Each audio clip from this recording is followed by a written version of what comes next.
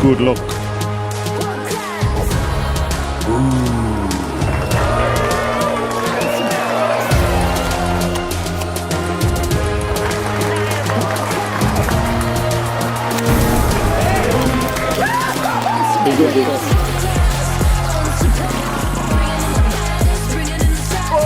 I don't believe it.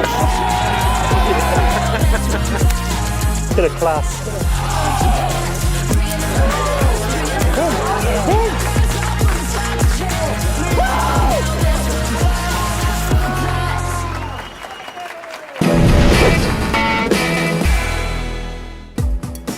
Hello once again, welcome to Dublin and the 2025 Irish Open presented by PokerStars and Paddy Power Poker. Our live coverage of the main event continues from the RDS in Dublin. It's day 3. It's the penultimate day of this record-breaking tournament. 218 remain from a huge starting field of 4,562. It's James Hartigan alongside Joe Stapleton. Hello, my babies. And 2017 Irish Open champion Griffin Benger. And 378th finisher in this event. Congratulations on your cash yesterday, Griffin. So yes, we are well into the money. We're well into the money ladders, but still a long way to go until we pay out that first prize of 600,000 euros. Our coverage tomorrow, the final day, starts an hour later at 1:30 local time. That is 2:30 Central European Summer Time. A reminder, you can talk to us. Use the live chat on Twitch. Use the live chat on YouTube. And if you like consuming poker content, PokerStars is all over the X, the Facebook, and the Instagram. You can also just text Griffin at 619-278. No. So who are the chip leaders coming into day 3? Michel Molinar is the biggest stack, 3.8 million, more than 125 big blinds, because we're starting the action today at level 24, 1530 blinds. Carl Shaw still among the chip leaders, as is American PokerStars qualifier Simon Levy. 60-minute levels throughout the tournament, 2 60-minute levels back-to-back before the first break of the day. And for our first feature table inside the RDS, on the main stage, the man, the myth, the legend, the Tonka. Parker Talbot is headlining our first feature table. We also have 3 PokerStars qualifiers. Kenneth Matthews, Henry Piiranen, and Christopher Dowling. Strong lineup here, Griffin. Yeah, Chris Dowling actually, a bit of an Irish poker legend. Finished 3rd when I won it back in 2017. And Cully Sadu, a UK circuit reg and a former EPT finalist. Looks like we're getting the action underway. Dude, the action was bananas last night in the last level. Give me one hand.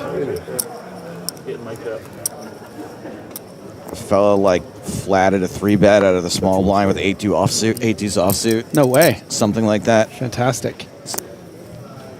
You love to see it. Action has been folded to the button. Marius Isavanu folds. There's only one Marius in my book, and it's Gears! And that hand is going to be a walk. Honwin in the big blind. You fell for it? Oh my god.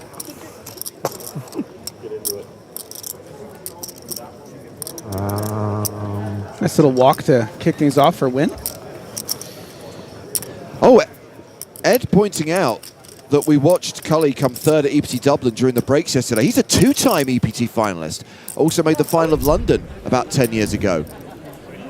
As we see players arriving a few minutes ago, there is chip leader Michel Molinar. Wouter Belts spent a lot of time in his company the last few days. Wooter! Katie Swift, who was on our feature table for a lot of yesterday. There is an EPT runner-up, Young Kite. Looking like a gentleman. Ian Simpson was on the main stage yesterday. He won the Irish Open back in 2013. And if we're talking about former champs, Steve O'Dwyer, the 2022 winner, is also still in contention.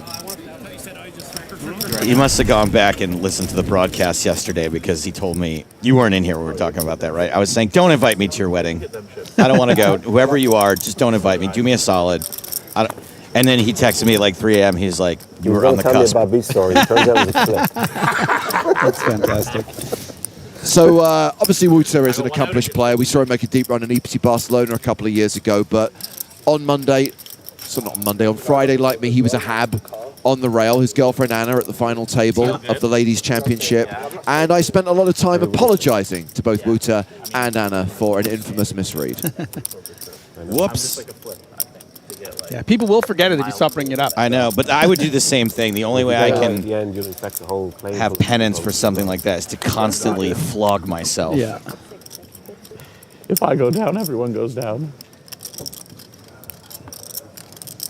Nice flop for Griffin ace-5 Benger here. method. I kind of feel I'm going to continue to serve my penance for the rest of the Irish Open, and then once we move on to Monte Carlo, I'm going to pretend that it never happened. He'll and just we'll ban never... anyone that brings it up. Absolutely, absolutely. It'll be one of those things that never happened, like the Joe Stapleton Invitational at PCA 2016. See, and the deflecting has already begun.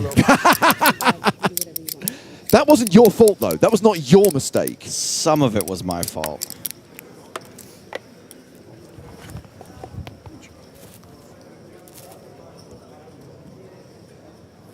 Fourth hand of the day.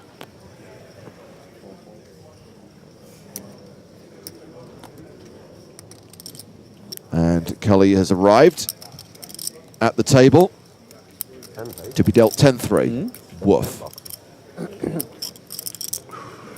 Always. That's just for different camera angles. They're not planning to do like 10 hands. This is going to be blind v blind. Pironen in the small blind, Dowling in the big. Some tournaments they go 10-handed when it gets to 5. Of course, yeah. But And cash games. If they're filming cash games, they'll make some cash games. Yeah, good limp candidate off 20 big blinds here with the 5-4 suited. Just really hoping you don't get ISO'd here at this stack depth. Going to be difficult to be calling raises, but is going to get the check back from the dominating 7-4. But in a lot of ways, advantage to Pironen as the last quote-unquote aggressive action with the limp. Can just bet a board like this if he so chooses. Decides to check it. Wow, look at Dowling. Have a go, mate. Strong Legend value indeed. bet with 7 high, Yeah. which is the best hand. Sick read. I mean, what can I say?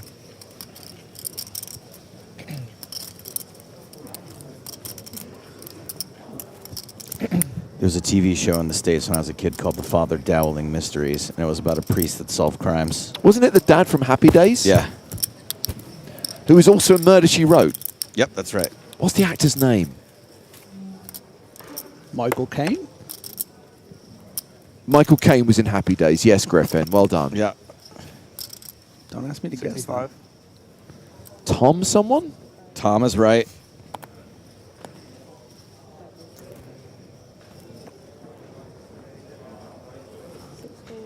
He used to do commercials for Saran Wrap. Tom Bosley? Yes. Smith opening things up here under the gun. Playing a nice, healthy stack. 60 big blinds. Sorry, Griffin, we're still talking about Tom Bosley. Yeah, I'll give you a second. Tonka Talbot. My Tonka God, 10 Talbot. he died in 2010. That's a long time ago. There we go, yeah. Rip. Jack High Board. It's the most insincere rip.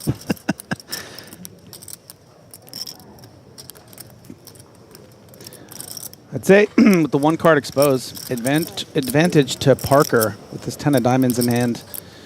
Going to be pretty connected based off what we would assume is the flatting range. 10-9, lots of diamonds. 10-7 of diamonds. Even, you know, Jack 10. You know, you might have 10-5 of diamonds. Could have King 10, Queen 10, 10-8. That is a call from Tonka, taking us to the turn, which is the ace of spades.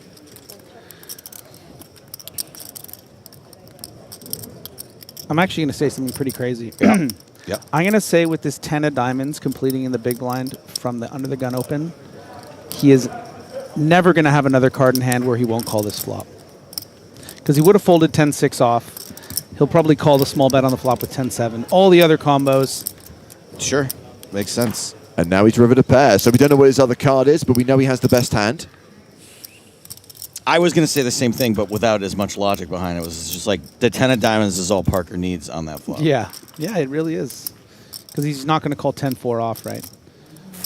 Either as a flush draw, straight draw, or ace-10, which is now 2 pair. What do you have, Parker? Cheers, nice one. Thank you, bro. Enough to find a value bet on the river. 335,000 in the middle. Well, we'll never know if he's winning until we see that other card. And he's bet 195K. Yeah, and this basically has to be... So we're shilling the lottery again. Yeah, this just kind of has to be 2 pair plus here. He wouldn't be turning 10 into a bluff, so looking like 10-9, 10-jack, ace-10. Perhaps pocket 10s. I'm sorry, all I can think about is the lotto bag of money. When does it close? Because I do actually need to buy a couple of tickets. They draw it today, so I would get Oh, out I thought there. they drew it tomorrow. No, they just said today someone's free leaving drinks with this. or what? Patrick, can you get on Can that? we It's the most stop? important thing you will do all we week. pause the stream? Find out when the lotto closes I'm and when the surprised they draw don't come takes back place. here shilling it. Yeah. How many? So those are the payouts, and we've discussed the top-heavy nature of this year's Irish Open main event payouts and the jump from second to first, which could result in a fair few deals. Could result in a fair few tears. And we Yeah, can see you're that still in this everyone's last currently one. getting around $4,000. That's the current payout with 213 players remaining. I haven't even met a single member of my team yet. Are you going to use all that cash for Very, Lotto? That's not true. involved. I met No, I just realized I haven't organized it at all. I want to see how much leftover I have to use for lotto. Yes. It's 10 per ticket, right? Yeah. How many should I buy? How does it work? Okay, so the deal is they pull a name, Like, I didn't see the others. She was incredible. and that Our name teams was really Based on how good, many they too. bought or I don't something? doesn't win. think there's just a lot of good. No, I They slow understand. roll No, you. don't No, do that. So no, listen. For every ticket that you buy, your name is in once. Yes. Right. So if you buy 5 tickets, your name's in 5 times. Yeah, I get it. But when they do get to the But how draw, many Joe should is I not buy? wrong. I don't know. I'm putting it the same as you. I'm putting it 50 euros in. Okay. But remember, it is what Joe was saying is correct. The first name they draw doesn't win. It's the second name they draw. Oh, They that's slow dark. roll you. Oh, that's great.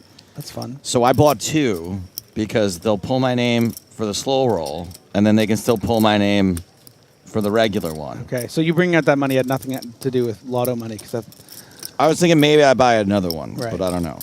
I gotta do a count. Okay, I've got my money here. I've got my money on James the and I are sideboard going to here. buy 5. We're ballers. Guys, I'm counting my money. 50, 100, 50, 200, 250, 300, 350, 400. Anywho, we are missing a card once again. We can only see one of Cully Sadoo's cards. We have an ace, ace, 7 flop, and we don't know who's ahead right now. Is this one of those the customer's always right thing where it's not the player's fault? We have to take the. It's got to be the player's fault, right? I think if it happens 2 hands in a row, chances are that it might be a technical issue with one of the cards. Ah, so that's the other 10. Could be. Tonight is the lotto draw, confirmed. So how long do we have? When do they... Probably a when- while. Certainly until your first break. Okay. That's grand. I can't believe you fell for that one. Let's go straight into her pocket. 9 o'clock. Thank you. I wasn't going to grass her up.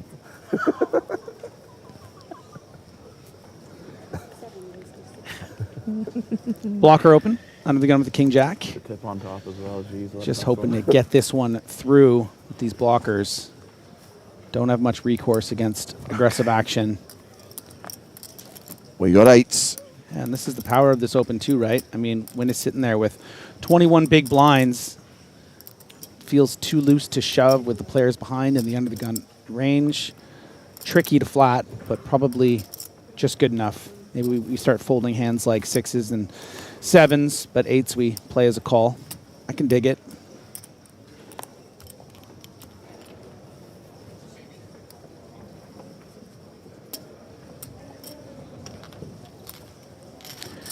Pretty fair fight going to the flop, but you can see the percentages lowered with those kings and jacks being folded. And 8 still ahead on a 9-4-3 flop. Range advantage to Sidhu here, though. Today? Yeah. Giving that PLO mystery back. Might be a little concerned with some traps sometimes on 20 big blinds, but I did that in Monaco last year. still with the stronger range, going to go for a bet. Hope to see a fold, and if not, Big field one. cards that he can potentially barrel on. That's not work out. The tables were only like 3 tables apart. It was okay. They could be in different. They could be in different buildings in Monte Carlo. Yeah. Well, I made sure that they were in like the same. They were going to be in the same room, you know.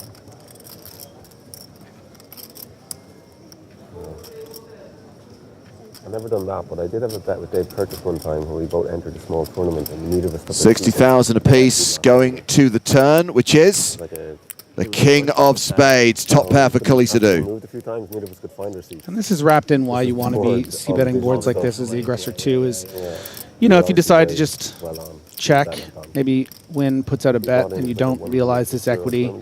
Obviously got quite lucky with that 18% jumping to 97. Big rake, Yeah. especially when we both lost. Yeah. Terrible game of chicken. I don't know who's worse, the person who suggested it or the one who Who accepted it, yeah.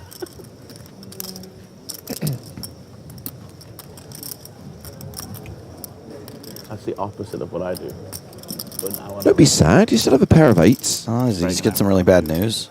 in the 250 mini main, 3K side bet on the first one, the 500K stack.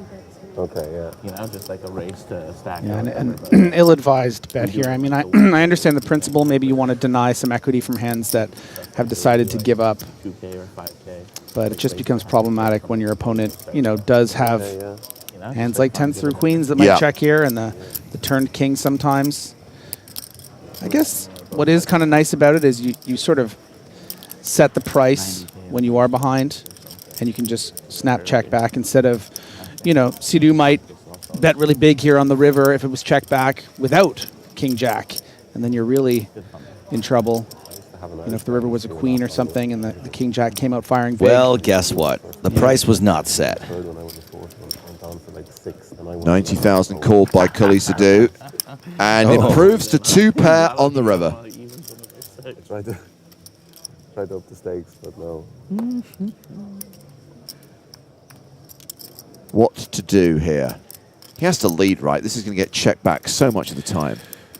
Well, you have the board so crushed here. It's hard to imagine what you could sort of get called by. You'd almost hope that your opponent might turn whatever they have into a bluff. 8s is actually, you know, one of those candidates. Once you get check called here, you think you're up against 10s or something, queens, and maybe if you shove, you could get it through. And by the way, yes, he did set the price. New glasses, Cole. Yeah. Huh? New glasses. You love that, right? No, Just get out of there for 90K. Back to the originals. Again, Day 3 glasses. when you were somewhat critical of that bet, that's what popped into my head, but you articulated it much better than I would have. So, Jose on Twitch asked, did you all behave last night or get absolutely wrecked?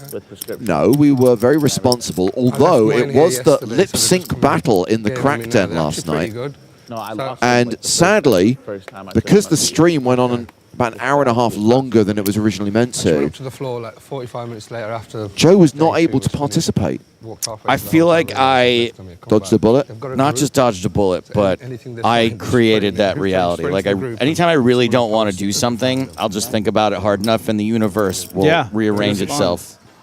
Manifestation, baby. I manifested it. That's the word. Again, I don't know why I can't think of words today, and you have them all. But I actually went a little crazy last night, I got to say. I watched the first 20 minutes of The Goonies and fell asleep with my laptop on my belly.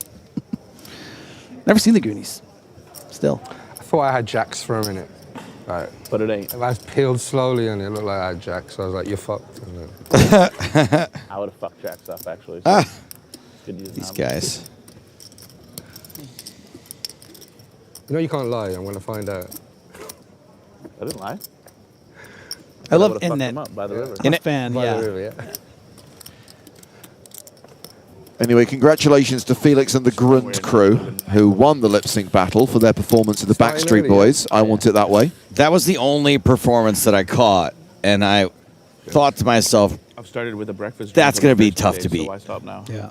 Well, I've just went to breakfast this morning, and Sim and Deborah at breakfast on their last warning before they get kicked out of breakfast. And I've decided to go and sit with them. They were both playing PLO this morning. Yeah, Raksha says, Griffin, watch the Goonies. Thank you for that.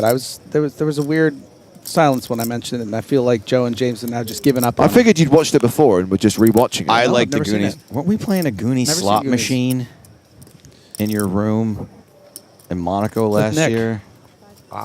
sorry. Yeah, it sounds familiar.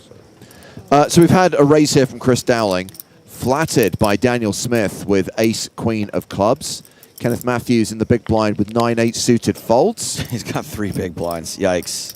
So we're going to go heads up to the flop. Yeah, a bit of a loose open from Dowling, but wants to sort of get activated. I think Good he's fold. going to be he's going to be a bit passive on this texture down the streets. He's going to decide to start with a bet, but I don't think he's going to get too destroyed here. This isn't a world ender situation.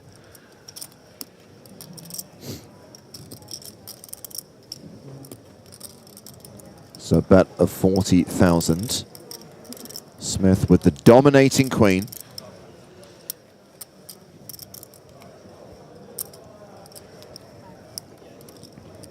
Just a call. Turn card is a 10 domination rotation in Dowling's favor. All right, who wants to give me odds on restoration?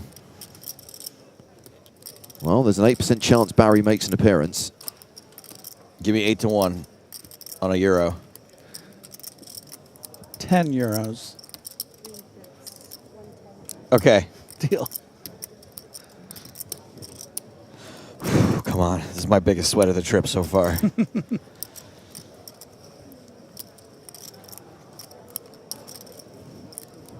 I knew I could raise the stakes because of all the cash you have on you.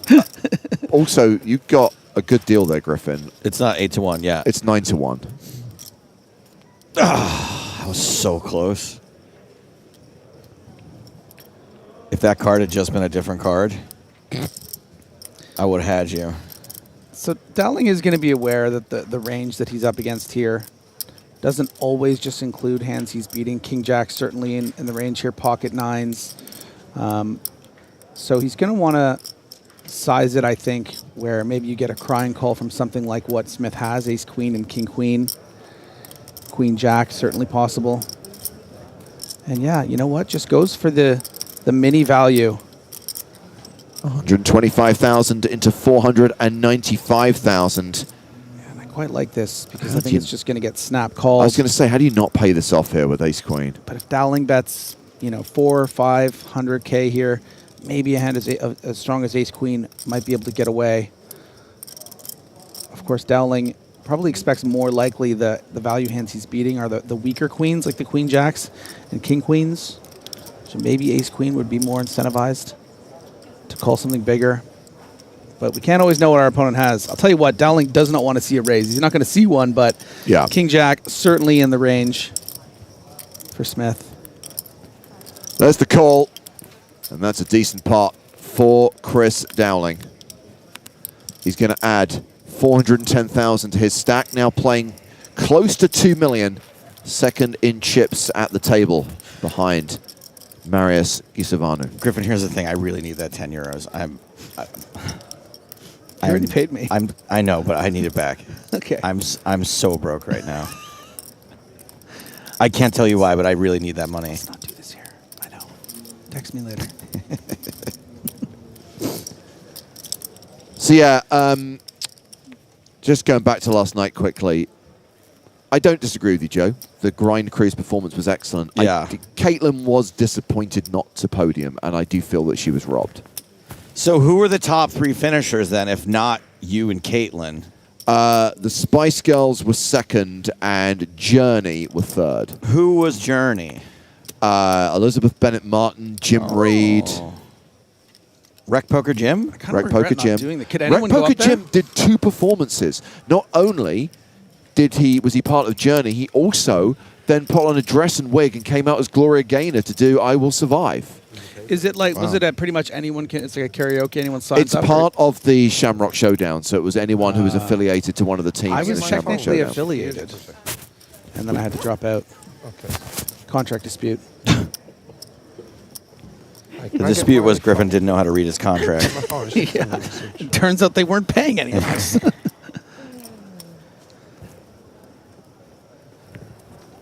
that bit out. Leave it in. What? Leave it in. Did you guys end up doing anything Katy Perry oriented? There were some. It was. Caitlin was Katy Perry and was obviously the primary performer. I was purely there as her backup dancer in a shark costume as left shark. But you weren't right shark. Someone else sharked it up. I think they just went with one shark. One shark. Okay. Gonna say, Good luck, by the way. Good luck, all in player. absolutely. Just very quickly, inflatable shark costumes, very hot and impossible to see out of. Great situation for Matthews here, finding the 3 big blind ace-9 suited on the button, folded 2. And you can't blame Win on the 12 big blinds to just shove in with the ace-deuce. Going to get the jack-10 out of the way, and huge spot for Matthews. It's never over till it's over.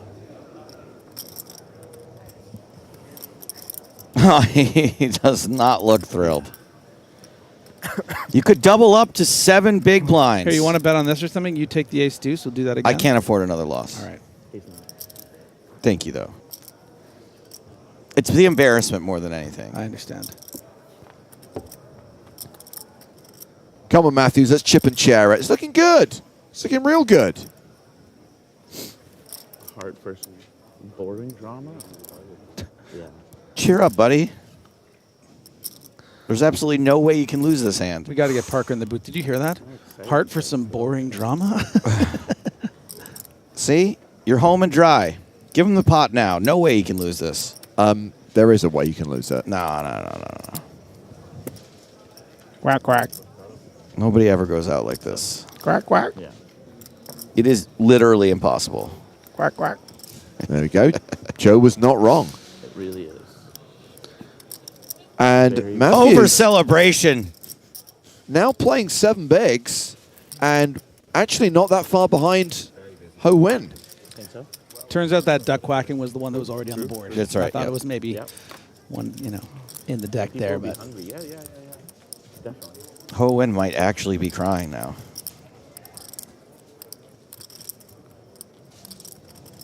That's right, Anna Clara. Most of our tournaments do finish on Sundays.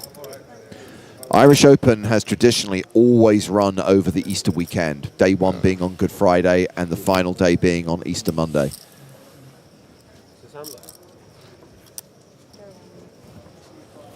We've got over that now. Don't you start trouble. We are going to have another anomaly, by the way, in that pattern when it gets to Monte Carlo, which concludes on a Saturday. If you looked over your Let it shoulder. in the ears to let it go. But yes, normally Sunday is the I'm last not day. going to play it now, Chris. There you go. Tonka has opened with Jack-9 of strawberries.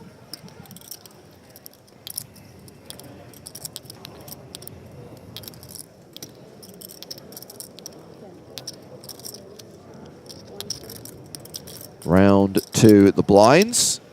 Chris Dowling in the big blind calls, and we go to the flop. That flop, ace-9-4, second pair for Parker. okay, I'll give you 50 to 1. You get Dowling in this hand. $1. That's a good price, Joe. It's over.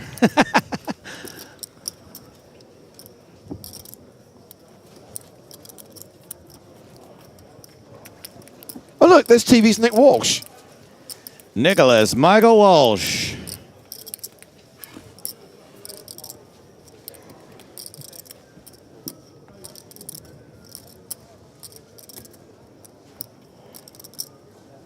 Anna chimes back in to say, nice. Is it a holiday Monday? Because here in Brazil, it's Tiradentes Day, so most people don't work Monday. A lot of people in the civilized world get the Monday after Easter off, for AKA Easter Monday. Yes. What's that? Us slaves of capitalism in the United States of America don't get Easter Monday. At least you get healthcare, free healthcare. Nope. Nope. Oh, not that either? Yep. Nope. That's why Jesus is so popular, because he's healed everybody. 60. No expensive ER bills. Yeah. It's surprising, considering how Christianity is quite a powerful force in America, that Easter Monday isn't a thing. In name.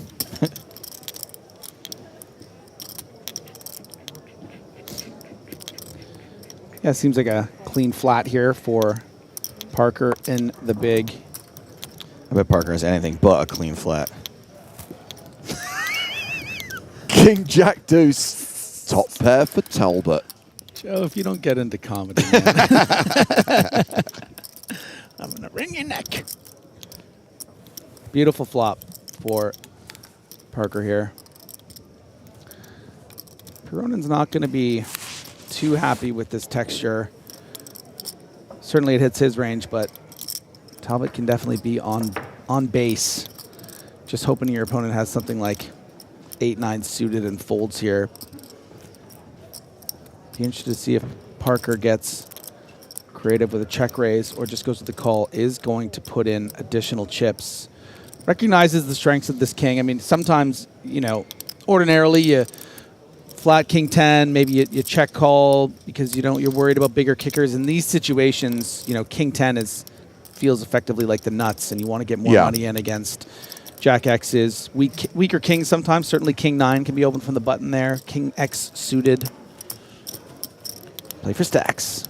Dirk Herbold on YouTube says, no religion jokes, please. I totally agree with you, but I do want to remind everyone that Jesus was the original razor.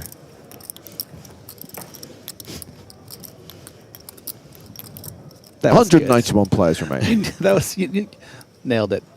Nailed it. You're watching the Irish Open. That was also a Jesus joke, by the way. Oh, yeah, you're right. Good point.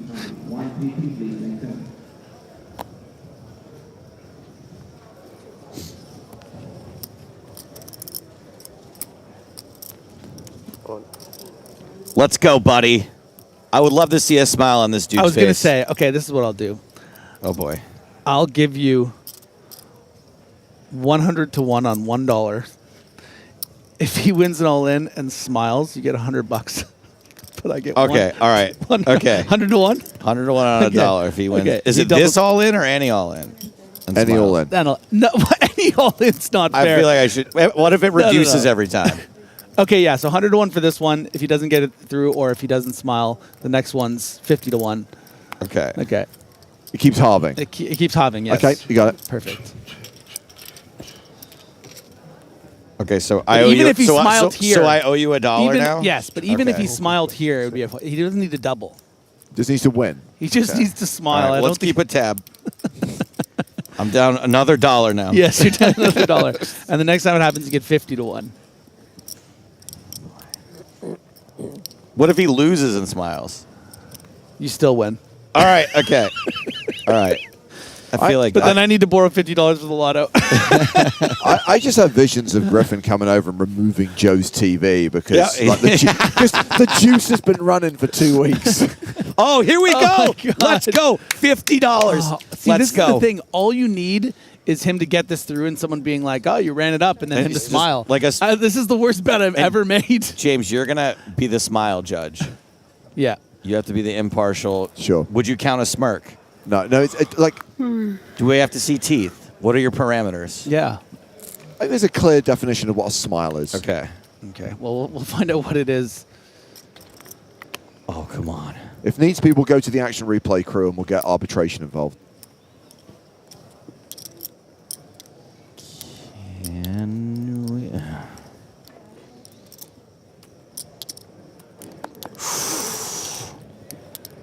Oh, come on. I mean, this is kind of a brilliant 2.5x, by the way. Instead of just shoving for the 10 big blinds, is enticing the big blind to consider appeal with the kind of hand you're doing this for, right? You want the king 9 to call here.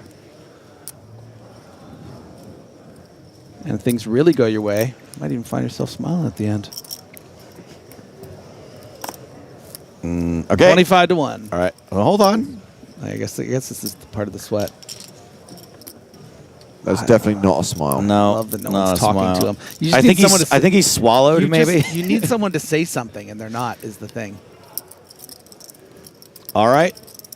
25 to 1. The next one. And I'm down Give me $2. $2. Yeah. 2 more bucks.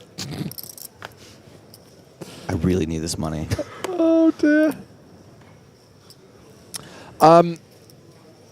Down to 188, by the way, so a fair few eliminations during the first 35 minutes of play today. Among the players we have lost, we talked about him a lot. Walter Belt's gone. Patrick White was the American player who was on our feature table during the last level of play. He is no longer. That dude was awesome. Is he No the Deuce longer 8 guy? in the tournament. Yeah. And Carl Cullen also eliminated as well. So, yep, 188 remaining as we see Tonka open from the cutoff with ace-9 of diamonds. Dosh24 says, are we in the money yet? 188 remain from 4,562. I mean, I've come across some top-heavy payout structures in my time. If we weren't in the money yet, that would be bad. Really, really bad.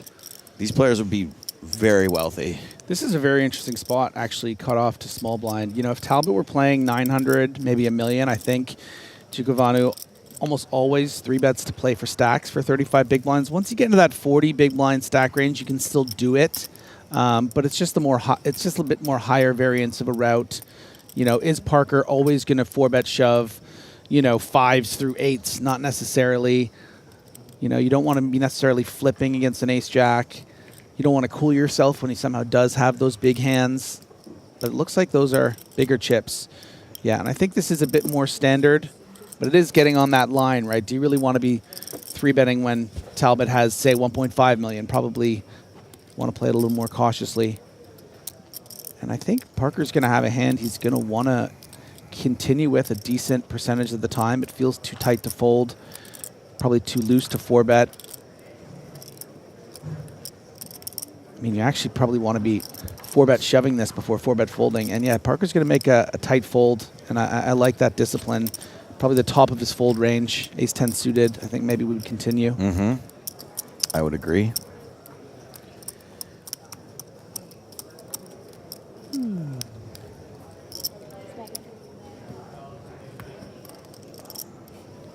What's the frequency, Kenneth Matthews, that you will smile? I just want to say, I think that he might have a real nice smile, too. You think so? Yeah, I just think, you know, it's like his demeanor, he's a little short stacked, and maybe, you know, but I think once it comes out, it'll be quite a beautiful contrast. And make you money. I think you're right. Money. That's the main reason I want to see it.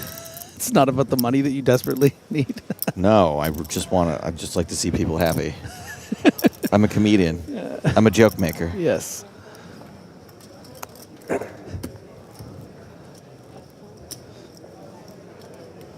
But doctor, I am Pagliacci. Oh, we have got jacks here for Gisivanu, who is the table chip leader, playing 74 big blinds. And you can even see the demeanor change when you're thinking, okay, well, I don't know if I would want to play for stacks with this hand. Do I want to mix in some calls? If I 3-bet, how do I want to respond to a 4-bet? Dowling has a good candidate to mix in some 4-bets.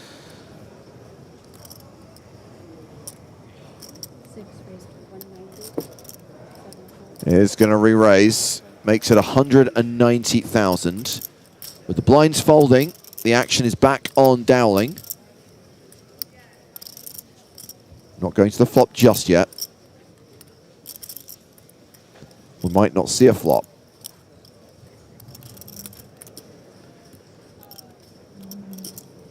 Two 3-bets in a row here from Gisivanu.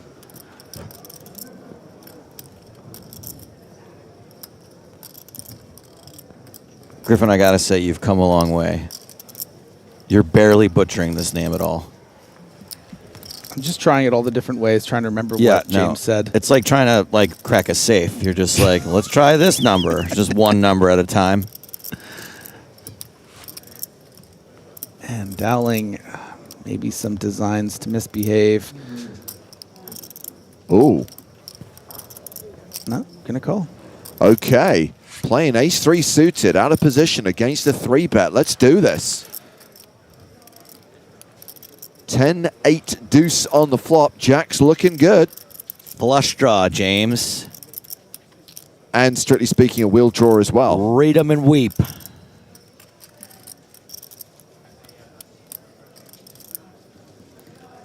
And you can see how Dowling feels a bit more comfortable facing a smaller sizing than Tonka faced and having more chips to play with.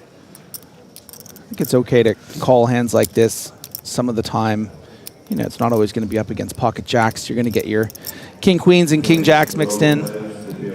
But on this board, I think Chris will probably just head to the hills.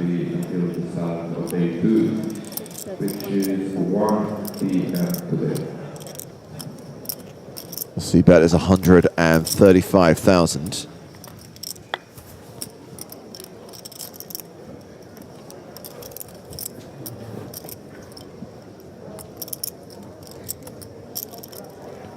There we go. Dowling does indeed fold. 20 minutes on the clock until the blinds go up. Next level will be 20,000, 40,000. So 20 more minutes at 15:30. Right now, our table chip leader playing 82 big blinds. Kenneth Matthews is no longer the shortest stack at this table, by the way. Hone Win is now at the bottom. It is Hone Win in the danger zone. Danger zone! With just 7 big blinds. Homeowners Association win. We win for you. Okay. I need to find Roxy. Can we get Roxy to come back here? Roxy. Don't do it, Chris. Discipline, Dowling. As we discussed. The Chris Dowling mysteries. It is a raise to 60,000.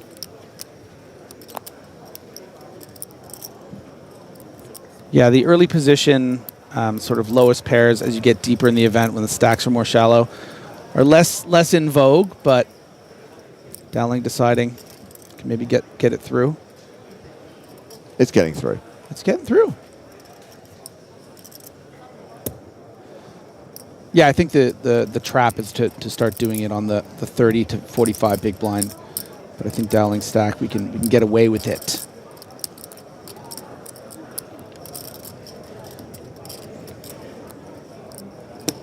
Hell yeah. Say it, Griffin. Hell yeah. Quack, quack. Oh, quack, quack. Yeah. Gotta remember my... Ducks on a pond. Ducks fly together. I kind of feel I should acknowledge I Love Lame shortly before they get permanently banned from the YouTube chat. With code, they agree they can done it, etc. Just too many tricks. Thank you for your comment. So we have just lost Sia Brown in 184th place. Now, she started the day as a big stack, 1.9 million, but lost some big pots during the first half hour, and she's just missed out on the pay jump. So that 184th place finisher earns her 4,100 euros. Man, she's such a boss. She was a lot of fun to watch yesterday. Yeah. See you later. That whole table was good. That means everyone else is now guaranteed 4,760 euros. Yeah, there was a comment by that same guy, I Love Lame. This one I really liked. And because you are broke, so she now careless about you and just garage sale. Now you see why that comment was deleted, right? Still funny, though. We're banning that guy? We should give him a job. Yeah. Graphical error here, as Matthews certainly wouldn't call with 5-3 offsuit on the button on 10 blinds. So someone's getting fired. Guys, this is not happening, right? Maybe it's just Matthews' backer that's getting fired. Come on. Firing him. Did he call with 5-3? Yes, according to... Well, he's paired his... What is happening? Stop and go, baby girl. Have you guys ever seen the movie Smile? I would just love it if he just like did a really creepy smile right Turns at the camera. yeah. You know, like, okay, Matthews, can we confirm this hand? Maybe maybe he's always wanted to outplay Tonka. Maybe that's one of his life goals. This hand would give Advil a headache.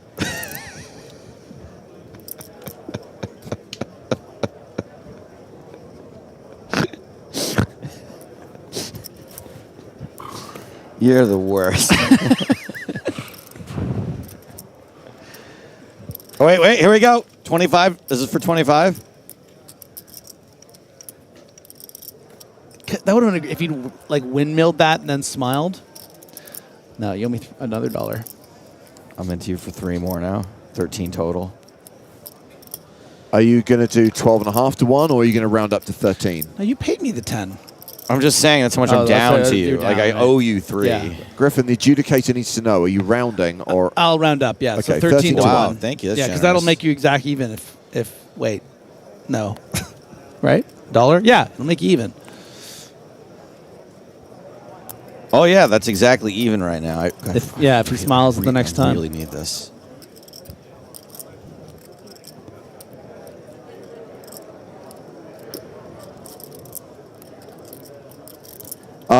Anna is seeking clarification.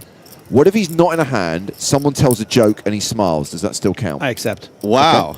Let me Because go. I feel like we've strayed pretty far from Griffin's original I offer. just think I'm free. I just don't I think think he's ever Griffin's gonna right. smile. I think Griffin's so confident that Yeah, this yeah, guy is I'm never gonna- yeah, smiling. I'm not going You to could allow be like, him we to could do this for the smile. next year. Yeah, We could go to his yeah. Instagram page. If you can I'm find not me a gonna picture of him smiling, I'm not I'll give you gonna the money. Semantic you out of this. Like, if he smiles, you win. Matter of fact, if you find a picture of him smiling on Google right now, I'll give you $13. So this is the all-in from Win on the button, called by Henry Puranen in the small blind. It is a domination situation, but a lot of opportunities with these hands.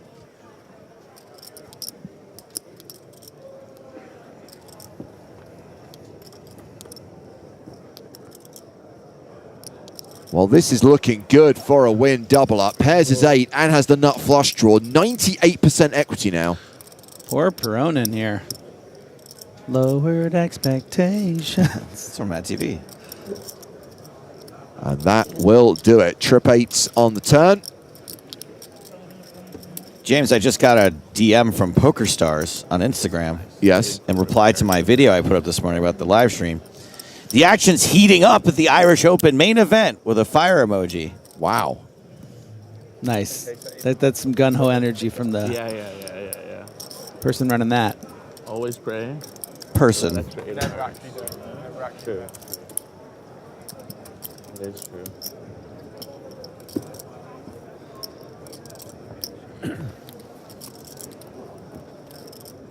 Wait, does AI run accounts now? Here and there.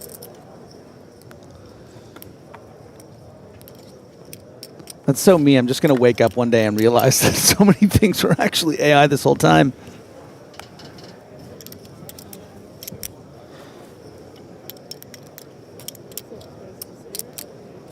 It is funny.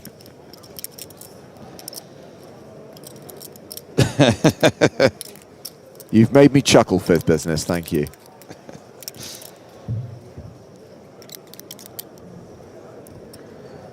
So I know it's going to be tough to get to the bottom of the 5-3 hand, but I mean, do you think it's like inside joke with his friends? Maybe it's a thing from Parker's stream and he wants them to, it's like a little reference. Yeah. But then he would win. I've never seen it happen, but I've heard about it plenty of times. I don't know. You guys saw some crazy stuff yesterday with the 8 side bet? stuff. That 5-3. I mean, that is a. It's wild, right? It's not. It's beyond. I mean, look. If he had called from the big blind, it still would have been like, oh, like he flatted the button for 20% of his stack. The table behind us, it happened. But you guys both thought they had the nut flush in holding. When it was 2 aces of hearts or what? Yeah. Turns out there was 55 cards. Oh my god, a bunch of extra aces or what? Yeah, but funniest part of the whole story was the original ruling was the guy with the highest second card was going to get the pot. No. Yeah, I was like, like, you know, mistakes can happen. The card can end up in the wrong place. That's awesome. It's the worst ruling I ever heard. Anyway, no, they I rectified it. love that ruling. They rectified it. I mean, it's crazy, but You'd be really so mad funny. if he was on the wrong end of it, though. Just like a flip, basically. Just like, well, we made a mistake, and now you guys are going to have to flip for this amount of money. Ooh. Matthews in a hand has opened with ace-5 and has been shoved on by Puranen with Crap. kings. I think this is good for you because if he spikes the ace, he might have to pop a smile. That's true. And he's going to hit it 30% And maybe of if the he time. smiles when he loses, maybe he's one of those. People start looking for money back left, right, and center. You just can't have When it. he There's sees the call. When he sees how bad it is, he just smiles. Now I'm drawing dead. The timing.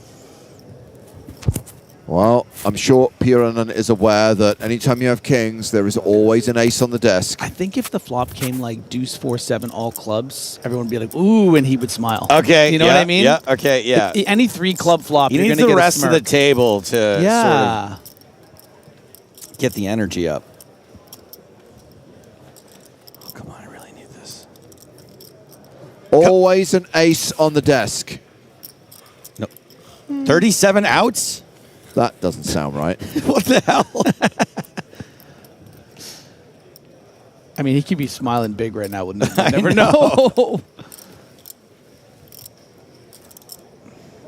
Okay, so this is going to be a double up for Gotta be Matthews. kidding me. It's not over yet. I mean, I don't think he would smile until the end, if anything. Oh, Puranen's actually the at-risk player here. Yeah. Didn't realize. And Puranen is out.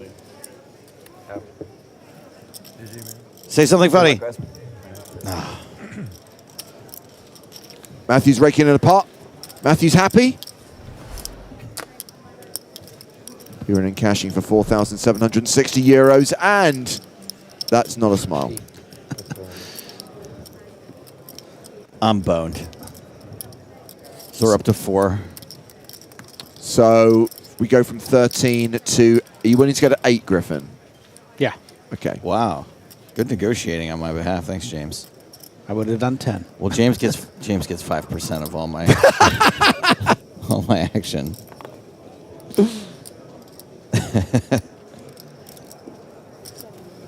Khalisadu opening under the gun with ace jack.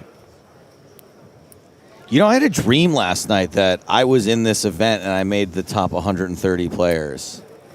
That must have been nice. It was weird because all I could do was feel guilty about how I wouldn't be able to work. And I Yeah, thought you better everyone- wake up and apologize. Everyone be mad at me. To be fair, you couldn't work last year either. I'd much rather it have been because you were Yeah. going deep in the Irish Open main event and we could have got content out of it rather than you were puking your guts Not up. because I had super COVID. Yeah.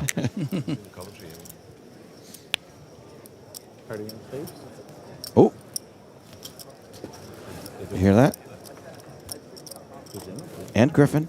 They might have some What? other folks in there now. You know? Oh, we have got trips against 2 pair and less than 1% equity for the big stack.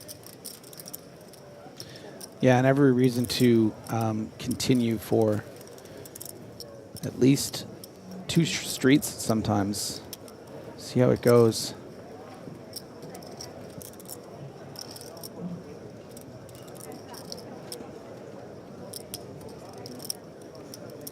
No alarm bells are going to be going off for the king-queen here until a big bet on the turn. Then things get a bit complicated. Okay, so Giovanni now drawing dead. Checks it to Khalisadu.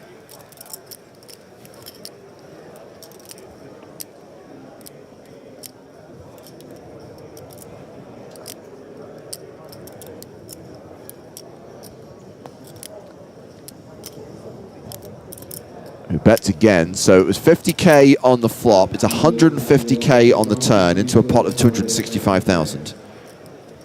There are those alarm bells. He hears them now. Definitely Alarm! Definitely going to be concerned now.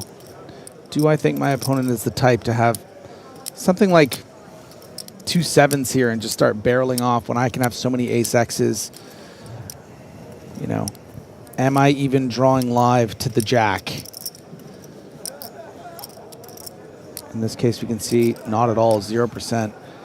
Still thinks his hand is a bit too strong.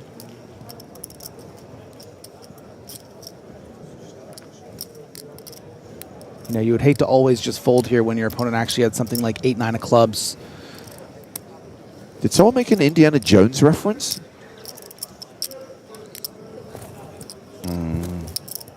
I mean, sometimes I do references so much that I don't remember even doing them.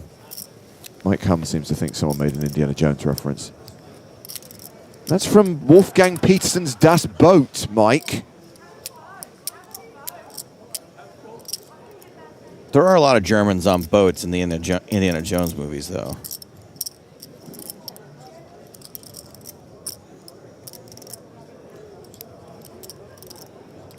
You gonna get that new game on PlayStation? Just came out. I have it for Xbox. It's Ah. fantastic. Oh yeah? I was waiting for it to come out on PlayStation. It came out on April 17th. It's the best Indiana Jones thing since, like, certainly since The Last Crusade. Yeah. There comes the river value bet.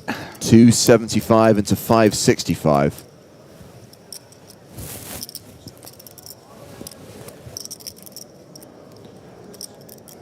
Constructing the bluff range here in his head. Like we discussed, those kind of club combos, perhaps something like any sort of Jack-9 combo that might have raised under the gun, which would have been the suited ones. You know, does Jack-9 of spades decide to bet 3 times here to target a hand like Queen X? And yeah, he paid him Wow. off. I'm a little bit surprised. I understand that, you know, King Queen is a pretty strong hand, but the big blind's going to have a lot of ace X's, right? So you're not going to expect your opponent to really want to be trying to get the queen off all the time when you're just going to get snapped by an ace. And I had the other ace, so. Yeah. Cully Oh, Sadu, wasn't there. now table chip leader, as we go to one of the outer tables where we have 3-way action. Well, actually a side pop. It's Yon Kite versus Lin Chen versus Tyler Spoor. Chen shoved pre. That means Kite and Spoor are playing a side pot. The board is the 10 of spades, 5 of hearts, 7 of clubs, 6 of spades, 3 of spades.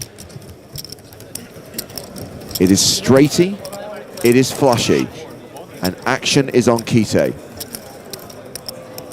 I know that's just his ticket on the right, but it kind of looks like each card is on either side, which is kind of cool. Like, And that is a bet of 460,000 into the side pot with Spoor. That's a large bet. A reminder, Chen is all in here for the main pot. Got it in pre. It's like a 15 big blind bet. yeah, Kite's always playing big boy poker, it seems like, isn't he? Sure is. That's a fold. Ace Jack, ace high, Kite's hand. A worse ace high for Chen, and he's eliminated. I'm going to assume that hand was well played. Yeah, looked like it. Well, the end result is that young Kite's now playing 2.6 million. I'm hoping you just fold ace queen. But I feel maybe I had the best hand now. That you just have like king queen or something. We are at 175 players. Just 2 minutes left on the clock. The dying embers of the level.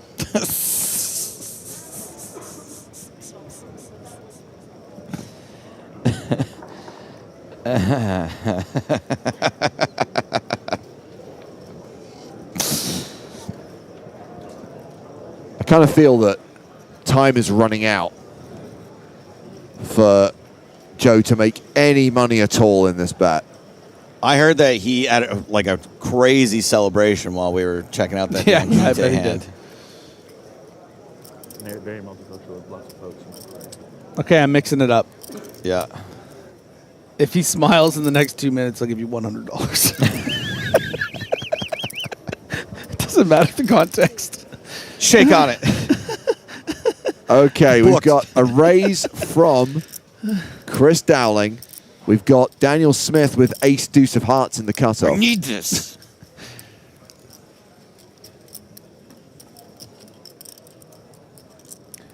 Grade 3 bet candidate. 185. Puts a lot of pressure on hands, even as strong as ace-jack. Very tough continue. Ooh. Oh, and we've got 10s on the button.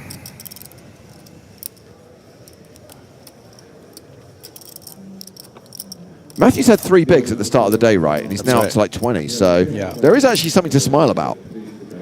Apparently not.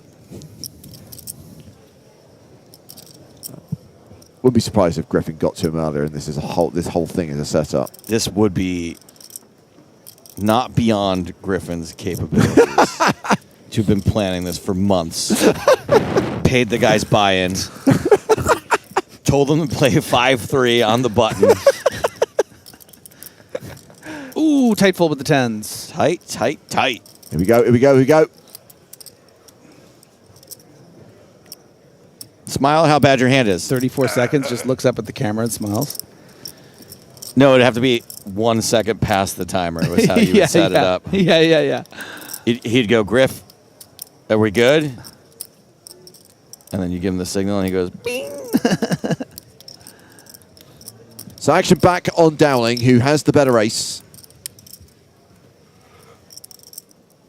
Griffin's the one really laddering with every hand that goes by. And that is a fold. And that looks like it'll be the last hand of the level. Blinds are going up to 20,000, 40,000 with a 40K big blind ante.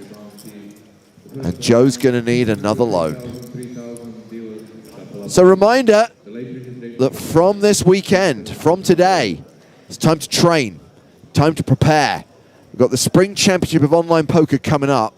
And we have got the Scoop warm-up starting today. Runs for a week, $6 million guaranteed across this mini-series. A chance to test new formats, get in some MTT reps before Scoop proper. We've got a $109 PKO Sunday Million tonight. We've got the Scoop warm-up main event next weekend. And tickets worth up to $1,050 being awarded via the Scoop warm-up ticket machine. It starts today.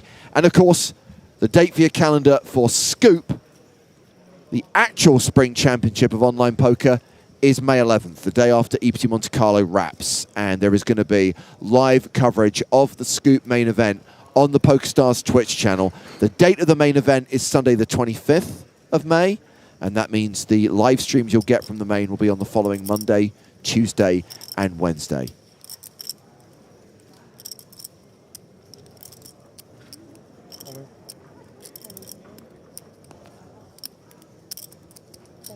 Well, I heard the words all in there, and that is because Ho Win has picked up the Snowmans. Num num. Double up. So, Kali Sadu raised, Matthews flatted, Win jammed. Hello. 2 faults. Thank you. Thank you.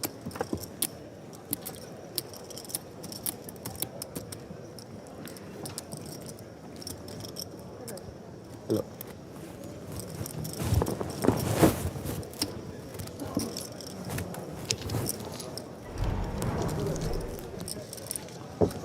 Chip counts. Yes, Aaron, I'm well aware the main is around the middle of Scoop and not at the end. We've talked about it, the fact that this is the first time it's ever happened, and discussed the fact that it's probably to avoid a conflict with the first weekend of the World Series of Poker, but it will be weird. It will be weird doing 3 days of main event coverage and then having the series continue after that. Anywho, we've got a Griff Graff reunion going on right now because Sam Grafton has joined us on the stream. Hello, hello. That's very sweet. That's cute, you two. Very excited for this, actually. 168 left. I was just walking through the tournament floor, glancing enviously at these guys. And I tell you what, there's a few names on each and every table. You know, obviously, it would also be exciting if A New Hope, a little Star Wars reference, is that correct? I've never seen it. A New Hope emerged, you know, when someone unknown makes a deep run, wins this thing. But there's a lot of characters, as you'd expect of the Irish Open, still in contention. You know, it would have been great, though, if I had won it again, Return of the Jedi. You know? Return of the Dingus is not a movie. sure. I actually cannot believe that you won this thing. Like, when I actually see how massive it is, how prestigious it is, you know, all these Irish people who would, you know, love that kind of immortality, and you just somehow Stumbled in here. boxed it. You know, one of the, like, 3 tournaments you played this year. It's absolutely miraculous. One of many miraculous things about your life, Griff, but... Actually, I had a little moment yesterday as I was getting deep in this event, by the way, finished up the 70th. We were looking at, people were talking about their 100 mobs and everything, talking about their first cashes. And then I looked up my 100 mob. My first cash, recorded poker cash, was for $39,000. Oh, wow. Start as you mean to go on. And the first 10 cashes I had, 4 of them were in 10Ks. It's like I just showed up one day and was playing high stakes. That's when you were flush entity. Yeah, that's when true. you were Yeah. flush entity. Yeah, that's fair. Your name rang out. So tell me about the speech table. I see the great man Parker Talbot, who, Yes, you by do. the way, is tailor-made for a field such as this. Both the technical abilities and also that, you know, bespoke, idiomatic style. Like, he can really dial in to someone specific and adjust. Yes. Which is so crucial in this big field. I see Chris Dowling as well. Long time. Was it legend? Did you say it was the year you won it? That Yeah, he was at he the got final third. table. As a matter of fact, he gets a shout out in my little electronic banner when you walk in here. They say a little right above me and be like, Irish Open Ambassador Chris Dowling finished third. Oh, yeah? Yeah, I mean, he by the way, I didn't know he was officially an ambassador, but he's a ambassadorial type guy. Yeah. Very, you know. And then, of course, 2-time EPT finalist, UK Circuit Red, Khalees Adu. Yeah, legends. Who is the table chip leader right now and has ace-8 of hearts. And after the under-the-gun open from Gikovanu with queens, he is going to flat with the ace-8. Kings! Wow. For Ho Win, playing 15 bigs. I mean, this is the stuff dreams are made of. A raise and call. You would expect people to have hands like 9s, 10s, ace-jacks that will call you. In fact, we could see someone with the queens. And queens is also going to feel good about this. Yeah. We can also imagine 16 big blinds shoving a lot of worse pairs. Chris Dowling now looking down at the snowmans. Yeah, he's mentally doing num-num, and then he's going to fold. Yeah. Tonka folds. Daniel Smith in the big blind. Passes. Action back on Gikovanu with the queens. Asks for a count. Yeah, and obviously them both having 1.9 million would be tricky, but we don't expect kings or aces to be flatted by Cully. So for that reason, it's a little simpler. But we just have to decide, what do we want to do with our range? And decides to shove. So showdown as Khalees Adu folds, and it is kings versus queens. A great spot for Win to double up.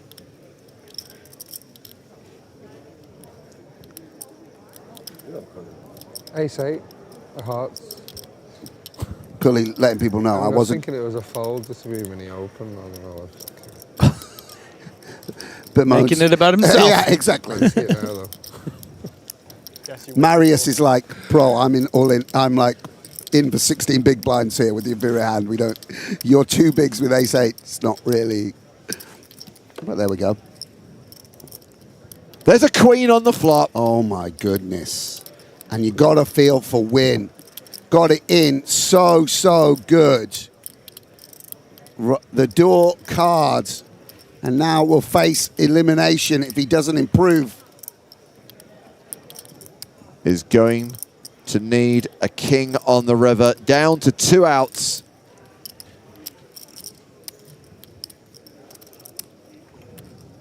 The river card is a 9, and Ho Win is KO'd. Hello, guys. Thanks. Yeah, that's very tough, but can leave with head held high. Of course, it is a little consolation when you know you've sort of been cooled on the wrong end of a bad beat. Yeah. Did you like that flop?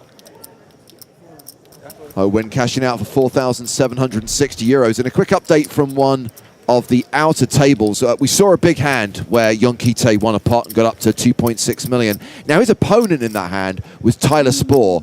Tyler just eliminated Liviu Bartha with ace-king against ace-queen, and Tyler is the first player in this tournament to cross the 5 million mark.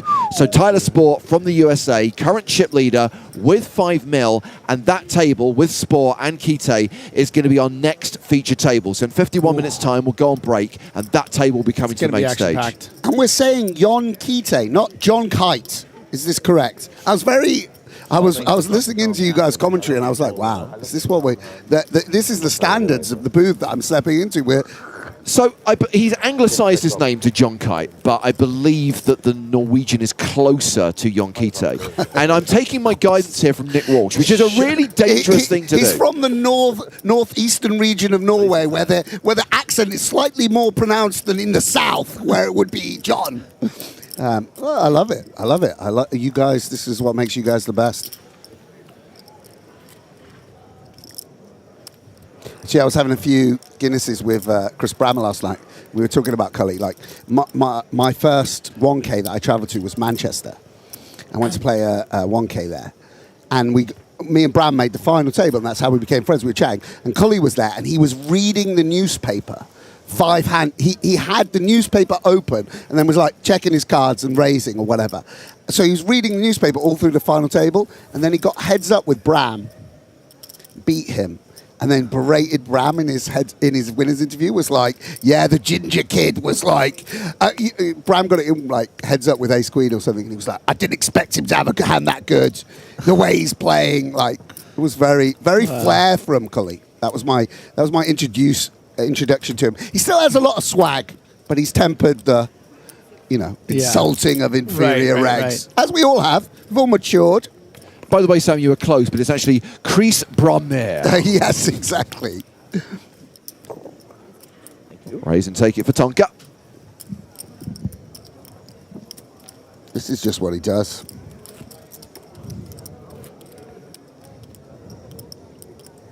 Jay the Grey, it is not Chat Pro Saturday, so you, my friend, can leave. Were they objecting to Parker's raise and take it? Apparently this whole thing is staged and rigged for the purposes of making TV. Sure. That's exactly what you would do if you wanted to get attention on TV. You would organise a giant poker festival and have Parker Talbot and Chris Dowling there, and this is exactly what you would do.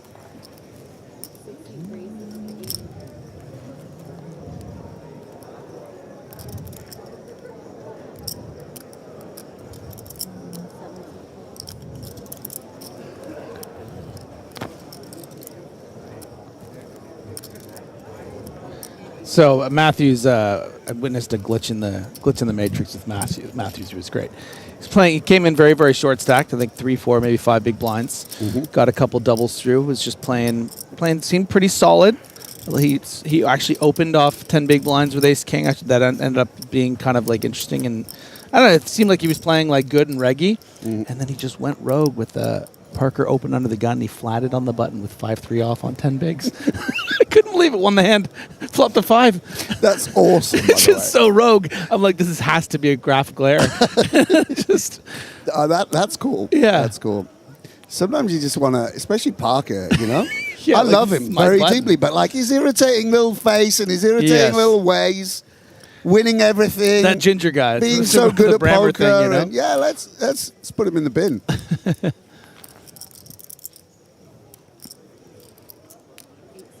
I also made $14 or so off him betting, giving incredible odds to Joe that he would smile at any point. Never did. So I had a bunch of money here that I made. Gave him 100 to 1 to start, and then we went down. We halved it each hand that he was all in. Never smiled. Joe can't have internet now. Can't afford the bill. Oh, yeah. I hope you're proud of yourself. Very. Here we go. A bit of Dowling action. Dowling. Well, unless his other card's an ace, we're short of action, potentially. I don't think there's much need to check this at this stack depth. I think King Jack can just bet in different situation versus different opponent you might want to check, but we might as well protect our hand. Can get called by worse. Protect against backdoors. And this would, it could be a 7 as well, potentially. Yeah, with the small sizing. Try to peel one off. That's a great card for Dowling. With the one card we've seen in the call on the flop. You know, if I was with playing king this, blocked too. If I was playing this. Yeah, so if he has a king, he's not going to lead. But if we have a 7, we can start leading here. Yeah. I do believe.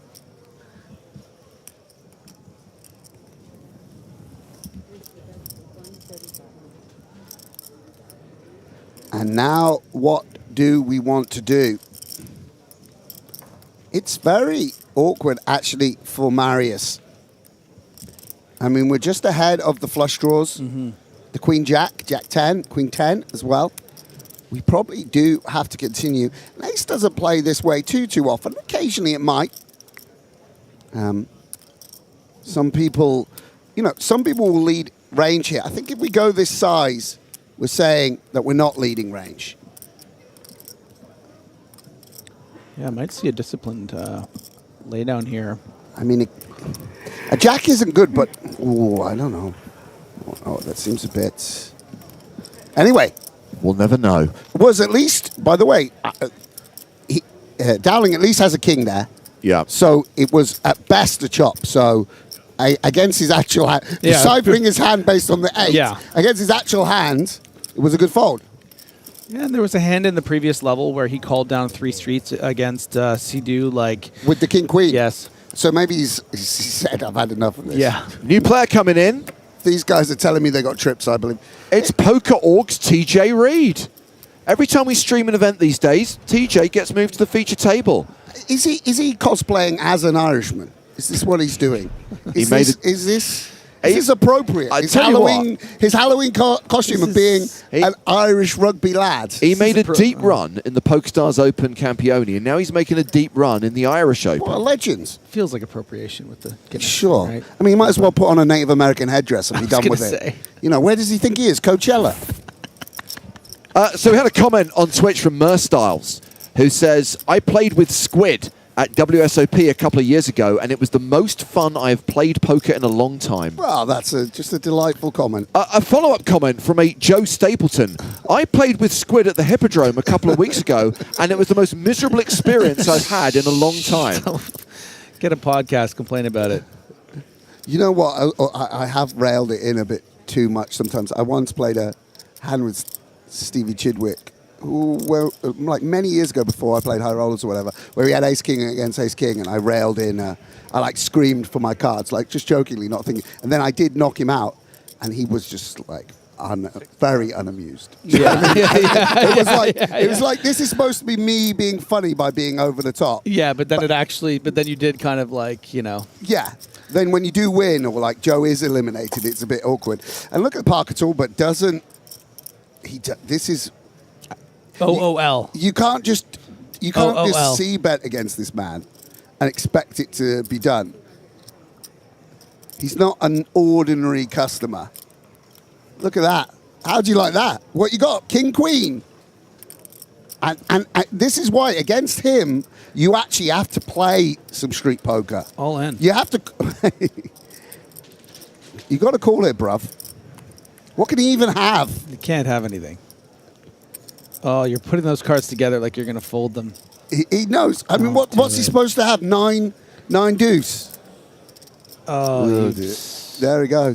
But the turn is going to be a 6 of clubs, and you're going to get. So you probably save money, mate. But this is how the best play poker. I don't necessarily do that, but like, and also by the way, king queen offsuit.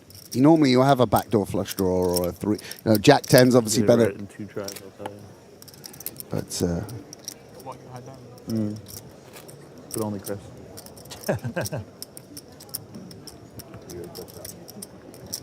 Hey, you gotta name my cards.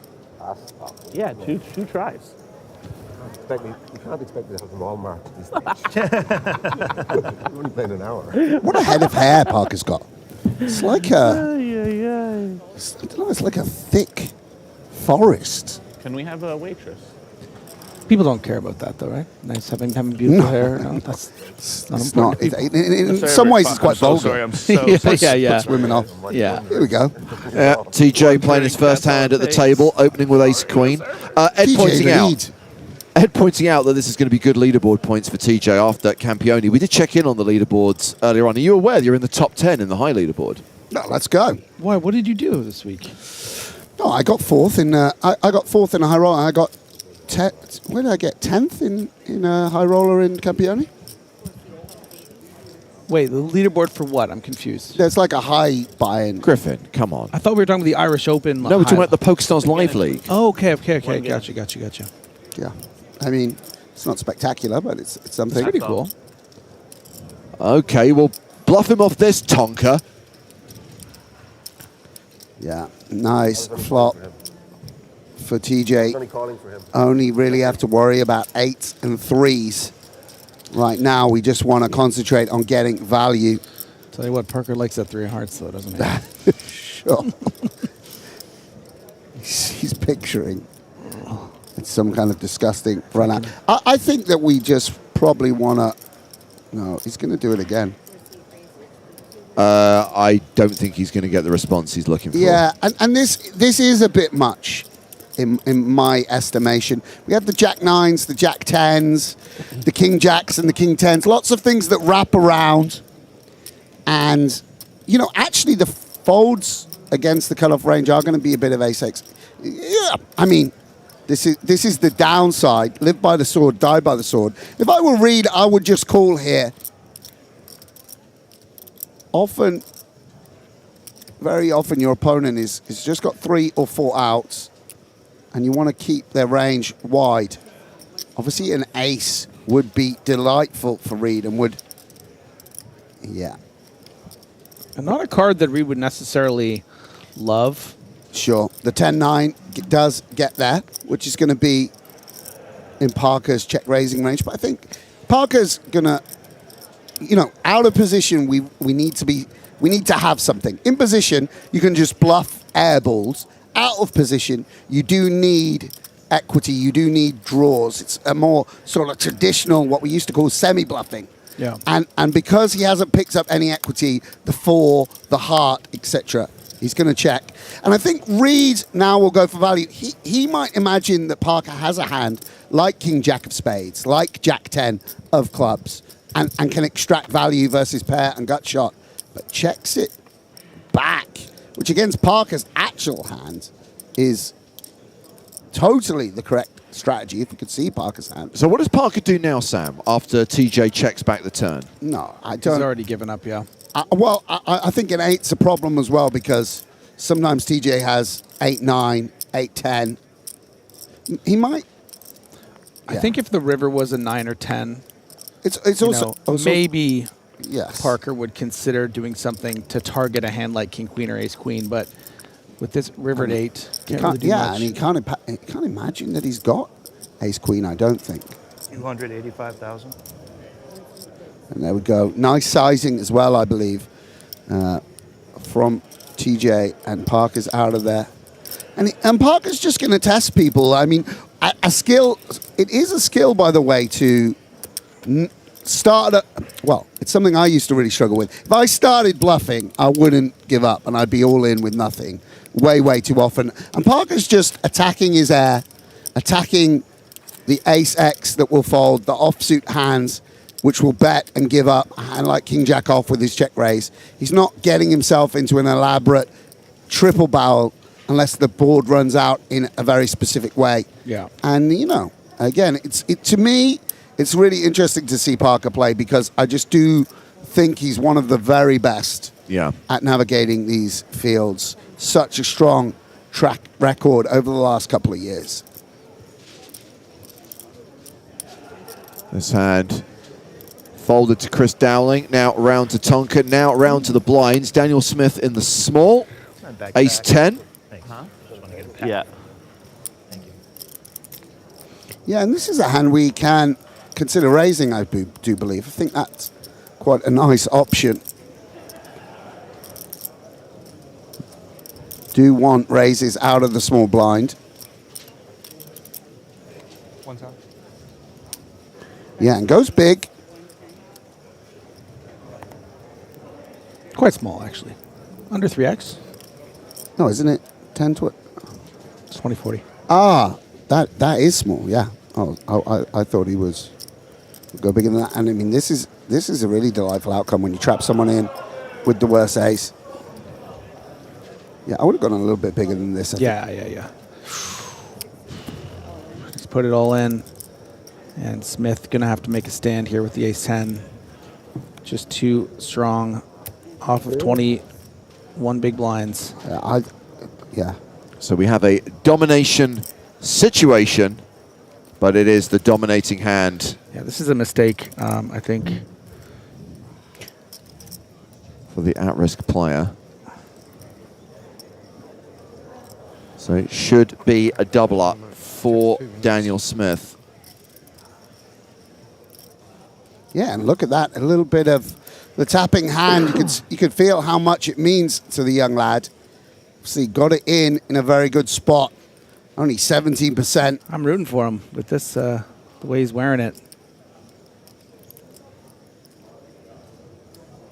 So far, so good for Smith. Right now, just has to fade a 4 on the turn or river. Put out a 5 for a little heart skip. There are chop opportunities.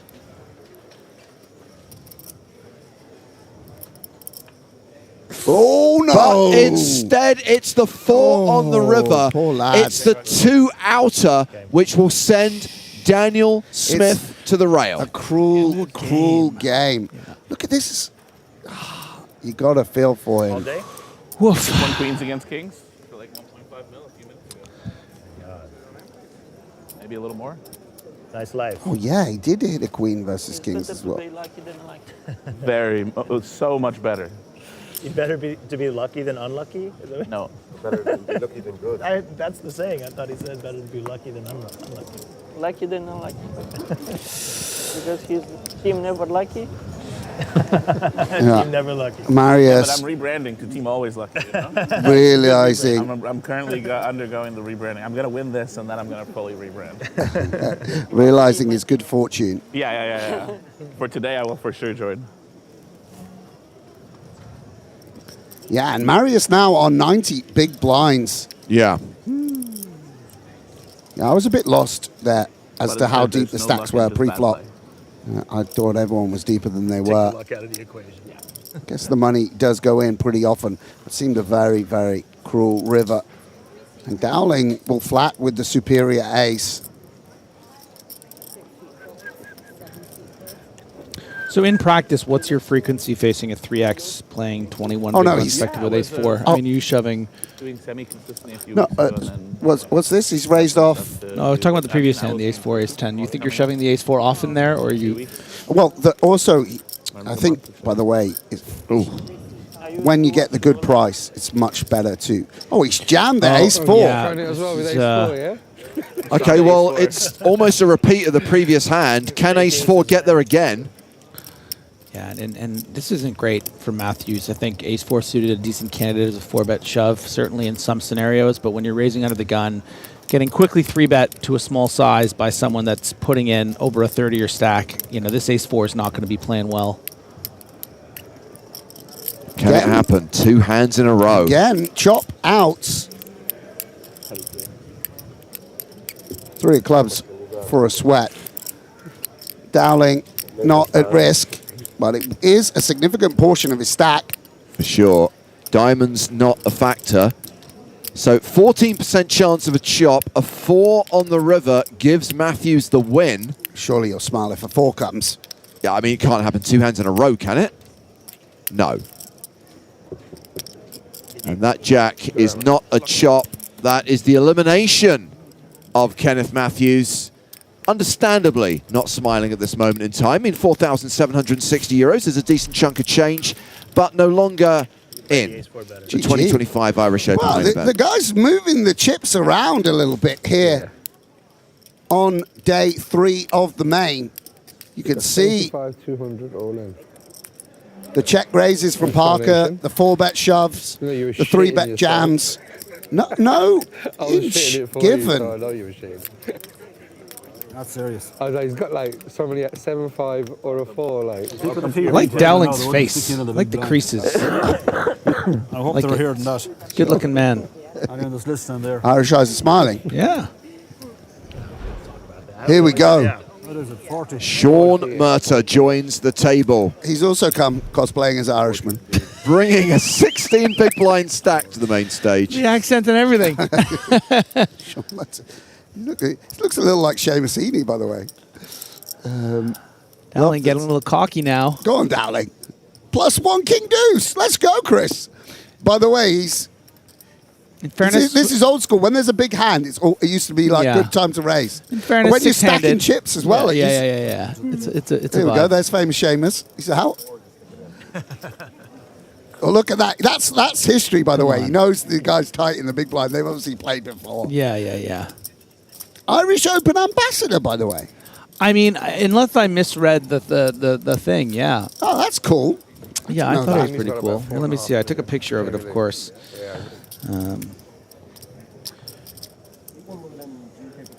I take too many photos. Wonder one. Does that mean he's got to buy us a Guinness if we request one? At any time, night or day.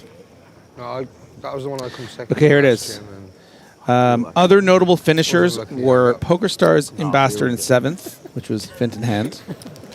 And Wasn't Irish Open, they don't even mention his name, I find funny. And Irish Open Ambassador Chris Dowling, who finished 3rd. Sure, but this is ancient history. It doesn't mean he's still Irish. Good point. You won a full decade ago. Yeah, it's true. That was the last time I played the Irish Open, actually. Cully on the button. And Ace-8, not a hand we want to flat, I don't think. Can consider 3-bet. Pretty good candidate. But will fold versus the under the gun. Think that's reasonable. Maybe there, Ace-10 off is sort of the bluff. Move your legs. Queen-Jack off, something like that, of that So nature. I'm working around the thing. Call it the torture table. And here we go. What, we're not getting the 2 cards very often, hey, from the big blind. But Reed will fold anyway. I mean, they could have just made So this it's a little moot. bit smaller. I mean, there's We no- think that it might be a single card that's the RFID's not working. Yeah. So it was the 7 of diamonds that that was the cut. It was 5, 7 Oh, off. yeah, maybe, yeah. How do you keep track of all your favorite hands? If there's so many? Is Parker drinking beer? He's such a legend. He's so cool, Parker Talbot. It's actually shocking. And he gets cooler with age Pocket. as well. Most people You'll get see it on TV. less cool. Was that- If you knock Yeah, he's actually so cool that I've owed him a debt for about 4 months that I've been trying to pay him, but he just doesn't care. He just never responds. It's just a pitiful. To you, it's a significant debt. For him, it's nothing. pitiful. It's a decent amount of money. Yeah. It's just like, come on. Look at this from Cully. I mean, this is a good old table here. Yeah. Cully's definitely got this in his locker to just. And at 40 bigs versus cutoff, I think 4s probably just wants to flat, particularly at this delicate stage of the tournament, or a little bit deeper in the tournament anyway. I would imagine is Chris's style. It's a fair fight. It's a classic. It's a classic flip to the flop. Classic Queen 5. flip. So, you know, if the money doesn't go in pre, Yeah. Well, How does it not go didn't. pre is the Miracle it question. didn't, yeah. How? there it is. This is the advantages of being pre-flop raiser. Gonna have a lot of interaction with this board. Yeah, and you reverse the hands here, and the 4s would just c-bet and fold up the Queen 5. It really shows. It's a good example, I think, of the power of aggression. Dowling, in fairness, might decide to continue against the small size, but it's a bit tricky with something like 4s. Yeah, I think the only problem here is that your opponent does have the Ace-10 off. So normally you would always want to continue with pocket pairs. If it was Ace-10-5, the 4, but just because they can have the boat themselves. But I don't know, I might continue. Only problem is, you know, you just check down and lose to sevens as well. You can see Dowling isn't sure himself. You've got the Queen Jack and King Jack gut shots to make up some of the continuing range also. And there he is. Cully just raking it in. Yeah, I had ace queen. Huh? You lost the pot yet? I've lost 2. You haven't lost one to me in 15 years. I'm guessing we've got a new player coming in. How's the Sheriff, Steve O'Dwyer? Is he still in? Steve O'Dwyer is still in. He's a hard man to bust as well. Yeah, Ian Simpson is another former Irish Open champ, still in contention. There's a lot of losses. To be honest, I say about Cully reading the newspaper when we played the final table. I played with Ian Simpson on day one, and he was reading a large hardback fantasy novel at the table. Was he really? Well, people in glass houses, ... No, come on. You can often be found reading. He doesn't read at the in table. the poker. We've got wolves. Definitely don't read. He reads it all of leisure time. Half of the time where he should be sleeping, but not at the table. Here we go. He wasn't good yesterday. Go on. Loving this from Sean. 3 out of 3 lost. 14 bigs. Let's just limp the calf. Leisurely raise. To 80,000 here. He's playing it exactly how you would. Love it. I see what you're working with then. Thank you. Hard to see them. That's good. Thank you. Oh, a little chat. Hard to see. Sitting with the I see what the you're aces. working with. Love this.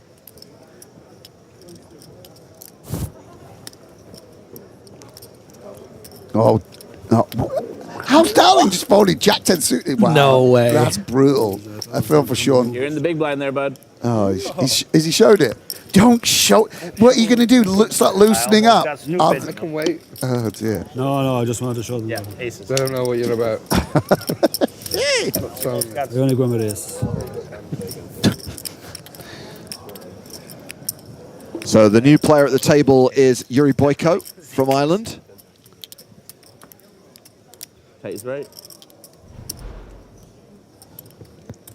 Playing 50 bigs, near enough. Blinds still at this level, 20,000, 40,000 for another 24 minutes. Then we'll have our first break of the day. And a reminder, there will be a new feature table on the other side of that break, featuring the current chip leader, Tyler Spohr, playing more than 5 million chips. And one kitty, right? Hon. Kayata. Okay. John Kites. Oi, John Kite.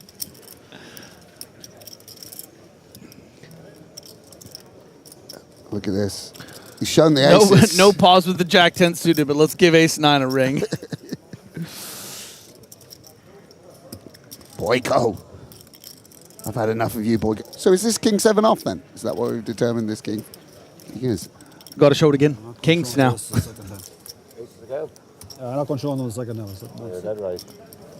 He's an awful read of me. Love this guy. Oh, it's like being in a Sean O'Casey play. I love it. I love being in Ireland. It's like, it's a little bit like England and then just very different. It's like, Yeah. it's just lovely. It's a vibe here. You It's- should come back every year with me. It's We're wonderful. always here. It's just wonderful. I mean, we've somehow dodged each other for 5 days. A couple of Well, road I know texts. I've been in the bar every single night. I know. I haven't really been drinking this trip.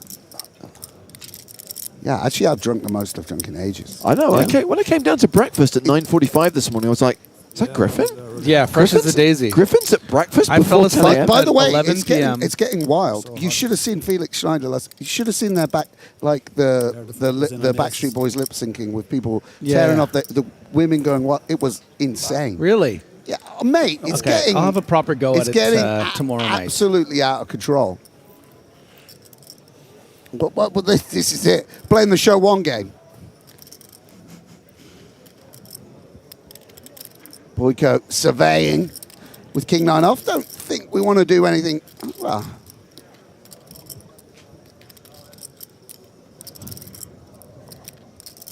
he's had enough of. This would be very surprising to me. Yeah, he's not doing anything. Arms are small, you know. 6-4 off. Have a go. Have a little look. We've been Have running a peek. good. You never know. Could come 3-5-7. I'm predicting that Reed has sevens. That's my strong prediction. It's king queen off, sevens and 6-4. I think it's ace king off. She has a fucking. It's amazing. It's more like it's more likely now, pal. She rips it around, man. It's fucking awesome. There's actually 2 of them in Vegas. We were talking about the performances in the Crackdown last night, Sam. I sent the video of my performance with Caitlin to my teenage daughter. Her response, oh my days. Oh no, oh my days, he's just shoved. Wow, that is something that deserves that response. Nobody else does it. And I'm telling you, it's still ace king. She's just sat there, Still my prediction. ripping it with her. And we'll never know. Well, I mean, I don't think... Yeah. There is another one, right? Yeah, okay. King's also very possible. Sean. Go on, Sean. Go on, Sean. By the way, it's an effective strategy. If they're just folding two people folded 2 pair there, potentially. I mean, we don't know. Maybe it was A7 suited. Right. But if you can just get... it is reasonable to fold 7s in the 6 there, so... Yeah. Why not? Just shove it. I said he had 7s, and then I actually did think he had definitely 7s, but of course he could have had something different. No, I agree. It's 7s. 146 players remaining, so we've lost about 80 from the start of the day in the first session. I would give anything to be 140 players left in the Irish Open. Yes. This is when you're in the moment, you're obviously just concentrating on hand by hand, and especially these experienced players, Cully, Parker, Chris. Not going to get carried away, but it is pretty. You can beat 140 people. You can beat 140 people. 600K up top. Must be one of the largest first prizes given out for a 1K in Europe. Yeah. By the way, I appreciate you giving me all that credit earlier about having won this event, but there were 1,000 players. It's crazy, you know? Yes. But they gave me 200, which is, yeah, that's nice. It's old school, up top. Last aggressor and all the money up top. Let's make one Canadian rich. Round up all this Irish money and give it to some punter from Montreal. Oh dear. Boyko's itching to get involved, by the way. Boyko. So blind v blind. Marius in the small. This is Cully's. Wow. I was about to say Cully thrives. He's looking forward to this battle. And Marius with a very strong holding. So what do we play? How many levels do we play today? Just until 9 players, supposedly.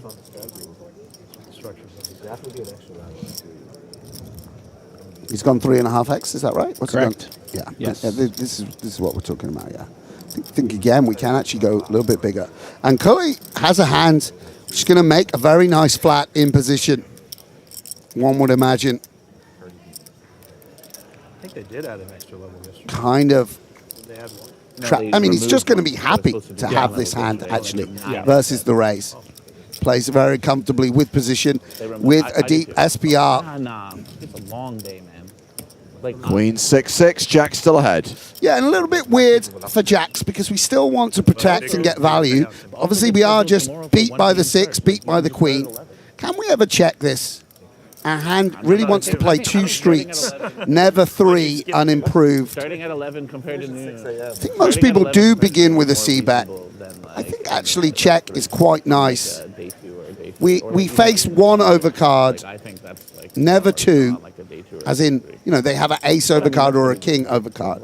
Yeah, I suppose the benefit of going with the bet, and I agree. I think I would start with as a check here, but you might argue that when Sadhu does have the ace-5 of spades or any of the others, they're going to call this small size. You're going to get a little value now. You can start checking. Maybe floats like a king jack of spades might start bluffing on a certain turn. You can check call. So there's I think there's some merit to. I mean, by the way, I think Cully is going to continue here with the king 10. Yeah, I don't blame him. Obviously. Yeah, I don't mind. We could see that he's also thinking I could turn a jack. I mean, even when your opponent starts in the hand here with 9s, right? You're getting a decent price to hit that 10 as well as the king. When did you guys get here? Saturday? Yeah, or you're live versus ace jack if that were to see bet, etc. Every break. It should be, yeah. It is a bit slow. Turn is a little bit tricky. It's also that It's just like you've got to let them. can't have your phone. You're going to sort of let them get to the river It's as not well. a disadvantage, it's just like an You can't. It uncomfortability doesn't that, like, protect other that players much can against the do. ace or Like, I king would because they think that you call always keep and you it have to up check when there's turn. Many people. If there's like 3 tables left, like sure, if you got like an So active sometimes it's nice to go and check, you check, keep it get on the big, then get and a then you big get bet. a bigger bet on the turn. Yeah, that's to actually punish the other that tables, makes more right? sense to me as well. Yeah, every break has been the standard for PokerStars. But then there's less Yeah, continues yeah, on the yeah, turn. yeah. Yeah, and Cully just assessing where am I in my range. I do believe that he's going to float the flop with a hand like 7-8 of hearts. So it might see. Yeah, But like look, W9, this is why Cully's like, tough to play with. if Like, they keep the same I guy wouldn't 2 years start ago, turning this into a bluff. then Yeah, that's right. Like all day long. Yeah. Yeah. But- yeah. super. 225. We're at least targeting ace high. Again, Yeah, it's slower. And but where doesn't is even matter if it's Jacks slow, now? Right? It's like Amount of time. your cards are on the TV. Right. We or, have like, club and your heart cards as are well, on by the way, lights, preventing, you can't have blocking your the phone, Jack 10 of hearts there's a lot float, of things the Jack like 10 of clubs float, Jack 9 of clubs, etc., etc. Kind of the wrong Oh, suits. really? Okay, cool. Oh, yeah, that's right, they do. Sure. Never And mind. what Have it now on the feature table and- on a 7 river? But for him specifically, like, yeah, crazy style play. Yeah, Like, super Cully lag, gives right? up. And like people just started, everyone was watching. They'd shown a spotlight on him all day, every day. And he was like, that really hurt my game. Yeah, I People mean, just started fighting. Sure. Nice takedown for Marius. Certainly a good result. To get another 300,000 chips on a board where your opponent has a measly king high. And during that hand, because some conversation about the objective for today. I mean, we're not going to get to 9. We've got 145 players left. I believe we're going to play 10 full levels. And chances are we'll get down to maybe 3 tables, and we'll come back tomorrow and just play down to a winner. Hasn't lost Wow, his big day footing. tomorrow then. Big day of poker. Yeah. Some guy got all in against the flip. I mean, Sorry, I've been used to us coming I'm back with definitely gonna win this, and I was 5 people left for, Yeah. for final day. I mean, it's going to be, probably hitting the final table early evening, final table maybe finishing around 1, 2 a.m. if we're lucky. Wow, a real day of poker ahead. Love that. Right. Yeah, it's random. And I saw that we were showing seat draws on this one, but like on EPT. Let me you just don't- let me see what the widget says. So like if you get a seat that you don't like, you don't want to sit down. Like people are doing that. Yeah. So we're And gonna Boyko Well, it doesn't. It was happening here. Finally because we're showing seat draws. We don't do that. On getting underway. Wasn't Cully supposed to show first there, by the way, his last aggressor? Yes. Yeah. Did you register for I think day it's one? Old habits die hard. I think it's a bad Yeah. turn bet. Right. Yeah, if you don't show I up, agree. they'll auto. 24, 25 players maybe end of today. But World Series won't let you re-register for the same event. On the, No, but they'll give you your money back. And here we go. At 20 big blinds, this 8 yeah, pretty just try not to play strong. the event at all because they won. Hopefully bad karma. If he goes all in right now, he It can does get 50 happen in bucks. my love. Go on, And go on. there were people. Let's just- Like, I made a huge think about it a couple years You ago. check. ESPC, because there were people like literally walking into the room, looking at the table and leaving. And I was like, what the fuck are we doing? Like some guy was like, oh yeah, I looked up my table on the app and it was just really bad, so I decided not to wait until day 2. They stopped that. Boyko, as Sam mentioned, you see people doing was it, just you believe itching to it, get it's all involved, it happening. felt like, in these first few hands Right, like, at this feature You believed it table. in a way that, like, Now finds obviously it's himself difficult to believe, miles but I would say, behind. like, if you are a person who is registered for the tournament and we see you in the room, like you need to be like sitting down at some point or something like that. But just a check call Live, you can just walk up to your and a table, card sit that and then walk away. Boyko might can decide want just to manual seats to everybody, and then they can represent do to the draw when attack they're those sitting 7x. Don't know what's going to work against Yeah, 8x. So the big I events think aren't that really maybe big. Sean should have valued his hand a little bit stronger. I think having defended the 9-8 In which protection manual seating every single time. becomes a must. Boyko with a hand that's almost sort of nothing, Good fella. and for that reason will barrel. Clearing out maybe some gut shots. Pressuring 7x. I don't know. And Never really know. having sort of slightly hours of criticized his video strategy, it's going to work out well here if he's able to cool down, because he's got another street of value where some wouldn't. I mean, do we always check raise the 9-8 here on 40 big blinds? He's got he started with 20. Yeah. I think that's Call. why Yes, it's... yes. See, now you've tricked me because you were talking at the 20K big blind. Yeah. Yeah, no, absolutely. Yeah, and now what does Boyko want to do? I do agree. It's more of a... Does have a 4 diamonds in tow. Americas, but I will say it's probably not. I think, what does... Oh, and he's gone for it. Come on now, Sean. Because like all of that shit is... And it does look like a scare card. Every single one. We don't have a diamond ourselves. More poorly run than like... But we don't have many flushes. If we'd had the King 10 of diamonds, I do believe that would have played slightly differently. This would be a great call. I think we can just picture. I mean, if they're bluffing ace-4, we can imagine so many bluffs. Huge. Yeah, that's huge. That is, that is. What can he even have, mate? Ooh, into the muck. And let's give Boyko some credit. Yeah, I've seen that one. Not easy always to pull the trigger. But Sean there with the big fold and against the actual hand, an incorrect one. Down to 13 bigs. Very nice work. Ireland to win. Now I can see why he wanted to play hands so badly. He's just prepared to make a great 3-barrel bluff. This is what you want to do. Get on the feature Six-half table, range, treble off. Yeah. Wow, they let anyone deal in. Hi, Mom. You know, just anyone watching at home, friends and family. Sure. America taking over the Irish Open. What the fuck? Oh, my days. What a legend. Some more star power for the feature table. Harry Engel. One of the greatest grinders of all time.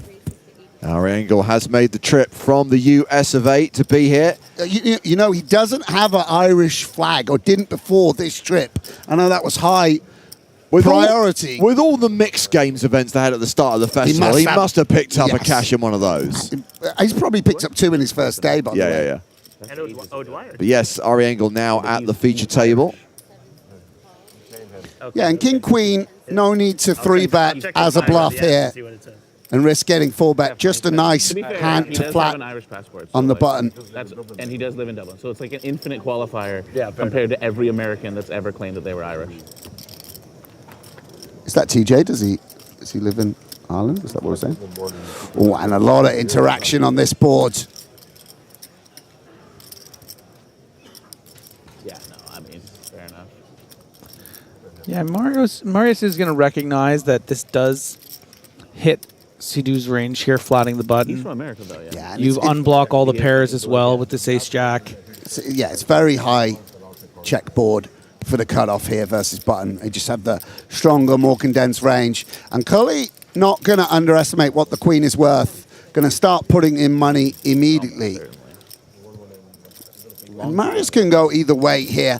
I would imagine check call like 10 years is a little bit more standard. Yeah, perfect.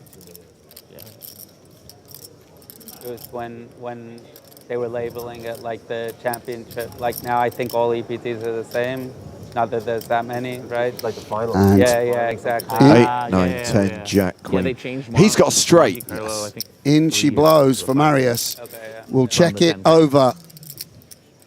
Allow Cully to start bluffing some small pairs, some ace-x. And Cully gonna recognize that card hits. Oh. And this is a great card for Marius. Gonna hope that Cully has a jack. 10, Jack, Queen, Most jacks. That's a 7-card straight. Every now and then. The classic 8. Am I right in thinking that you win double the chips from your opponent if you make the super straight? Yeah, and certainly, you know, Sidhu's going to recognize there's a lot of jacks in Marius's range, check call range. There are some hands, though, that Marius might check call that would be turned into a bluff here. Not a great deal, but something like an ace-9 of spades, for instance. Yeah, ace-9, ace-10. I mean, anything, by the way, that isn't 2-pair has to bluff. By the way, Boyka is so pissed off he's not playing the envy bonus right now. Yeah, and goes for 400K. And Cully does have a bluff catcher. Doyle came, I believe. Yeah, attacking also, wanting to get max value from those Jack X. I mean, it's a nice bluff catcher in that you want the board basically, so that, because as I say, that the bluffs are going to be ace 10, ace 9. I don't know what else. If we had somehow 10-7 when he flicks it in. Tries to catch a bluff. It is not a bluff. The super straight is good, and Marius is up to 4.7 million now. Been a great level for him. 2 levels, really. And started off as a decent level for Khalees Adu, but he's now down to 20 big blinds. First time? Yeah. Is there a shot clock? No shot clock. Yeah, maybe. I don't know. It's a theory call, I guess. You know, this actually on the final day there is a shot clock. You have to take a shot of whiskey after every level. Have them on the $300 There's Ari Engel. Yeah. By the way, do you see he's doing reels now? Really? Yeah, I saw a little reel come up on my phone. He's putting in a great performance. Looks well shaped too, like he's been working out. Oh, mate. When you're flying all over the world, winning, when you're grinding 12 different tours on 4 different continents, you've got to be in shape. I guess you do. Those are top. You know, the brain and the body all works together. He's an athlete of the mind. So he's got about 40 bigs. He's brought 1.6 million chips to the table. He will not bust. You can't. I've never seen him bust in a tournament ever. And just as you say that, here we go. Yeah, got to decide now whether to 3-bet or flat. I don't think there was any 3-bet with the suited version might be okay. A little weird off 40 big blinds. I think they had a horse. I mean, Don't really want to get shoved on. Open face Chinese. I think it is a legitimate decision. Did you? Yeah, and goes for looking. Oh, he goes for the call. Which one? Okay. The big O. With +1. Calling +1 is nice. Not the blind's not going to automatically come in too wide, but this is a nice hand for Dowling to see a flop with.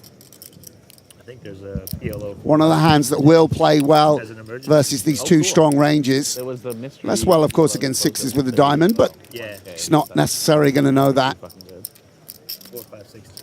Can be up against 2 high card hands. And Dowling will come along. So we are going to go 3-way to the flop. Did you? I will find out soon. Did you bluff me the 3-bet very early? Yeah. Oh, Yeah, Parker, 3-bet small blind? come on, mate.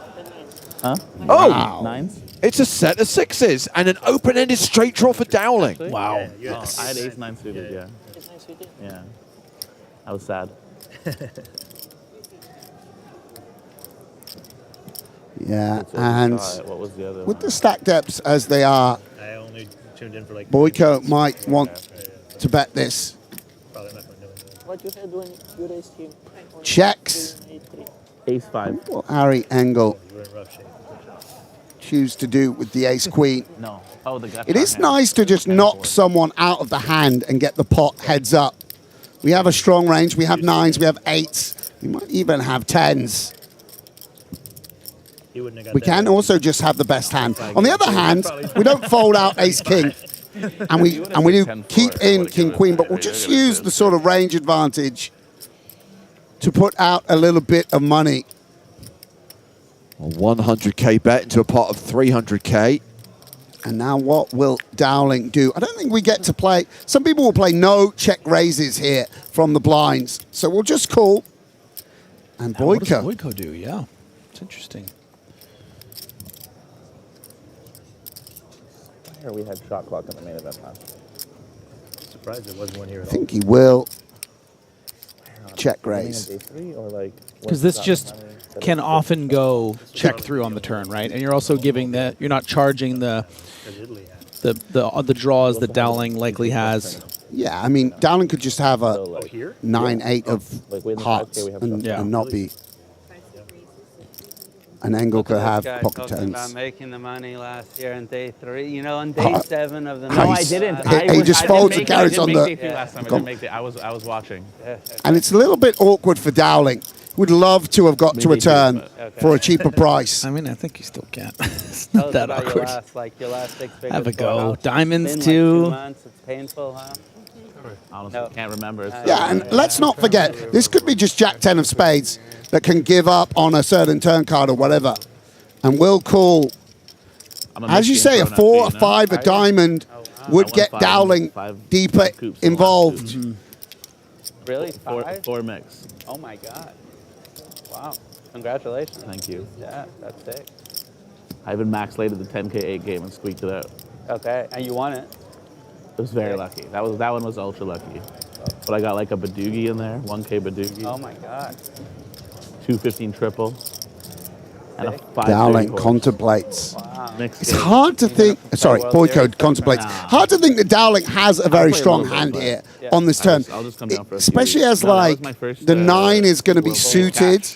So you're not gonna, if it's Jack of diamonds, we can imagine 10-9 of diamonds or Queen 9 of diamonds. Like maybe even more. It's a little unfortunate. Not calling a lot of check raises with the 6-7 of spades, even getting into murky waters. Yes. So. How many you had the most? But of course, it could be 7-8 of spades, etc. So we'll continue to bet. Could be 4-5 of spades. Yes.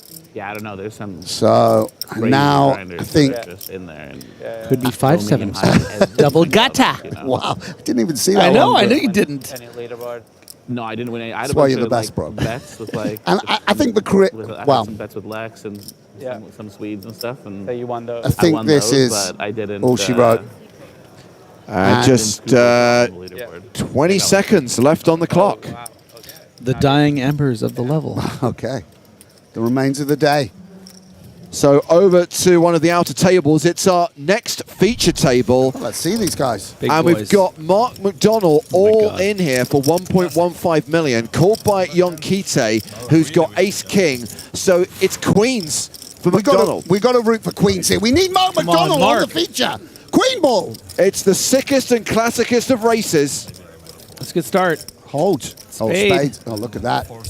Yon calling for spades. That's a club. And the river is not an ace or a king. There It he is is. a queen. And that is going to be a double up for Mark McDonnell, and a reminder that we will get to watch these guys, including former Irish Open champion Ian Simpson, on the other side of the break, because this is going to be our next feature table. I mean, just to say, that's a pretty cool lineup. That's a pretty, this little shot of those three, that's a nice trio to be entering the feature table. As well as the chip leader of the tournament, I think, right? Tyler Spohr is going to be bringing 4.8 million chips to the main stage on the other side of the break. Let's check on the stacks of the players we've been watching for the last 2 hours. Marius Gikovanu, also among the chip leaders right now, close to 100 big blinds at the next blind level, which will be 25,000, 50,000. On the shorter side, players like Tonka with 17 bigs, Kali Sadhu with 16 bigs, and Sean Murtaugh with just 12 bigs. My thanks to Sam Grafton. Pleasure. Griffin, we'll hear from you a bit later in the day. Absolutely. And we will be back on the other side of the break with more action from the Irish Open main event with a new lineup at the feature table. 18 minutes ticking down on the clock, and then we'll have more live cards up coverage from here in Dublin.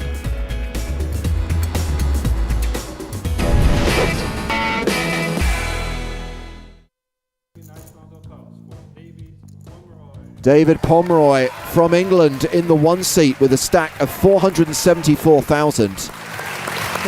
In seat 2, we have an Irish player with a stack of 89,000. It is Jim Reed. Jim Reed.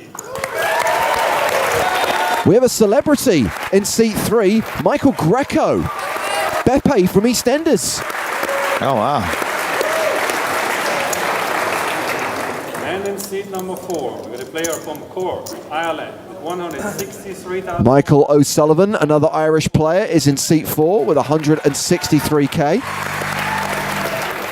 Joe Rafferty is from Northern Ireland. He's got 548k. I believe he is the chip leader coming into this 8-handed final table.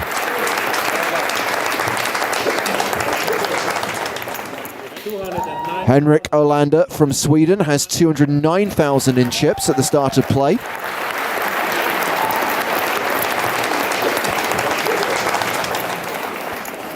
Pete Haslam from England with a stack of 307,500. And last but by no means least, Mats Gavitan from Sweden with 430,800.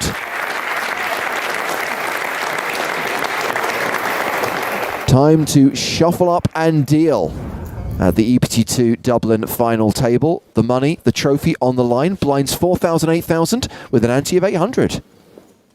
It's time to mix up all the cards and pass them out to the players. One of whom is unbelievably Beppe DeMarco, as you just mentioned, James, from EastEnders, of course, famous UK sitcom, British sitcom. Joe, are you familiar with EastEnders at all? I know of EastEnders. I managed to not get sucked into EastEnders while I lived there, or else I probably would have never left.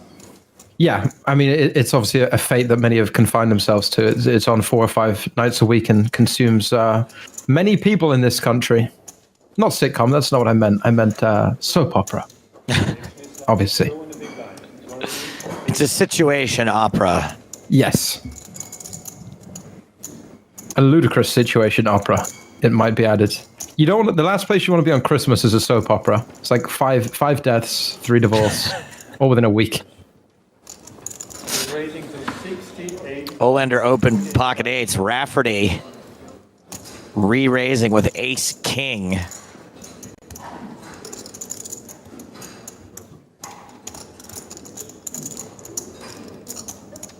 Are we gonna flip? No. We're going to see a fold. And first pot of this final table will head Rafferty's way with the ace-king. It's a good hand, that. Very good hand. That was a good hand. It was good by any day standards.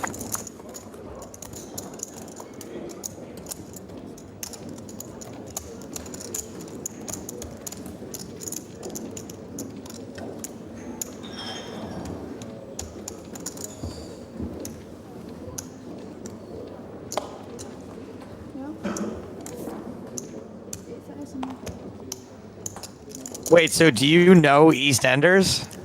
The DeMarcos are now deemed as something of a failure for EastEnders. This is the critical reception part of their Wikipedia page, Beppe DeMarco's Wikipedia page. Let's hope things look up for him on this final table. And we opened the spot to the raise 20,000. So this was what? This was 2005 still? October 2005, James mentioned. So actually his last appearance in that aforementioned soap was 2002. So okay. we're 3 years past peak fame, I suppose.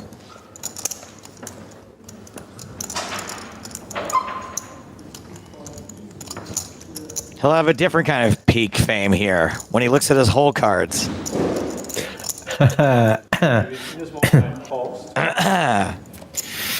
Kings for Pomeroy. But an ace-high flop favors Olander. Gross flop for kings. Hey, Joe, do you know what? Yeah. There's always an ace, isn't there? There's always an ace on the desk. There's always an ace. And a bet from Olander. You know what I call pocket kings? Queen attractors? Ace magnets. Ace that's so, and you know that's a good nickname because it's so damn true. Right? There's like always an ace, and if it's not on the flop, it's on the turn or river. Unless you're playing on PokerStars, where it'll be on the river, no doubt.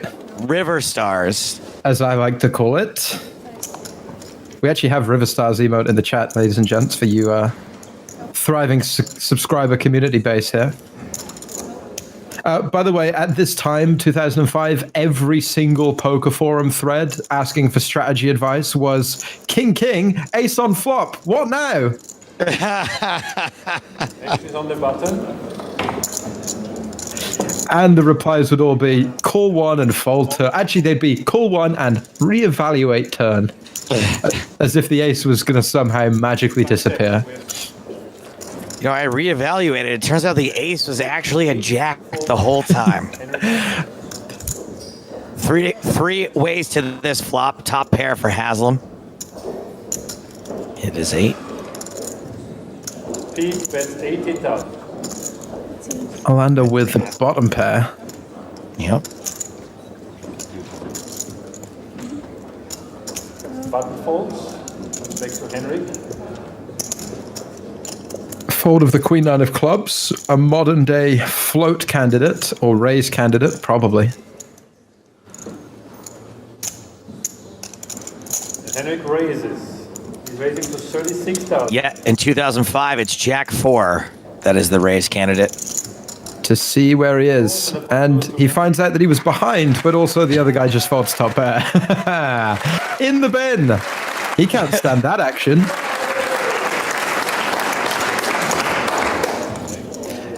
Applause from the crowd for one of the most mysteriously played hands. Oh, everybody did terribly. Well done.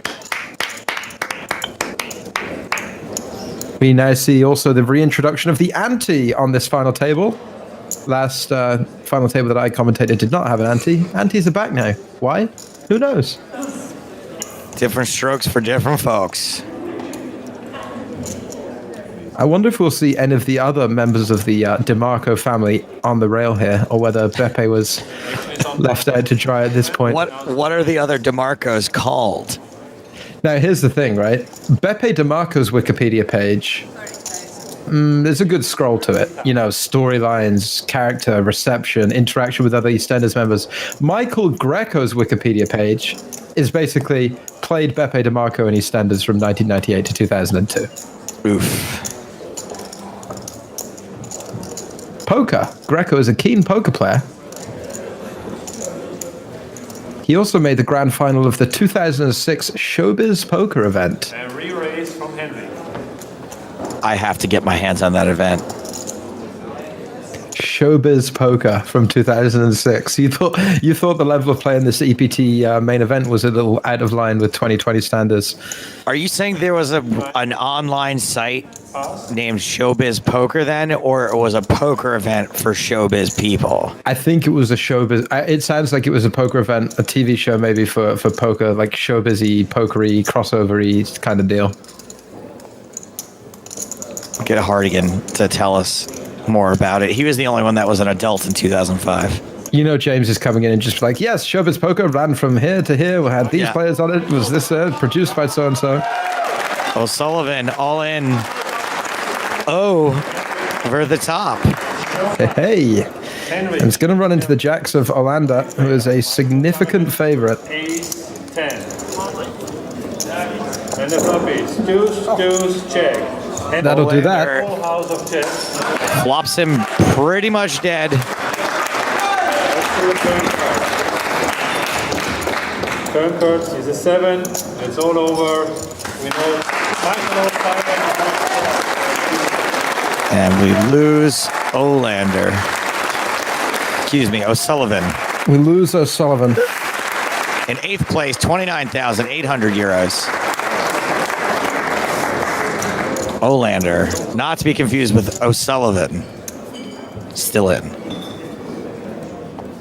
Hey, Spraggy, you know what they do in Dublin if the rail gets too rowdy? Is?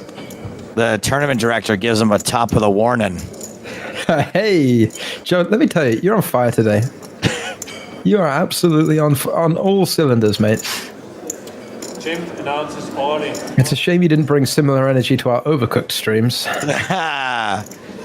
Explains why we don't do them anymore. All in from Jim Reed. Oh, hey. I don't mind if you do, and I don't mind if you don't. Complete indifference from Jim. Don't mind if you do, don't mind if you don't. Kind of playing King Queen suited face up when he says that. 3 players behind me. The only thing. What's this guy's name? Buca de Beppo? Michael Greco. His character's name was Beppe DeMarco. Beppe DeMarco, pained but folds. And Queen's behind him. He said he was worried about some of the players still to act. As well, he might be. Queen's So referees announces call. making an all-in from Rafferty. Reed, who previously said, don't mind if you do, don't mind if you don't. He definitely minds if he did. King, Queen of Diamonds. 1 in hand for Jim. Reed with 1 overcard. He is the player at risk. Queens. Old Joe Rafferty, the fave here. And the flop done. Jack, 6. Yours and my favorite. Gives an Jack high flop. for Jim. He needs a 9. Very good for Reed. Yeah, we got an up and down draw now for Reed. 1 diamond. Here is the ace. And that's the straight for Reed. Jim, let's see the river card. It's a 9, and the wins is all in. Wow. Made a straight. Did he like settle down his rail then? Like we can't. Hey, don't celebrate that. Is that like a tennis player when they hit the net and the ball trickles over and they're like, "Oh, sorry about that, mate. Sorry about that." Yeah, he's like, we're not. That's a guy you can never be too cautious. His opponent was drawing dead to a chop.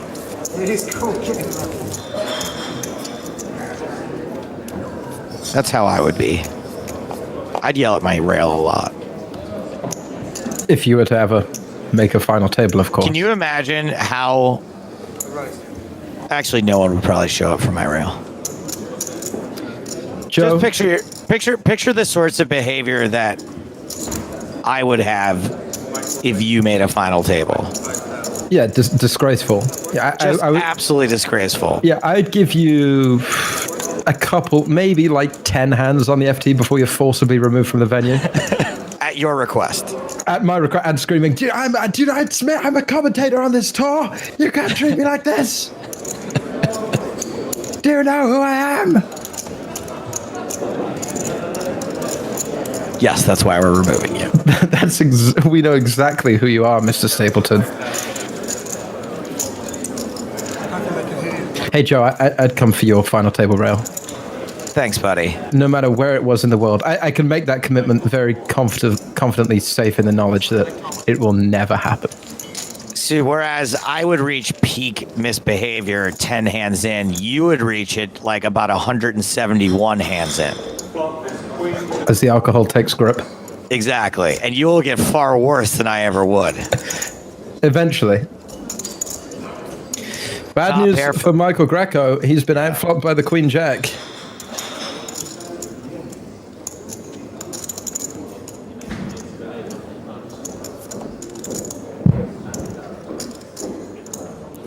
Very seductive turn card. Well, Michael Greco's seen enough. He is all in with the 2 jacks. And I think you're right, Ben. He's seen enough of this tournament. This is going to probably be the end for him. Hollander makes the call with a pair of queens. 1 out once. Oh dear. The river's a 7. It is always coming 7, even when it is not necessary. That'll do it for Michael Greco out in 7th.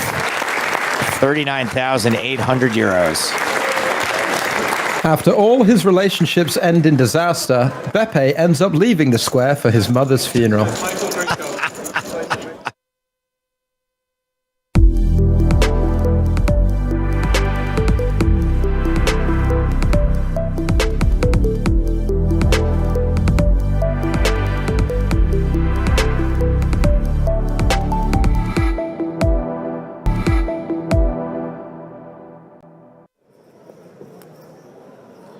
I don't think that Lappin's particularly worried about Huber turning a king here, because something like king queen or king jack I think would have shoved over the button limp.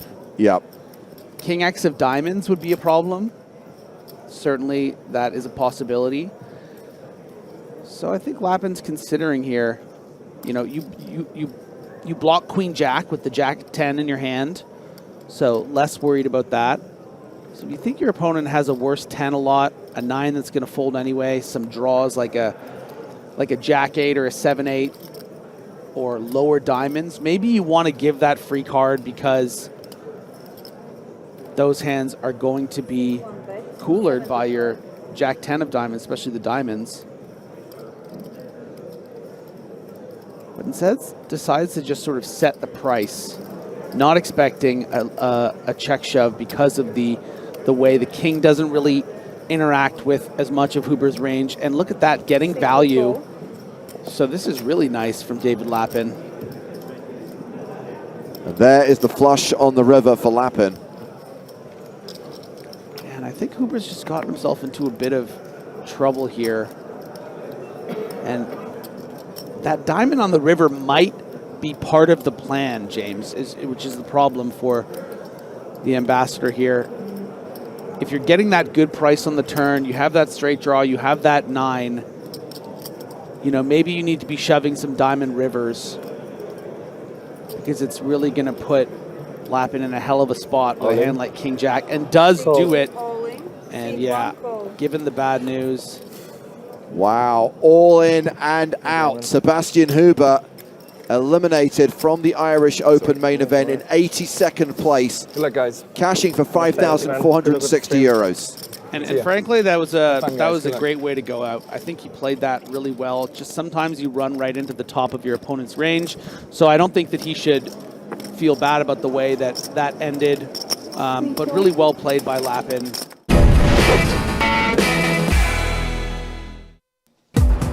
Well, hello, my babies. Welcome back to the Irish Open 2025. It's poker. It's the main event. It's day 3. It is live from Dublin. I am Joe Stapleton. He is Nicholas Michael Walsh. Hello, hello. Thank you for having me. And our guest commentator for the next little while is Fintan Hand. Hello, boys. Welcome to Dublin. Fintan, so excited to spend at least an hour with you chatting Irish poker. We've got Thomas Glynn. Is this a Niall or a Neil? Do we know? That is Niall. A Niall Campbell and Mark McDonald. I'm sorry, I put you on the spot. You really there. did. Is it Ian Simpson or Ian Simpson? I'll give you an easy one. I think that's Ian. Ian Simpson. How about Dan? How about Dan Sfarlea? It's Dion. We miss Tyler, man. I'm we miss not Tyler. trying to Come stitch on. you up anymore. That's a thing of the past. Most Irish people would be Niall. Niall, okay. Yeah, I just want you to take an educated Unless guess. you're Feraldo. In which case, I still don't know what Feraldo's name is, by the way. Neil, Niall, I don't know. He's it depends how drunk he is and which way he says it. You know? Yeah, it's really right. hard to know. He could have been just trolling us the entire time by saying it's Neil. It's a pretty cool feature table, by the way. Mark McDonald, maybe Ireland's best ever poker player. That's what I've been hearing, yeah. John Kyoita, Ian Simpson. Oh, you pronounced that well. Do that again. I can't do it again. That was a lot of pressure. John Kyoita. I just call him Jonathan Kite. I have had this conversation with John many times, and he says it's not important to him whatsoever, but you're close, but you've never gotten it right on stream. I'll be calling him Kitey from now on. The closest I've ever come, apparently, was Yon Shite. Okay. But he says that this still not quite right. So much effort, the world will never know. Yeah. Shita? Really? I could have been saying Shita this whole time? I actually think that's closer to the real pronunciation, yes. There's so many innuendos, not innuendos, but little punchlines with that name as well. Because people might think that I'm swearing, but I'm just saying Shita. Oh, I thought we were saying that John might be like a Shita, you know, as in he's not playing fairly. Oh. I thought that's where you were going. No, I was saying like I'm Shita-ing a brick. Is that what happens when you don't cash the main event?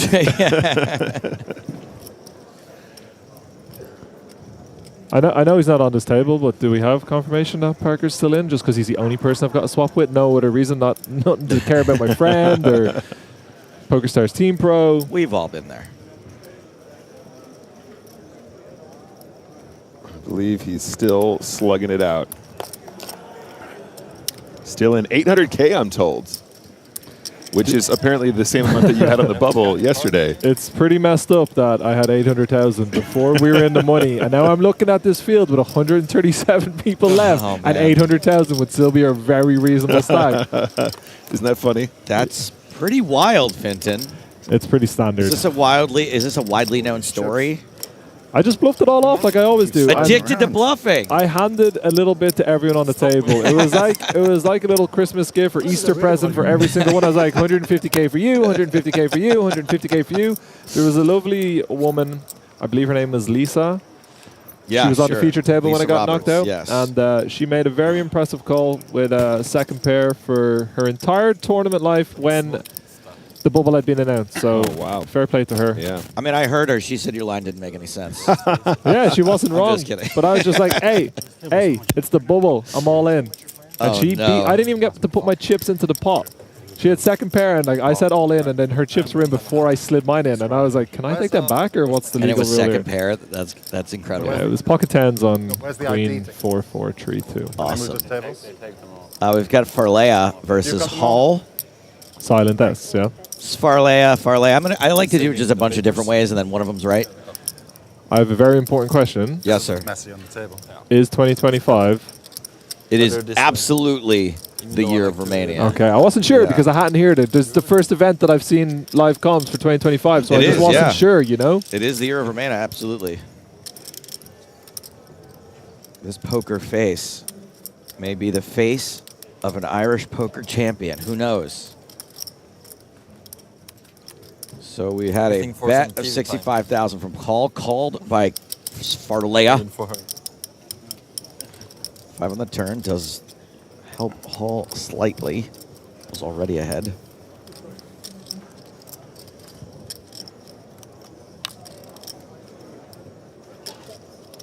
And Farlea slows down.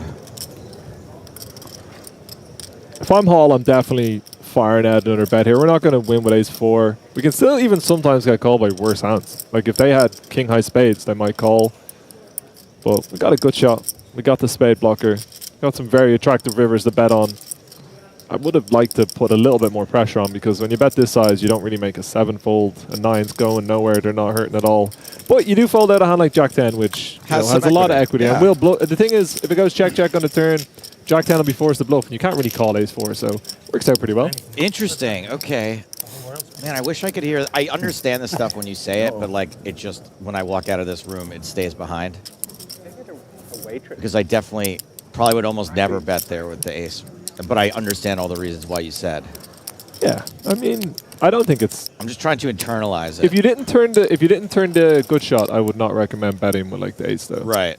It's just that little bit of added equity. Do you know how nice it is when you bet the turn with a turned good shot and you bink it off? It's worth the bet. It's worth when they go all in. It's worth every time they call. For those moments when you just hit your 4-outer, the excitement inside you is worth it all. And your hand always ends up being really well disguised too. They're like, oh, just bet the gut shot and got there, huh? Okay. What was I supposed to do? Raise. Cheetah raising. I might start just calling him Lion Man or something. How about John? Sorry, John, I don't remember. I said Kyoita, I don't know why. I've never tried to pronounce the name properly, and I was absolutely miles off the mark. You have bluffed me in that way so many times in life. I just always believe you, no matter what. I do it to the last. I say everything with just complete confidence and don't back down, so people get scared. In fairness, you and James have still got me. We did much get more a big than I ever got you. with one large bluff. Yeah. All right, so Farlea back in here. Spa. Let's just make them all silent. It's just Paw and Farlea. 3 ways to the flop. Hello, Cheetah. Trip Kings. Gut shot for the year of Romania. Obviously, fantastic flop for John. The ace-jack, easy to say now when he's been outflopped with trips, but I think these offsuit hands are sometimes a little bit deceiving in the sense that people don't want to raise with them and then fold, but as we're getting this deep in the tournament, I would kind of just prefer use the offsuit hands to 3-bet and fold if someone shoves, because people don't 4-bet bluff that often, and they just call hands that you dominate a lot, right? They're going to have king-jack suited, jack-10 suited, and these hands that people should shove sometimes, they just call, so I think people try and lower the variance by like calling these hands, but you just win the pot so much pre-flop if you re-raise. And you're saying the offsuit hands because the suited ones you actually want to get, make sure you see a flop one way or another. If you re-raise with ace-jack suited and they shove, it actually will be a little bit sad. As we get deeper though, like say we were final 40 players. Right, you don't want to get blown off ace-jack suited. Yeah, and you can't really raise and then call it off, you know. I think it's right on the line though. Like if you had ace-queen suited, you would. Or I would. Would you? I would. I would. No, I'm one of the tightest players alive, so I don't think that's true. I don't know, man. I'm pretty easy to get off a hand. I mean, that's why I don't know if you guys saw the No Gamble, No Future I was on when the guy put me all in. Like the first hand I played, I just snap called in like 2 seconds because I was like, if I think about it, I'm going to fold.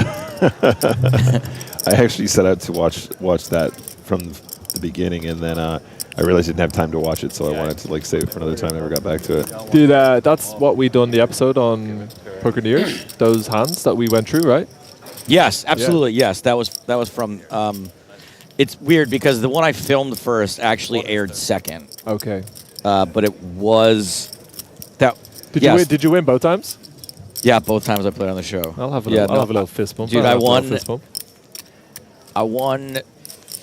13K the first time.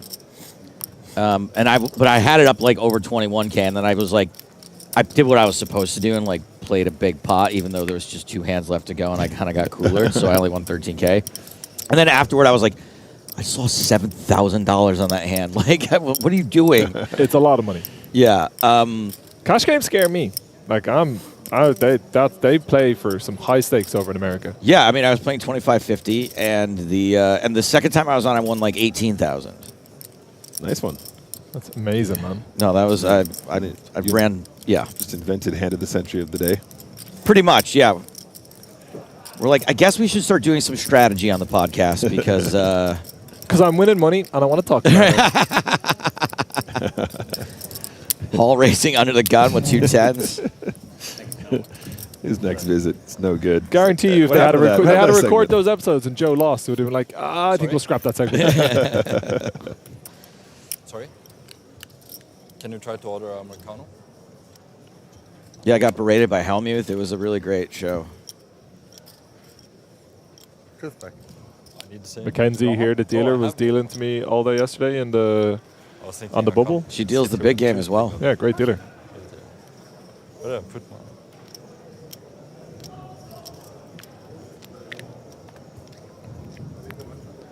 And action has made it around 2.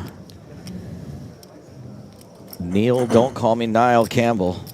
Have we seen anything that would suggest the players are feeling the pressure of getting deep in such a big tournament just yet? Last night, in the last 6 hands, there was a guy from America that played some hands so bizarrely that I wondered what was going on. Like maybe it was the pressure had gotten to him. Do you remember the hands? Did you see them? No, I came down to breakfast this morning and sat down with our lovely German counterparts, and they were like, "Nick, did you watch the last 30 minutes?" I'm like, "No, I just went straight to bed. I can't believe I missed it." And they went, "You have no idea. It was like the wildest stuff we've ever seen on camera." You're right. Is he still in? People asking. He went out. He went out earlier today. Yeah.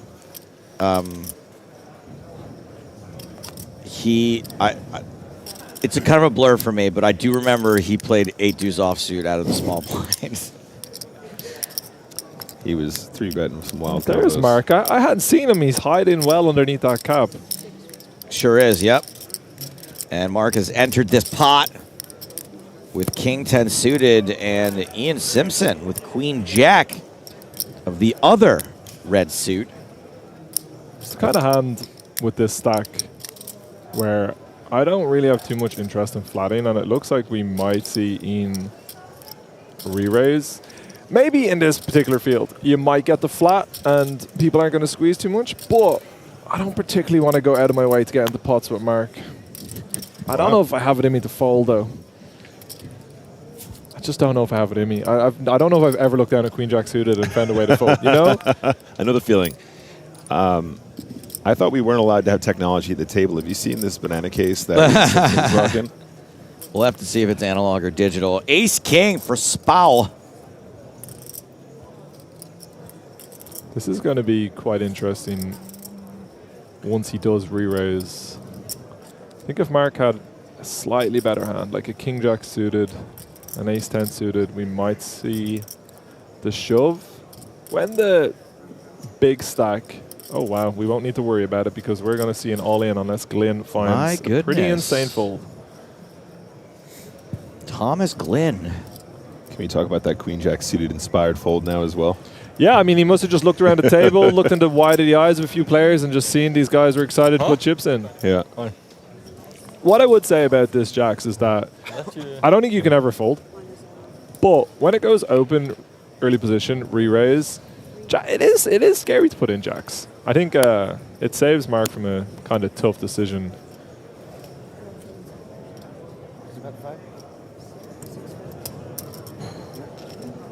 I don't think there's any need to be asking for a count here. 135. You're within your rights, but you've got his king, and you're not going to be folding. And you're going to spin. We are, in fact, spinning. Let's go, man. Let's go. I'm taking pictures, everything in the Like Niall versus Neil, one of these two things has a slight mathematical advantage. Look,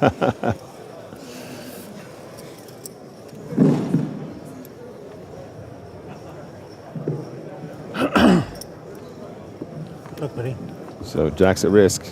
On the Irish. Flop is ace high. Top pair for Spa. We know one of the jacks is dead, so we're going to need to see some running hearts or a one-header jack. We're going to need the JS, the only immediate out.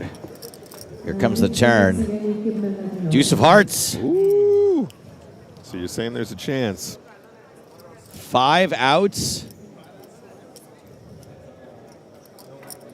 Woof. It's barely a draw at all. Oh, does catch the 5 of hearts, though. That is a dramatic way to find the double. Luck of the Irish. Double up, Thomas Glynn. I wonder if Mark was going to shove versus the re-raise because he had the king 10 of hearts. I'd be forced myself to think about it if it happened. Me too, yeah. Let's see how Matty is now. Fair point. Good for Spa to be able to laugh. I would be pissed. The Irish Open is becoming increasingly difficult to win due to the size, right? There's been some very notable winners in the Irish community. Obviously, also add Griff to that, as much as he loves to remind me. But Mark McDonald is the one player that it feels... He runs up a stack in this tournament every year. I think he cashed it 10 years in a row. And he just runs up a stack every year. And that's impressive. I know you're not supposed to have favorites and bias, but he's also on Team Finton for the Shamrock Showdown. Oh, cool. Where are you at in that, by the way? I don't want to talk about it. Sure. We don't track results. We don't play results. I thought it was a poker challenge. You know? Yeah. You didn't know it was a debase yourself challenge? I got up and done some lip sync battling last night without knowing the words or any practice. I don't know. That would explain why you didn't win. Bloodhound gang. I started with a tumble onto the stage. My back is so sore. That stage is hard. You tripped going up the stage? No, I intentionally tumbled onto the stage. Okay. Like a roly-poly right, tumble. Yeah, like right. Gymnastics. Yeah. And then I tried to jump up on a table to jump on Ricky's back, my partner, and they were like, I felt it that time. Get down. Didn't look. Do you know how hard it is to get told off in the crack den? Yeah. Maybe I shouldn't say. I also got told off in the crack den this week, so.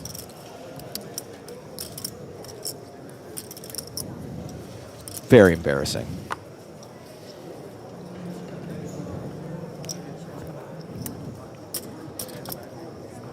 But anyway, Felix also won that challenge. I mean, I don't know who he flew in from Germany to perform. I think it was 2 of the actual Backstreet Boys. That makes sense. I mean, there was shirt ripping. It was outrageous. What a performance. Tommy Glynn. Newfound wealth, and he's going to raise it up with the ace-deuce off. I'll tell you one thing. Looking at the button with all the chips, looking at John in the small blind, and looking at Mark, I'd fold the ace-deuce. I'd probably not play the ace-deuce here. But he's rich. He's buzzing. The adrenaline's running through his body. He was all in with jacks against ace-king, and it came ace-high, and now he's still in. He's got 23 big blinds. Ooh! I would guess that we will just be seeing 3 community cards here. Not the kind of hand that really benefits to shove. Never really going to get called by worse. Maybe you make the odd better hand fold, but not much. King 7. 34% of the time, opportunities will emerge. It's one of these spots where I don't think Mark's going to be buzzing to continue, but also think he probably will. It's very close, but having 2 overcards to second pair and ace high just feels slightly too strong. Although all the chips at this stage of the tournament, of course, very valuable. When I'm talking about my friends, I always like to give it out in case they do something. In case they do, I hear Nick trying to give it out after I banged the 2 pair in yesterday, and I was like, nah, buddy, don't worry. Jack on the turn. 425,000 in the middle. I did legitimately think the 10 was giving you the best hand, though. No, I didn't. I know. As Finty correctly states, ace-8 calls.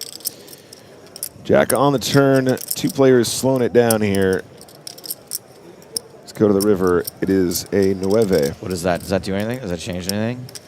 It makes it a chop pot. Officially makes it a chop pot, but I'm not sure if Mark is going to want to bluff just because he might be concerned about how often Glyn has a jack when checks the turn. But if I'm Glyn, I would bluff this hand in position. There's no way I would show it down. You just don't get to the river with a single worse hand. I know you've got ace high and it's a little bit unnatural to go bet check bet with ace high, but like you just can't have a worse hand. Like nothing you open is worse because you're going to like barrel if you've got queen 8, turn straights with queen 10. Pocket pairs have a little bit more showdown versus flush draws, but it looks like Mark is going to bet. Going to be interesting what size he uses. Like what kind of hand is he trying to represent? He was representing a hand that's worth 180,000. So when I say 180,000, that's a jack, and kind of only a jack. Maybe ace-9 exactly, but I think that would go a little bit smaller. So like Mark has plenty of that, right? Like he can have the jack 10s, queen jacks, the ones maybe without clubs that didn't check raise. I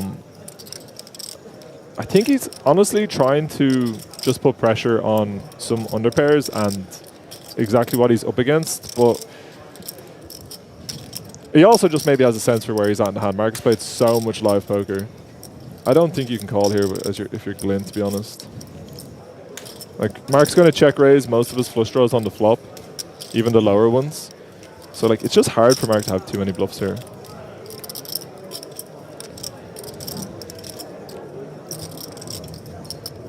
Wonder if any of that is what Glyn is thinking about. I know that when I'm in this spot, all I'm going is, does he have it? And that's it. Does lay it down. No chop pot. Ship it all to Mark McDonald. I think the best live players, the more I play, I only started maybe 18 months, 2 years ago. They have such an unbelievable sense for where they're in hands that they just bet the right amount of chips against what their opponent has. It's not so much what you have, but it's just knowing what your opponent has. Of course. When you play so much live poker, people do kind of make it face up. That hand where I buzzed yesterday, like I know you guys all expected me to call, I would have bet so much of my net worth that I had the best hand. Because you guys were all like, he's going to call. I was never calling. I thought about it after the fact quite a bit, and you know, it does. Like, lots of good players said that I should have called. Yeah. But I just would have bet so much money that they had ace queen or ace jack. There's so many hands that will still pay you in that exact spot, right? So it makes Dude, a guy yesterday raise called 18 big blinds from under the gun versus my big blind with 7-5 of spades. And I go, big James Bond fan? Because it's the first time I've ever had a movie reference in my life. And he just goes, no. And I was like, what's James Bond? And he was ahead on the turn. And then I got there. You gave him an out, and he still said no. Yeah. 18 big blinds on the bubble. Well, thanks to Patrick, I've dug up one of the amazing hands from last night. So Sia Brown is under the gun with the aces. This is the guy we're making reference to. And I don't know the exact action on the street, but he's under the gun +1. And he's got 10-7 of hearts. Okay. So we can imagine that Sia raised her aces. And this fella called with 10-7 of hearts. Flop is Jack 9-4, 1 heart. I mean, if you call with 10-7 suited pre-flop, that's a pretty premium flop. Sia bets, he beats her into the pot. Like what you're talking about. Like his chips are in the middle before hers are. Yeah. Turn is the queen of diamonds. Sia bets pretty big, like half pot, 2/3 pot maybe. Beats her into the pot again. So he's got open-ended straight draw at this point. He's open-ended at this point. The river's a 7. Just gives him a pair. And she bets, and he shoves on her. Oh, don't say. Did she fold? No, she called. Okay. I played with Sia. It took her a minute, but she called because it just didn't make any sense whatsoever. I played with Sia in the 1K that I final tabled, and not a lot of Irish people, especially people with Irish accents, like speak 2 languages well. And then a Greek guy sat down beside her, and she just like, bang. Oh, went off in really? Greek, and she's like half Greek, half Irish. But like when you hear an Irish person with like a kind of country Irish accent, like lovely lady, and I just it's so shocking to me too. We only speak English. We can't even speak our own language, most of us. You know? I was about to ask, can you speak any? Is it Gaelic? Irish. I would just say Irish, but Gaelic's also Tiny correct. violins together for you. I tell you one thing. Look what's buzzing at me on my phone the last couple of hours. My streak is dead, but I'm currently trying to learn Irish on Duolingo. There is other learning language tools available. I watched Kneecap on the way over here. Who? Kneecap. Oh, yeah? About the kids singing in Irish or rapping in Irish. It's awesome. It's a great movie. Really funny. I've not seen it, but I heard it's good. I will shock you and say it's another movie I've not seen. I'll tell you one thing I did start doing. I started watching Sopranos. I was like, I'm going to get a little bit more cultured. Well, I've been watching it for 9 months now, and I'm on episode 6, but it seems really good. Okay, technically you did start watching The Sopranos. It seems really good. I honestly reckon it's going to be the best series I've ever watched. But and on your deathbed, you might get to season 7. Yeah. Arsenal are playing Ipswich. They just showed that, wouldn't it? Huh? Arsenal are playing Ipswich. That's much more. Oh, no. Still 121 players in the field, guys. Such You a guys sure like mammoth soccer. turnout here in Dublin. Yeah. You like football. You like football, yeah. I know. don't stop. 3 people. You got 3 people in one go. Yeah. Well, we were all friendly for a minute until you came up with that. Where are you from? Canada. Originally Halifax, but I live in Whistler now. It's like north of Vancouver. Ski resort. We had the Olympics there in like 2010, the Winter Olympics. I want to go and ski. Yeah, come by. We go to our Whistler Poker page on Facebook and find us there and play one of our little house games. It's like $35, no rake or anything. It's just like you just play for fun on a Wednesday. You know? That's cool. You work for the Whistler Can you ski in, ski out? No, and I play have some a cards? Whist Life hat. Yeah. I have a few like small businesses there. You a fan of skiing? Ski in, ski out, play some cards. Currently in negotiations with my wife, and it's not me who wants to go, but she wants to go. And I'm too scared of falling and breaking a part of my body. My ACL skiing years I'm ago. too scared. I've never gone. PTSD since. If you break both arms, in France. I won't be able to work. Valferrand. I mean, you got mouths to feed. I get it. Avorier. It's a very, very small re-raise here from Simpson. If Mark McDonald is holding a tray or the ace of diamonds, it wouldn't shock me too much to see him go all in. PTSD, every time it snows, I just get PTSD. Yeah, it's pretty traumatizing. I had a lot of friends and staff and that have it's changing their lives a little bit. Although the surgeries are a lot better now. And they're a lot Simpson quicker taking and, advantage of this the turnaround's a lot conversation. better. Distract. Still rough on a lot of people. They've been talking about skiing for less than 90 seconds, and they're talking about surgery, by the way. This is why I'm not going No, it's skiing. dangerous. You ever heard of Sonny Bono? No. He was the guy who was married to Cher for a long time. He died skiing. Oh, lovely. Looks like Mark is going to see a flop. I don't mind the re-raise here, but Ian has made it very, very cheap. It's only American. And my guess is, if Mark is called, it is going to be either the ace of diamonds or the tree of clubs there. There's not many other options. I mean, it could be king tree of diamonds as well. Yeah, as you said, relatively small 3-bets. So I also have a Canadian on the right. just peeling with pretty suited hands does stack up. I suppose the ace would be more conventional. We're going to find out very quickly which one it is.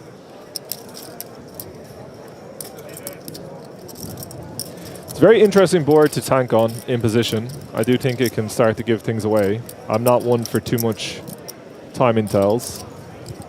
But if he goes with a small size and thanks, it does kind of feel like you have kings, queen X, tens, and you're not sure whether you should bet or not. Looks like Mark did just have the pocket trees, though. Must have just been the trays. Gives it up. Maybe Ian takes that. Maybe Ian takes that length of time every decision.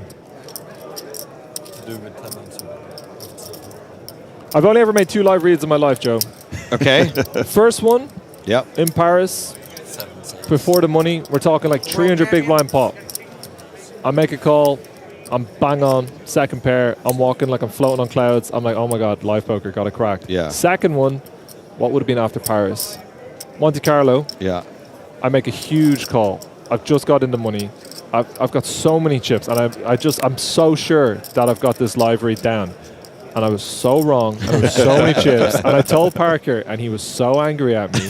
Like so much. You know, have you ever? Of course, you know how Parker is, but have you ever been on the receiving end when he's actually mad at you for something stupid? Just a glimmer of it I saw one time. I love that man. Yeah. But he talk, like, we've known each other since we were 18. So like we talk to each other like brothers would. Like Yeah. it's no filter. He made me feel so dumb that I'm never making a live read. He has made me feel dumb on multiple occasions, yes. He's got the power, doesn't he?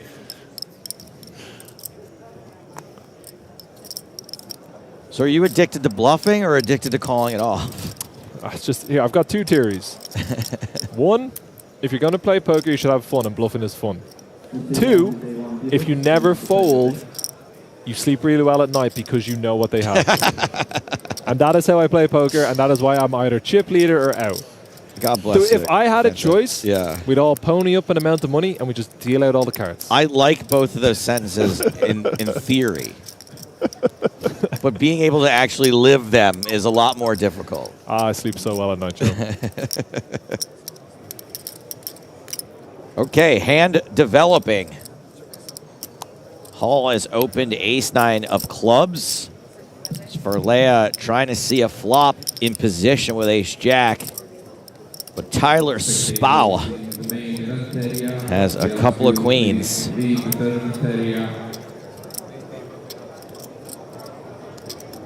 Ops for 350. What are your thoughts on this size, Finty? I think it's reasonable. It's of course on the smaller side. It's 7 big blinds over raising the call. But when Verlea has 25 big blinds on the button and you've got the player sandwiched in between, you don't really want to be calling when you're sandwiched in the middle. So you kind of get to leverage them with smaller sizes.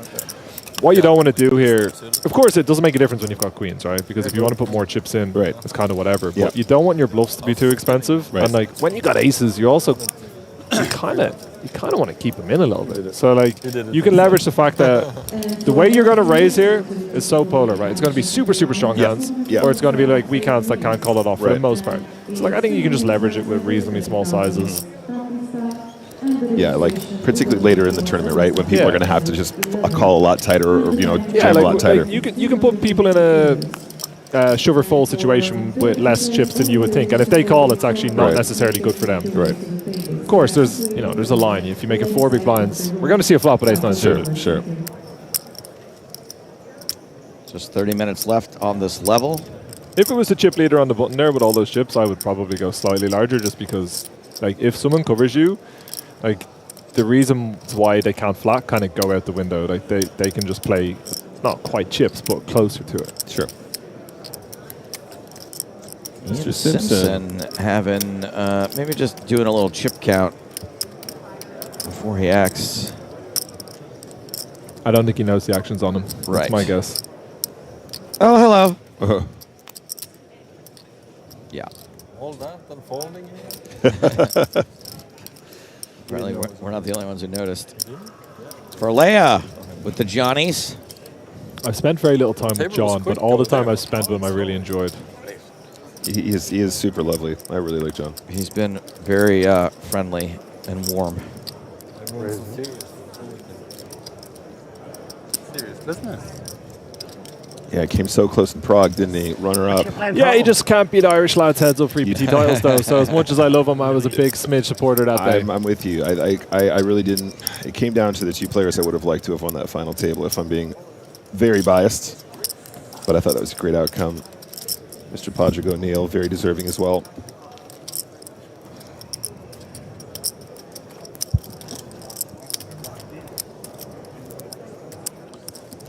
People in the chat enjoying the theory of can't get bluffed if you never fold. That's right, Zephyr. I mean, it's a lot harder to make a hand, you know what I mean? So you're in the better end of that. Exactly. The onus is on them. Yeah, do you realize how hard it is to make a pair in no limit hold'em? It's really freaking hard. It's way easier to hurt yourself skiing down the slope of a mountain. That's right. Than it is for that theory to check out. My buddy in high school used to go on the ski trips all the time, and he liked to do moguls, which is like the little hills where you do jumps and stuff. And he spends all day, he's like doing moguls, goes to get back on the bus on the way home, and he slips going up the stairs, breaks his leg. That's classic. The thing that I know about myself is I have far too much confidence in things that I've not done a lot of. And if I got on the slopes, and I'd be like, give me 2 lessons, give me 2 lessons. And I'm like, where's the highest mountain? Yes. And the adrenaline would take over, the ego would take over. That is why I no longer snowboard, because I took 1 lesson, and they went, hey, we're going to take a little break. Why don't you try the bunny slope? So I hop on the old, gondola, whatever you call it. And I'm going up, and I'm going up, and I'm like, hey, so we're over the bunny slope now.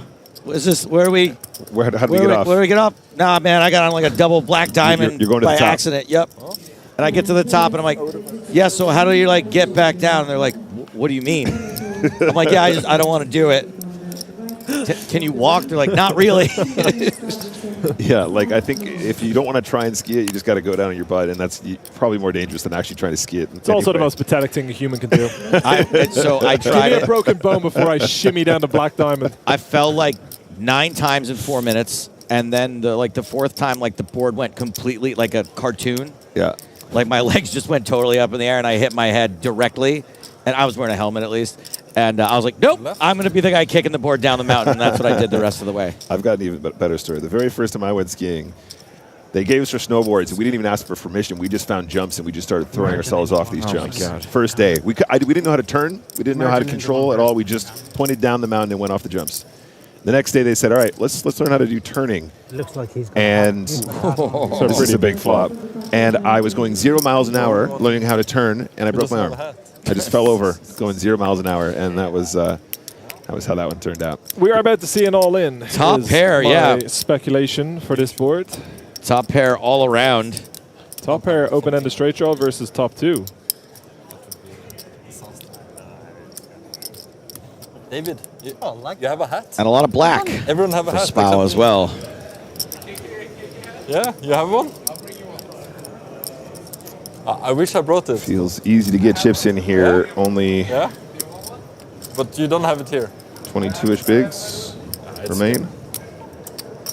He didn't seem very eager to go get it. At this stack depth, I would have been very tempted to just play for all the chips because the vast majority of Spao's Isn't it? 3-bets pre-flop are going to connect to the board in some way, and I don't really want to give a free card when our hand's still quite vulnerable. If it's not green, I can't If you get deeper, I can understand when the nuts is going to change so much on the turn that you might want to just call and then find some check shoves on turns, but There's not enough green here. at 20 odd big blinds, I think top 2 is just so strong. But maybe I've not seen how Spao's playing. Maybe he's just been way out of line, right? And we're trying to keep all of his bluffs in, you know? And look, yes, a spade is slightly scary, but I do think that you just got to pull the trigger on the turn now. You can still get called by a lot of worse hands. Anything that contains the ace of spades is not going to be able to bet fold. If he has aces, ace king, king queen, like we can see, it's going to be very tricky to bet fold. So Svarlea has pulled the trigger, and that looks like an all-in. I'll tell you one thing. It's pretty gross for king queen. It is pretty gross. You never want to call when you could be drawing that. And we can see here he's getting just about the right price to call versus this hand. But there's obviously there's the chance that you're against like ace queen. Some flushes. Like if you have ace 9 of spades, it could be a hand you call. If you have ace 10 of spades, it could be a hand that you call. Oh, it's 7. Me as a guy who folds all the time and is very exploitable would absolutely fold here. I thought it was 500k to call, so it's actually pretty close.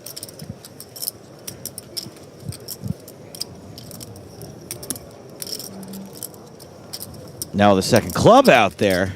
Yeah, and then we're dancing. Right, then we're exactly. excited. Yeah, we're so happy. What you kind of got to think about when you're the player with King Queen here is, like, can your opponent ever have a worse hand? I think the answer to that question is no, right? Like, are they ever going to just have Queen Jack of Hearts to call the flop and then shove the turn? Probably not. Maybe something like Ace Jack or Ace 10 with the Ace of Spades, but do people flat those offsuit hands versus re-raises?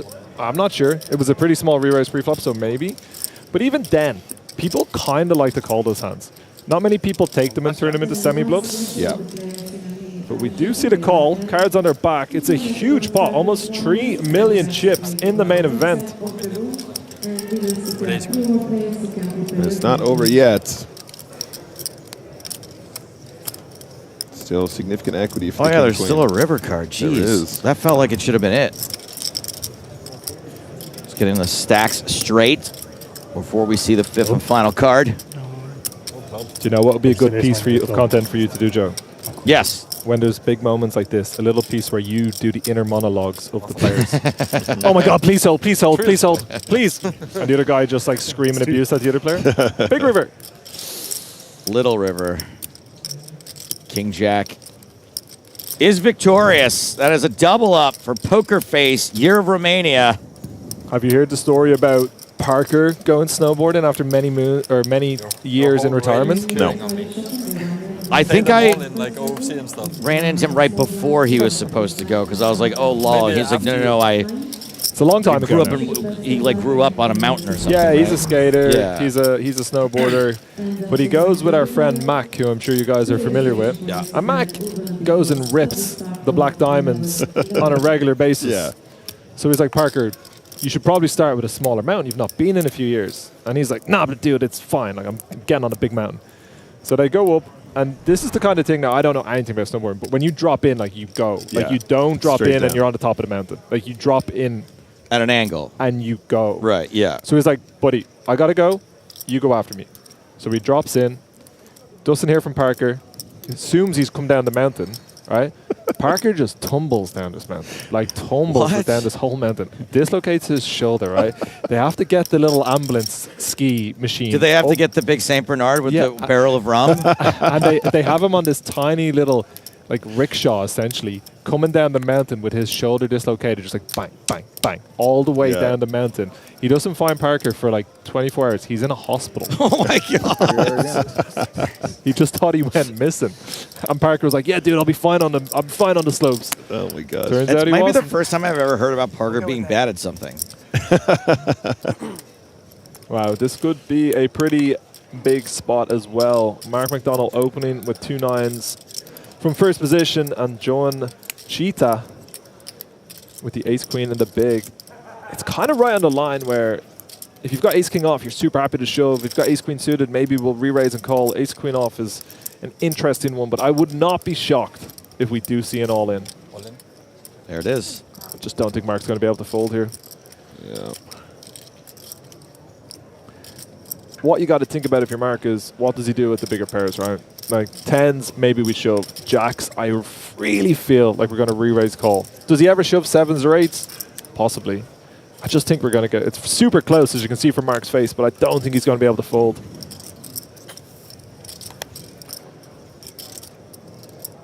Yep, just doing the math there as Finty suggested, just trying to figure out what that range looks like.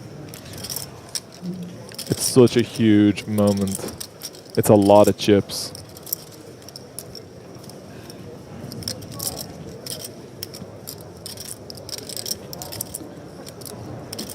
As you say as well, Finty, these are the moments you'd love to know what the inner monologue is going on here, because here's a player that knows how to do well in these big field tournaments so consistently, and it's moments like this where, you know, maybe he finds a little bit of preservation in anticipation of having a bigger edge in other spots. Ace-queen just so strong, though. And, yeah, we are going to run it. Big flip. Wowee. Second We've flip got against Mark. Huge pot. Yeah, almost 3 million out there. Is that Jack suited, man? This is like a 60 big blind pot. Yeah, indeed. 50, right? Like rice versus noodles, one of these two things has a slight mathematical advantage. I'm legitimately a little bit nervous here. Like Jan versus John. This is going to be a huge win for whoever's lucky enough to take it down. A 9 in the window, but a straight draw. What a window. For Chita. Losing a flip would be painful. If we see a jack, it's going to be hard to take for Mark. No jack on the turn. Apparently all 4 jacks are live. That is plenty to be lights out for Mark McDonald. He's got to fade the Jable. He does. What a huge moment for Mark in the Irish Open. I love John too. It's never nice to see any of the people you enjoy playing poker lose big flips. But with Mark McDonald with 3 million chips, with 60 big blinds and 100 players left in the main, I'm going to tell you right now, he is going to be big trouble for every player in this tournament, man. Big, big trouble. I mean, look, you guys manifested it. Yesterday, David Lappin said maybe the best Irish poker player. You come in here and say maybe the best Irish poker player. And, well, look at this. He flips pretty well. Yeah. I mean, you have to if you're going to win these big events, sure. right?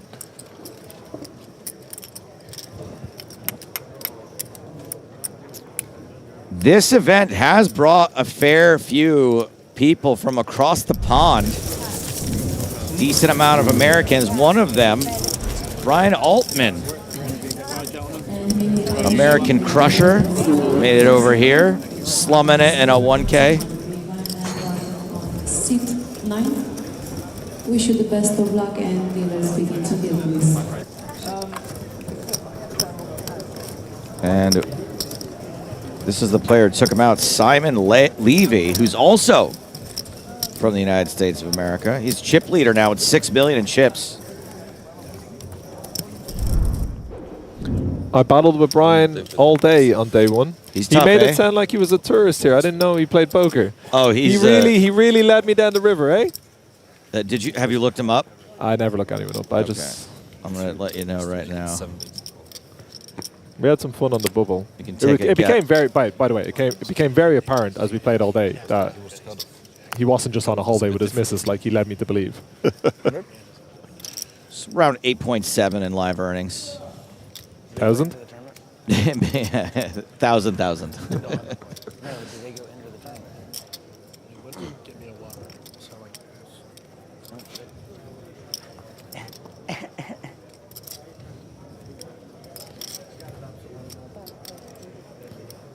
It's pretty interesting from John. Not sure it's something that I would be calling with, but I can understand why. Like, you want to call super wide as you're short in the small blind. 10-9 off. Pretty wide, though.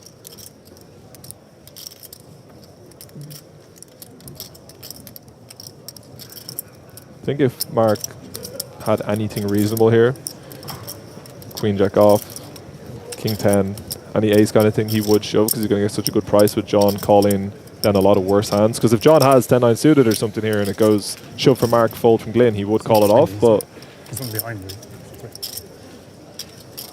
Oh. He knew! He knew! He just knows it's coming. Chita. Flopping trips. I would be fuming if I had Jackson. This is how I lost. I don't get tilted from poker, but let me tell you right now, if someone flatted the 10-9 off out of small blind and cracked my jacks, had to be on Mars. Cracker Jacks.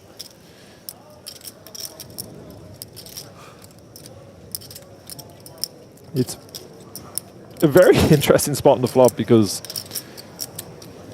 John will have a lot of hands that are somehow connected in this board, whether it's 7-8 suited, Jack-9 suited, whatever. So I'm not sure if he wants to go for a min raise or if he wants to just call. I would just call. That's a call. Because the hands with the backdoor equity, it's kind of sad if you get blasted off them. You might not get paid now. Could be tricky. That ace will be a scare card for Glyn. How many ace-x combos does he just put in pre-flop, though, right? Yeah, what Just I'd be the more hijack concerned open. about if I was Glyn would be once he calls the flop, he will start to have a lot of tens, even though he will, of course, have like maybe 9-8 suited, 7-8 suited, maybe Check. Queen Jack suited, but Running diamonds. it's a tough spot. Like you're facing half pot on the river against a capable player. You've got a very strong hand, but like it's so hard for John to pull the trigger here if he does have 7-8 suited. Like he would, but especially on the ace turn. Yeah. If anyone could, it's him. Yeah, of course.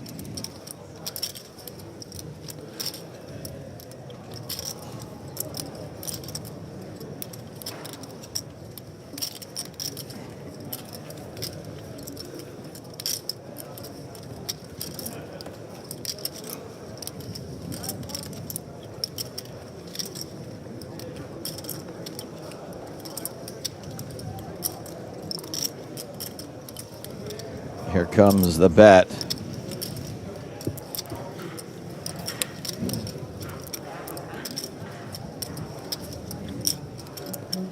All in for not a lot.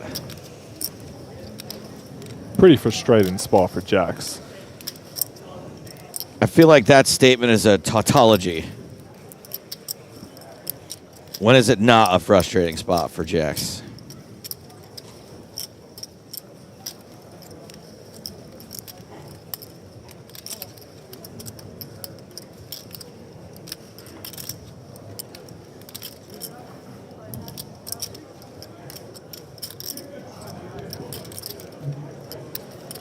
It is a pretty significant portion of Glenn's stack who makes the call.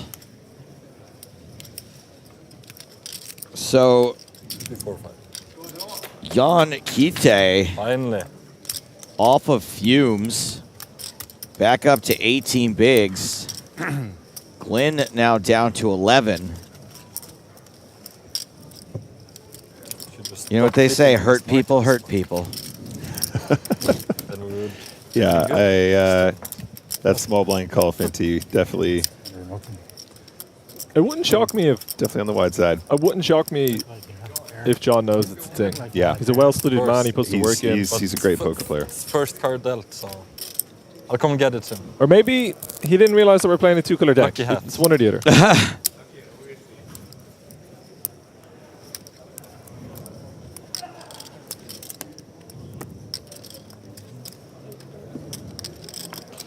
Karev on YouTube says, against Hite, I am never folding there with those stack sizes. While Tin Chris says, that's a bad call. It's already bagged up. I don't have anything. I took it all. Actions folded around to Matthew Hall out of Canada. Nick, did you ever hear the story of how Canada got its name? I have, but I'd love you to tell me again. I've never heard it. So, Fenton, there's these two Canadian guys, and they discover Canada, except it doesn't have a name yet. But they're like, so what should we call our new country? And so the first guy says, well, I think it should have a CA. And then the other guy says, well, I think it should have an NA. And then the other guy says, well, I think it should have a DA. And that's how they named it Canada. Hey, bud. Thank you. King Eye flop.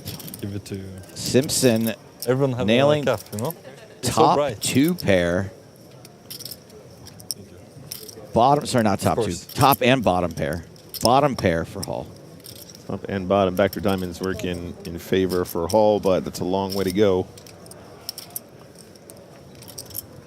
100,000. Does Mr. Simpson want to pump it up right here, right now? I happily see your 100,000. I'm happy to see, eh? And I raise you some other hundreds of thousands.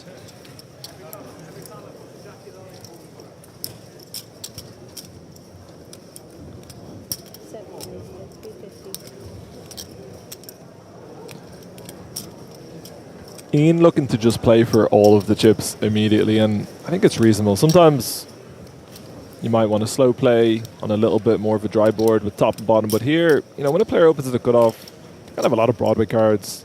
They're going to have a lot of ace highs, good pairs on this board. And I think you want to start charging them. It's the kind of situation where if Hall has flopped Queen Jack, if he has King 10, if he has a better hand, you're just going to get stacked. Night. Exactly.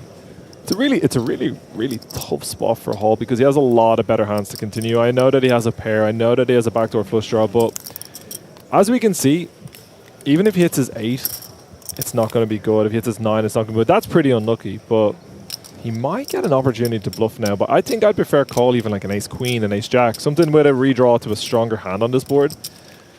I would be really impressed if Hall did call there and then figures out how to turn this into a bluff. Very interesting for Ian if he does decide to bet here. Yeah, it does seem like more of a natural check on the turn, but perhaps he's just counting how much is left in the stack. Yeah.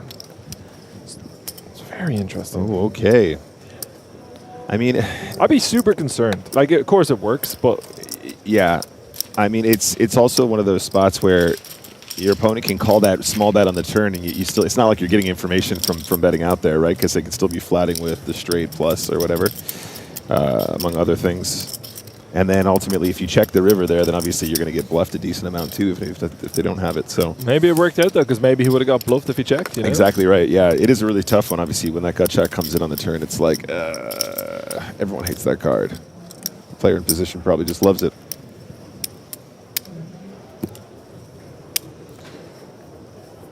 I find myself in that position fairly regularly, where you're like, well, I really hate that card, but I guess I'm betting. Sometimes you have to, and sometimes you don't. Sometimes it's kind of, if you've got a kind of strong hand and the card is kind of scary, like you still have to put chips in, even though it's a little bit scary, Especially as you get shallower. Like if you've got a good top pair, it's hard to do anything other than get stacked. It's one of those situations where you don't want to call and you don't want to fold. Yeah. If you get called or raised, you're screwed. And if they fold, you're like, damn it. If that's the river card, obviously the sort of block bet makes a lot more sense, right? Because you feel like you get probably a lot more information and even some value. With players having weaker 2-pair and stuff, might still call for that smaller size. But as played, worked out great for Ian. Now sitting about 41 big blinds. Not too shabby. NTS, baby. This is in no way an attack on Ian. It's just something he done there that I never get why people do it. Do you know when you ask someone how many chips they have, but you might not be playing the hand? I'm all like, maybe they don't want to give away anything by asking after they look at their cards. That's got to be it, right? Yeah, but I won't ask unless I'm getting in the mixer. But maybe I'm just giving it all away.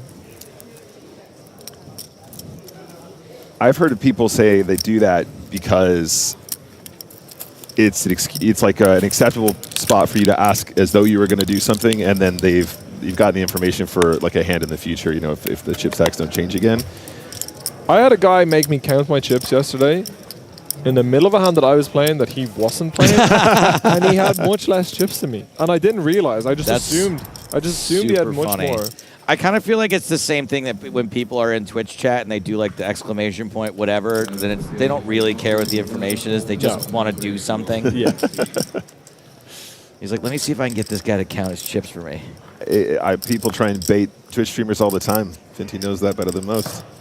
Somebody puts out a question and you realize they've asked the same question 5 streams in a row. I've had that so many times. Like, it's a really reasonable question. They just like getting a rise out of you and like a response from the streamer. It's also sweet in a way too. Yeah, right? They're showing up every day. It is. 5 streams in a row. It is. They could be watching anything in the world and they're watching you stream poker. It's pretty cool. I'm not even joking. It's very cool. You know what I think is cool? Is that sometimes people will tell me and James that they fall asleep to the poker. That's a big compliment. And it sounds right. It sounds like an insult at first. And I'm like, nah, man, you know how hard it is for people to go to sleep? You know how hard it is to just clock out? My favorite podcasts are podcasts that help me sleep at night. Yeah. I listen to the Howard Stern show at night to fall asleep. It's the greatest broadcaster of all time. I got audiobooks that are dedicated to sleep. doesn't mean it's boring. It just means it puts you at ease. Shita, I don't remember. John Kite, pocket fives. I'm going to christen him Kaido because that's what he'd be called. Kaido, sure, great. That's what he'd be called in Dublin. We just knock off that last letter. I don't know. What's up, Kaido? K-Dog. This is a 3-bet pot. Jack 8-6, 2 hearts. Man. Hearts are relevant. This is not the worst start for Simpson, despite not having the best hand for the time being. Yeah, Simpson's winning this pot. It's going to be very hard for John to do anything about it. His re-raises pre-flop are very much on the smaller side, which has kind of allowed us to see these post-flop battles that you wouldn't normally see. Because if he went like 2.5, 2.6, 2.7 times the original raise, like John would be forced more into a shover full. But with the fives, he decides that he wants to see a flop. But I mean, it's working well for Ian because twice now he's probably at the worst hand pre-flop and he's got to play a pot in position against 2 very good players and take it down. With how active he's been, I would have been very tempted. It's easy. We see the cards. Yeah. Simpson has ace-deuce. But in these spots where Simpson can 3-bet call, you know, like ace-jack suited, ace-queen off, these kind of hands. Oh, wow. Oh. He knew what was up, but he just didn't have the hand to call. Yeah, I'm with you, Finty. I think definitely potential line there just to bang the fives and attack that wider 3-bet range. Yeah, it's about the hands that Ian can also re-raise and call, right? Right. Like if Ian's in a spot there where glad he didn't. he's only raising it up and calling with queens and ace-king, then you want to kind of you want to fire the ace-deuce suited in his face. But if he's 3-bet calling, you know, ace-jack suited, pocket tens, you know, these kind of hands, I think the pairs become a little bit more valuable because you're going to be flipping so much more often. All right, this will be the last hand at this level. No break. Going to roll right in to level 27.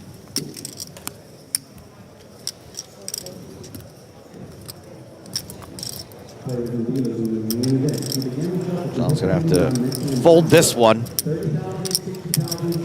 McDonald, 9-8. Nuh-uh.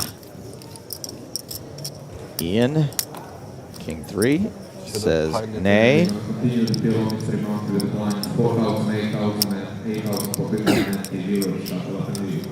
He says, nay, we are but men. Rock. Dance for Leia is going to play.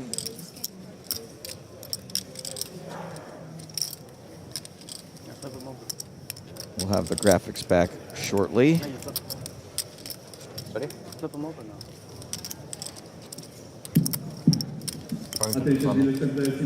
Look at that, they're powering up. Put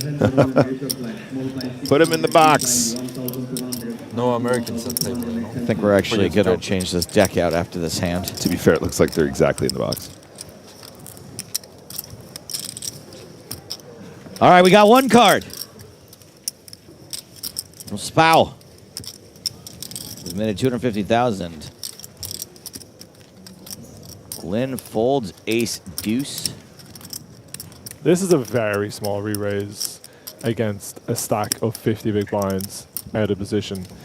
These little re-raises, of course, are becoming more and more popular, but sometimes I'm not sure if people understand the spots where you get to exert pressure with a size like this. Like this player has 50 big blinds, excuse me, on the button. Like you can't put that much pressure on them. Like yeah, when you're big stack versus big stack, you kind of want to be a little bit more selective, therefore going bigger. Like this small size, I'm not sure. You're trying to price them out some of the time when you go this small and they're that deep. There's so much implied value in making a big hand. 2 clubs on this flop. Gonna be interesting potentially for Spa. Certainly we saw the ace deuce of clubs folded. And action is going to be on Tyler here, who is going to continue the aggression, it looks like. 200,000, 1/3 pot. Slight down bet from the pre-flop raise. So for me, it's very hard to judge why a player is using the size when I've not seen them playing. He might feel that versus... How are we pronouncing that name? Svarlea. No, I lost it. I lost it. Do you know what one of the most scary experiences of my life was? When we done EBT Sochi, and it was one of the first times I worked closely with you two, Joe and James, and I was trying to pronounce Russian names for 3 days. I went home sweating every night. I think I went through about 3,000 or 4,000 calories a day. I was just looking at James like, James, please say the name again, James. One more time. And he's like, it's John. The Russian ones aren't as hard as Polish. Those are the rough ones.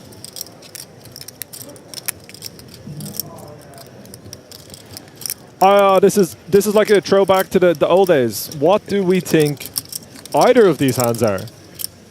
Thousands of hours done by Joe and James where there was no cards up, and we're absolutely bricking it here, one hand in. I can't tell you because there's no hand in the world I would think that long with. Like, I can't imagine any hand that I just wouldn't have already folded or called. I've never used also, a time bank would playing never poker, raise. and I don't know how the lads do. Thank you very much.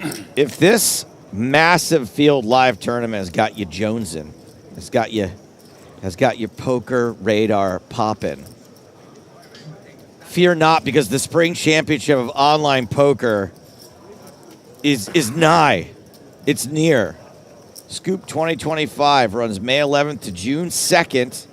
And the main event this year, it's smack dab in the middle. Not quite in the middle, but the latter half, not at the end. May 25th is the start of that. We're going to stream some of it. Nick's going to stream a lot of it. And the full schedule is going to be announced soon. Nick, you're doing what, every day? I'm going to do almost every single day apart from the day off. So I'm going to try and cover at least one exciting final table replay during the day and then ramp up that audience, get you guys ready for some of those amazing streams coming from our top ambassadors playing MTTs at a later date, including Finton. What's your schedule going to look like, buddy? Going to play every day? There you go. Stream every day? What time this finished? If you guys like poker content, this is the month for you. How long has it been since you won a scoop? 2022. All right, I think you're due, buddy. I'm not blaming them, but ever since I've had kids, I've won no scoops, no W scoops. Not blaming them. Just saying, ever since I had kids, I've not won anything. Not blaming them. It's just a correlation. I think it's going to be a really good year for Team Pro. Have a good feeling about it. Very interesting that Ian has been incredibly active and now has gone for the flat with the kings. He has managed to do it when John has a hand up. Probably would have folded to a re-raise, so maybe some spidey sense is going on. Yeah. So sadly, you are now deprived of the presence of Joseph Stapleton, but I have returned to the fold. I almost came back 15 minutes ago, but I heard Joe start to do the Canada joke, and I've heard that so many times in the last 15 years that I cannot bear to be in the room when that joke is uttered. It's not that it's a bad joke. It's just I'm so over it. I enjoyed the joke.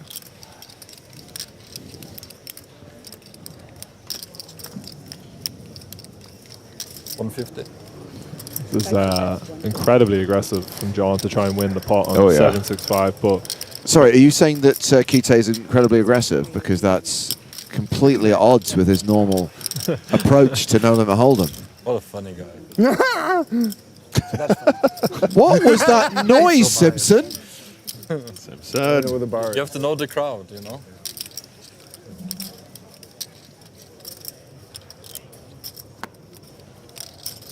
John just decides he's going to fire 1/3 into this low connected board when somebody flats on the hijack. And John is definitely going to have a little comment after we see the fold here from Gamble. He obviously made a comment just a hand before the break when Simpson shoved with the flush draw.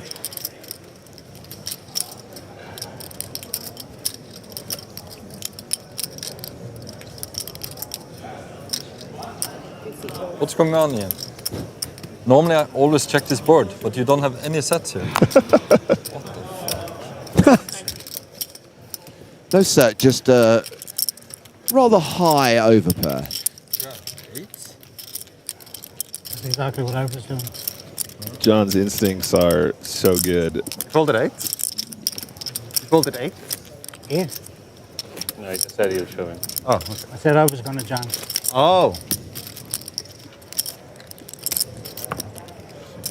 So obviously we've still got 2 days to go. The rest of today and all of tomorrow. And it's not just about playing out the main event. There's so many side events still to play. Are you done, Finton, or have you identified more tournaments that you intend to enter? Max Late Reg in the 1K Mystery Bounty when we finish commentary here, and then I'm going to fire into the mini main. But if I'm in neither of those tournaments and you need anyone in commentary tomorrow, which is very likely to be the case, as I'll be getting a combined total of about 14 big blinds, I will very happily get involved. It was less about trying to leverage your time, although we love having you here, obviously. It was more about kind of, do you ever reach a point where you're kind of like, I'm done now? Sometimes. Like I just don't want to play anymore. Sometimes, but I've actually not played that many tournaments this time because I ran deep in most of the tournaments that I played, not trying to brag because they weren't the greatest results, but I've only probably played 6 or 7 bullets, whereas there's often times where I play 15 to 20 bullets, and on top of that, it is a 7-minute walk from my house, which makes it very difficult to turn my nose over playing these incredibly good value tournaments, because I know in 2 weeks, or maybe not 2 weeks, because I'll be, starting to get into Monte Carlo and then Scoop, but during the summer I'll be dying to play a huge tournament in Dublin, and I'll be waiting again until next year. So no, I would love a trophy. Winning a reasonable trophy in Dublin would mean more to me than winning a Scoop or a WQ. I had a big opportunity years ago in the Irish Open. I blew it. Was chip leader with 10 left in the big 1K here. That wasn't the main event and didn't get it done. So I would just love an Irish Open trophy. So just to be clear, Finton, you had a shot at the main event. You let that bozo Benger win it. Who? Yeah, absolutely. That's. No, I know. He reminds me all the time. Oh. He reminds me every opportunity he gets. I missed it, but my dad really enjoyed it when you guys were doing the final table coverage of the Anniversary Million, I believe it was. Yep. And I rated you.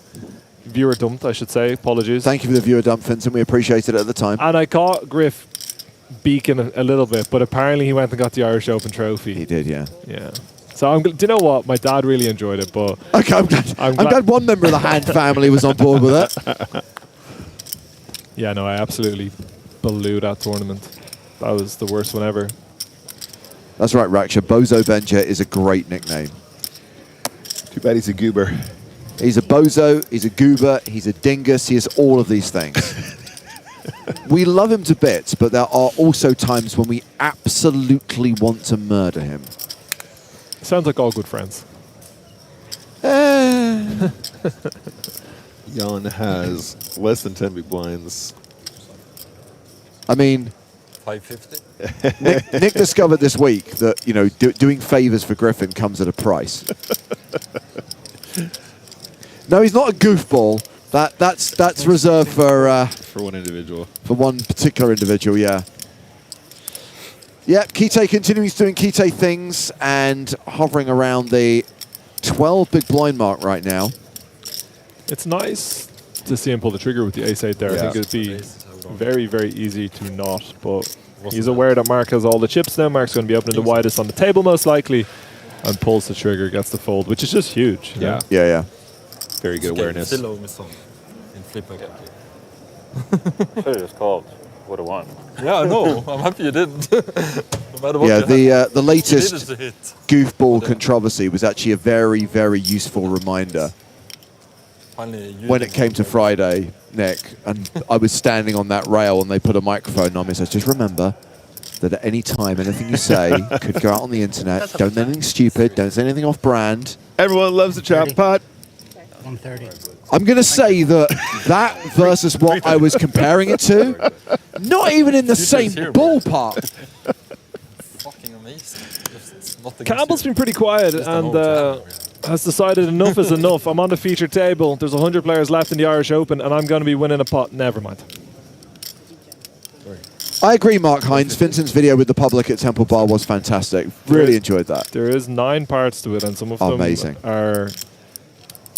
They've got some editing to do. I had not been out in Temple Bar. Temple Bar, by the way, is a great experience to do. Yeah. But if you're a local, it's never where you're going to drink. No, Similar yeah. to going to like Leicester Square or whatever. Yeah, right? yeah, exactly. You know, it's just never where you're going to be as a local. But it's a very enjoyable place to be. But when you're sober and you're talking to people who are not sober, it's quite a wild environment. I can imagine you do have like hours of content that will need to be. So we do have the shove here. Not really much tension. I know it's a short stack shove, but 10-9 off is not going to be a call. Correct. Although John Kruita did double up with that exact hand and those 5-2-5, suits. is that right?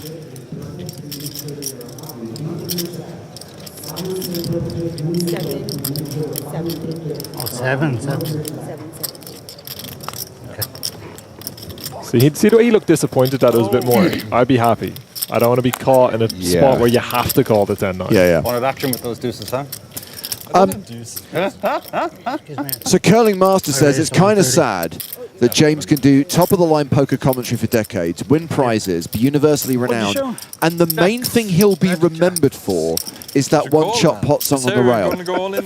I've already established that for the rest of the Irish Open, you're going to get nothing but contrition, nothing but regret, and nothing but me kind of self-flagellating myself about this era. Once we're done with this event, it never happened. It will be forgotten. I will deny all knowledge, and we will move on. We'll be getting T-shirts made for Monte Carlo. Used to guys? You're getting some cards. They're not thinking, just a still of him. Getting cards. Giving it the arms. So I expected to be trolled mercilessly by DC. That's it. Because it's his character, right? You'd expect it. He actually said that he thought it was really sweet. I actually thought it was very sweet also, to be fair. I thought it undone 20 years of good work.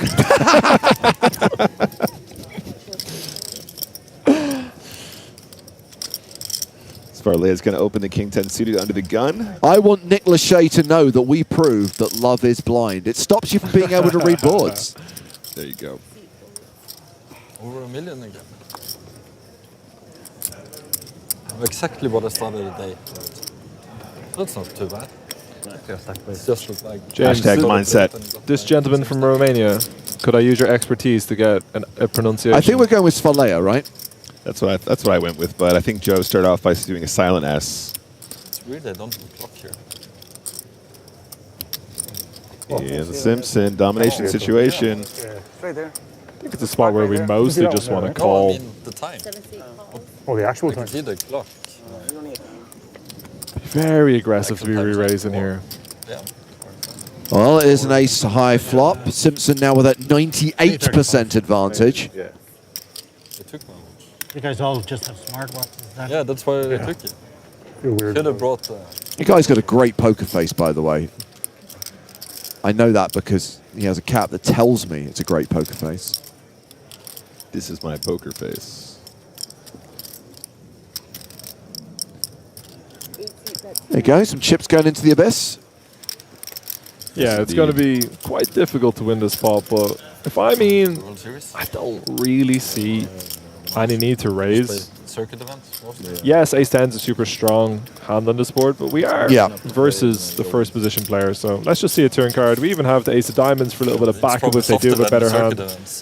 Really? Yeah, the big fields. Like just come and play in the beginning of June. It's like 1K mystery. Nice turn. Oh yeah, Found the it. Simpson. Huge, right? It was a couple $1 million. Two $1 million bounties, $1 million on top. You know. Like, got 21,500 people. Of course, it's softer than the 500 people. Things just getting better and better for Ian Simpson. Yeah, and if I've got King 10 suited, on day 2, I had. If you bet, sure. But if I was bluffing here, I think I just prefer use my jack highs or my queen highs or my slightly worse hands. I would just check here and try and Ian was still banking. Wow. Oh yeah, very dramatic check as well. Those are so much fun. Nice to see the banana guards back in action today. Well, I said to Joe, I think we need to check out the technology in that thing. You know, if we can't have smart watches, we can't have smart banana guards. Actually, no. Only like airports. At playground. I almost moved there. Yeah, before COVID. Ian, once we see a check on the turn here, is just always going to have the best hand. It's up to him to decide. Yeah. Does he think his opponent would continue with the pocket sevens up to pocket kings, because if he does, then he can. Sorry, if he doesn't, then he can bet really big here. But if you think of his opponent mostly has ace highs, I would just try and get. Sorry, excuse me. Mostly have king highs, queen highs. Like, I would not go too big, because you're giving him no chance to call. It's a very hard thing to work out. But his hand is worth a lot of chips. He can bet anywhere from 350k to 700k, you know, whatever he decides. How often do you reckon we're supposed to be betting kings or queens or something like that on the turn here, Finty? So, do the suits matter? In theory, I'm not even 100% sure. Yeah. But in practice, in a live poker tournament, I think betting small in position against most people will work very effectively, because they'll never fold a 6, they'll call their flush draws, and they won't raise an ace in them. I thought exactly, so I don't even know what the correct answer is, but if you just bet in position, you still get called by a lot of worse, and you stop them betting really big on an ace with the river. So I would look to bet it mostly. Maybe you bet small with your kings and queens that don't have a diamond or something like that, just to try and balance it out. Sure. Well, it's a fold on the river, and Ian Simpson chips up over 3 million, playing more than 50 big blinds. Still 40 minutes left at this blind level, and we do have a request, a plea, Finton, from a chap called Andy Mallon. Tell Finton, please don't post me. I was hammered on Drury Street, please. He already posted a bit, but please leave it there. Ha, ha, ha, ha, ha. Andy, you are the only man who recognized me, so I know exactly who you are. I have edited it so that you come across like a lovely chap. At one point, you do scream "gamble responsibly," and it's just too good to not use. So I will be using it, but nothing bad was said, and it will not paint you in any sort of bad light. That is the last thing I'd ever want to do. Thank you for saying hello.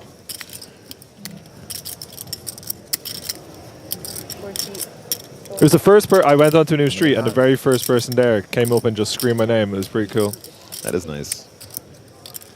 He said some other things that I will hold in the back of my hard drive, just in case I ever need some money off someone, you know. Nice, I like it. No, I'm joking, Andy. You're a lovely chap. No, you got to keep the blackmail potential in the safe. The Sun newspaper's been doing it for years.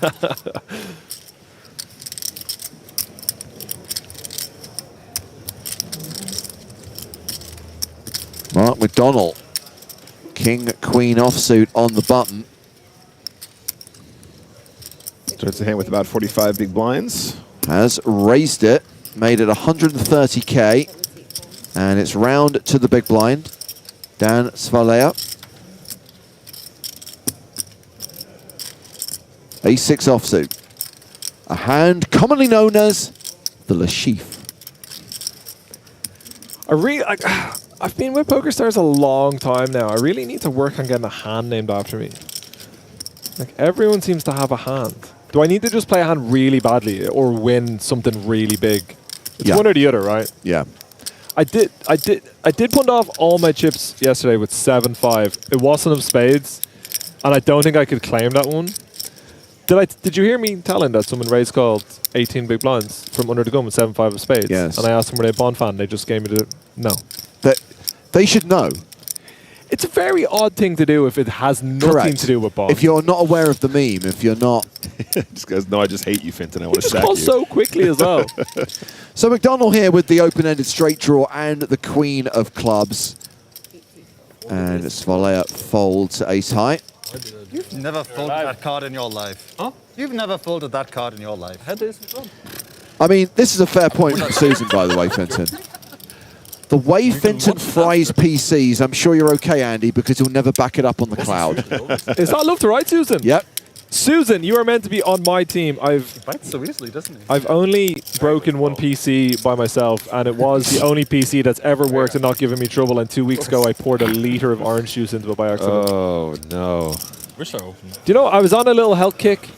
I was feeling real good about myself. I made myself this little orange, coconut water, sparkling water, salt cocktail to like just get ready for the stream. Ultra hydration. I never leave it on the left side of my computer, and 4 seconds in. So this is a hand that we call the James and Joe. The JH, the JS, and we find... Wait, you and Joe have a hand that I don't... Come on. Thomas Glynn is all in. We got the Grafton, we got the Spraggy, we got the JS, the JH. Does Parker have a hand? No. Okay, I can sleep well at night. I did just have a little sneaky peek, and he is still in the field. I promise that you will get a hand named after you before Tonka. That's perfect. I mean, your last name is actually Hand, by the way, so it seems a little bit gratuitous. I do like the idea of the hand, Yeah. though. That's what we'll... Now that we have that we have the basis. pathetic joke, we will find 2 cards that work.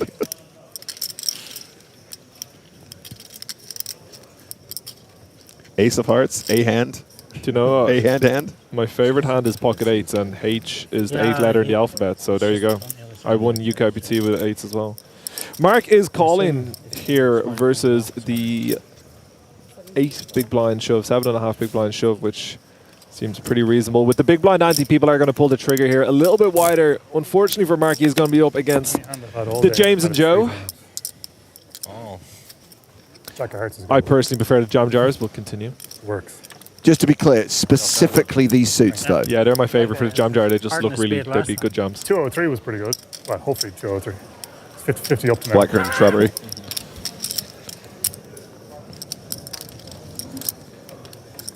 Might only have been a 7.5 big blind shove, but this is a 1,000,000 chip pot, which is huge, and that is a terrible flop. Oh, wait. Royal draw. For TV, for TV. Absolutely. Amazing trick flipping. Give us a royal. I would, but the 10 of spades. Almost an exact flip on the flop, eh? 10 of diamonds and the 10 of spades. Dude, Mark It's a post-flop flip with Glyn at risk. And Glyn is going to need to hit one of 8 cards on the river, wanting that spade or the case jack.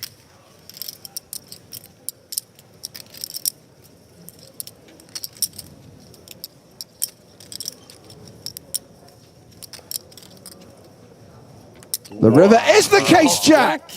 What the fuck? No royal, but a set for Glyn, and that's good enough for the double up. Glyn is going through the ringer to get these chips. He was all in with pocket jacks against ace king and hits runner flush to survive, and then he gets jacks in against ace jack and needs to find a one. Well, I suppose he had the flush shot too, but dramatic wins for Glyn so No far. one's meant to win with jacks this often. 203 is not bad. To be fair. So when I lose, there's 10-9 off. According to like Twitch chat and Twitter, that's way above what it should be winning. Yeah. And they would know. They're the experts in the field. You're mocking them, they're listening right now. Yes, we are. That's Ian Simpson. It's mocking you all. He's not mocking us, he's mocking the audience, so it's okay. Chat bros. It's pretty much what we do all the time anyway. Yeah. I'm not sorry.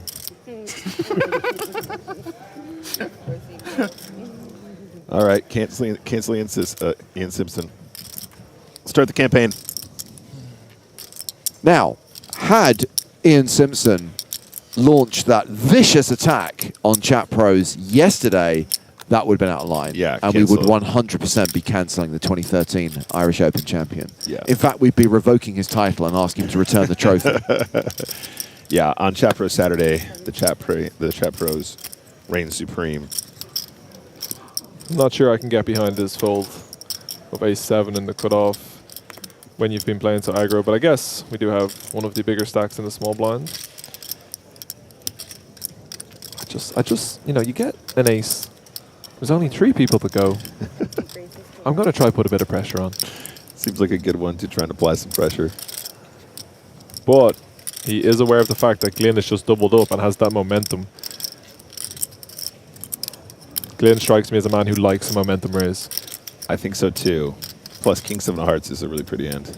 Yeah, maybe slightly too good to actually shove here versus min raise. Keep some dominated hands in, won't make too much better fold.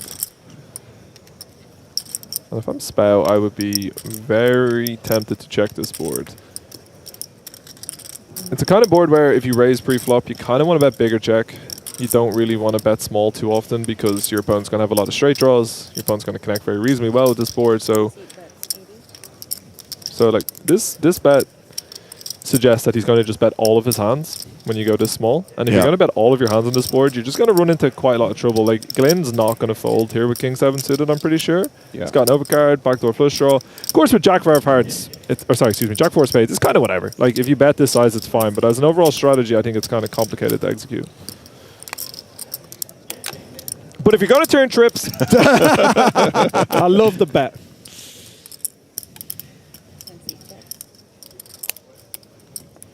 Spao finds a check. Have you won it?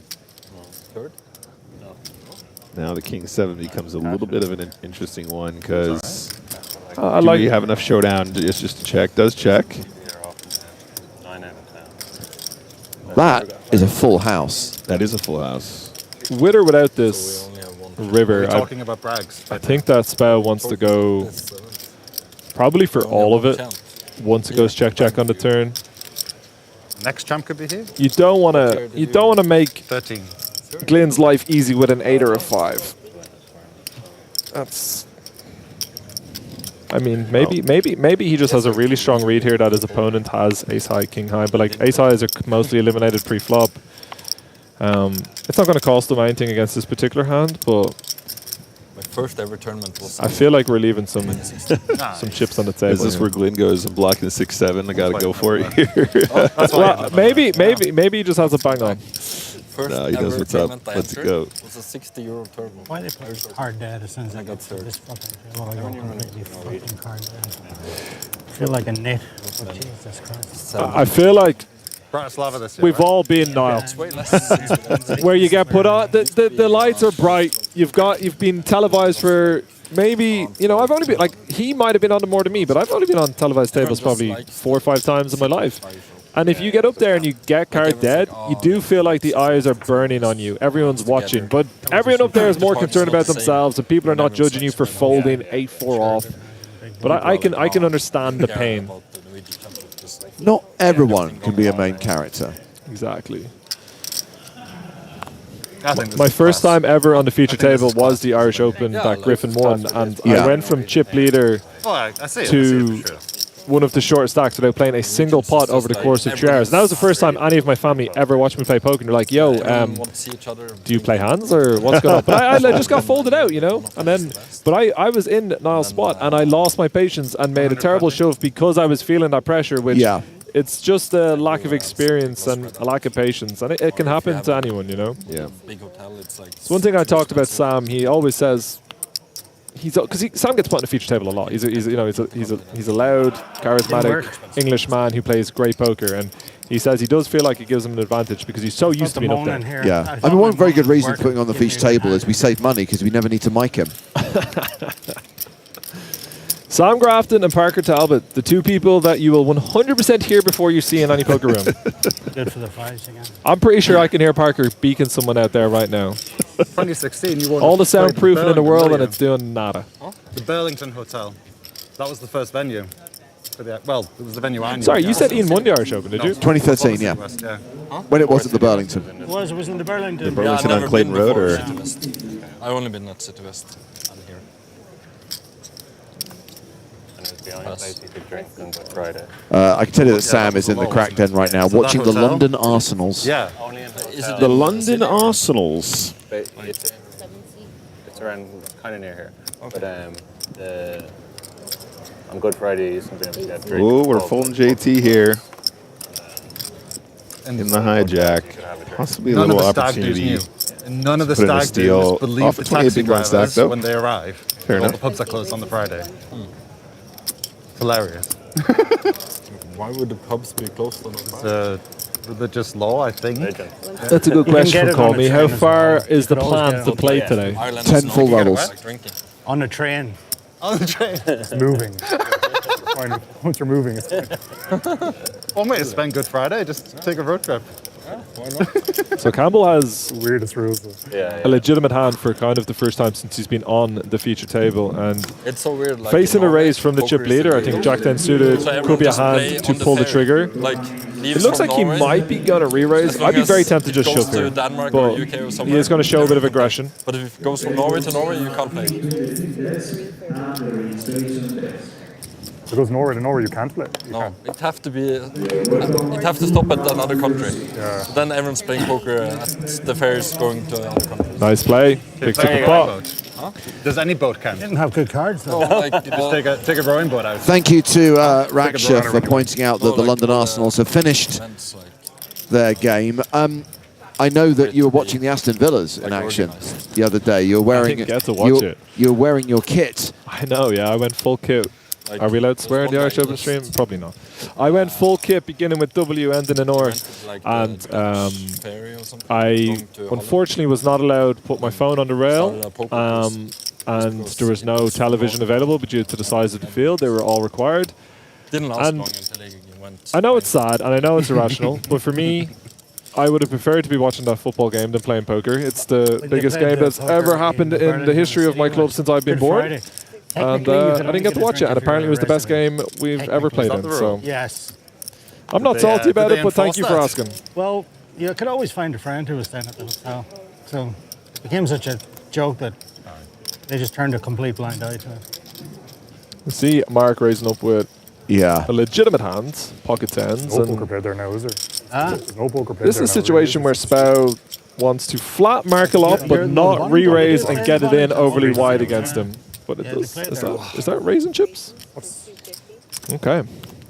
There's a lot of aggressive re-raising going on here for small sizes, which is very, very interesting. Deep Stack, Deep Stack, a couple of other festivals are in the market.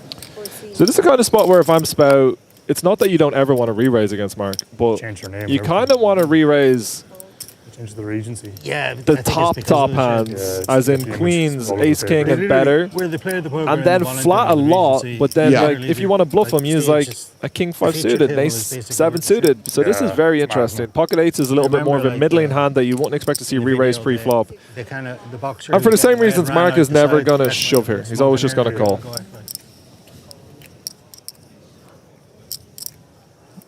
And I'll tell you one thing, this is an incredibly tricky spot immediately for Mark if chips start flying. So if we were playing chips and it was early in the tournament, you know, you call a re-raise with 10s, you've got 40 blinds, you got to be pretty happy to play for it all. You got an overpair. It's already, you know, there's already a lot of chips in there. But as we get deeper in this tournament, he will consider himself and is one of the best players. Like, he's got to be pretty careful not to overvalue this hand. So it's just pretty tricky. He wouldn't expect his opponent to have pocket 8s pre-flop. No. So it's a very tricky board immediately. So hear me out here. Calls a 200,000 on the flop. 8 of hearts on the turn. That's a naughty turn card, Wow, that James. is. Calling for blood. We play for the pain. See Mark putting a lot of thought into this. Yeah. Now, Mark would have been playing with Spow all day, and he might have seen him raise with hands like this, so it's easy for me to say he wouldn't expect it, but maybe he's seen it. But we do see the more passive, in my opinion, correct way to just call here on the flop. And now, like, Spow should check with pocket 8s and not turn him into a bluff, but I also wouldn't... Wow, that was a really quick check. Oh, my God! James. Oh my God. Well, one street too late and the wrong suit, but it still makes the hand interesting. It was an incredibly quick check on the turn. Mark might try and bet a small size here, but he might be a little bit concerned about value cutting himself against queens and jacks that snap check the turn. But he might try and avoid facing a big bet for them by betting 150, 200. Looks like he actually has gone slightly bigger. Yeah, I mean, we've got, what, just over $1 million in the middle. And that is 330,000, so roughly 1/3 pot. Do you know what? It's so sick that Spow's going to raise this river. And it's so hard for Mark to expect him to have a value hand. 9-8 suited does a 3-bet pre-flop. 8s obviously does 3-bet, but do we expect it to? Is Jack 10 going to re-raise pre-flop and then check when you've got a double gutter on such a good barreling card? It seems unlikely, and we block it. He shoved very quickly there, by the way. Like, he didn't... Oh, he only raised to 800, okay. This is awful. This is awful.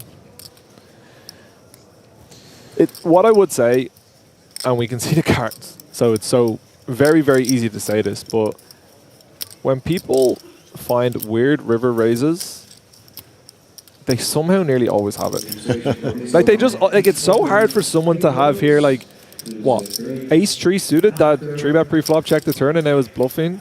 ace-10 that didn't just barrel the easiest barrel card of all time, it's really hard to find a bluff. It is definitely hard to find value too, but it's just hard to imagine what they're bluffing with. Yeah, and sometimes you might think, oh, they have a random 10 that they're trying to use that blocker property, but when you have 10s yourself, that's like, it's hard.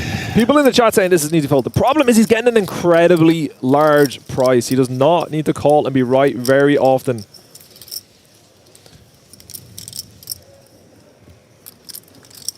I think Mark will sniff this out and make the disciplined fold. He's someone who's just got so much live experience.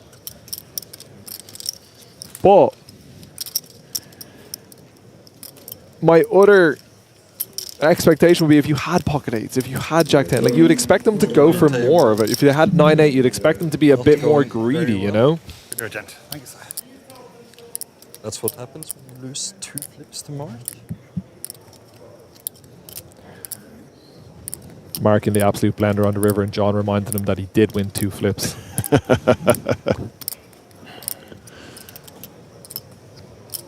Everyone should have their limit for a single poker tournament. We'll cap it at 10. You're not allowed to win more than 10 flips. If you win 10 flips and don't win a poker tournament, I don't think you deserve to win. I think in the World Series, a poker main event, you could be flipping... Nobody deserves to win it. Okay, fine. Have you heard of small ball poker?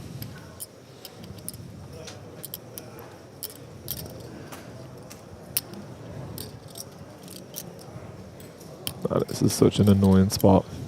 I feel his pain even though I can see the cards. I'd be tempted to call and I know he's got a set. Babylon has been drawn seat number 6. Babylon 6, 3 or more players. He looks very confident, right? Like staring him in the eye, looking at him. He's raised the river. Not a live reads guy, but man looks comfortable. Tournament teams in the mini Irish Open. We and you're on blind for the next hand. 200, 400 with a 400 big blind hand. 244 next hand in the mini Irish Open.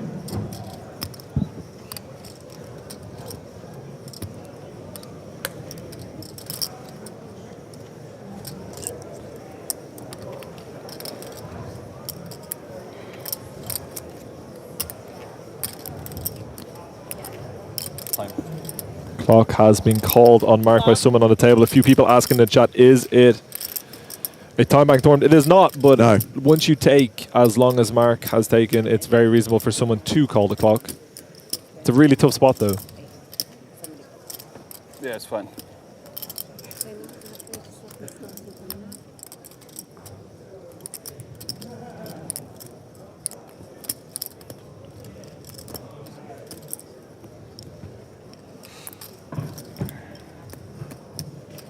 Score in the Arsenal. He's doing 10 down.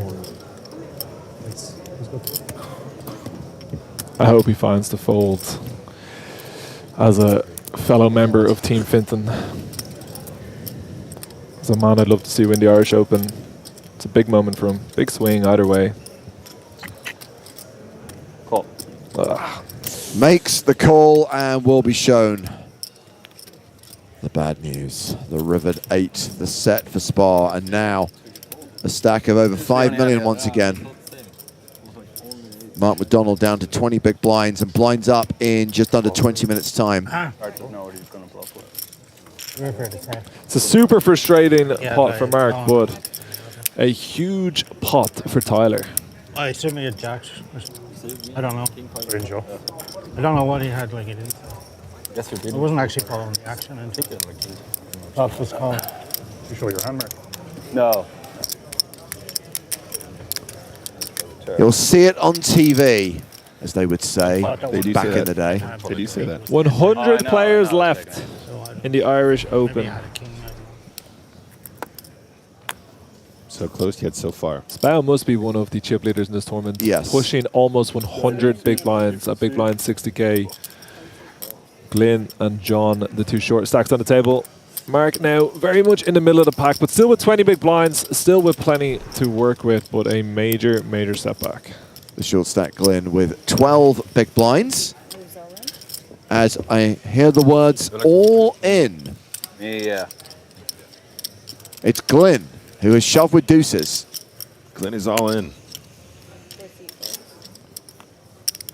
Pass. Are you ripping deuces here, Finty? At this stage of the tournament, do we just let him go sometimes? Very close. Do we ever just let him go at this point? 100 left. Bananas, do you eat today? I think that should be his catchphrase, by the way. I'm all Glenn. I'm all Glenn. I'm all Glenn. I like You it. were wondering, what else could it be? Where was your mind? What did you think it was?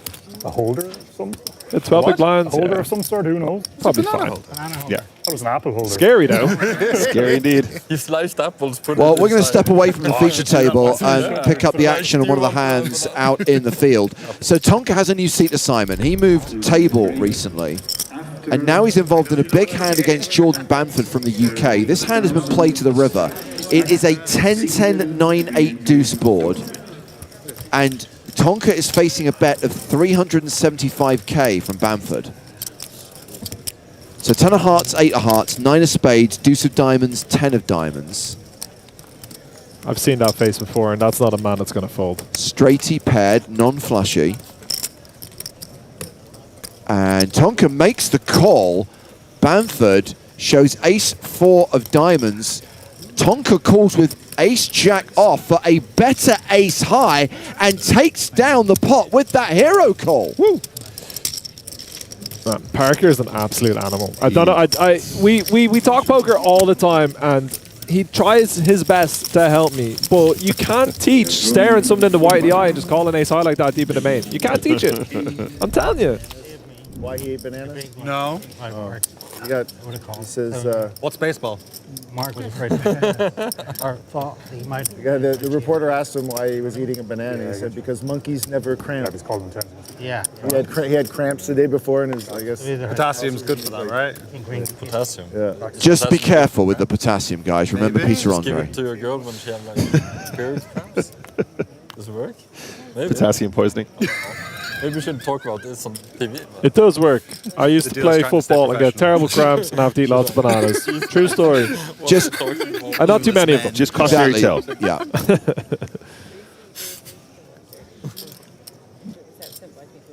One of the most radioactive fruits that you can eat. Did you know that? I did not know. It actually is radioactive. I can see a little bit of glow actually in the background there. Suggestively, is it? I think Ian Simpson is glowing in the dark. Very suggestively. Campbell has opened with King 9. John Kite is shoved with ace-4 of clubs. I have 870. How do you sniff me every time? Stop sniffing him. Respect his personal space. Oh, it's fine. So Robert Paulson Your says... bag smells like bananas if you keep a banana in it. Robert Paulson asking why Bluetooth headphones are allowed but smartwatches are not. Bluetooth headphones are not allowed at the feature table. Please tell me you haven't spotted someone with a headphone in, Robert. Stu, that's also like one of those. No headphones in Ian Simpson's ears as he munches on that potassium-filled treat. Unless he was making reference to Tonka with his headphones in. That's allowed off the table. Very well could have been that actually. Off the feature. The rules on the feature table are very different. Off the feature table are very different. I know, that's what I'm trying to clarify. But I'm assuming, because Robert is taking the role of a know-it-all, that he's right. Oh. And he's referring specifically to someone at the feature table. There's your mistake. I know what's going on. I worked it out. Robert has confused the dealer for a player. Now, yeah, the dealers, we do them a solid. The dealers, bear in mind, have to work very long shifts. It can be very grueling, and we know a lot of the chat that the players come out with is inane. So the dealers are allowed to listen to music. The only caveat is that we pick the music. Baby Shark in her ears constantly today, James. So basically, for the Irish Open, we had to go with Irish bands. So today, it's that classic Cranberries album. Everyone else is doing it. Why can't we? That is what the dealer gets to listen to today. We do see Kite's open with ace-king, flattered by ace-7 on an ace-high flop. John has stayed incredibly active even though he's been on the short stack, doing everything he can to get back in the mix, to run up the chips after losing the flip to Mark. So I would not be shocked if we see him collecting 1.03 million more chips here. It's going to be very hard for Spout to get away from top pair, to the point where he might even want to raise it on the flop and play for stacks.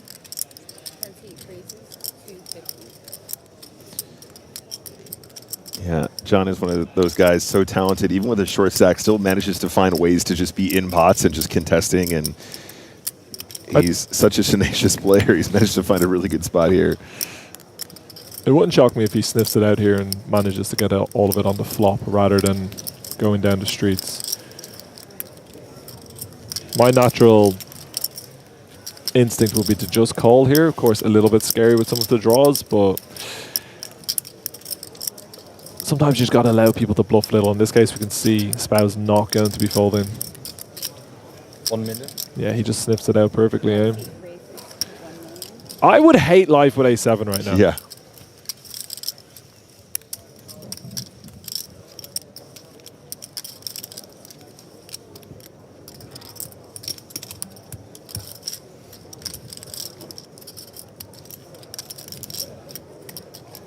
Very, I would say, impossible spot once you've decided to check raise A7 with a backdoor flush draw. Yeah. It's so tough to get away from.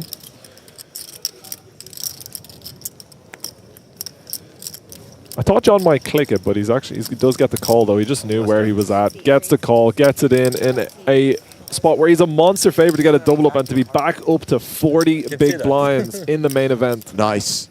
King of hearts on the turn? You're a sick man, John. Calling for the sickness.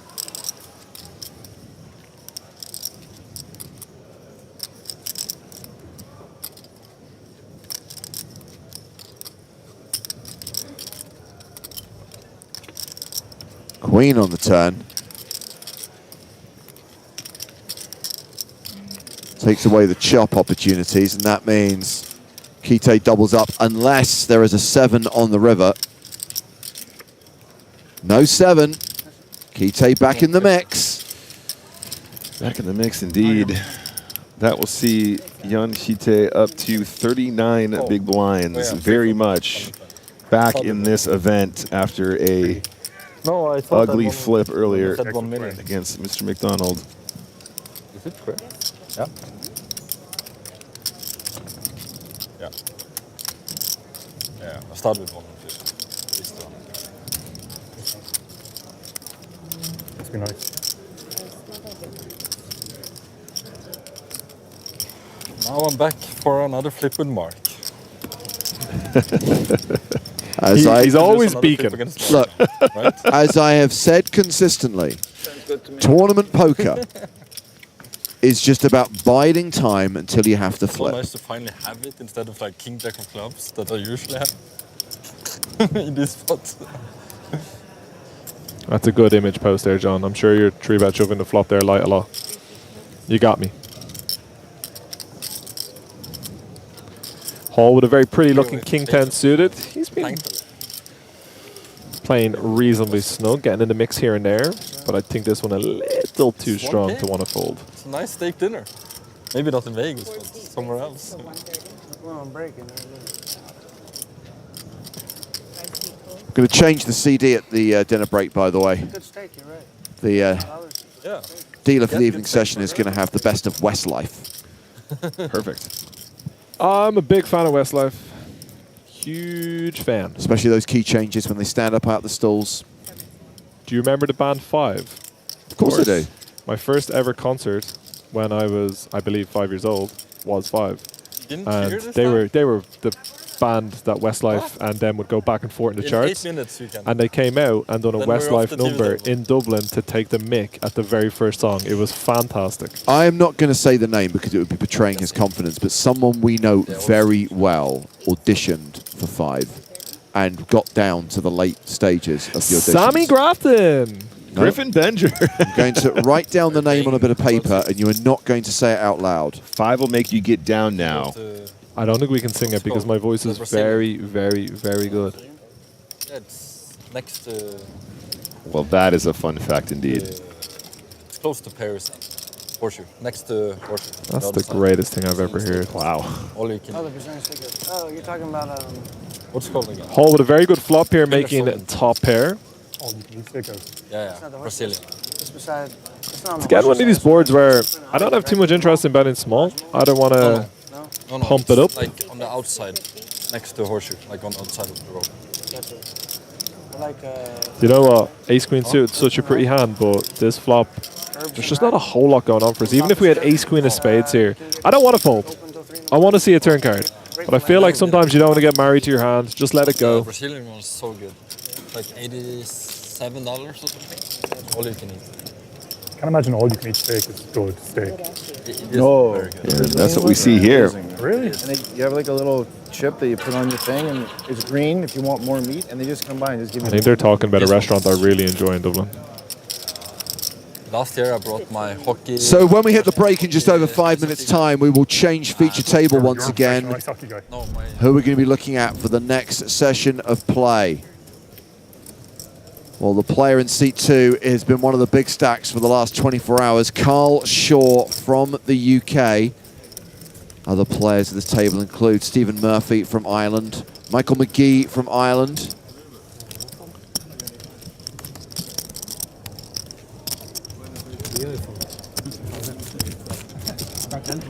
So new lineup on the main stage post the break. Did I spy Steve O'Dwyer in the background, still in the main event there, by the way? Yeah. Stephen O'Dwyer. He won it 2 years ago? 2022. 2022. That was one of the most fun final tables to ever watch. If you enjoy all-ins every single hand. And I do. We're in double digits now, by the way, down to 96 players. Is it 930 euros? 1,050? 1,020? 1,000 euros. I think it's like 1,100 right now. Farlea, 26 big blinds in the cutoff with the Ochos.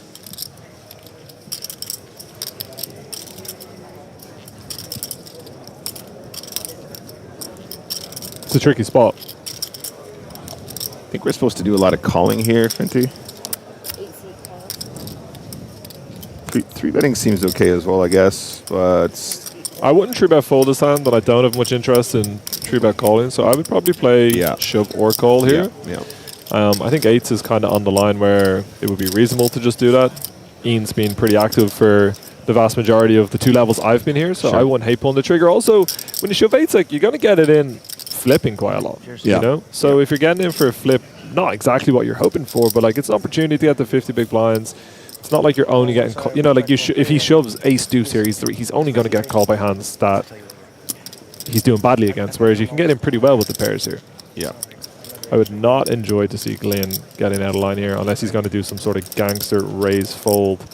Ace 4 off, just not going to do well enough against 2 players here, but he does look incredibly tempted. The cutoff calling range is just going to have too many hands that are not going to fold you if you shove here. This is kind of what I was talking about with the ace deuce, right? Yeah, it's you might be tempted, but you want to shove a little bit more just towards the top good hands in these spots when you're going to get called a lot. Like if you shove queen jack suited here, you get it in and flips against 8s, 9s, 10s, they're flatted, you know? Yeah. But shoving ace deuce off there would have just been nightmare. Not ideal. Nice flop, Ian. Just the nuts, eh?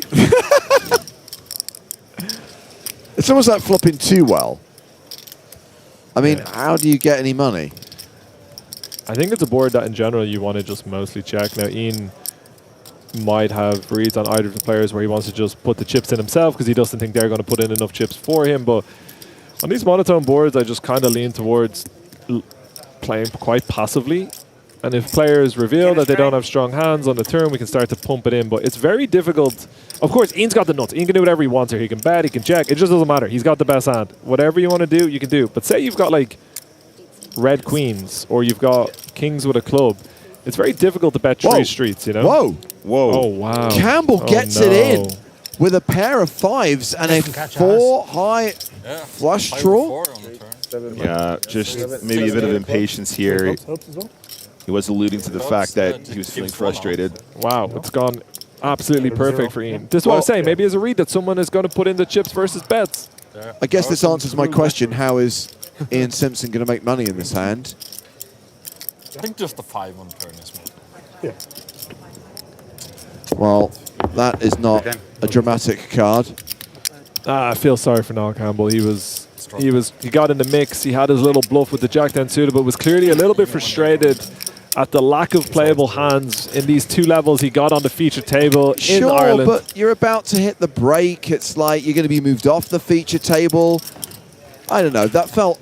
Do you remember yesterday when you picked the feature table and you sent the cameras around and you scouted it out and you're like, wow, Fintan Hand has 800,000 chips on the bubble, and then when I appeared 7 minutes later I had 240k. That was the last time before I went in the feature and I blasted them off, James. It happens to the best of us, all right? Sometimes you just got to go with your reads. You pop the nuts and see like, all in. Maybe Campbell just thought Ian was at it. He's been very active. He had a pair in the flush draw. Let's talk about that Live stack. by the sword, die by the sword. That's right. Ian Simpson, 73 big blinds. Yeah. 4.4 mil.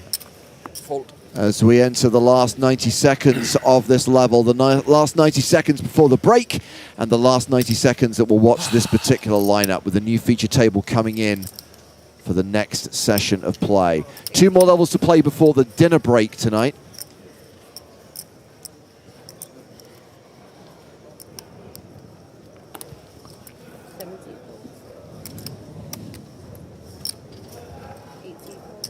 We're going to be doing some yapping with Lappin after the break. I'm sorry for your loss. David Lappin taking a seat Yeah, but she's already flown in the home. booth. They came for a week. My little girl too. So here's my a free apartment's hand. really quiet without them. Yeah. Same here. Start The girl raising. was here until Friday. Yeah. Then Spalding, no! Same. My wife's the same. Glenn all in from the button with ace queen.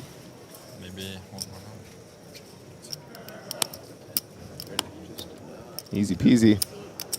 And assuming we get a quick fold from Spall, we are going to get one more hand in. 20 more Players seconds. already leaving the table, but there's still like 15 seconds on the clock. Is it not 30 seconds is the rule? Is it? That's interesting. I didn't know. Like that was a question I legitimately don't know. So there are the rules that we have at PokerStars live events, and then there are the rules they have at the Irish Open. Okay. Some are the same, some are similar, some are wildly different. Yeah, I mean, you've got the Last Aggressor shows, right? Correct. Very, very You different got to what we're first used card on off the EBT. deck. Yeah. I don't like the first card off the deck one. You mean for the burn card? Then we can go back to our... No, I'm saying that if you're not in your seat when the first card comes sorry. off the deck, your hand is dead. I don't think they use a card that's exposed as the burn card either, which... But everyone does that. Oh, maybe they do. Maybe I'm wrong. Apologies. No, you might not be. I'm just saying.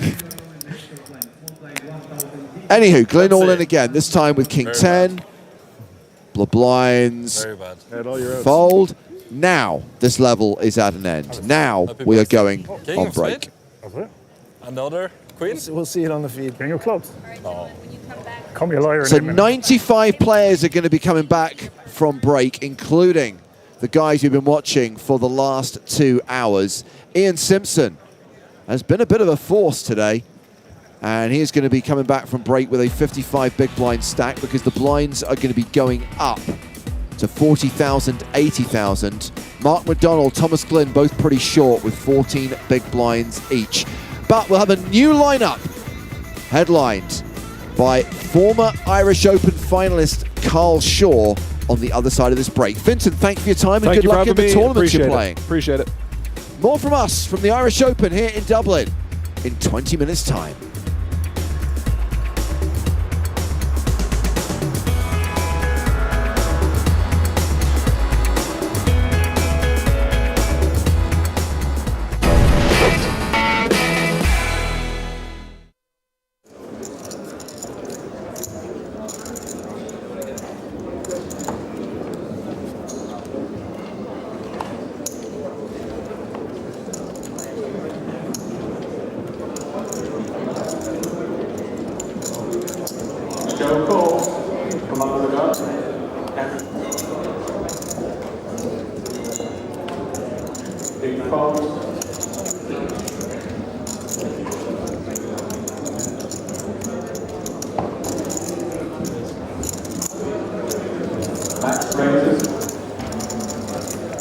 down to 6 players.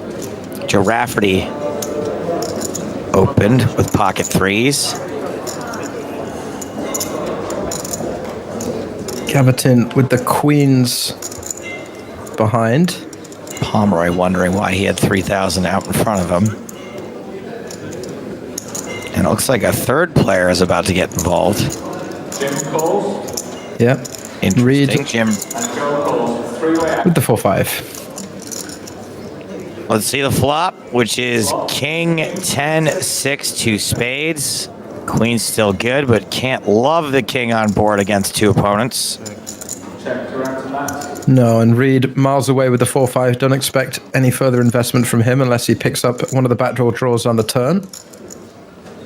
Seductively, as you mentioned, Joe, is the ace of diamonds. More bad news for Gavitin's queens, although he is still miles out in front. Nobody really wants to do anything on this board. River, 6 of clubs.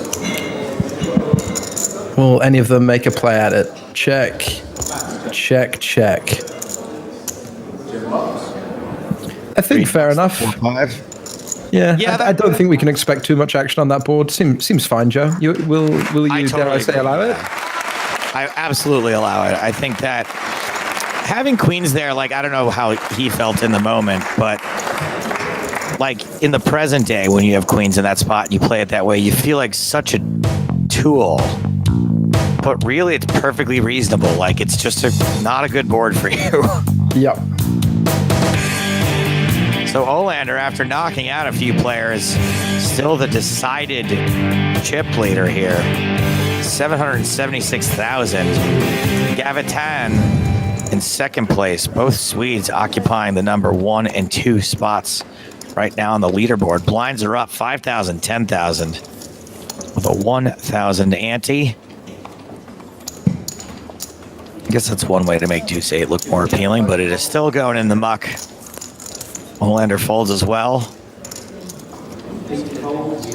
Haslam folds.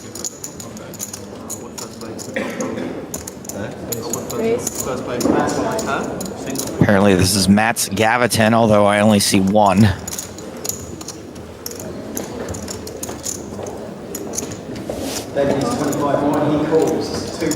Pomeroy gonna call the raise from Gavitin with King 10. And that flop is 10 high, 4 tray of spades to go with it. So Gavitin has a pair as well. Yep, a little bit for both players here. And we do see a little more reluctance to fold with some of these more marginal hands in the 2005 era. We'll see how this one develops. Bet from Pomeroy. Re-raise by David. Excuse me. A bet from Gavitin and a raise from Pomeroy with the King 10. All in. Wow. He needs to see where he's at for all of his chips with second pair, apparently. And the King 10. The King 10 folds. People had no idea for a while that they were playing Russian roulette with this style. Like, they just thought that they were incredible moves being made. Yeah, I mean, listen, I don't mean to laugh, but it is very funny. King 10, so the flop is 10-4-3. The 10 bets, sorry, the 4 bets, the 10 raises, the 4 shoves, the 10 folds. Yeah, that happened. And that is the danger. You know, a lot of these players are, it is that mindset of, I'm going to raise, see where I'm at, and then they shove, they're like, okay, well, I'm beat. But you're not going to be beat.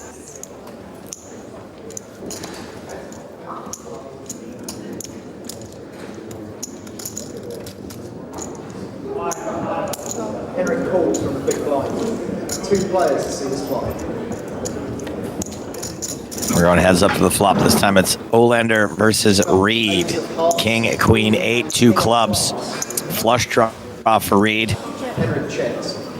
Ace high, the best hand, but the statistical underdog. 50,000. Jim bets 50,000. Jimmy Reed. I'm all in. And Henrik announces. Hollander is all in with the ace-7 high, no connection to the board. Reed snapping off with the 10 high draw. I guess he is fairly short in chips at this point, has the flush draw. When you get snapped off here, how happy are you? He's in so much better shape than he should be. This is one of those where if the ace-7 holds, it's just sickening. Oh, turns an ace. He's looking good for it, is Hollander. Yeah, Reed's going to have to hit the club now. Jack, sorry, or a jack behind the straight. It's a 6 of hearts, and we do. I like how he corrected Howard's outs he called out, as if one of the cards came that they wouldn't award him the pot. Jim Reed eliminated in 6th place, 49,600 euros, 5-handed. So Hollander extends his chip lead with that audacious play. A7 on King Queen 8, commits his chips. Or rather, committed enough to eliminate Reed. And we're still seeing a kind of disregard for payout considerations. We're still seeing like a disregard for any kind of pot control or trying to manage size of pots. There seems to be a lot of quick action with any sort of equity. We've seen the best hand raise folded versus the worst hand. I think of all the final tables we've seen, actually, this one is probably most deviant in terms of its distance from 2020 strategy. I think calling it a disregard is a little bit off, because like I don't disregard ghosts, Ben. I just don't know they exist. Right, that stuff wasn't there to regard in the first instance. It's not that they're ignoring ICM, it's that no one understands it or appreciates it at this point. It literally, quite literally doesn't exist yet. Yes.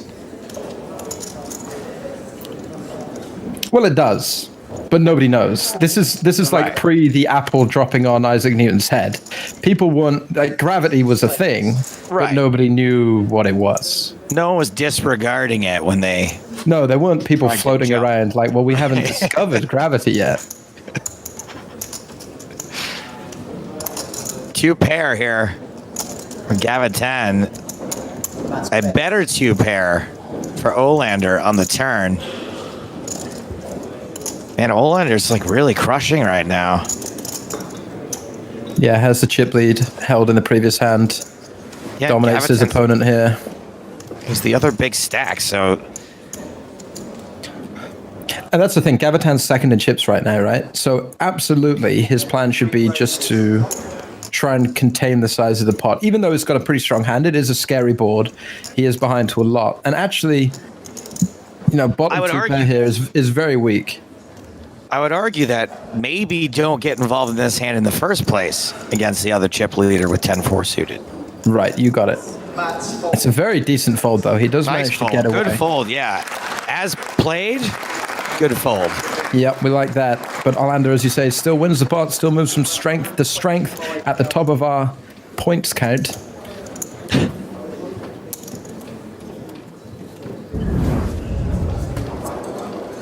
Sometime later, blinds now 7,500, 15,000 with a 1,500 ante. Action on Matt's. Matt's folds.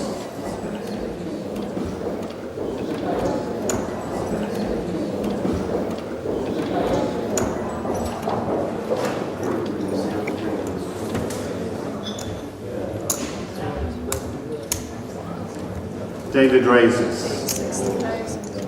60,000. Pomeroy makes it 60K with ace-9 off. Pocket pair for Rafferty. 2 6s.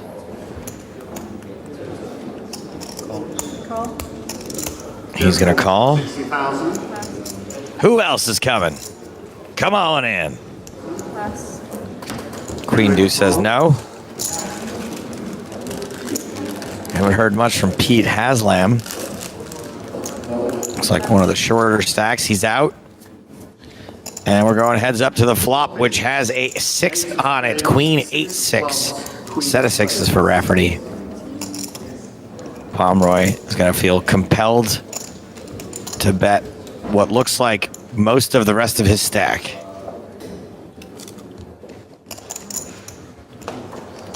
Those 2 stacks of yellow are worth 20K each.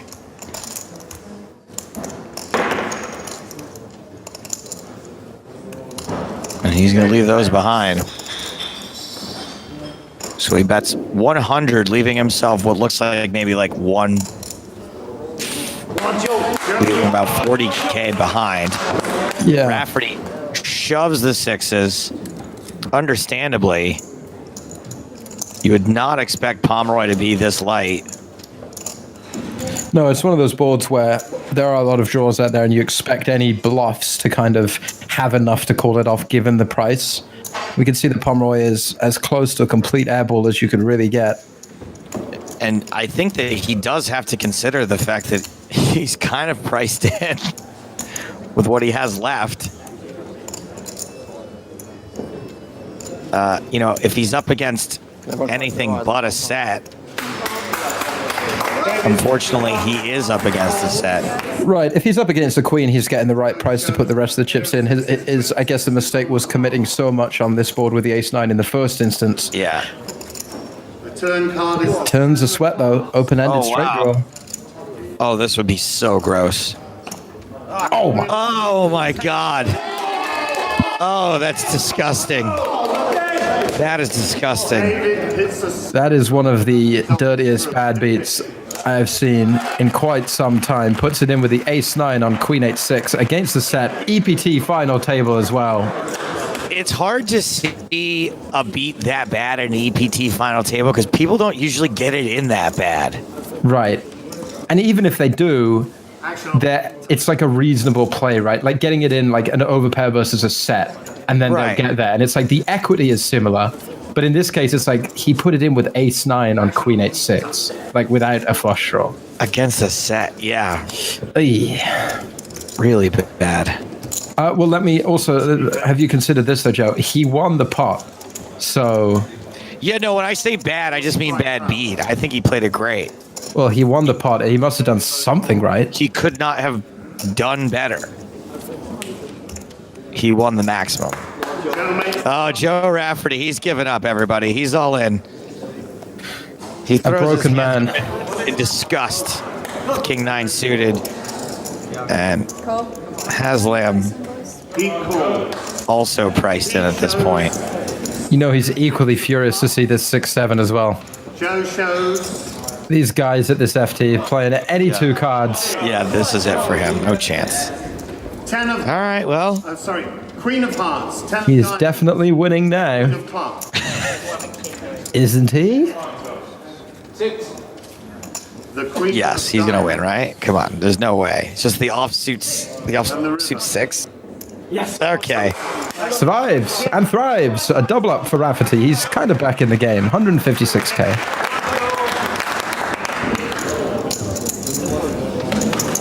It's okay still to be mad about that last hand, though, I think. Oh, absolutely. I think would be. A good calendar year is a reasonable amount of time to stay mad about that one. I mean, obviously, Spraggy and I are fine with being angry. We will routinely just text one word to each other, either the word raging or the word fuming. Chip leader. David is second chip leader. Then I would say Max. And then Peter and Joe, pretty much the same. Pretty much the same is the official count from our tournament announcer. Yeah, both players are, they're there or thereabouts. Joe fold.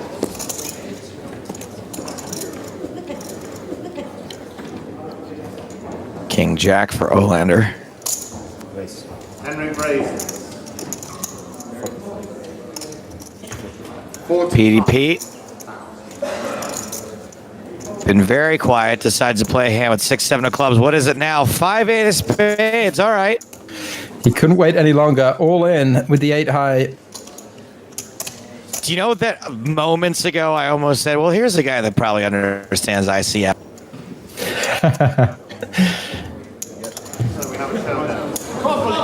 It was an aggressive shove. It is going to get looked up. Orlando with the king and the jack. Hallam at risk with the 5 and the 8 of spades. He shows 8-5. Okay, and this is actually what is commonly referred to as ICM suicide. 7 of Has the double gut shot. Draw. Jack Yeah. spades. Backdoor spades. Turn is a deuce. Of hearts. The river is Gonna have to hit that double gutter. And doesn't. Whiffs. So yeah, Haslam, who probably should have waited out Joe Rafferty, eliminated in 5th place for 59,500.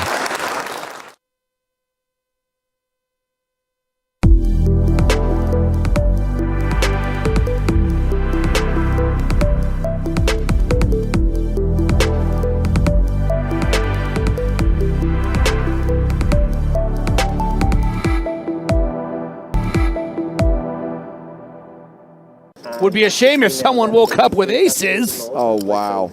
Am I doing it back to back? How, the befuddlement, how much is that? Silver pass run good. Can I get a count? Well, look, Russ was at the end of that, and then you got a sponsor on that one, so we're sort of more involved for that. Yeah. And then we're into May, and then I don't know actually. I don't. Yeah, the possibility. I don't want to say it because. I don't want to jinx it, but there might be a cool opportunity in May that I get to do something that I don't. Definitely sounds like a beautiful place. All right, Antonio. Yeah, of course. I got to be honest, pal. But, and then sorry, it's not like the guy's gonna fold Barcelona, and I think I will do that. Ace queen in the big I love blind. Barcelona. It's one of my favorite cities. Do it right away. Here we go. Double bar, I know what's going on. Puts at risk again. I know you're going to do that with a good hand as well. I know that. And a 4-1 dog. Balance your tanking, for sure. I have 8 farm times. You did it in the big blind. You wouldn't have even called if I called it. I'm not calling a shove at all. Queen 6. Yeah, aces with 5 bigs, 10s with 5 bigs. Hearts are a factor. Heart on the turn gives us a sweat. Feels like a tennis. You've got to call it now, man. Heart factor. No heart, so only a 10 on the river saves Andreas puts. Okay, you don't ask, you don't get, right?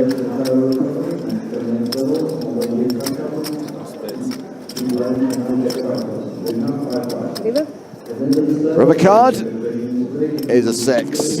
Aces hold and Andreas puts is KO'd. Aces. That's how they. 78th place finisher, 5,460 euros.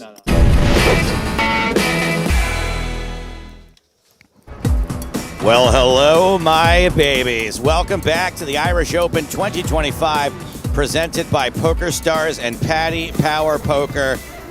We're about halfway through day 3, live from the Royal Dublin Society, and you guessed it, Dublin. Joe Stapleton and David Lappin on the comms. Delighted to be here, Joe. New feature table, for me at least, but I think it's new for you too. Chip leader, Carl Shaw. Yeah, Carl's putting together a serious resume the last few years. Kind of came out of nowhere a couple of years ago and just goes so deep in so many tournaments, and I believe plays an awful lot of cash as well, so constantly in the arena. And he's a dude. He's a fella. He's got a little personality to him. Sure does. Reminder of what we're playing for. I don't know. I'll be really shocked if we make it to 10th place today. I don't think we're going to even get that far. The current payout, 7,200 euros. Yeah, I don't know what the objective is. Obviously, the TDs and all the staff will have a sense of how far they want to get us. My hunch is we might get down to 20. Something around that would give us quite a full day tomorrow still, but probably more or less even out what's left in this tournament across the 2 days. Considering we often play from 6 to a winner on the final day, playing from 20 to a winner will be significantly longer, even with the shorter levels that we play here at the Irish Open. When I say shorter levels, by the way, they're still an hour long. We've got an ace tray situation. 450. And comes as no surprise here. Shaw happy to drop the hammer with this lovely suited ace-3. And going to be tough now for Smith.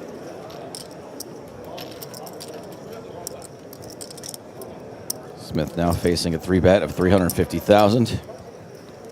Looks like he's giving it some consideration. This is the table presence of Shaw here. He's probably been 3-betting pretty relentlessly. He's probably been putting these guys to task. It's a small sizing, and I think it's going to tempt Smith in here. Would prefer to see him use a hand like ace-3 suited himself as a 4-bet bluff, but... Yeah, I think that Shaw's going to end up winning a lot of these pots post-flop when the flush draw doesn't materialize, but it does in this particular case. Yeah, great news for Smith here. This is the sort of board he was hoping to hit, really, because it's always tricky. You don't know if your ace is going to be good. You certainly don't know if your 3 is good. But when you do flop a very clean nut flush draw like this, you know your equity is robust. And by the way, you'd notice the size of that 450 3-bet pre-flop was a little small. We actually had that wrong. It was 450. Okay, that makes a lot more sense. And this bet is also for 450. Yeah, pretty reasonable to just send it in here now in Smith's shoes. Yep. He's got 1.88 back. Doesn't really want to call here, misses draw, and then have to, call it off on the turn, possibly not getting the right price. So indeed, in it goes. Very nicely played by Smith in the end. Did get exactly the kind of flop he needed. I agree with you, Joe. I think in so many worlds, Shaw was going to take that one down just by outmaneuvering his opponent. But, nice flop for Smith. Gets him out of dodge. Flopping a hand with a lot of equity there is kind of like owning a shotgun. You don't always have to shoot it. Sometimes you just got to rack it, right? Sometimes just the noise is enough to scare somebody off. Sorry, I'm from America, where people have shotguns. Yeah, I'm from Malta, where we don't even lock our doors. So where are you going to go? Speaking of Malta, Matthew Mikulaf in the 1 seat here. The maybe only Maltese player in the tournament, making a deep run here. I had the pleasure of having dinner with Matthew 2 nights ago in the Hawksmoor in Dublin. Beautiful restaurant. We were taken to dinner by Mike Hunsucker, and he treated us to a very nice surf and turf fancy meal. And, well, geez, I hope he put Matthew in good stead here. I hope he got at least a kiss out of that. Hope he got a percent. Surf and turf. This is serious take-you-home moves. And as we speak of Michael F., he's actually going to fold this hand. And we're going to let Carl Shaw once again take the wheel. Kind of a Fast and Furious reference. Nice. And we've got pocket 8s for Murph. Yep. If I went in that room and I yelled Stephen Murphy, how many people's heads would turn? Definitely 2 of the first name, last name combos. Thomas Murphy may be the only more... higher, yeah. The only one that would be bigger.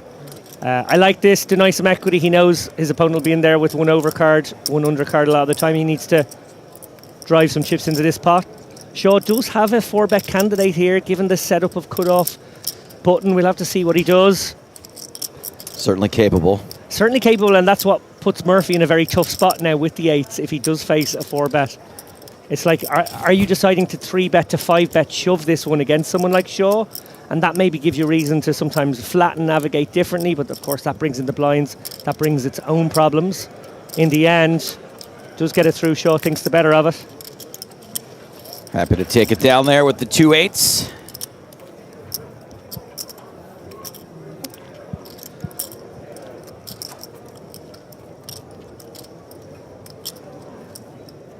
I couldn't help but, I don't do this very often, but the last few hands of last night were so bananas that I was talking about them all morning. Mr. White, is he still with us? Mr. White is no longer in the tournament, no. Breaking Bad was that Mr. White. I just realized something that I can't say.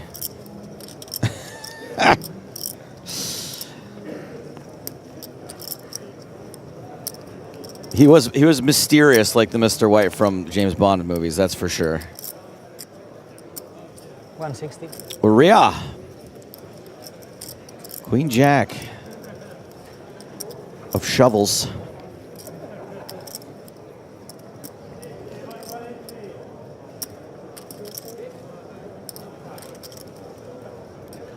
And Gets through to Dudikoff on the button, who's going to fold. Small blind. Your turn. Cool. Buy. A card or sold him. As well, yeah, 6 card. It's all listening with 6 card, yeah. 6 card. You play it a lot. Yeah. The 5. This is about as deep a conversation as two men can have. Go to 6 then. That's why I think poker is so popular. Yeah. It's a way for men to spend time together that doesn't feel emasculating to them. Okay. Playing like 4 cards, this game's fucking Like you mad. don't really And speak. 5 cards, I can't go back to 4 cards. And But 6 you can can't go smell back to each 5 other. cards. You're near each other. You're hanging Yeah. around with other guys. They're your best friends, but you know nothing about them. It's basically holding. Yeah, exactly. It's true. Boring. It takes all the. Someone had said that to me a year ago. I was like, wow, but it is true. You think we crave that? I think some people do. I think that some people want that connection but don't know how to do it in any other way. Of course, people love the competition, money, whatever. I'm not discounting those things, but I think it's just sort of, why live poker is booming. I think it's that people are kind of lonely. Yeah, I think it does provide an outlet for an awful lot of people. Certainly a lot of introverted people as well to get out in an environment where they can keep to themselves. And, that exists a little bit online, but obviously online devolves 100%. pretty quickly, far more quickly than it does at the poker table, right? People just don't treat each other that way as much. Yeah. So we've got button versus big blind. Yeah. Yeah, it's always going to go like. Looks like a limp in. No, just a complete here from Smith. Yeah, okay. Karim the eraser. Disgusting, like. 10-5 deuce. Both players pair their 5.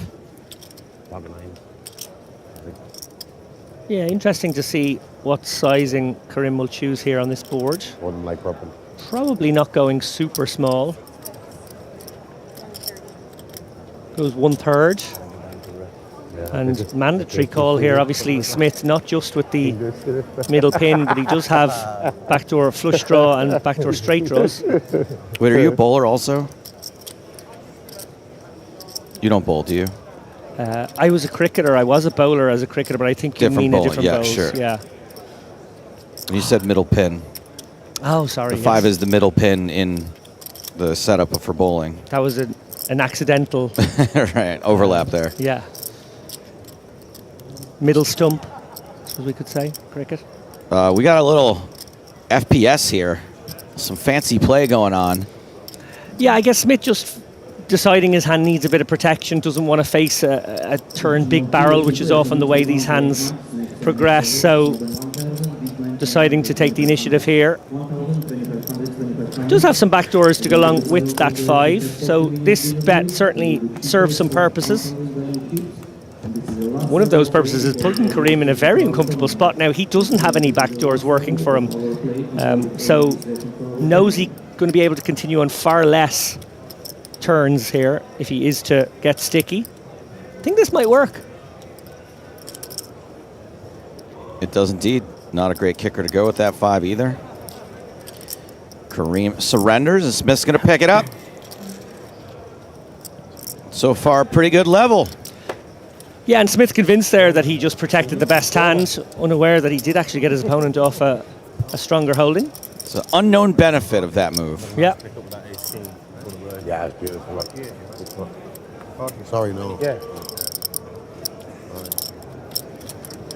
I have to say, I've been tuning into the coverage all morning, and if people are joining us late and breaks come about, I do recommend going back and checking out some of the early action. That table with Ian Simpson was fantastic in the last frame. A lot of good players at that table, certainly. Tonka this morning.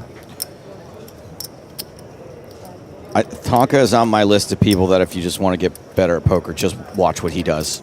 Just do what he does. Yeah, he's a phenomenal poker player. And And I assume he'll be streaming some of your upcoming scoop. That's a great question. I have not heard it directly from him. I think he told me it at the table. Okay. Actually, I'm not certain he's speaking to me yet, but he definitely told somebody else at the table while I was sitting there. Uh-oh, what's the beef? Oh, no, this is the Legacy Crystal Met Santa fun. Oh, games right, from, of course. From a year and a half ago. I'm sure it's fine. I'm sure it's fine. Nah, I didn't play that. I think he also admitted that it was a pretty good burn.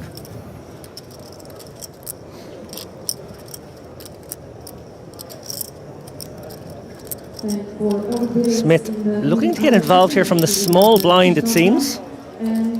Gonna just make the call. It looks like he's got, despite the American flag, maybe some Irish heritage. Yeah, if I had to guess what nationality he was, I would have said Irish. Yeah. It's an ugly one here for Uria. The Queen 5 suited, certainly coming in to play. I think the Queen 5 off, not qualifying. Nope, so it's going to be Smith and Karam headed to this flop, which is Queen 9-4, all spades.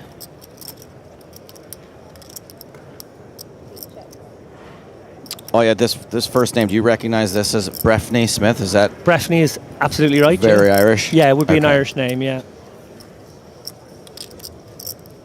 I mean, he's also wearing what looks to be some sort of police swag, and an Irish cop from New York certainly checks out, doesn't it? Sure does. Interesting here now from Karim is deciding to bet this monotone Queen 9-4. Smith nowhere to go here. Can't really hang on. And your set's another spade, even if you were crazy enough to try to turn your set. Exactly. Although we saw him deploy that protection bet last time round. If he does think his hand was good pre, you kind of give the game away now with this chat. I think we know he's folding. When that body language drops like that, it's sort of becoming a hand This is what I'm funeral talking now. about. This is the part where it's like, it's just hanging out with your friends. Yeah. Little hand funeral, just Yeah. to, share a moment. Ace. You had ace? I had ace. Maybe. No, I didn't. No. Queen? Let's do 140.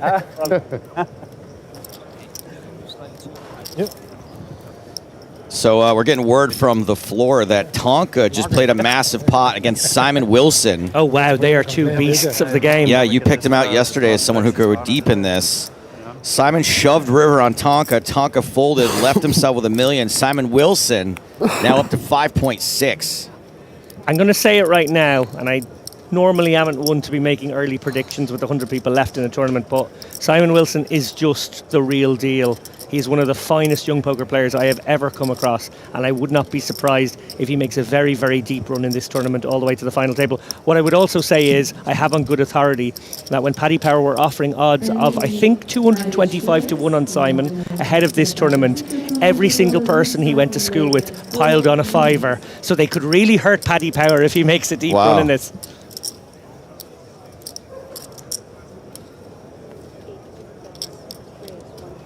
Smith once again finding himself with a playable hand. Ace-4 on the button. Urea with Queen 10. With this dynamic button versus small blind. Could get a little silly here. Yeah, Patrick's sort of pointing out that 225 to 1 in a field of 4,500 is still pretty short odds. Yeah, not the most generous prices. No, certainly not. But if you want to really punish the bookie, if everyone piles on the one really good young kid and he goes deep, it gets kind of interesting. Oh, Mikkelef engages. With a dominating ace. And it's going to be a good price for Smith here. Going to have to do his maths. Sorry, David, but he's American, so I'm pretty sure he's just going to size him up and decide whether or not he's got it. Crucial in this situation here is for Smith to wonder how often it could be a hand like Ace-3 or Ace-5, which will chop an awful lot with him. How often it's going to be a King-Jack suited or King-Queen, where he does actually have a small edge. They're key hands to figure out if they're in the range, whether you can make this call or not. Smith does make the call. Domination situation. Mikkelef in a big, big spot to double up.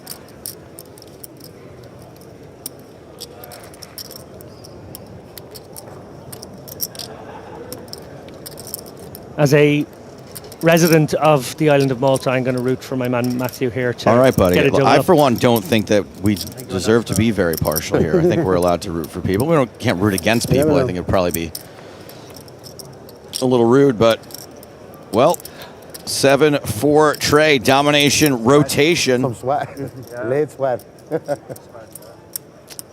Smith appearing to be relatively unstoppable. 8 on the turn provides no additional outs for Mikolev, who's going to need to hit a 9 to survive. Can we see the miracle 9 on the river? Unfortunately not. Smith sucks out. Mikolev plain out. Tremendous run from Matthew. He busts in 83rd place in this year's Irish Open. A very, very talented player who grinds a lot of the cash games in Malta, plays the series when they come around. Of course, you guys are having a series in Malta in October of this year. I'm really looking forward to it. It's going to happen over my birthday, so I think I'm going to stay a couple extra days and actually be a tourist in Malta for once. Oh, well, let me mark your card when you're there. I can recommend lots of nice Oh, things awesome. to do. Thank you. Okay. Just mostly where the hen doos hang out would be fine.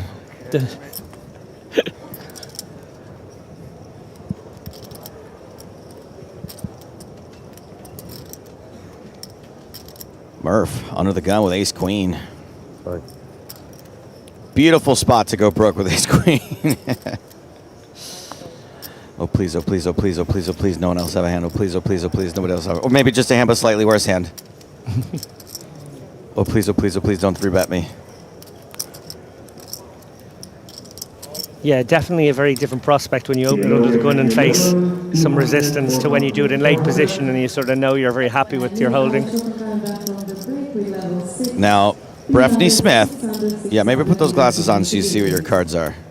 And then we can move on with this hand.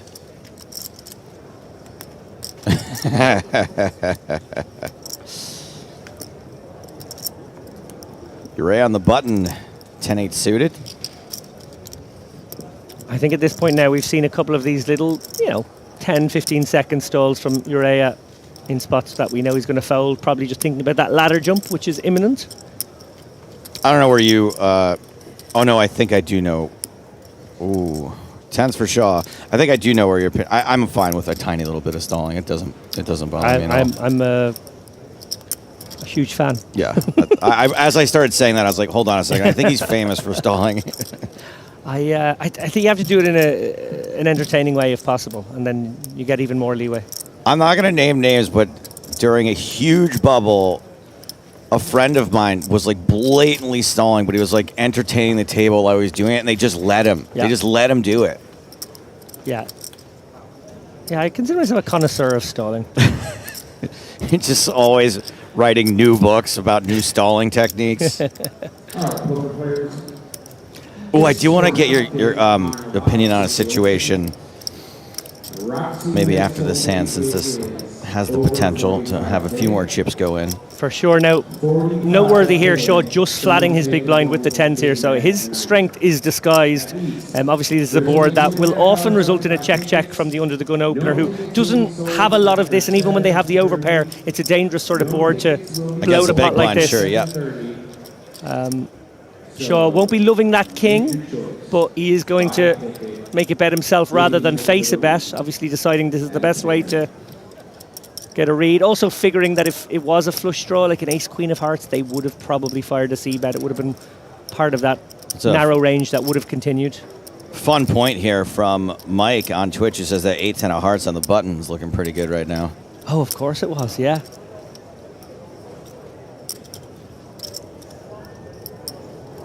Nowhere to go for Murphy here. This board is just Murphy so does ugly. let it go. And credit to Shaw there for firing out that little probe. So I only played one event.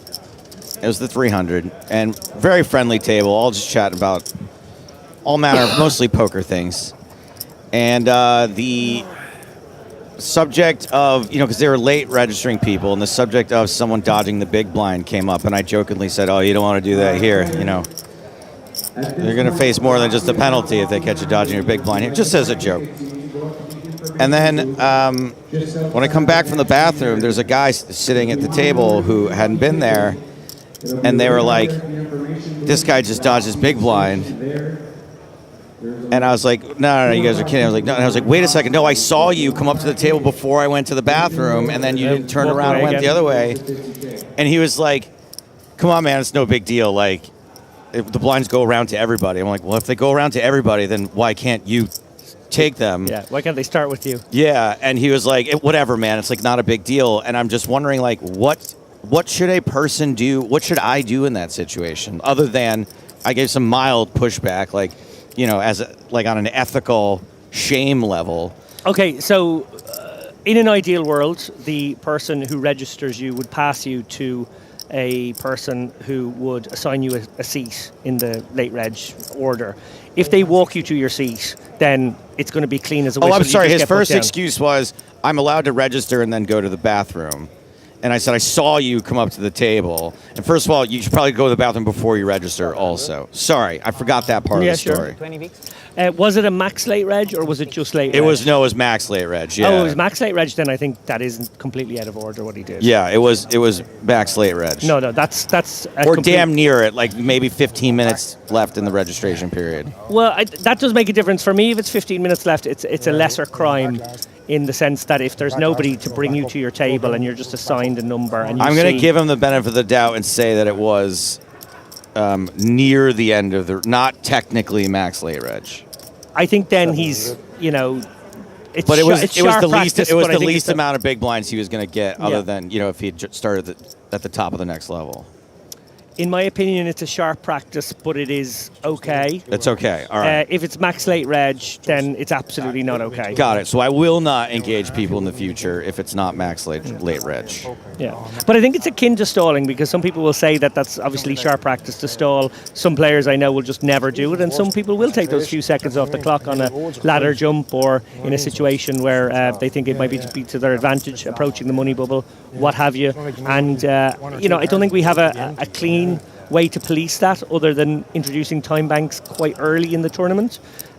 So until we figure that one out, I think we are left with a sort of an honour system, which some people will push to its furthest extent. Yeah, I must text one of my mates. He might have it, like. Ricky, right? Yeah, Ricky. Yeah. Get him to. One false step on Twitch says, if reg is still open, it's within his right to take his seat after the blind passes. Yes, I think that is true. Okay. He's still skinny. He's still skinny. But again, in an ideal world, Yeah. if the event could spare the staff, and this is like, you know, not necessarily something that anyone can do, because, you know, to assign a person for just this job is, in theory, a person who doesn't need to be doing this job if the players could do it for themselves. But if they could just bring the person straight to the table, then there would be a kind of a clean look at the draw where you found yourself.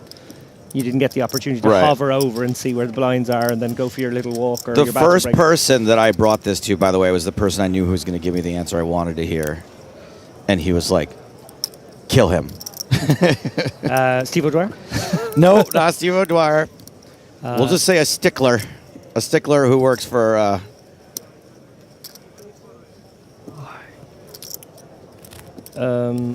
interesting. Who's the purest person you know? The Kenny? person? I'd say even loves it even more than Kenny, but doesn't play as much as Kenny. It was Strag. It was Strag. It was Strag. Yeah, I actually yeah. was thinking of Strag. It was Strag. I had a lovely chat with Strag in the bar the other night. He did some fantastic karaoke, it must be said, and then joined us for a few pints. I in believe the back tent. that he could be soulful. He was very good. Yeah. He was very, very good. I was horrible. I signed up as soon as I arrived, and then was told I was like number 47 on the list, and then got really drunk, danced an awful lot, and while I was in a very bad state, at the very end of the night, they called me up to the stage, and I don't even really remember it very well. That same thing happens with me in stand-up. Like if I'm real late in the lineup and I'm feeling a little nervous, by the time I go on stage, I'm pretty You're pretty pissed. wasted. Yeah. Also, super unhelpful was I got up to do it, and the screen went black, and I didn't have the bouncing ball, and it wasn't a song I knew all the That'll words. freak you out, yeah. That'll throw you off your game. That's the whole point, is that the words are there.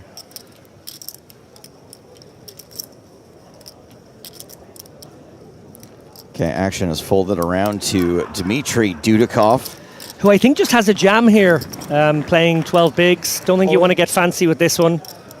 Maybe just a little timing. Or maybe you hold that chip back if we are on the jump. I'm just checking now, is 80, it would be 79 if it is. That is a bit far away. I don't think you're waiting for that. And in fact, it's not till 71 that the next one appears. So actually, forget about that. They don't really have to consider those ladders for a while at least. Go back to our previous conversation. Robert says if you're worried about the blinds, late reg is being allowed too far in the tournament. Certainly a topic that's been up for debate. Yeah, I wrote quite a long piece on this about 6 months ago, where my argument is essentially that when you look at the bell curve of the most difficult stacks to play, obviously the deeper you are, the bigger advantage you have as a good player. But actually then around the 25 to 30 big blind stack, and you can, this is kind of intuitive if you like, you open, you're very 3-bettable. We all feel that. We all feel that, like, if you ask what perception is, what's the hardest stack to play, it would be that. Yeah, they're the awkward stack. So my argument was that you should force players who max late reg to play that stack as a sort of offset against the ICM bump they've received. It is a little too easy to play 12 big blinds, isn't it? Indeed. Smith's open jacks and is in another spot. Yeah, Yuria is in big trouble here. To own an opponent. But Dudikov is asking for a count because he's got aces. Wow. Sorry. Smith in a spot to get doubled through. To win the smallest side pot ever. Yeah, Smith can't get away for this amount. I don't think even against two players. I love asking for the count here. Yeah, got to take your time over this one. Do your best. I've got 9s sort of job. What to do? Ace queen. Yeah, this is sure. tough. Raising a re-raise. All in.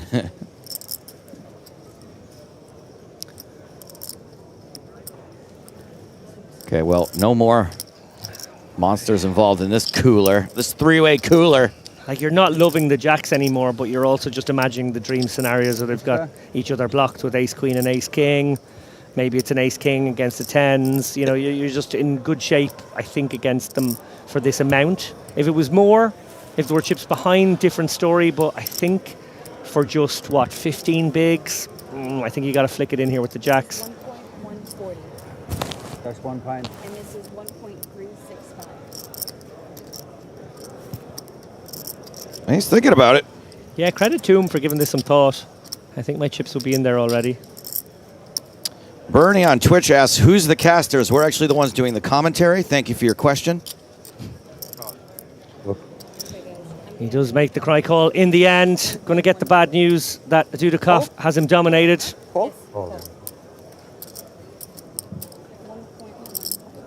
And we do have 2 players at risk.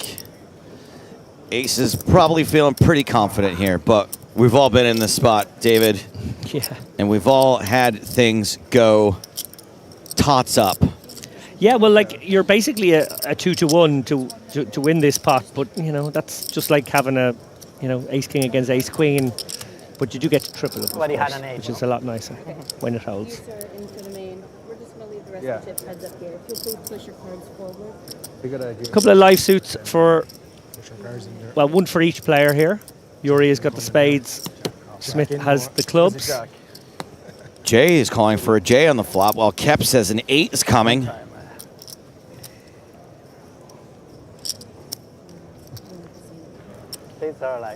Mike says, I have a feeling they're getting cracked. I take first. Big pot here, 3.62 million. Dudikov in amazing shape for a triple up. And let's see this flop. Queen 6 tray. Pretty safe for aces.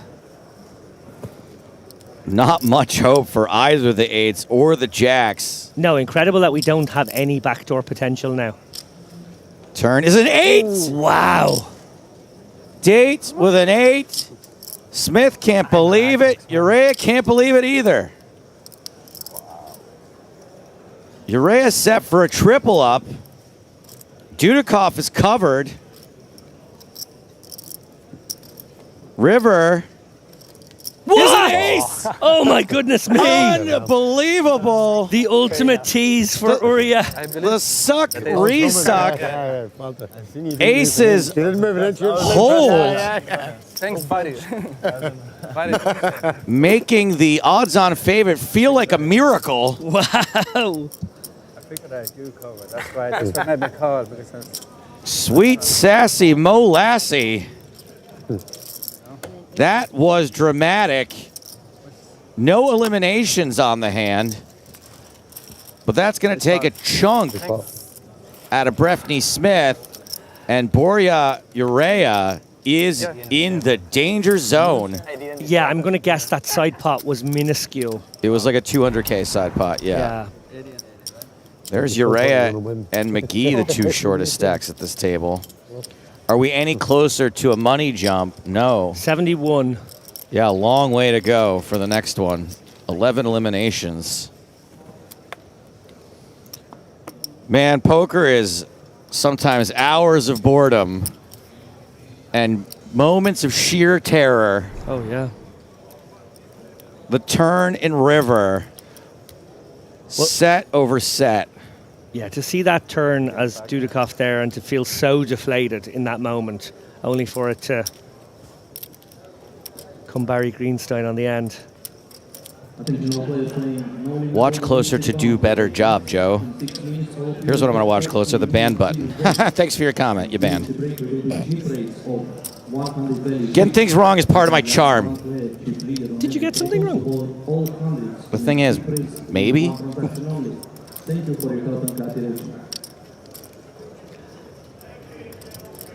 Urea. 450K we see he has in his stack, so I guess he did pick up a little bit more.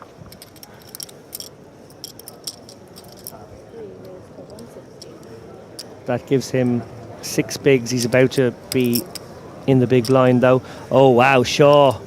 Oh, man. Nobody will suspect it. Nobody. Yeah, when you have a player as loose and aggressive as Shaw, it's almost unfair when they pick up a real hand. Kind of feels like it should be illegal. Definitely. And I don't think McGee will get himself into trouble at this stack depth. 9 bigs versus Shaw's +1 range. Might be considering calling to try and just flop some equity, go with the hand. We saw a very speculative John Kuta earlier today flat the 10-9 offsuit in a very similar situation. Have to say that got my head scratching when I watched that one earlier, and was sorry to see Thomas Glynn be his victim then when he was holding the jacks, but that's what makes the game interesting. Sure does. So Smith going toe-to-toe with aces, 2 hands in a row. Good start. Flops a pair and a club and a straight card. Yeah, this one's going to develop.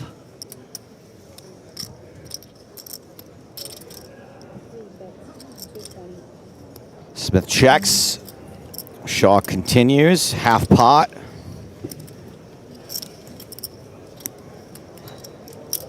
And this sizing seems pretty cool to me to charge Smith. Yeah. Yeah, Shaw will be aware that a lot of the deuce X and 3X don't actually come along for the ride here in the big blind, so targeting that 9 here. Plenty of things would interact with the 9. Queen of clubs on the turn. Well, I think Shaw will continue for a big sizing here. I think he might come with 3/4, trying to get this one all in. Yeah, you're exactly right, David. Whatever you called on the flop, you certainly can pay 554 on the turn. Again, very natural targets here are the 9X. And Shaw really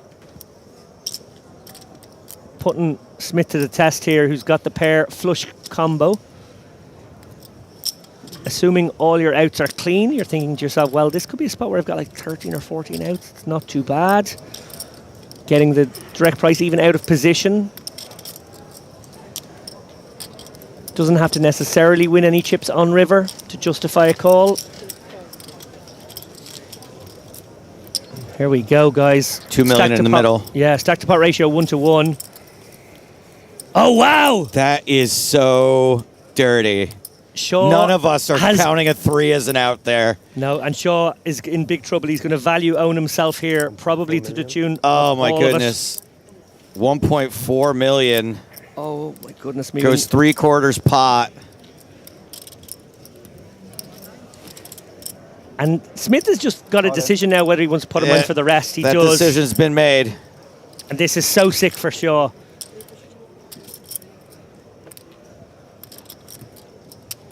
He's got to call 600k into a pot of 5.5 million. So needs to be good 10% of the time. How often? I don't know that he's good 10% of the time. Wait, hold on. I guess what you're like beating Queen 9, right? Maybe it's a little more often than I think. Not sure if Queen, because Shaw is uncapped, can have the aces and kings. So I think even Queen 9 mightn't get greedy, but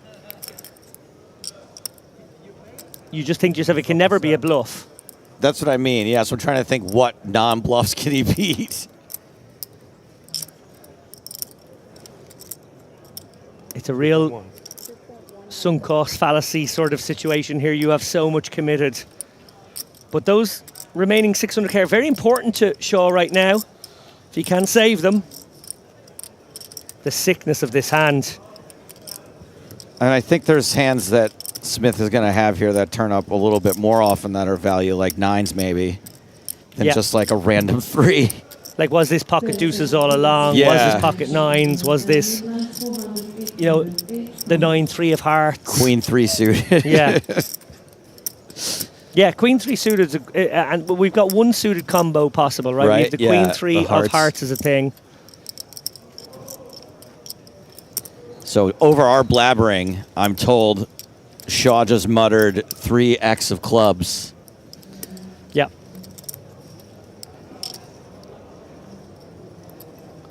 Three X of clubs or a 9-3 of hearts, Queen 3 of hearts seems like the most likely. Maybe pocket deuces, just that slow played all the way. It's really sick. And credit to Carl Shaw here, going into a deep tank, really trying to figure out if indeed, and I think it was a great suggestion by you, Joe, is the Queen 9 ever in there? Going for that incredibly thin extra bet rather than just calling. Stextor says it's so easy to fold here. You can clearly see the aces are behind. Yes, if you read our graphics, absolutely. You can clearly see the aces are behind. Yeah, by the logic of this hand, the aces do feel like they're behind, but they only have to be good 10% of the time. So you really do end up in this really tough situation. It's almost like a limit. It's like a limit poker situation where you get, you know, raised or 3-bet perhaps on a 7th street. A hand here, QZ says I can imagine ace tray of clubs.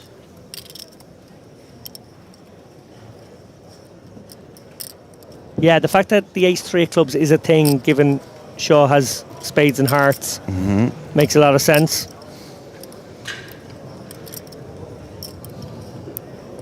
Shaw does let it go. Top pro. What a fold. It's so easy to just flick in that curiosity call for 600k there. But that 600 is huge. Those 8 bigs are massive to you still. It may be a logically sound and fairly trivial fold, but emotionally it is very difficult to fold aces there. On at night, I wasn't last night. Huh? And you get to see it. It's not like you're at an outer table, right? You don't have to go to bed tonight not knowing what happened. That's a great point. There's some comfort in that. Sam on YouTube says, why doesn't he just look to the bottom left and see the graphic, duh? A Cade Destroyer. AKA Destroyer. That's what I was trying to say. Says, Shaw has good composure. Agreed.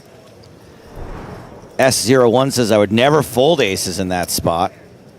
Yeah, I think you hit the nail on the head there, Joe. It's emotionally a very hard fold to let go because it is that sunk cost fallacy of I've committed so much. And it's only this much more. Yeah, I'm so anchored to this pot. Am I sending good money after bad?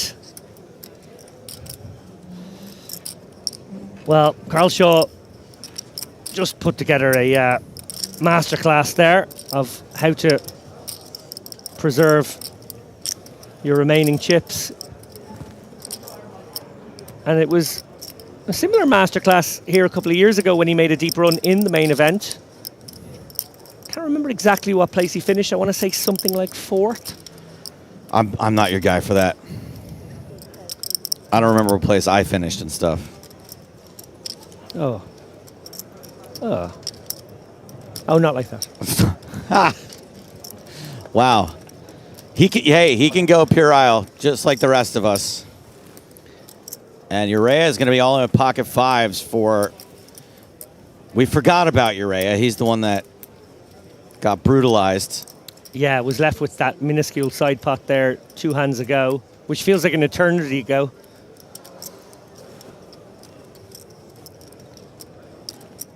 What a couple of great hands we've had in this session. Yeah, we've been picking these feature tables very, very well so far. Credit to our production team. Summer's out there scouting these tables for us.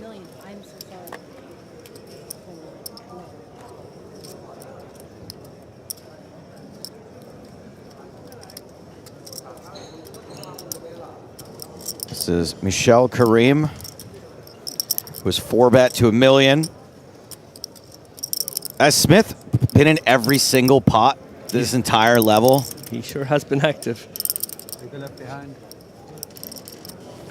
How many is there? 6? Karim's left himself 1.7 behind. Smith has got chips up the wazoo right now. He is the chip leader at this table and is probably in the top 10 overall.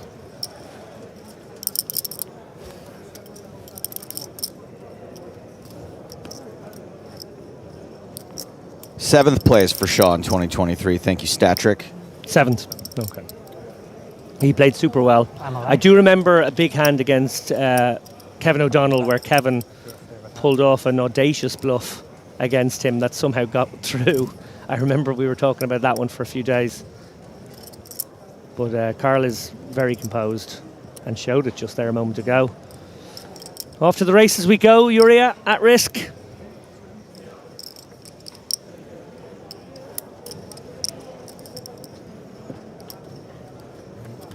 And here we go. Jack 8 tray, 5s still best.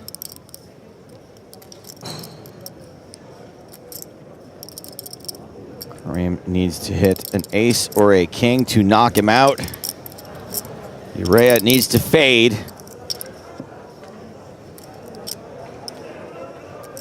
Now has a few more cards to fade. A couple of jacks counterfeits the 5s. So an ace, a king, or a jack. Otherwise, Urea stays and doubles up. Sorry, ace, king, or jack. And that is a safe one for Urea. So maybe, just maybe, a little spin on the cards here for Urea, who was very unlucky to find himself dominated in that spot from earlier on where he got the 8s in. Then got teased by the dealer. I don't understand this comment, but Rory Jennings has just written to say Stapleton and Lappin, Hasselbank and Gudjonsen levels of brilliance. Well, he's a Chelsea fan, and they would be... Are they football? Very good Chelsea players of about a decade ago. Hell yeah, cool. Actually, more than the Hasselbanks long Like Jordan and Pippen? Yeah, yes, yeah, exactly. Like Mantle and Maris? Is that Mickey Mantle? Like Gronk and Tom Brady? I I figured you'd be able to get one of those. I know all of those Oh, references. okay. Yeah. You just don't agree. I think it was very generous from Rory, I have to say. Rory is nothing if not hyperbolic. Taking a look at recent bust outs here, guys. We lost Adam Hendricks, who of course was on our feature table late last night. Good friend of yours, Joe. I just saw him outside before the shift, and I was like, "Are you still in?" He was like, "Yeah, I'm cockroaching it," but I guess someone finally got out the raid. They did get out the raid. He busted in 90th place for 7,200. We also lost Mark Harmoning and Sebastian Bader, the German pair. And it looks like we just lost Stephen Woodhead, Woody, popular figure on the UK scene. Woodhead. Can't let it go. Shaw raising under the gun with King Queen. Have not heard much from Luis Murcia. Is it all inclusive, Stephen? All inclusive. Everyone drink. Did he just get out of the just table? arrived. Okay. Yeah, he just arrived. Literally his first hand. Okay. Trying to look. Here's a bad lookalike for him. Kill Tony. Pull me back. Make sure you give her a big tip now. Yeah, I know, she has it. 10-5 tray, all spades again. Sorry? Yeah, Murcia with reason to get sticky here. Yeah. Shaw, not sure exactly what he'll do here on this monotone 10-5-3. Doesn't have spades in hand. May feel like a one and done is his best chance. Oh, an overbet. Yeah, Shaw just Oh, this is very unusual. pumps in 550K. I mean, this certainly does make it a little weird for a hand that's like relatively easy to play if it's standard. Yeah, this might actually muscle Murcia off his equity here. Yellow 4, 5, 6 cards. Leader for players, next on blank top, 300, 600, 600. Next on blank top. Bad lookalike Tony Hinchcliffe. Oh, that is a good one. That's a very good one. It does work. Man, how can you even do something like that? You can just do that? You can just bet 550 into a pot of 440? That's a super interesting line from Shaw there. I really didn't expect that at all. Put a lot of pressure on any spade in hand because it very much felt like what you might consider doing with the ace of spades in hand, sort of a big bet setting up a shove on turn where you know you will always have some equity. And It's like, let's get it in. I don't care. I got the ace of spades. Yeah. Fellow countryman. Yeah, exactly. I can hit 2 flushes. Yeah. That's certainly a hand that I'm going to think quite a lot about, I think, over the next day or two. And what exactly is it achieving? It's an interesting line. I don't mean to ask this an insulting question, but Groovy asks, is that a tilt bet? No, I don't think so. I think Carl is very locked in, and I think he just, he has some GTO leanings at times, but he's also got a lot of feel. And I think he has maybe uncovered a part of the game tree I'm not familiar with, and that's why I'm going to think about it for some time. I would say, and maybe you can certainly shoot me down, players don't tilt that much anymore? No, frankly, I'm always interested as a spectator, as a player when I'm watching other people play, certainly as a commentator when I get to see the cards, in analysing these great players, do their thing, and always sort of meet it with a humility of, oh, a good player just did that and I wouldn't do that, so let's figure out why. Let's figure out the why of that, exactly. Even sometimes you can see that people might be visibly tilted. They still keep it together and don't change their game. Yeah, read. I'm not saying nobody tilts, and especially here, there's a lot more. I didn't see my cards. I read everything. You couldn't have read anything then because I didn't. All right, well, Breffney Smith is the chip leader at this table. Let's have a look at a few of the others around the room. This is Umberto Ruggieri. We've seen plenty of him on the EPT. He's got over 5 million. Simon Levy has over 5 million. And start of day chip leader Michelle Molinar has over 6 million. I don't know if it's been an up and down day. You would guess it's probably just been up. And finally, we believe this to be the current chip leader. This is Marius Gicovanu from the Year of Romania. Yeah, I've played a bit with Marius at this festival a couple of times and over the last couple of years. Very, very good player. Very composed. Where does that Year of Romania thing come from? I have heard you guys saying it a lot. And is it like that it's always the Year of Romania? Or is it? Yes, okay. It's sort of that a lot of my commentary comes from, like, there's a lot of repetition in poker. Trash can. And there is a lot of repetition in poker. There's a lot of repetition in poker. There's a lot of repetition. 320. 320. And so what I try to do is like give people something to look forward to when it's just a very common situation, which is why I do those dumb race things, and everyone loves a chop pot. And so I was like, man, I don't have anything to say about Romania, so I just say it's the Year of Romania. That's that why you put a big bluff on me? Oh, no. You had it? I didn't bluff you. Oh, you had it? Well,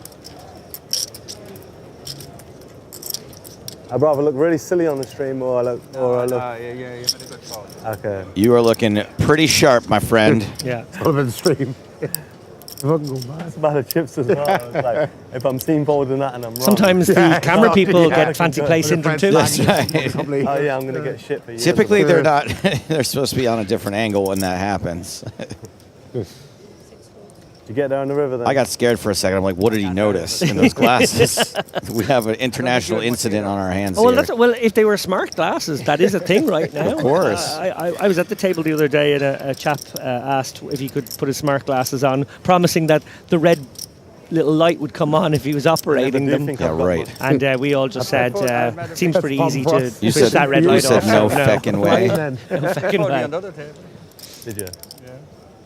Which hand was that? That's like 1 pint. I don't believe for a second that guy would have been nefarious, but I also don't believe that if he didn't want the red light to come on, the red light wouldn't come on. Indeed. I'm too trusting of a person anyway. I've probably been cheated so many times in my life and don't know it. 160. I'm just like, they're fine. Hey, it's good. Who would cheat? Turns out a lot of people. With big money on the line, unfortunately, we have seen a bit of that in our game over the last few years.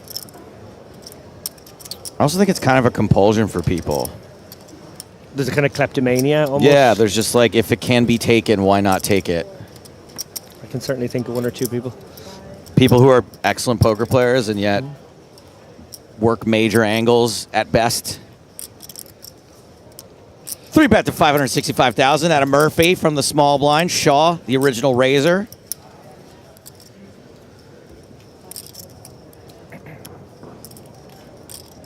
Yes, Tetsu, there's no way if someone were to cheat that they'd post it on their social media. Oh,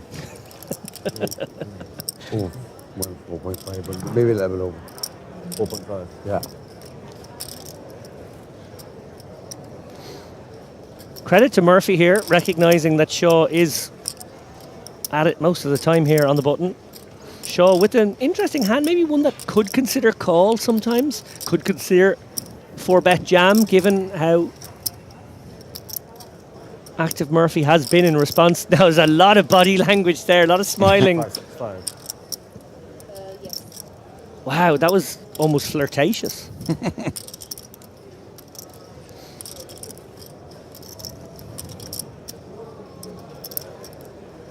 Why do birds suddenly appear? You do get that every once in a while. Yeah. I try not to go to that gag every single time, but sometimes you're like, no, there's a spark.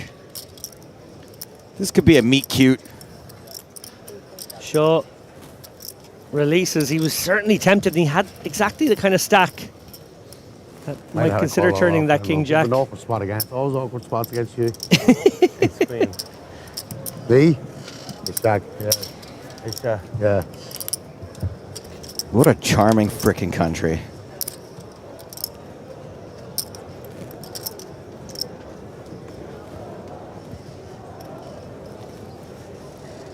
Probably just 1 or 2 hands left on this level. Gonna roll straight into level 29. And I'm very sorry to say we've just lost Thomas Glynn. Ah, bummer. Who played terrifically well on the feature table earlier today. Lost that chunky one to John Cutta with the jacks against his 10-9. I played with him all day yesterday, and I thought he played phenomenally well.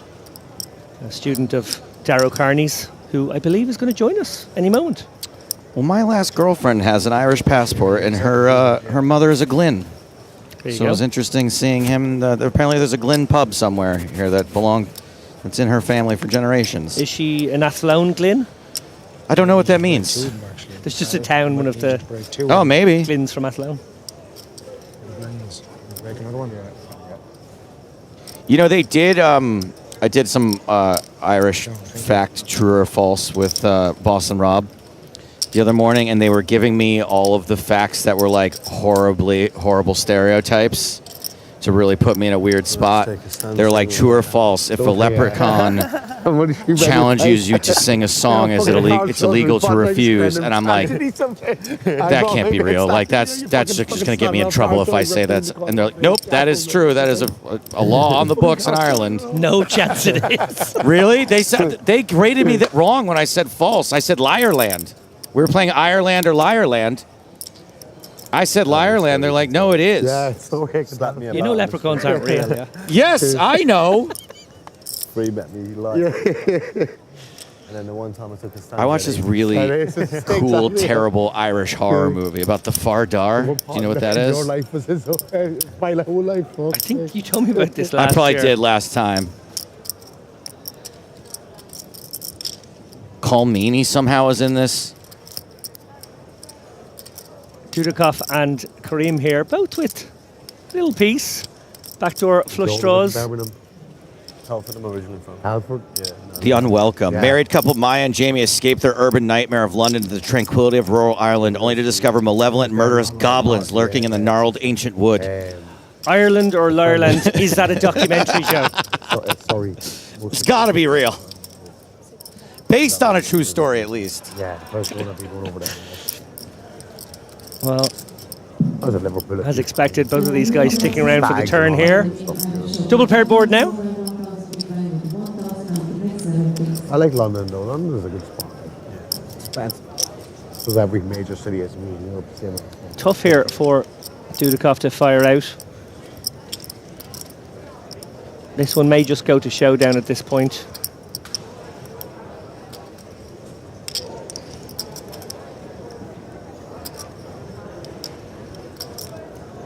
Kareem could consider what I suppose we could call like a little advanced blocker here, so he doesn't have to face a bet on river.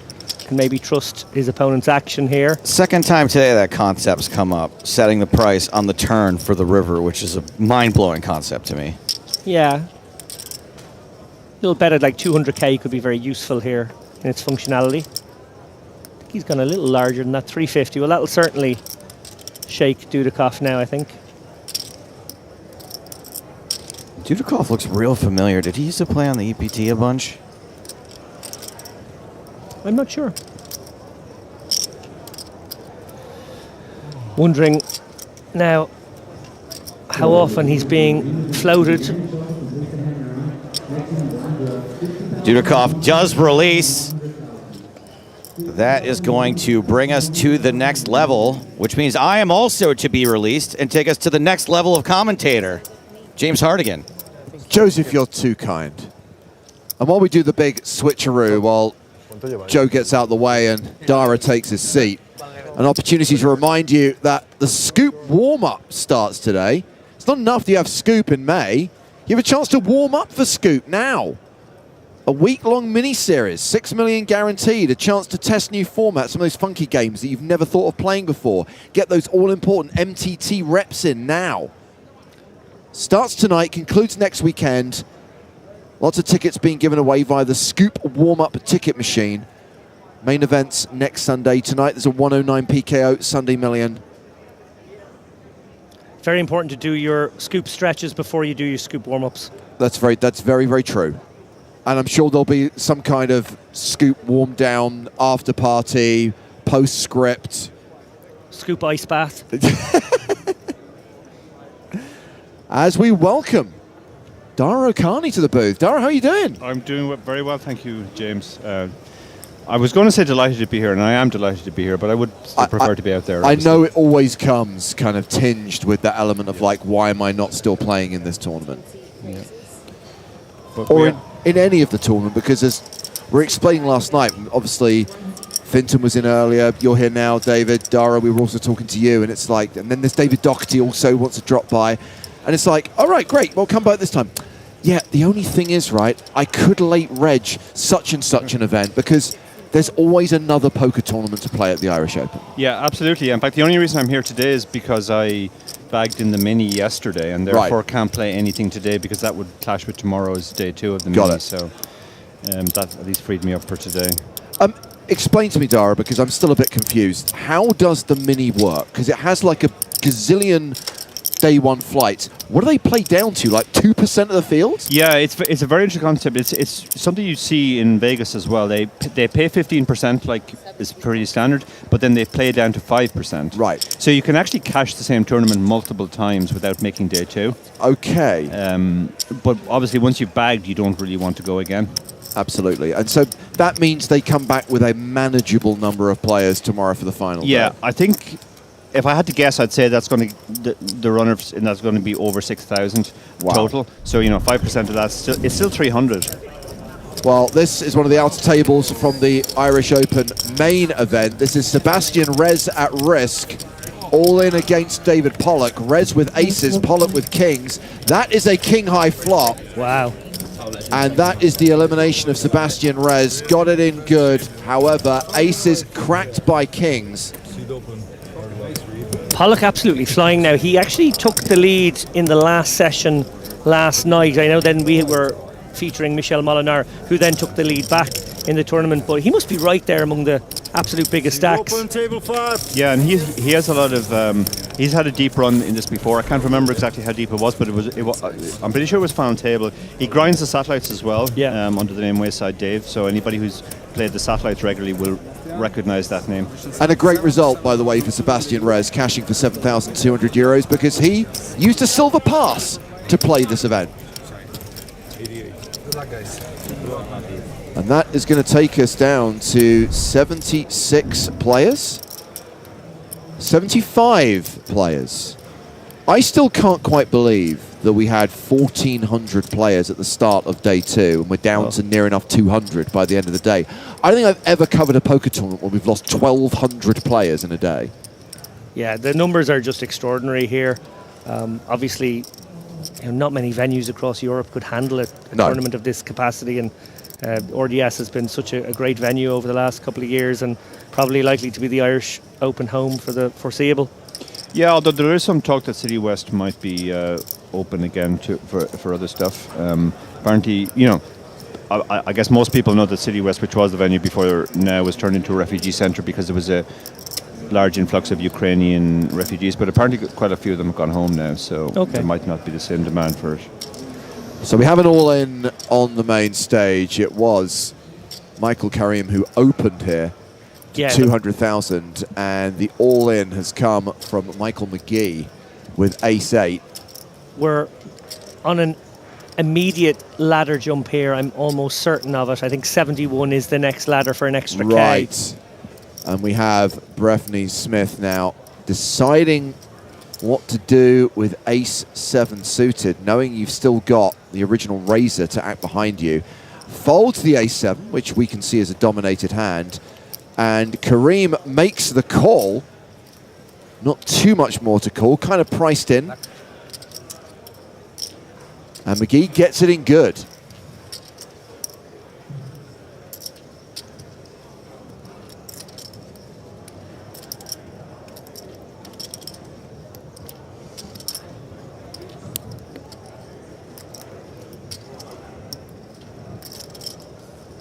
Obviously, Karim with live cards has just over 40% equity.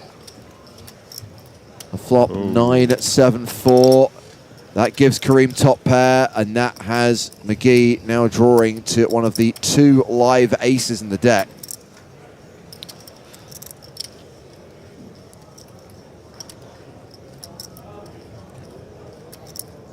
little bit of help. Picks up a gut shot. Absolutely. Aces and sixes working now. 6 out, 6 cards that Michael McGee can hit to survive.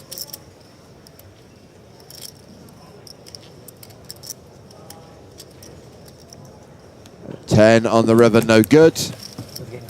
And that will be the money jump. Yeah, a little bit more money unlocked for all the remaining players here. And just to be clear, Shepherd's Bush Sage, obviously busting aces to kings isn't good. When I said great result, if you are able to cash for more than $7,000 in a poker tournament, which you're playing for substantially less than the buy-in because you used a power pass to get here, that is a great result. You can compartmentalize the two. It's not Chat Pro Saturdays. I'm not going to let that go. Outlasting 4,500 players in a tournament's pretty impressive too. Another one, yeah. Don't drink? So I have a question for you, James. Uh-oh. Is this bigger than any Prague Eureka 1K has ever been? Oh, wow, that's a really good question. Because I was racking my brains. Did you get to this sort of number in Prague once or twice? I know Barcelona has hit this number many times. Yeah, the Australia's event there, which will be the PokerStars Open Barcelona this year, has often hit the similar numbers. I'm not sure. I'd have to look it up. Because this is going to sound so kind of like looking down from a high pedestal. Because we don't stream it, it's not necessarily on my radar. It's not my consciousness, so I would have to double check. But the thing I find kind of like, I don't know, maybe we're at the tipping point right now with 4,500 entries, and maybe looking next year at what are we going to be doing, like 5.5. You get to that point where you have to concede either it can't be played over the course of the Easter weekend, or you have to make significant changes to the structure, which is going to upset people. Either way, it's a less than ideal situation to be in. You're going to have to make a fundamental change to a tournament that has worked so well because it plays over that 4-day holiday. Yeah, well said. Yeah. We see here now Dudikoff using this king-queen suited as a 3-bet candidate. Dara, what do you think of that? Bear in mind, Carl Shaw, certainly the loosest player at this table. Carl's very loose, yeah. It's interesting. This is for, what are the blinds? Sorry, I've just come in. So. We're big blind 100k right now, so Shaw's made it 200 and Dudikoff, I think, has bumped it to 6. Yeah, he's putting himself into a tricky spot if he gets shoved on here. I guess he's going to 3-bet call it maybe against Shaw. Thinking Shaw is wide enough to do that. It's a hand which plays very well as a flat, so generally when you're 3-betting, you need to know what you're doing if you get shoved on. Yeah, my hunch here is actually that it might be a 3-bet fold that he's going for here, and he's using the blockers against Shaw. But you're right, it's very dangerous against someone like Carl or to do that, because he is very capable. And also absolutely right, maybe in a mixed situation where there's going to be multiple actions taken with that hand, does it fall into the call 2/3, 3/4 of the time? Yeah, and the other thing is if you decide that your hand is too strong to fold, you can just shove it as well for 24 big blinds effective as well. It's definitely a focus spot. Now he got the better hand to fold, and it was a hand, it was the same suit as well. So it's a particularly good result. I got Stat Trick to check. There were 4,700 runners in the Eureka Prague event in December 2024. So very, very close, very similar. And that is something which, the reason I find that so surprising, and I know that both of you have analysed this, and I've read some of the articles you've written about it over the years, David, that with the increased competition, with the WPT event at the Win, and then with World Series of Poker Paradise happening at the same time, I did think, we're going to start to see Prague do that. And instead it started doing that. And I'm like, okay, I'm happy. I don't know how this has happened, but I'll take it. Yeah, I think you guys were the sort of low-key winners of that 3-way battle, because the other two players in that game, the other two, cowboys with their guns drawn, lost an awful lot of money in those events to make them the events that they did. And you guys just went about your business the usual way and had a record-breaking field. Yeah. I also feel that it sort of created a second peak season for poker. There's a lot of interest in poker during the summer when the WSOP is on. Yeah. And those 3 events together, all being together, got people talking about poker, and maybe people who wouldn't have thought that they would go to any of them ended up going to Prague. Yeah, and also both of those other events are really mostly targeting the North American market, and really that WSOP event, which is now run for 2 years, has really hit Vegas harder than it would ever hit Prague. So. Yeah. Coming back to your question about the field size and what's manageable if we go over 5,000, and even a venue like this, unless they can figure out more space and more tables and more parts of the building to put tables in, it does feel like we're pretty close to capacity on those prime days. One suggestion at the table when I was playing a couple of days ago was that the buy-in go up to 1,500, and that would have a discouraging effect on a few people, which might just keep us at this sort of 4.5, 5K sort of number and not let it get up to 6, which maybe would become a harder event to manage. Yeah, I hear that as an argument. On the flip side, these two going to the flop and ace high still good. I kind of have flashbacks to that happening with the UK IPT, where to keep the numbers under control, we go from 5 to 7 to 1K. I remember that, yeah. And I kind of then I feel that you then lose the essence. Yeah. As I said, like I'm pointing out problems without solutions, which I know isn't ideal. I don't know what to do. Could you look at the structure and say, do you really need 100-100 with a 50K starting stack? Could you lose a few levels? Yeah, the starting stack, when I started playing the Irish Open back in 2008, the first Irish Open had a starting stack of 10,000. And it remained at that until Liam Flood sadly passed, because Liam didn't believe in these very early deep levels. Right. So that's definitely one change they could make. I mean, they did already make some changes a couple of years ago when they had that mammoth second last day. So what they effectively did was they reduced the clock on day one. Yeah. Even that got a little bit of pushback at the time. People thought that was... But I think, certainly the most room for maneuver is in the early levels, and maybe the starting stack. Like it has actually gone in recent years from 30 up to 50 as well. Maybe it could come back down to 40. Yeah.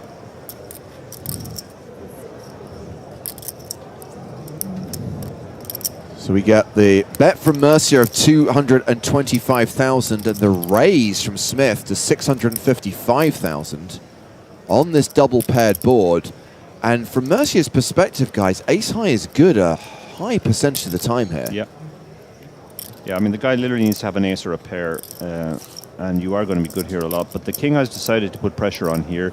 He does cover his opponent, so he's putting him in a difficult spot here.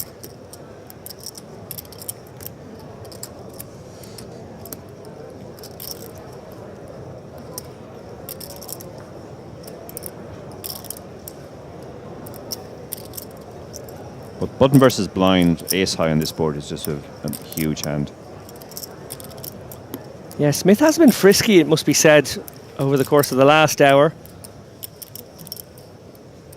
Most notably in that hand versus Carl Shaw, where he took his middle pair, turned it into a flush draw, and then managed to trip up on river and take a big bite out of Carl.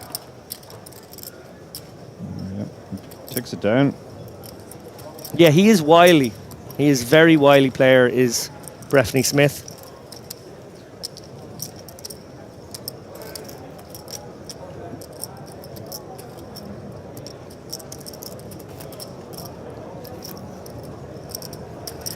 James, do we have a sense of how many we're playing down to, or is it a certain number of 10 levels? full levels today. Okay. So it's not going to happen because it would defy mathematical probability. So I guess I should say not impossible, but highly improbable that we get to 9 players. If we did get to 9, we would stop for the day.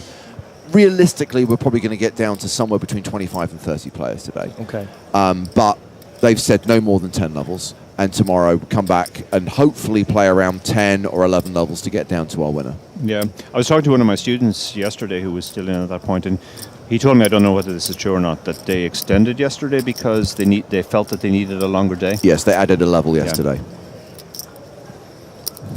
Which is sensible, because otherwise I think we'd be having a 4 a.m. finish in the early hours of Tuesday morning, which isn't ideal for anyone. No.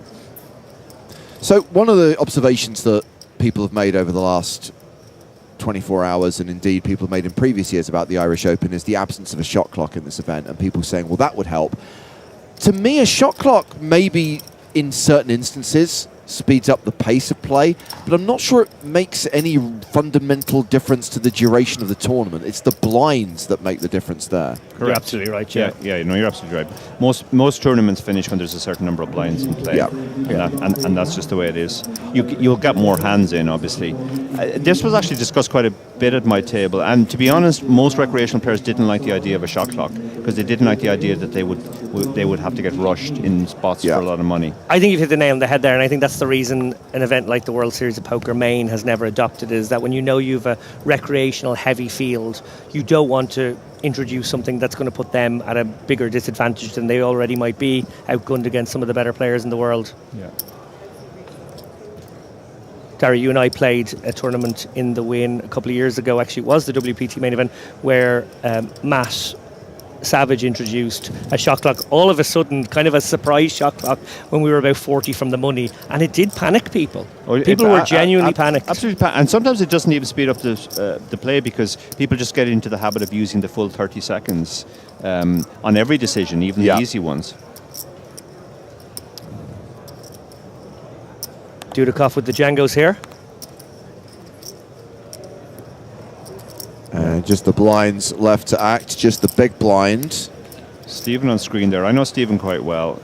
He's been playing since I started playing. The first year I was playing, we both final tabled the JP Masters, which was a standalone tournament back then. And I have known Stephen ever since. He's a very, very consistent performer.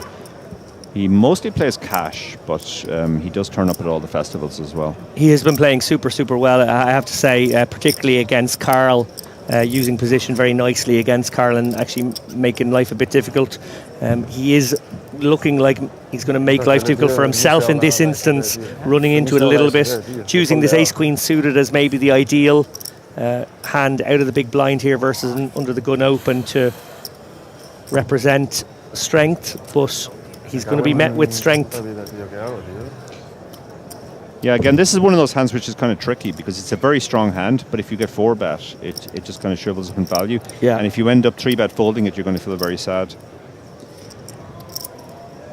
So Dudikoff now, obviously he's not thinking of folding here, so the question is, does he just call, play in position, maybe get Murphy to barrel since he's the raiser, or is he going to put more chips in pre-flop?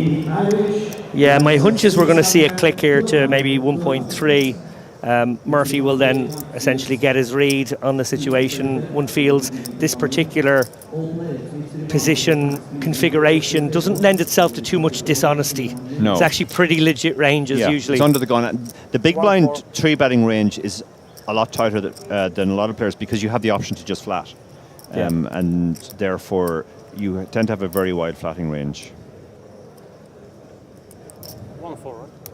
Yes, and now Steven's in the position that I talked about there, where you've 3-bet a very strong hand, but now you've got 4-bet. Yeah. Behind. Hold up. What is the total? About 2 million. 2 million. 2 million total. Total 3.5, 3.6. 2 million behind. The man tells the truth.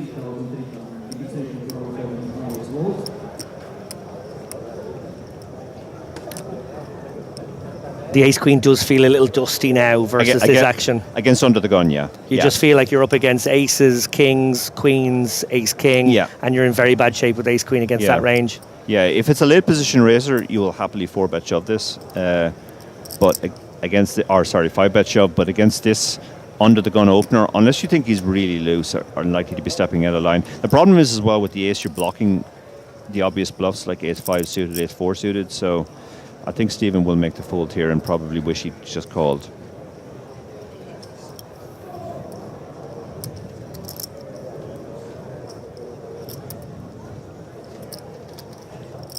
Yeah, we've seen nothing particularly out of line by Dudikoff here, lending itself to this being that sort of low frequency ace-4, ace-5 suited, maybe a king-queen that might choose to do something like this on a very rare occasion. Yeah.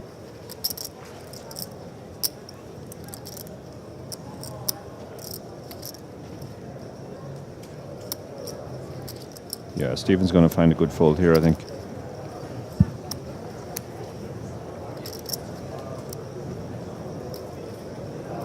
He doesn't like it though. It's not nice when you put that much chips in with such a strong hand, and now you're not even going to see a flop. Every time he puts his hands back on that little stack I of know. oranges, I get worried for him again. It's literally, I'm going to fold. No, I'm going to do something funky. No, I'm going to fold. Dudikov looks very calm. So if he's looking for a read, I think Dudikov is just exuding strength.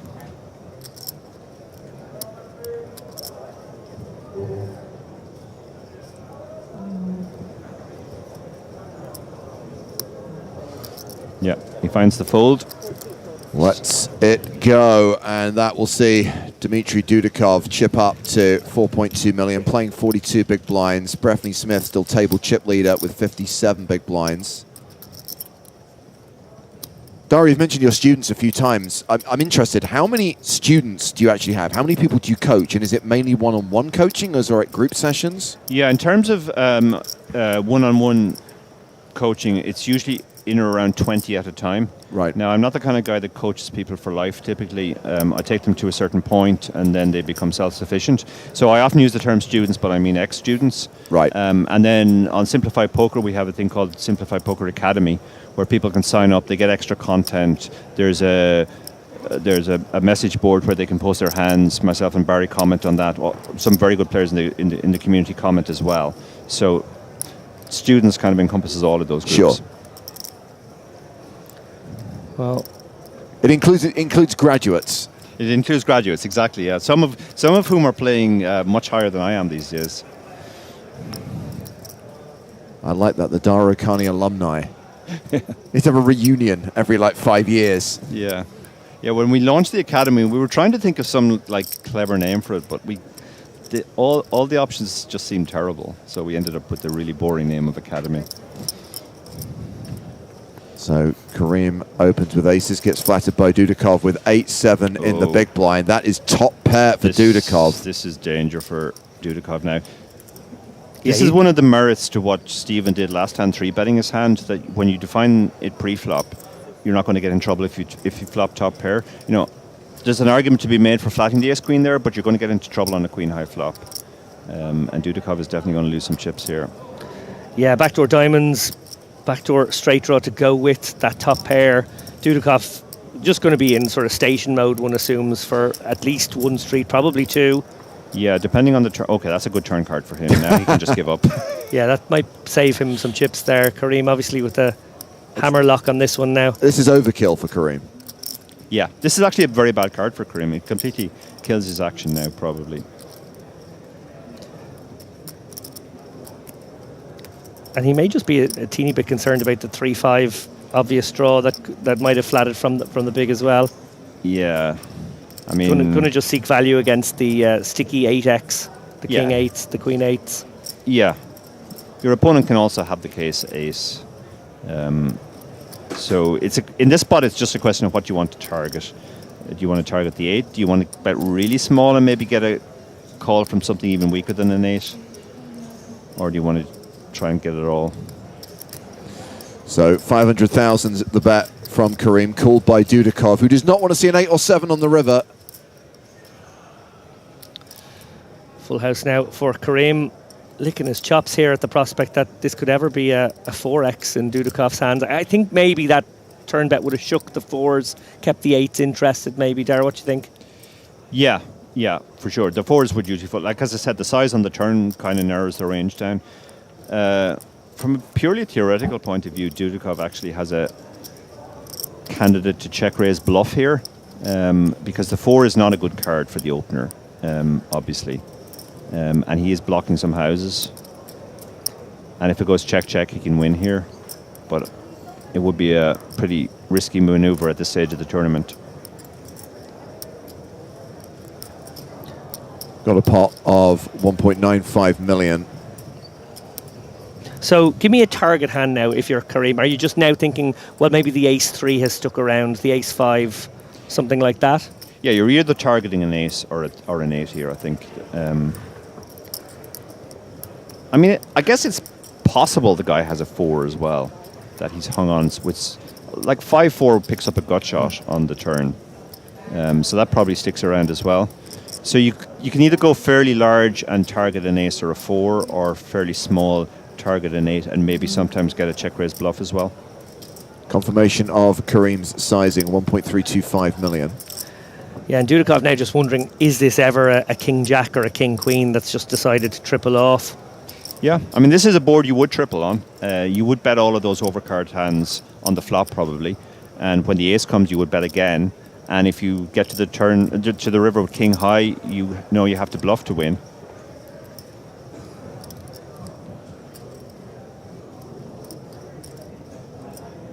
Oh no. Dudikov looks like a disbeliever, a doubting Thomas, dare I say, on Easter Sunday. Yeah, Kareem doesn't have a huge amount behind as well, so that kind of removes the option of the check raise bluff. Nice pickup for Michael Kareem, hovering around the 45 big blind mark. And we have a new player coming to the table. Returning to the main stage is Marius Kikavanu from Romania. He's got 8.45 million chips. Yeah, I think he might be one of the chip leaders right now. Well, I can tell you, David, he is not the chip leader. Do you know who is the chip leader? Do you want to take a guess? Ian Simpson. No, Simon Wilson. Oh, my pick from quite far out, I have to say. This is the one that could break Paddy Power, Dara. Yeah. Simon Wilson is currently playing 9 million. So, yeah, Marius about to sit down with 8.4. He'll have obviously a huge advantage against the rest of this particular lineup, but Simon Wilson, overall chip leader right now, with 62 remaining. Never since Neil Channing took a chunk out of Paddy Power all the way back in 2006 is a man threatening to do the same thing. Simon Wilson's schoolmates, of which I think there might be 700, all stuck a fiver on him at 225 to 1. Oh, this one could hurt the bookmaker. I did notice at various points that his price was locked as Paddy Power reconsidered their pricing. Yeah, he was definitely the clear value when the market came out. Yeah. Simon has probably been the best Irish tournament player for a while now. Yeah, I think he's the best. There are a few deserving to be in that conversation, but I think he might be the best. This is how ridiculous, though, whenever they run a book on a poker tournament, this is how ridiculous. The fact that we consider 225 to 1 to be value in a field of 4,500 players just speaks volumes. Yeah, it's all relative. But that said, you can fire 9 bullets, so maybe it's 225 multiplied by 9. I'm not going to do the math. Queen high flop and ace-7 ahead, but a lot of opportunities. I love Breffney. I think he's just got great table presence. He's got real moxie. Yeah, I've never seen Breffney before, I have to admit. But moxie is an underused word. Yeah. Moxie. You like the cut of his jib, basically. I do.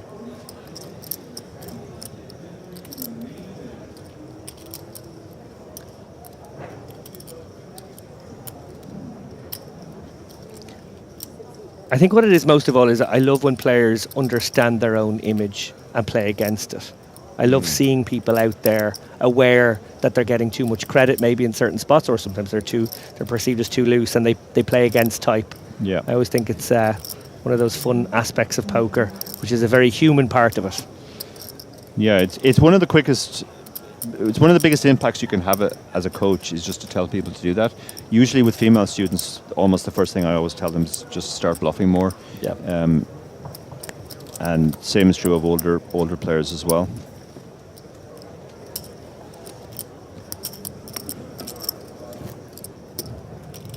So here comes Marius with his 8 million chips. That is a monster stack right now. 8.5 million to be precise. And we've got 30 minutes to run on this session. Of course, chances are we will see a change in the feature table lineup during the dinner break. I believe it's the 1 hour dinner break coming up at the end of this session. Dara, I believe you have some bad news for us. A fan favourite of ours certainly has exited stage left. Yeah, unfortunately, we lost Jason Tompkins, who is, over the course of both of our careers has been constantly at one of the best Irish players, both cash and tournaments. Yeah. Final table DPT, scoops, W coops, WSOPs, WPDs, everything. Won a couple of UK IPT high rollers.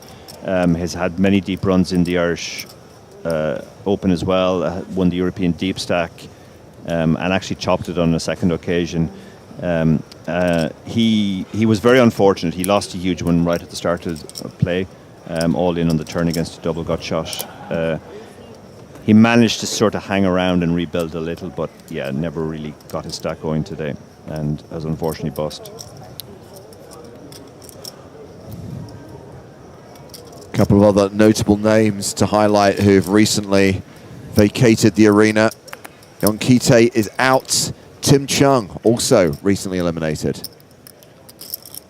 Very sorry to hear that. Tim? Yeah, Tim. I actually refereed a game that Tim played in. Tell us about that experience, actually. Dara O'Kearney is a professional referee, or was years ago. And I think, was it the punters versus the pros? Punters versus the...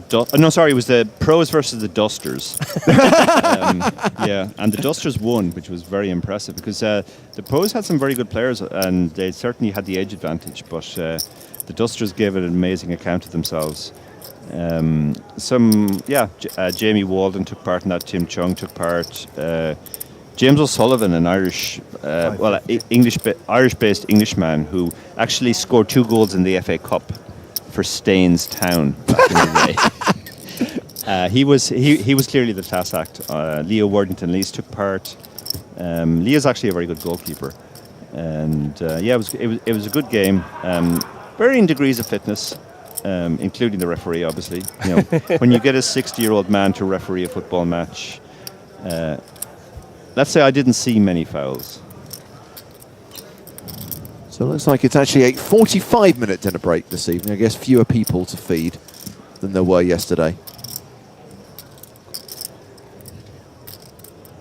Giovanni definitely not going anywhere here. Obviously conscious of the large sizing, which we've seen a couple of times from Shaw, Dara, and I'm actually interested to hear your interpretation of that. We've seen him come out with both pot and slightly over pot on some of these low board textures, sort of putting your opponent who's defended his big blind in quite a pickle right away. Yeah, and generally on these type of boards, if you are going to bet, you should be betting big, because if you think about your value, like if you have, say, ace-8 here, which is top pair, it's very, very vulnerable. It's not going to like any overcard on the turn. But I think this is a pure exploit from Carl. Like ace-10 is normally the type of hand, if you were splitting between big bet and check, you would put in the checking range. But I think Carl recognizes that live players definitely do overfold to this size. You should be hanging on with any pair, basically. Of course. Yeah, that's the second time we've seen him deploy such a move, and it work beautifully against the specific hand as well. He was up against really just putting an opponent's sort of middle pin, no backdoors in a spot of bother right away. Yeah. Yeah, when you look at these spots and solvers, it's always interesting to see that the solvers will literally hang on with any pair, which is clearly not what humans do. If a human has a bad bottom pair and they're looking at this big bet, they're not going to call.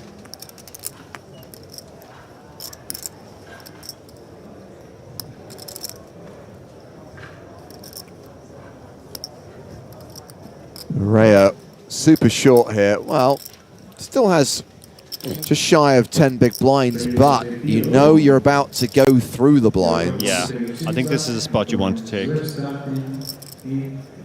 He's going to lose over 20% of his stack next hand if he doesn't take this spot. Yeah, this is a pretty nice one as well, Dara, because obviously there's going to be players in mid-position with hands that dominate the ace-3. If you're sitting there with an ace-8, ace-9, that just can't make the call, so you get to exploit them quite nicely. Yeah, because they're playing against the stacks behind as well. Like if you're sitting there with 2 or 3 million, but there are guys behind who have more, it's a very different spot from if everybody has 10 big blinds. If everybody has 10 big blinds, the calling range will be wider. But in a situation like this, you kind of use the bigger stacks to generate more fold equity from against the medium stacks. Nice.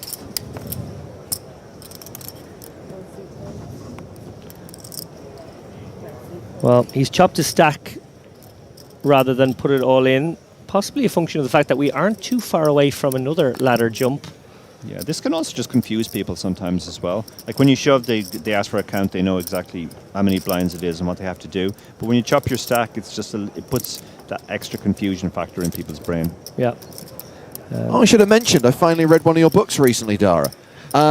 I play a lot of Power Path, so I read Poker Satellite Strategy. That's the best one, I think. It's a great book to read, and ironically, I remember the joke front cover was fold everything, which is pretty much the strategy. But no, it's. Look, I'm not saying for 1 second that my standard MTT game is good, but my Satellite Strategy was terrible because I was still playing conventionally and still trying to accrue chips at a point where no, you're just trying to survive, squeak in with one big blind, it doesn't matter. Yeah, absolutely, yeah. I mean, I know some very, very good, accomplished tournament players, and they play Satellites terribly. Yeah. Because they play them like regular tournaments, and they have that one gear, aggression, and that's not always the best gear to be in when you're playing a Satellite. And then I'm the flip side of that. I'm a very mediocre tournament player who plays Satellites particularly well. That's true. That's true. Very true. Well, at least you can then play the tournaments for cheaper because you got in via the Satellites. There you go. So it all works out. It all comes out in the rinse.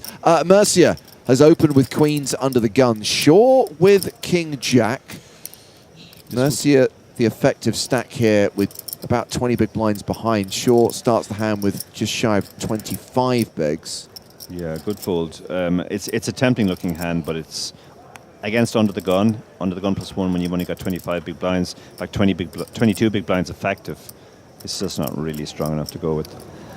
Well, as we watch to see if Mercia picks up a villain to play with, I'm sad to say we've lost Mark McDonald. Oh, Mark McDonald. Has just bust in 64th place. Oh. Just there about 10-15 minutes ago.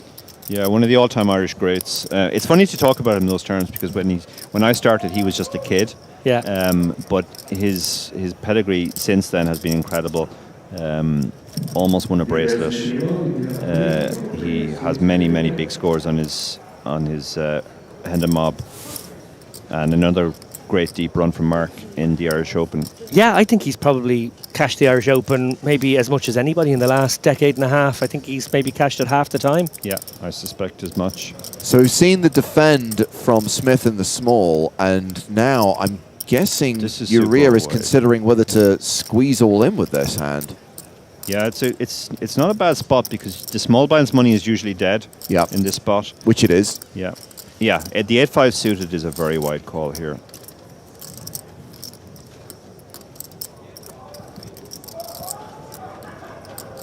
It's also only 100k to call, and he's so shallow, he could just decide to call here, and if he flops a pair, go with his hand. So I think all the options are on the table here. I think he has just gone for the call.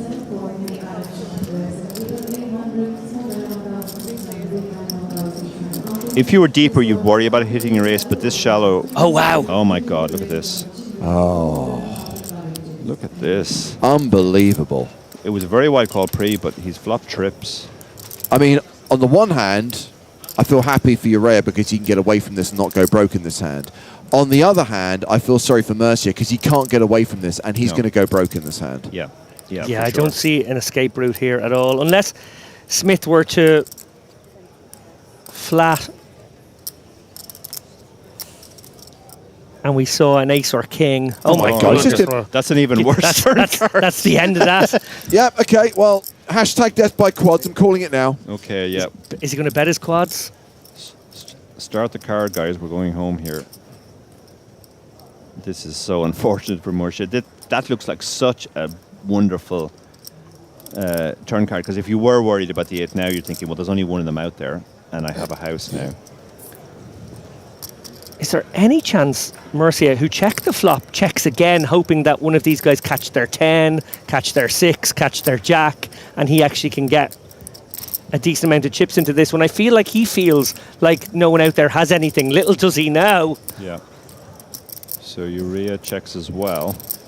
So now we have Mercia, who has the full house. Yeah, I think the normal play here is just to try the small bet. Yeah. Try the small bet, get called by any pair, and maybe some overcards as well. Ace high even. How the hell do you flat with 8-5 in the small blind, flop trips and turn quads? Can someone please teach me this skill? Now, he's out of position, so he probably thinks if I just call here, there's a danger it goes check-check on the river. So he's considering the raise here for that reason. I like a raise, to be honest.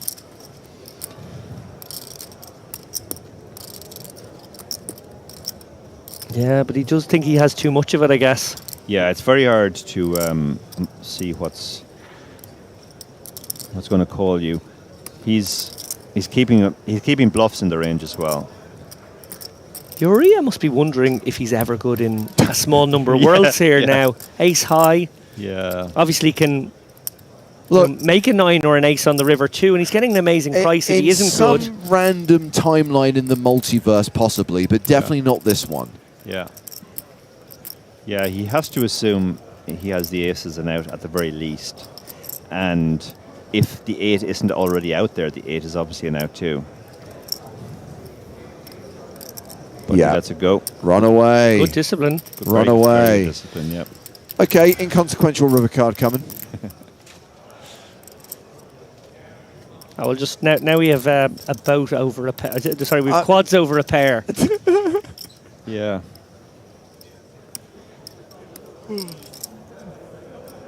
So this is an incredibly sick spot for Mercia.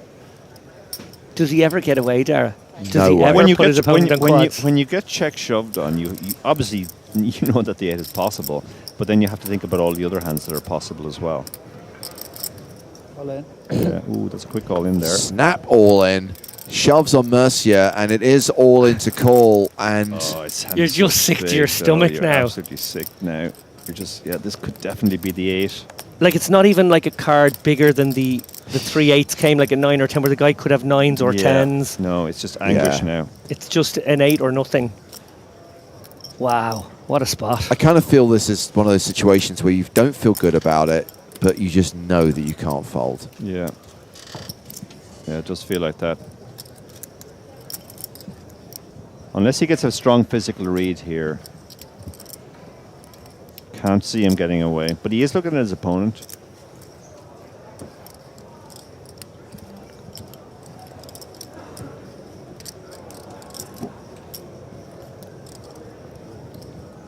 Yeah. Makes the single chip call, and he is going to be KO'd. It is hashtag death by quads. And we lose Luis Mercia from the Irish Open main event. David, I know you got to run. I know we've talked about the fact there's so many tournaments to play, and you're going to late reg. Dara's in the mini main. I want to be in the mini main as well. Well, good luck to you, and thank you very much for spending the session with us on air as we continue to play down to the final few tables on the penultimate day of this tournament. Now down to 56 players.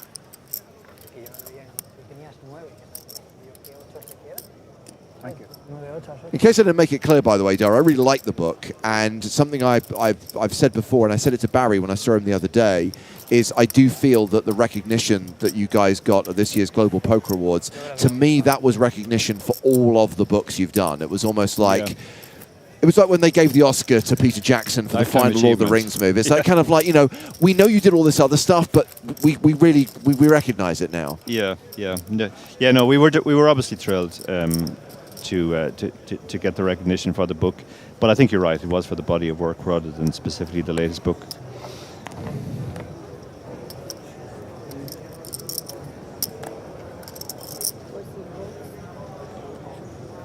So sick one there. Yeah. And just nothing you can do in those situations. This is, you know, I keep joking about the fact we play for the pain, but this is the reality of tournament poker. You just find yourself in stupid spots like that and kind of question the meaning of everything. Yeah. Yeah, that's a hard one to recover from for sure. But, you know, everybody but one is going to be eliminated in this tournament at some point, so that's just how it has to be. Dudikov has an openable hand again, and he's going for it with ace-10 off. Smith has a kind of hand you could consider, particularly now with his big stack, calling and applying post-ICM pressure, post-flop ICM pressure.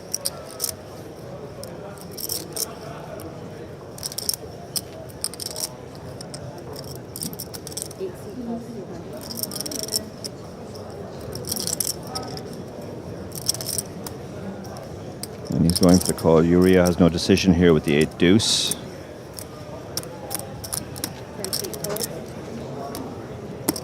So we are going to see Carl Shaw. Shaw is a tempter here. Yeah, ace-8 of diamonds in the big. 22 bigs. The opener is a little bit early to feel great about just shoving this hand. If this was cut off and button, you could definitely shove this hand. There's 650k out there. You add 30% to your stack if it gets through. But against the under the gun +1 range, you don't feel great about it. Your hand plays okay as a flat as well. It's only 100 to call.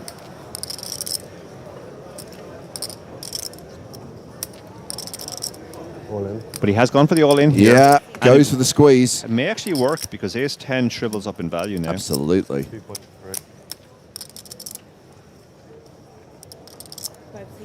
You can pull them back. Pull them back. You don't have. I don't want you doing all that work.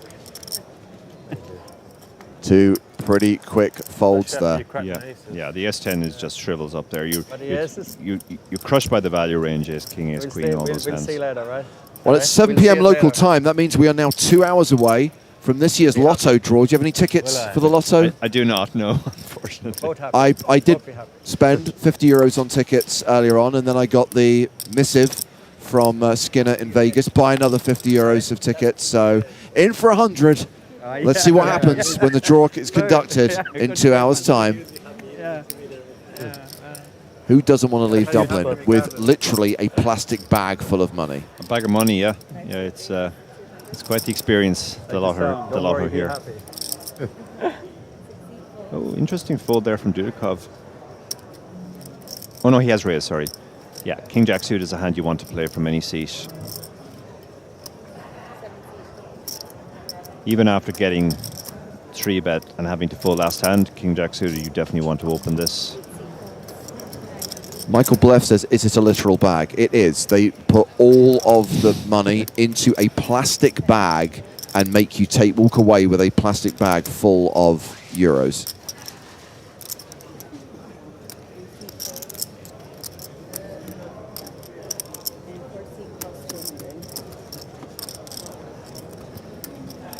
Statric tells me all tournaments will be paused when the Lotto is done. So chances are we'll cover it on stream. We'll have a live sweat.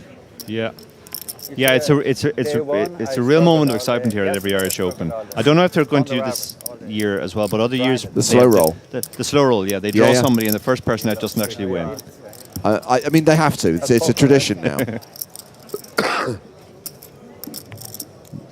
Yeah, Donnie Maxwell, who we interviewed recently on the chip race, his wife was actually the first person out. She was the slow roll, yeah. It's never happened that, because obviously a lot of people buy multiple tickets, so it is possible that you could be slow rolled and also be the winner. That's true. That's true. If he's slagging me anyway, it don't matter. I could have a bad one, I don't know. Yeah, either way I'm going to get a slag. Yeah.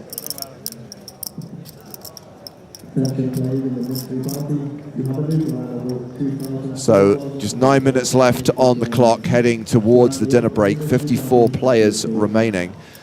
And there will be a change of feature table during the dinner break. We will show you the new lineup. We will show you which table we're going to be covering very soon. I can tell you that it is headlined by one of our former Irish Open champions and also the current chip leader, who is not the player we referenced a short while ago.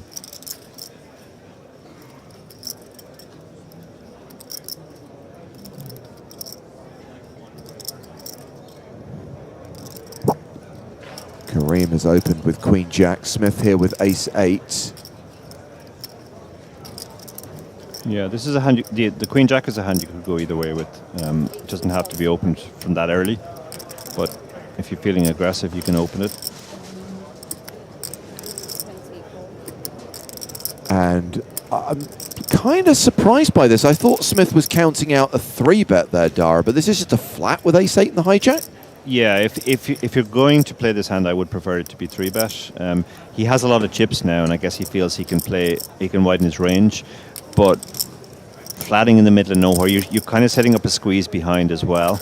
We've already seen him squeezed out with the 10-7 suited, so it's something you probably shouldn't be doing too much of. You can actually just leak a lot of chips in these spots. Murphy's in there with the 7s, which is a perfectly legitimate call from the small blind. And I kind of feel that this is the second time in like 3 hands where we've seen Smith make a questionable call and been rewarded on the flop. Yeah, but the thing is, even when you hit your 8 here, you're not thrilled about it. You're up against an under-the-gun guy who could absolutely have the overpairs. The small blind is in there as well. He could have flopped a set or something. So you're just giving yourself a post-flop headache. Well, now it's... What is it with this guy in 8s? The headache has gone away now. He's absolutely 100% certain he has the best hand. Stephen probably thinks he might have the best hand here. This is absurd. If I'm not being funny, if the river is an 8, I'm out of here. That's just too. That would be too freaky. Yeah, Stephen is betting here to mostly deny equity. He thinks he has the best hand, which he would have had the turn. He would have a lot here. Yeah. And the fact the second 8 has come, it's even less likely somebody has an 8. Kareem is called with the Queen Jack. Of course, he does actually have 2 overs and a gut shot. So facing the small bet, he's sticking around. So this is amazing for Smith. He's going to pick up a lot of chips here.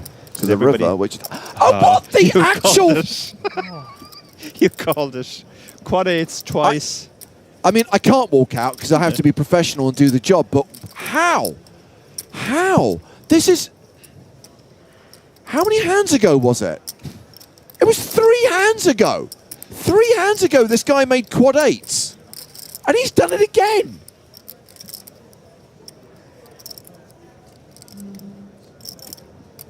Tricky spot for Stephen now. He's been called by both players, so he doesn't think his 7s are great anymore. He could very well be up against a 9 or an overpair. He's probably not thinking too much about the 8, but... No! This is absurd. This is absolutely ridiculous.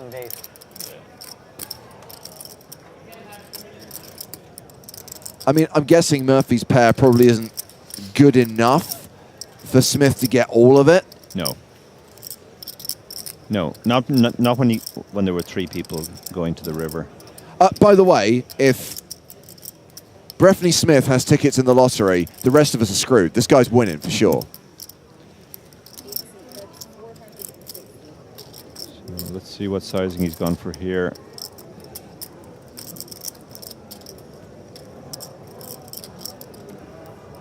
$460. Oh, he's gone very small here. And that's why I think you could see the confusion in Murphy's eyes. Yeah. Yeah, this is a suspicious size here.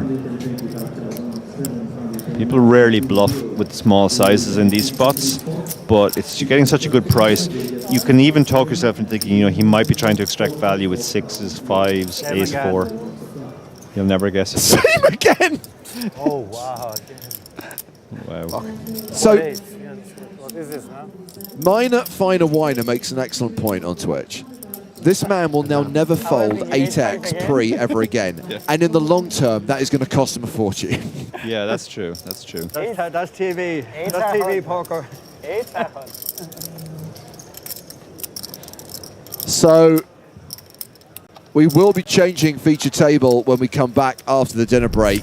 And yes, we are going to be going with table O'Dwyer. It is also table Molinar. Michel Molinar, who started the day as chip leader, has reclaimed the chip lead. He has more than 9 million now.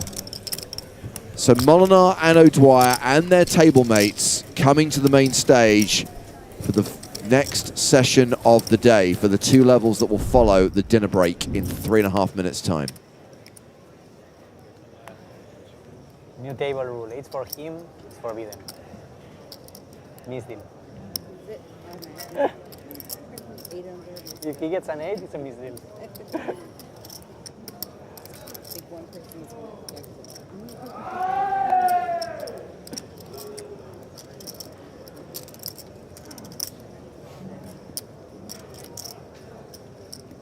Smith with a 7. Yeah, it's not ace 8 though. No, it's not. It's suited. This is definitely a hand you want to open. He's got so many chips now, 9.2 million. He gets to open super, super wide. A7 suited would be an open for most people anyway. And you're going to benefit from the fact that people are afraid to play against your stack now.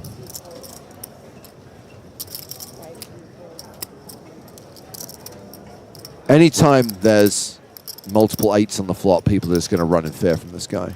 Yeah. He can always represent the 8. And this is a wide defend from Kareem. I think Kareem has decided he wants to play hands against Smith. And he could lose some chips here. Bottom pair against middle pair. So is the turn going to be another 7? No. Not a spade either. But we can see Smith is actually a 9-1 favourite. Kareem is going to lead the turn with a pair of 5s. Yeah, he's targeting stuff like ace queen, ace jack, ace highs in general. Quite a canny check back by Smith on the flop. They're extracting more value as a result. Queen on the river, pair of 7s still good. I'd expect this to go check a lot. But Kareem probably recognizes he doesn't have the best hand now. But he decides not to bluff. Dinner break now. Yeah, it has gone check. I think so. Checked to showdown, and Smith wins that pot. He has the chip lead at this table, 9.7 million. Now, when we just showed the other table, Dara, the table that's about to become our feature table, I referenced that Michel Molinar was the tournament chip leader. After we came back to this table, sadly we missed it, there was a huge 3-way all-in. Charles Whitehouse with aces, Clyde Foe with ace-king, Michel Molinar with kings. Aces held. The net result, Clyde Foe eliminated. Molinar crippled, down to 790k. Charles Whitehouse, the guy with aces, now has 19 million chips. 19 million. So when we have a new feature table on the other side of the dinner break, we're going to have a player bringing a stack of 19 million to the main stage. At a time when the average is just over 4 million. He basically has a final table stack already. Absurd. More, near enough, yeah, 5 times average. So this will be the last hand we see of these guys. The clock is ticking into the dinner break.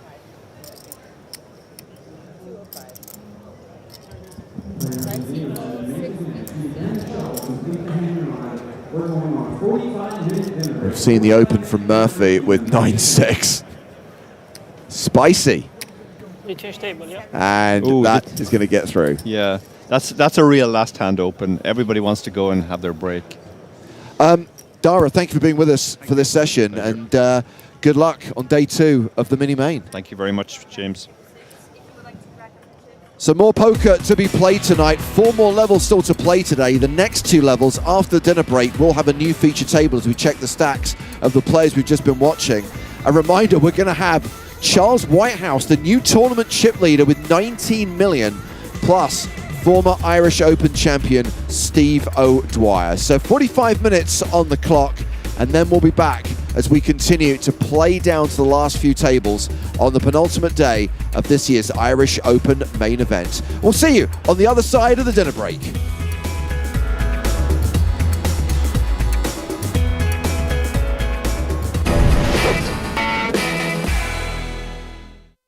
Blinds 30-60 with a 10k ante.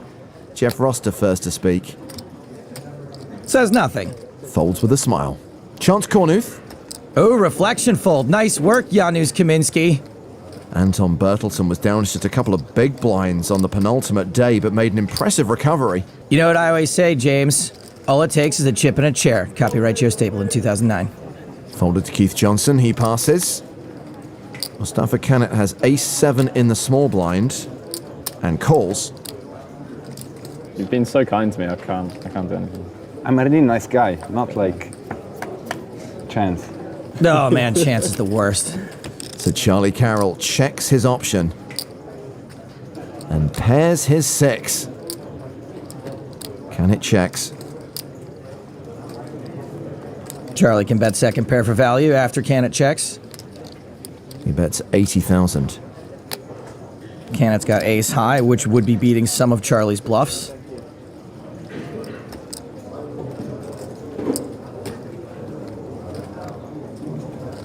He calls the bet, so we go to the turn.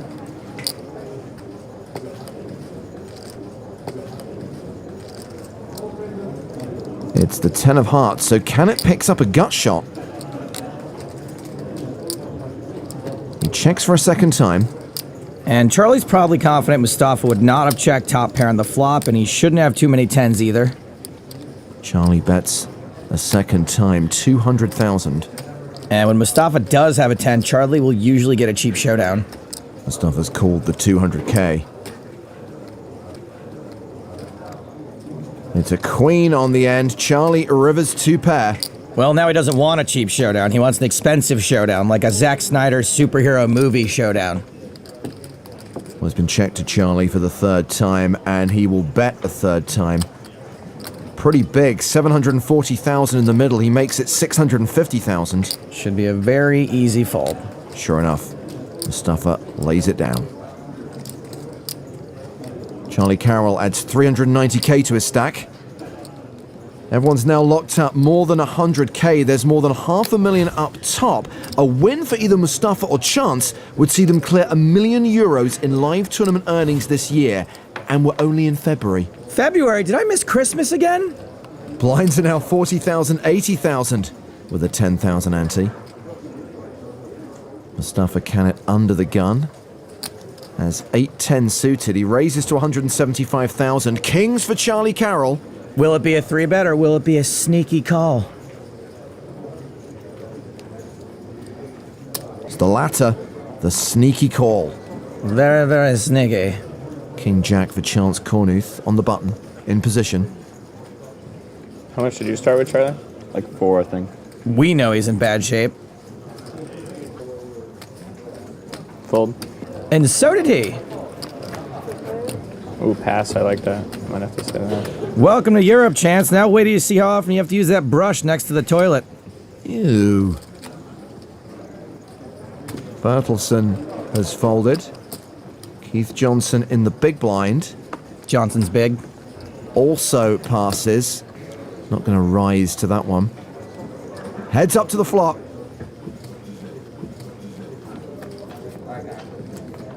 So a flush draw for Cannet. Carroll still a 2-1 favourite with kings. It's always something. Mustafa continues for 200k. He can rep a lot here. I think Charlie is going to take the standard radio show contest approach of call, call, call.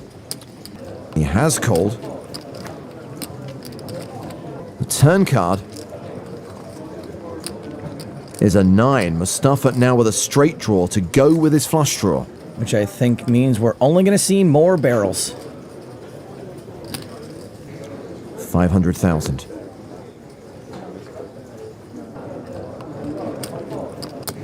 Once again, Charlie just calls. So far, so call. The river is a 7. That is a straight to the 10 for Mustafa Cannet. Oh, come on. 1.9 million in the middle.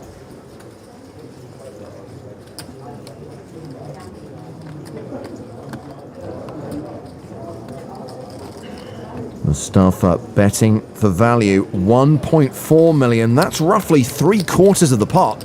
Mustafa's hand is pretty dang disguised. And this bet is polarizing.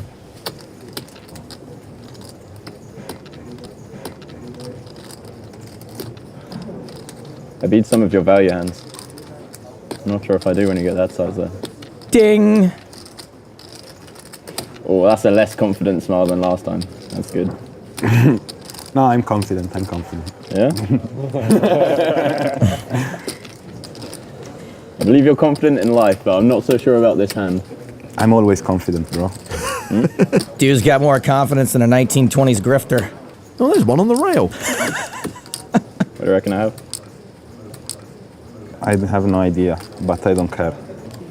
I have king. Kings is a good hand. It's a really good hand, right? I know. It's one of my favorites, to be honest. Oh, you kind of deserve my money then. What can I have? I can have 9 7s. I can have 3-3, 6-6, Ace-6, 6-5, 6-7. 9s. 9s. 7s? Maybe 10-8? Not really 7s. Maybe 4-5? Yeah. What bluffs can you have? All of them? I 6-bet 10-6 offsuited yesterday, so I have a lot of but that is not... Was it offsuit? Of course, bro. What do you think I'm talking Double about? suited, let's go.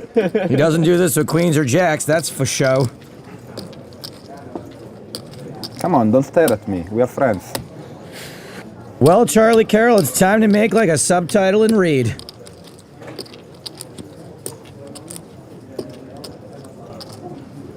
Charlie folds. Good fold, bro. Good fold. Yep. Show one. Huh? Show one. Yeah, you can pick one. It's the 10. That's a bad one to see. Is that bad to see? I mean, usually you can have 10-8 club, a king. I don't open 10-8. I don't open 10-8 suited with these stacks. That face when you think you've made a really good fold, but at the last second, you're not that sure.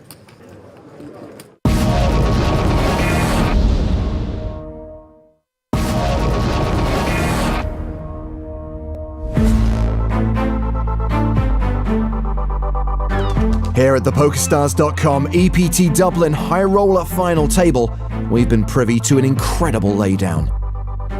It's difficult to say how Charlie Carroll managed to fold his kings, so we asked him.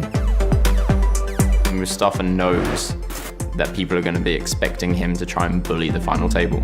So I thought that he was going to use big bet sizing for value. On the river, Mustafa reasonably quickly bets 1.4 million. This is where the hand gets kind of interesting. It's a really, really strange bet size for that situation.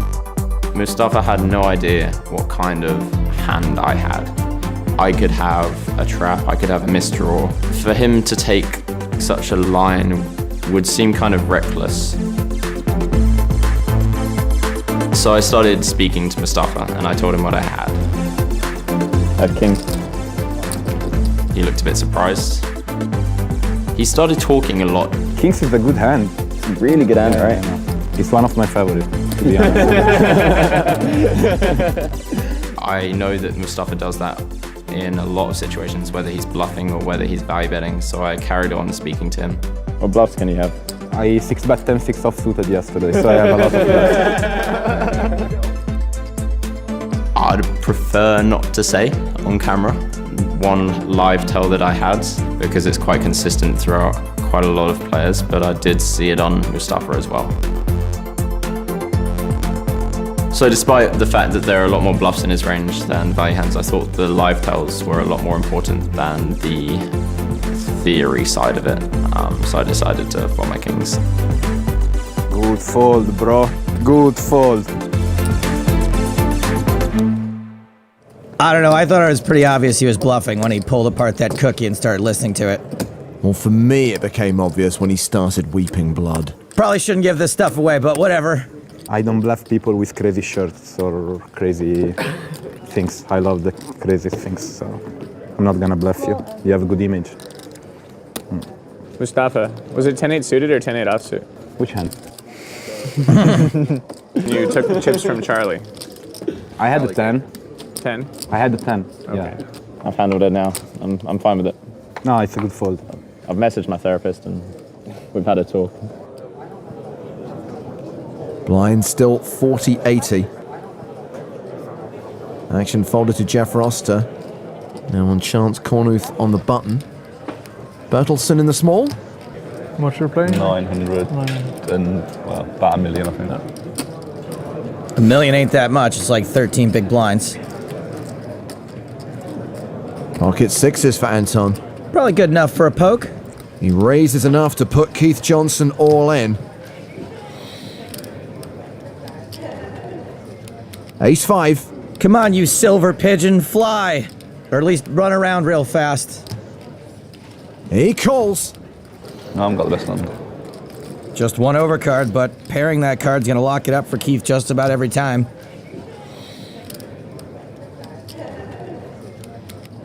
The flop. 7-5 deuce. Keith flops a piece. Can now hit an ace or a 5 to survive. The turn card is a queen. Still 5 outs for Keith, an 11% chance. The river is a jack. No, fine. Keith Johnson eliminated. You know what'd be better than bust out handshakes? Full set I played. Bust out milkshakes. It's just a thought. Please don't have any more thoughts. So Keith Johnson is the first man out, cashes for 106k. Satellited in for 3,000. Yeah, B-jump. That's what we're all thinking, to be fair. You need it. The rest of us are going to wait till he's out of earshot, but you know, whatever. You hear that, Keith? Everybody's making more money now. Next player out will receive 137,000 euros. So we've got 2 big stacks. The rest are reasonably short. Chance Cornuth is in the danger zone. Danger zone! As the blinds go up to 50,000, 100,000 with a 10,000 ante. Jeff Rossiter first to speak. Rossiter the Bossiter. Jack 9 of hearts. He raises to 200,000.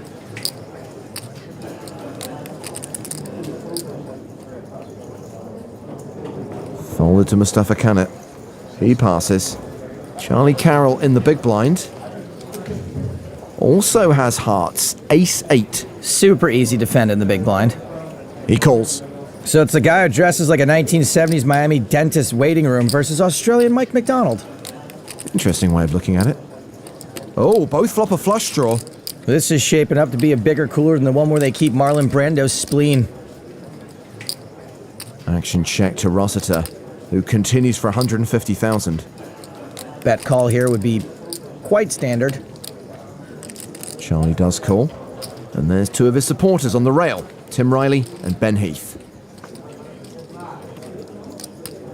The turn card is the 8 of diamonds, top pair for Charlie. I think this turn's likely to go the same way. Action check to Rossiter, who's betting again. 400,000. Charlie's got a strong hand, but he's not nutted, so I don't think he'll raise very often. Yeah, once again, he calls. The river card. It's the King of Hearts. They both now have a flush. This is just a sick, sick cooler, and Jeff Rossiter is probably going to get hurt. Nut flush versus third nut flush. Charlie shoves. And Jeff calls. Not surprised he called, but surprised he called so quickly when he had far from the nuts. So Charlie Carroll doubles up through Jeff Rossiter. It's a flush, Tim. That's what happens when you have 5 cards. You know what? I don't want to educate the fish. And Jeff is left with just 6 big blinds. Look at the way the mic pack weighs down Charlie's harem pants. Can you get me some food? I mean, come on, look at that outfit. Ben's not sure if he's talking to someone or having a fever dream. So the clothes that I wear, I get asked about quite a lot. I find it's a conversation starter with people. Poker has definitely given me confidence to wear them outside. Like, I'm not saying, I never went out of my house, but usually if I went out, I'd try and kind of tone it down a bit. But because there's been such positive feedback from the poker community about the clothes, excluding Joe Stapleton, may I add. Charlie Carroll looks like Burning Man threw up on his clothes. Yes. It's kind of made me feel a lot more comfortable wearing the clothes that I'm comfortable in. I think it's kind of ludicrous taking a step back and look at my life that I am playing a 25,000 euro tournament and I'm only 22. I'm quite well known online in a very niche group of people. Winning the 25k in Monaco definitely put my name on the map a lot more. So I was a lot more known throughout the higher stakes communities. Taking down this 25k would mean so much to me. if somebody wins one big tournament, they can almost pass it off as just a one-off. But I think if somebody gets consistent results, it might cement my place in the poker world a bit more.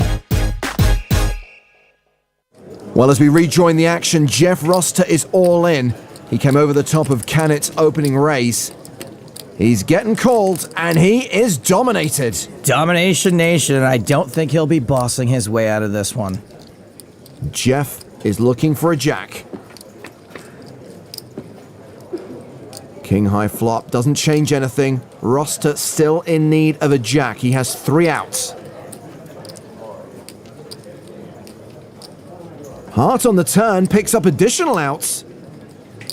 12 cards save him. Any jack, any heart. It's the ace of spades. Isn't it weird that there are just as many aces left in the deck as jacks, but it's the ace that hits? It always annoys me. Cannet KOs Rossiter in 5th place.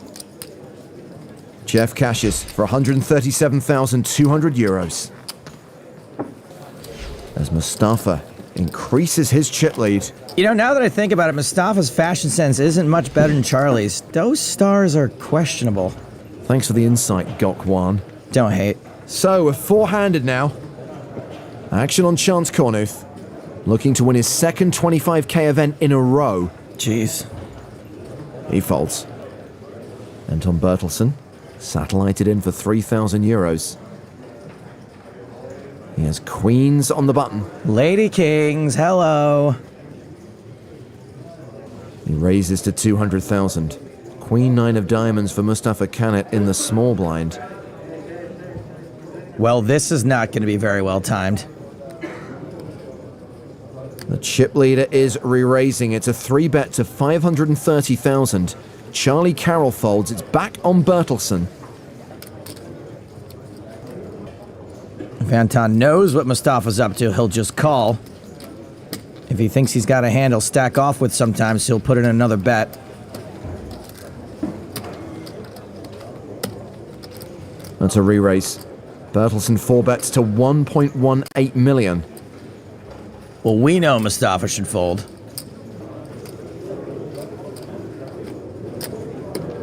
He calls. He's playing a flop out of position without the betting lead with a dominated hand. Yeah, very interesting. An out of position pre-flop float. The flop is ace-8-8. Bertelsen now better than a 9-1 favorite, but maybe a bit worried about that ace. Cannett's check the action to him, and looks like he'll continue. Mad credit for being able to fire on this flop after getting 3-bet and an ace comes down. He bets 700,000 into 2.5 million.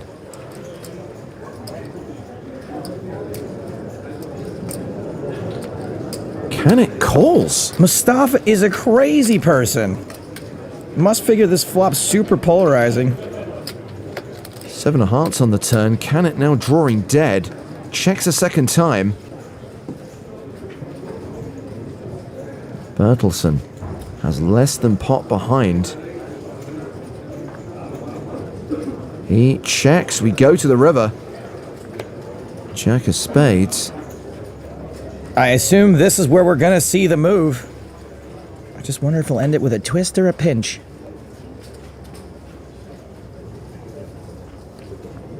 Cannet bluffs for a significant percentage of Bertelsen's remaining chips.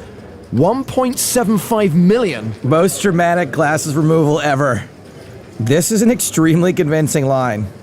I'm not sure how often Mustafa expects Bertelsen to have queens here, but this still might work anyway. His story does kind of check out. Maybe Bertelsen will see the same thing Charlie saw. Bertelsen folds! Show one. Show one. Pick one. I pick one. You get to pick one. You want to pick one? There's a bluff. Yeah, can I pick that one? Yeah, pick it. Queen diamonds. Oh! That could have been ace-queen. Anton, it was ace-queen, okay, buddy? Don't worry. Nobody tell him. Mustafa Cannet closing in on the 10 million mark now. I like how you balance your show and range there. Your customers. I have to treat you good, no? In Italy it works like that. I don't know where you're from. Why don't you ever treat me that good? It doesn't work like that in Because America. you're not that good customer compared to him. That's not a compliment. 4 remain in this high roller, and Mustafa Canet looks unstoppable.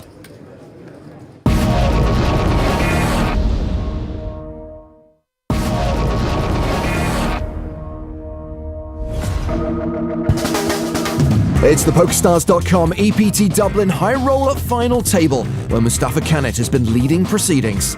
So far, he's had the other players questioning his every move. Well, that's a less confident smile than last time. You don't bluff people with crazy shirts. Ace Jack suited like a boss. Playing tight because he's right. I'm the craziest for sure. Like, I think Italian have that reputation because of me, probably. Mustafa's the best thing to happen to Italian poker since Max Pescatore discovered bandanas. Well, Canet has raised from the button here, and we, Joe, are going to sweat with Charlie Carroll in the small blind for the rematch between these two. Sweat with Charlie Carroll makes sense since it looks like he's on his way to Bikram Yoga. Ace-King suited in the small blind. He 3-bets to 700k. Yes, let's 3-bet this clown, and also, namaste. So with Chance Cornuth folding the big blind, action's back on Canet. Well, we already know he doesn't fold to re-raises, and this time he's in position. That's a call. Look. Thank you, you too. 1.6 million in the middle already. An 8-7-5 2-heart flop. Not ideal for Ace-King of Spades. Yeah, I'm fine with us not continuing. Charlie checks, Mustafa checks. Cool. 6 of clubs on the turn. Well, we've got 2 giant spades on a mostly red board. I hate this, I hate our hand, I hate this board, and I hate his stupid mustache face. Charming. Well, Charlie's checked for a second time. Mustafa not checking back this time. No, of course not. He bets 550,000. I actually kind of like a fold here. Oh my god, what's happening in the background? That guy's more machine than man. Charlie decides to call the bet. I know we're going to face a bomb from Mustafa on the river. Jason Mercier, Natasha Barber know what I'm talking about. Jack on the river. Charlie checks. And here we go. 2.7 million in the pot. And it bets 950,000. What do you do here with Ace King high? Fold the turn. Ace high, by the way. I have ace high, by the way. Ah, ace high. Oh, okay, I feel better now. We've pretty much the bottom of our range. Totally cool with a fold here, guy. I mean, unless you're in a hurry to get to the sunset meditation drum circle. No hard say. I needed a heart. I put you on the heart. We could very well be good here, but there are just better spots. Don't waste my time. You're not beating anything with ace high, so... Ding! No? King, queen, king 10, queen 10, ace 10, ace queen, ace 2 suited. You beat something. Yeah, I do. You look different this time to the time you had 10. I always look different, you know. I'm schizophrenic. Really? Yeah, a little bit. More mental health jokes. We're gonna get letters. Come on. You can be outplayed once. This hand, you cannot win it with this run out. Just, right? If he has ace high. Why do I feel like you have nothing? I feel like I have something. I feel like he has something. Charlie calls. I value bet the jack. Ew! You're so good. Gross. I'm so lucky. I think that's correct. Most of value bet a jack and a 4-card straight board, got called and was right. That's just creepy, but not as creepy as couples that wear matching t-shirts. Agreed. Mustafa Canet now has more than 2/3 of the chips in play. Mustafa Kanit, I'm 25 years old. I born in Italy, I live in Vienna. I'm used to play this kind of tournaments, so I try to take it easy. I'm always confident, bro. I think I have a good experience. I won two high rollers. The 50k in Monte Carlo and the 10k in Barcelona. The PCA, I make fourth in 100k. Was a good tournament. In the final table I had good chance and I lose a huge flip, another couple hands, but was a good tournament.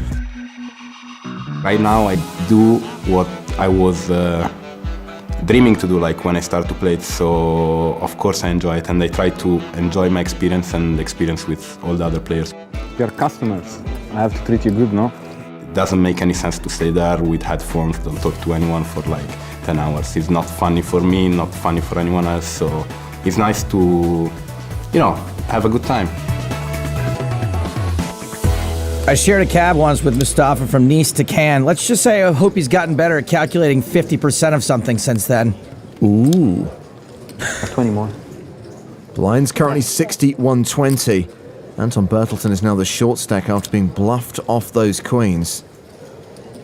Charles Cornuth with ace-6 in the small blind. All in. Shoves on Bertelsen, who's got king-10. And he's pretty short. He calls all in.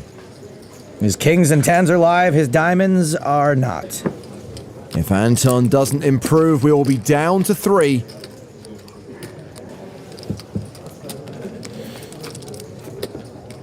The flop is 6-5-3, so a pair for chance, but both of Bertelsen's cards are still live. Low card's bad, possible straight on board good.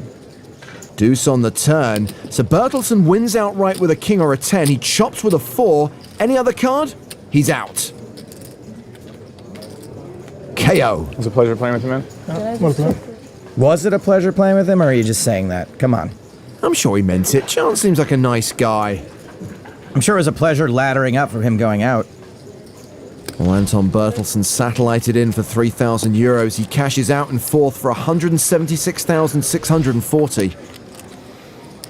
If you want to look through the numbers, we can give a look. I mean, we can look. I can't do maths. I think you're gonna have home first. Sure, bring it. Oh, Ben! I don't mind. Ben! We need you. Players are allowed to select one person to take advice from when discussing a deal. Charlie's called over his friend Ben Heath. I don't trust myself to know what's there, to be honest. I trust him, though. Maths degree and drunk. But I'd never go 10 or 15k beyond ICM, which is likely what's going to be asked for. Okay. So what are their stacks? 5, the 2 stacks. And then the rest. 2.7, 1.5, 1.6. Boring! There is like 70 million on play. Okay. No, probably it'll say he gets 440, and in practice maybe he should get 455. Yeah, and there's I don't think there's any way in hell I'm doing that, especially with tails on both of them. I don't think this deal is happening. 6 guys, 20 people's worth of egos. Well, here comes Big Nick with his laptop. Hello, guys. Hello. How are you? Good. So, you guys want some numbers? Please. ICM first, and then... Okay. So, there's the ICM there. ICM's a formula. It gives a little more to the short stacks. We do have a minimum amount of money to play for. Those are ICM, right? Yeah. Let's play. And... It's just not even close. Yeah. Sure. Yeah, I'm positive. Yeah, I think so. Okay. Done. Cheers, guys. Thanks. Good luck. Thank you for your time. You're welcome. It's just... Yeah, it's no. no, innit? Told you. You want more, we want more. Save us all some time. No, actually, I was kind of close. At least they all agreed they weren't going to agree. So they're playing for the advertised payouts. 234 for third, 360 for second, more than $500,000 for the winner. And blinds up now to 80,000, 160,000 with a 20,000 ante. Action on Mustafa Kanit, who has kings. He's pretty happy they didn't make a deal. The chip leader raises to 325,000. Pocket fives for Charlie Carroll. Uh-oh. Well, he shoves for 2.75 million. Chance Cornuth with ace-9 in the big blind. All in? He's all in. Really? I call. And Kanit calls. Hello, guys. Whoops, not so sure about the move with ace-9, but it's probably really close. Three-way all-in, and if kings hold, it's over. No ace. Charlie has chance covered, so he's set to get second place here. What do we have? Fives. As things stand, Canet is a 58% favorite to win this hand and the title.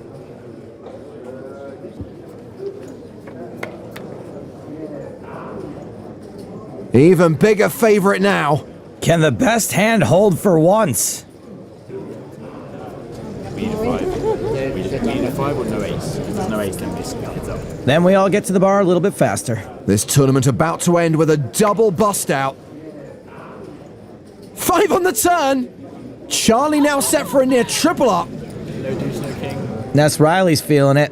The other two now drawing thin. A deuce would be pretty enjoyable. Deuce would be horrible. Cornuth needs a deuce to survive. One off would be the deuce of spades, right? Poor kings. Started off the favorite, now he's the dog. The river card is a deuce. A straight for Cornuth. Is he out? Yeah, I think so. Charlie's not out. He wins the small side pot against Canet. Sick. And Chance Cornuth triples up. You guys.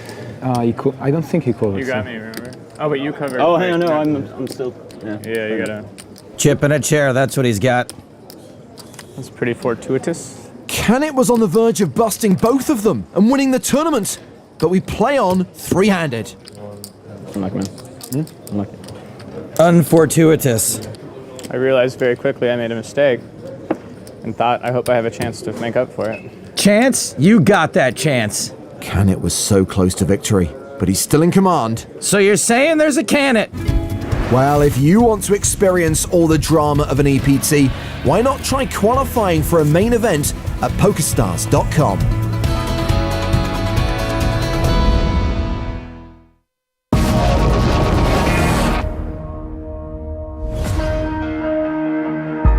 By a divine act of the poker gods, we are still three-handed at the PokerStars.com EPT Dublin High Roller. A deuce would be pretty enjoyable. Deuce would be horrible. Sick. That's pretty fortuitous. Mustafa Canet still remains on top, but he's taken his first hit at the final table. Could this be a sign of a change in the balance of power? Well, Canet still leads with 8.8 million. Chance Cornuth has 5.7 million. Charlie Carroll's the low man with 2.6 million. I think if either of us win this, we should probably give Mustafa the trophy. I'm agree. There's a lot of shoulds in poker that don't happen. Yeah. Like I should not take my pants off while I do commentary, but I do. Just stay seated on the other side of the desk. Okay. Blinds 80,000, 160,000 with a 20k ante. Canet has jacks in the small blind. He completes. Charlie Carroll with ace-4 of hearts. Chip in a chair time. Pull in. I call. Shove and a call. Charlie Carroll at risk. He's got it in as a 2-to-1 dog. Needs an ace. Or some hearts. Hoping to pull himself a Chance Cornuth.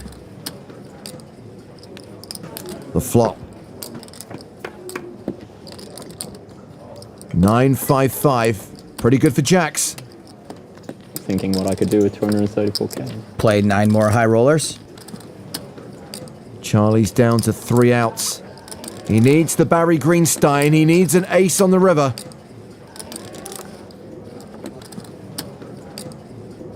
He doesn't hit. Good game, buddy. Good game.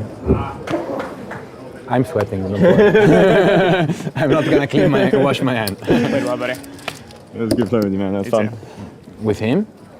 Come on, let me get it through. Oh, life's fun when you're winning hundreds of thousands. Charlie Carroll busts in third for 234,100 euros. Now quick, get him to the charity shop before it closes. So we're now heads up in this 25k event. Good luck, buddy. Let's have some fun.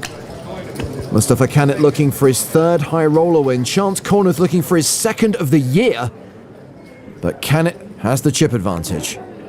Chance got pretty lucky to get to this point. He's gonna need some more. You know, I think the biggest mistake of his poker career was coming on our podcast, but Ace-9 is probably a close second. Oh, come on. That was Mustafa's favorite episode. Real good, bro. So Canet has almost a 2-1 chip lead over Cornuth as we get this heads-up battle underway. Blind still 81-60. Chance has got an uphill battle, but this is far from impossible. Yes, I'm saying there's a, you know. Chance is raised with 10-6. Mustafa defending with Queen-Jack. This is fine. Heads up's weird. The flop gives Canet top pair, bottom pair for Cornuth. Chance probably likes his hand, but it can't get too much value from worse ones. Action goes check. Queen on the turn, 2 pair for Mustafa, open-ended straight draw for Chance. Top pair versus open-ender, things are getting interesting now. Canet leads for 450,000. Calling makes perfect sense. Cornuth does call. And he gets there on the river. He makes his straight. Canet still with 2 pair. Value bet's just over $1 million. He likes to value bet thin. I think we can expect to see a raise here a lot. Well, Chance has got the second nuts, right? Sure. Call. Wow, he just calls. Pretty tight just call. Probably thinks Mustafa's never calling with worse. Meanwhile, our third place finisher is on the rail and he seems happy with his lot. I'm feeling really, really happy. I don't really get the feeling of, disappointment if you come third, because most of the time you're not even going to cash, so I'm feeling really good about it.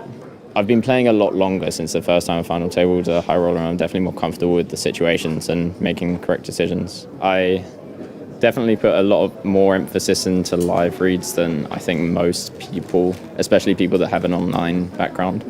I'd hate to say which one I would think is better, but I know they're both incredibly talented and they played really, really well throughout the whole final table. Oh, come on, pick a side, Bella.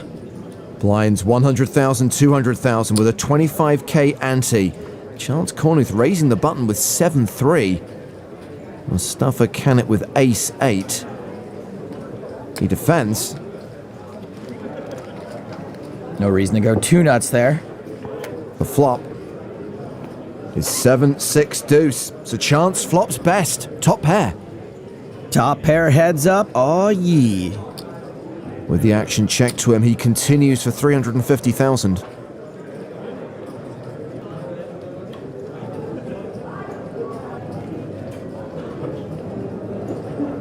And with 2 overs to the board, Mustafa calls. Ace-high could be the best hand. It's not, but it could be. The turn card is a 9. Canet is now open-ended. Not too much of a scare card for a pair of 7s. Canet checks. Cornuth checks behind. No reason to make the pot bigger, though. Jack on the river, so Canet left with just ace-high. And he's betting.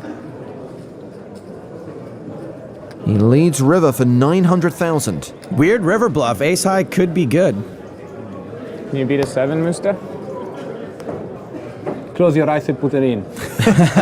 That's gross. You know me, bro. I'm not sure anyone does. All right, let me think about it. Take your time. I'm uninclined to fold a pair. I know, bro. This is why I love you. I solved it. Chance folds the best hand. Solution, yes. Correct, no. Darth Cornuth still wondering about that one. Mustafa took nearly $1 million off him there. And he has regained roughly a 2-1 chip lead over his opponent. Cornuth's getting to the point where he's going to have to take some kill me. You only have yourself to blame. Chance first to speak here. Ace-10. Raises to 500,000. Canet has a small pair, 3s. Oh, maybe it's Mustafa who's going to push the action. All in? He shoves on Cornuth. You like deuces, right? Huh. Deuces never loses. No, they do sometimes. Patently false. Call. Chance calls, and we're off to the races. Oh, good thing you have threes. Yeah. This flip could be the decider. Chances sucked out once. This one's way less uphill. Good game, Chance. It was really nice to play with you. I appreciate your optimism. Mustafa's already sizing up the trophy for his luggage. If his pocket pair holds, he wins that trophy and the €500,000 first prize. Well, threes are holding. Deuces will be better. They never loses. Chance has 6 outs. Charlie Carroll sweating the action. Queen on the turn. If I lose, I'm happy it's to you, but I wouldn't mind playing a little bit longer. I'm fine like this, bro. We play next turn. I'm thinking like a 10 of diamonds, actually. Any ace, any 10. Don't think so. 8 of diamond, maybe. The river. It's a jack. That's close. Can it closes the deal? Good game, buddy. Good game, bro. Good beast. Mustafa Canet wins the EPT Dublin 25K high roller. People say there's no second chances in life. Well, they were wrong. Bro, I bust your 3%, bro. Jason Mercier is more delighted than Mustafa is. Well, no deal was agreed, so Chance gets 360K for second, while Canet receives more than €500,000 for the win. Mustafa Canet, you've won 10K high roller. You've won a 50K high roller. You just won a 25K high roller. Where are you going next? The 100K, I suppose. You think it's going to be the 100K? Your prediction for how long that's going to take? 1 month and a half, Monte Carlo. I love the confidence in this guy. Speaking of confidence, I noticed you were having fun actually throughout the rest of the tournament. There were a couple of hands you were playing with Charlie where you were very honest about where you thought your hand strength was. You're like, no, just fold. I got it here. Is that just because you're having fun, or is there some strategy to that? No, it's strategy. Like if I have nothing, I'm gonna say something like that too. So it's random. All right, perfect. Well, guys, let's get a big round of applause for our high roller champion, Mustafa Canet.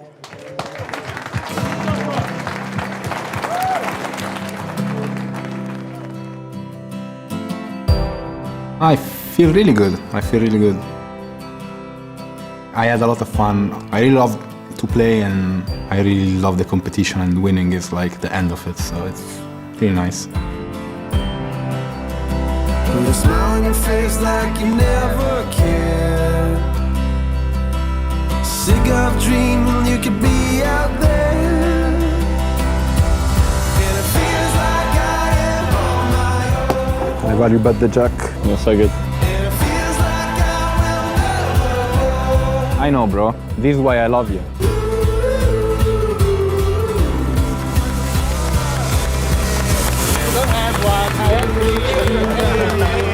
One more story to tell to my children.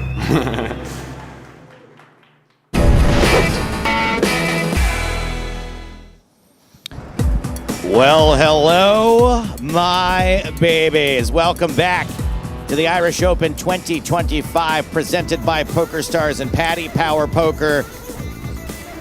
Nearing the business end of day 3 of the main event, live from the Royal Dublin Society in where? Dublin. Dublin, that's right, Nicholas Michael Walsh. Hello. And Caitlin Komeski. Hiya. There's a lot to talk about in this tournament, but let's focus on what's right in front of us.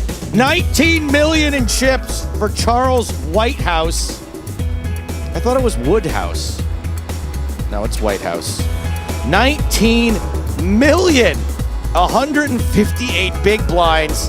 Second biggest stack is Yuri Boyko with 5.2 million. What a lead. That's right. There's a White House and a Woodhead. Lol.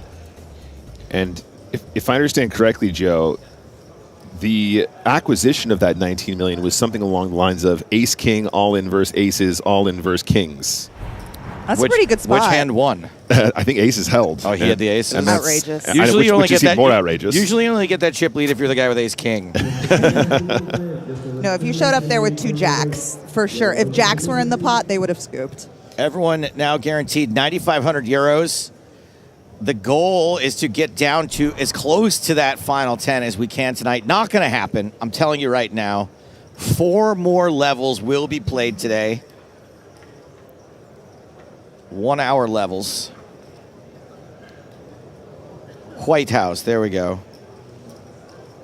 Hello.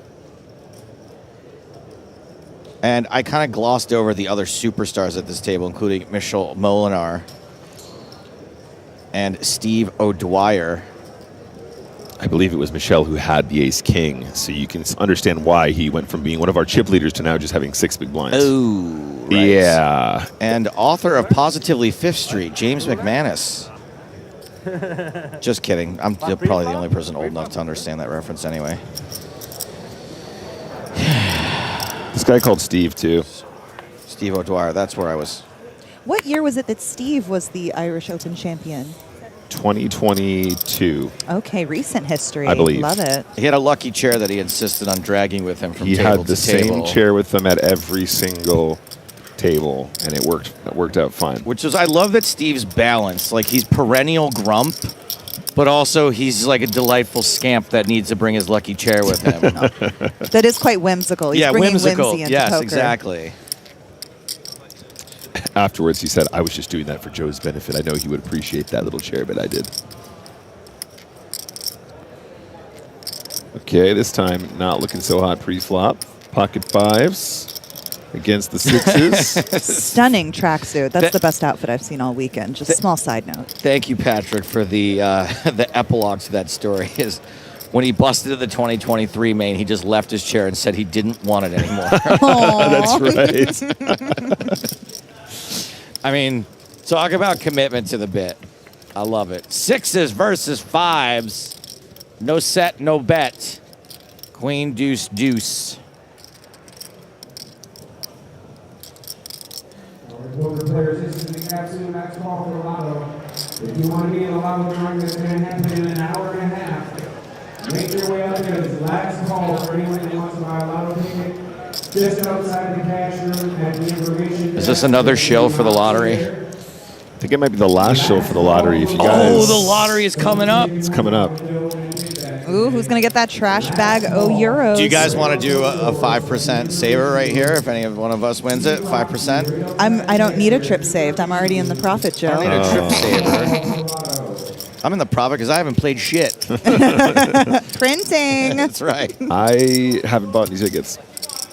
Then you definitely want to do a swap. That's the best swap you can do. Sounds great. Ace on the turn, 3 hearts out there now. It did go a 240K bet from Boyko. White House made the call.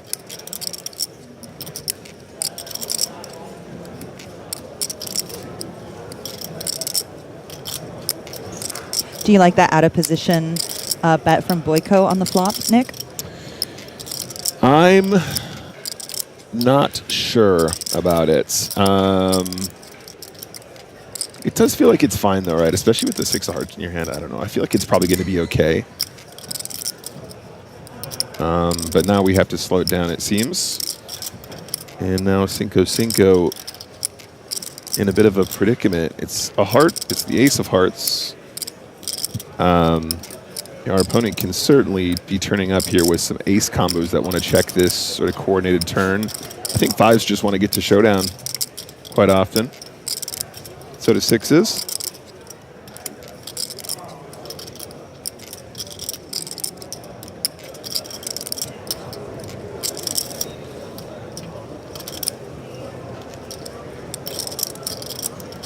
I think when your opponent checks in position, though, Caitlin, it kind of rules them out having flushes. Probably rules them out having an ace at some frequency, unless they have, like, you know, some sort of weaker suited ace that they might be a bit concerned they're like blasting off into some better aces. It's obviously quite a specific one because it's aces and deuces with a queen will chop quite a few of the ace combos. But Boyko out of position decides to check, and now White House has a decision as to whether or not they want to turn the 5s into a bluff. And it seems like he does. 1.28 million in the middle. 450K gets it done. That was pretty. That's pretty cute. It's an interesting sequence of actions, right, Caitlin? Because once the hand plays that way, your opponent probably doesn't have an ace anymore. They probably don't have a flush anymore. And then they end up having a lot of pairs that beat your fives all of a sudden, so your hand feels like it wants to bluff. Yeah, it's one of those interesting runouts where the underpair becomes a profitable bluff, and as the chip leader, like, hey, why not? Very, very cool.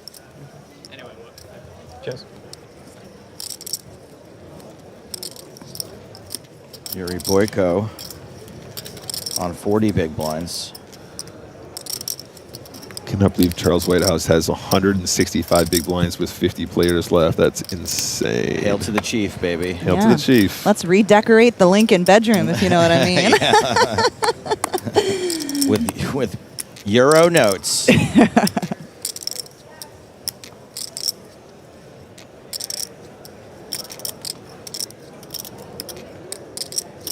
Looks like Boyko is going to bump it up here under the gun with Queen 10 suited. Let's go.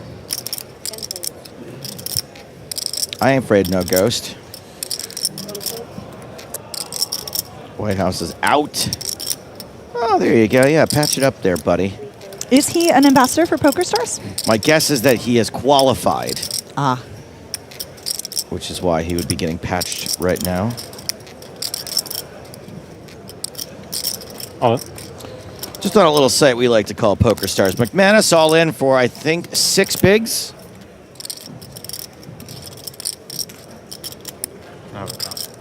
Oh, boy.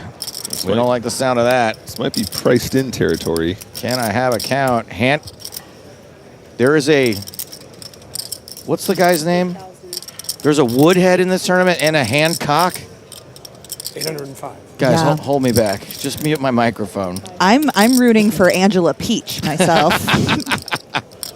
Just kidding. There's no Angela. Tommy Clam. coming to the feature table. Rebecca Taco. Okay. Okay, that's I enough. better That's put an end enough. to this. That's right. Hancock does fold. I don't really want to, but 805.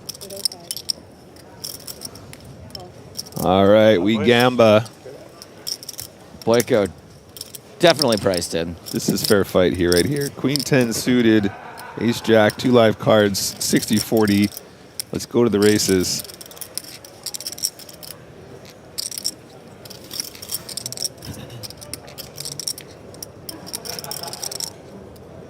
Stern.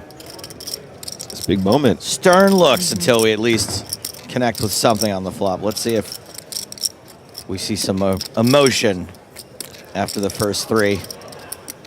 Ooh, that'll get it. Boy, that is definitely a sweaty flop.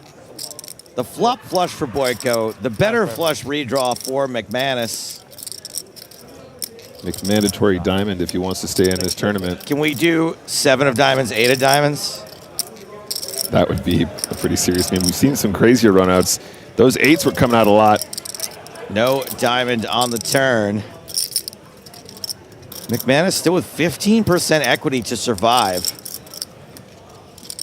Could be a lot worse. River. No diamond. Boyko outflops McManus. Gonna send him to the rail. Oh, he had anus in his name too. Unbelievable. How did that Sylvia one get by me? Sphincter is doing commentary after I leave the booth, by the way, Oh y'all. my God. Pedro Colon. On his Who way. let us do dirty puns? Like Nick is very suspiciously It's quiet. not our fault. These are all real last names. Especially Tommy Clam.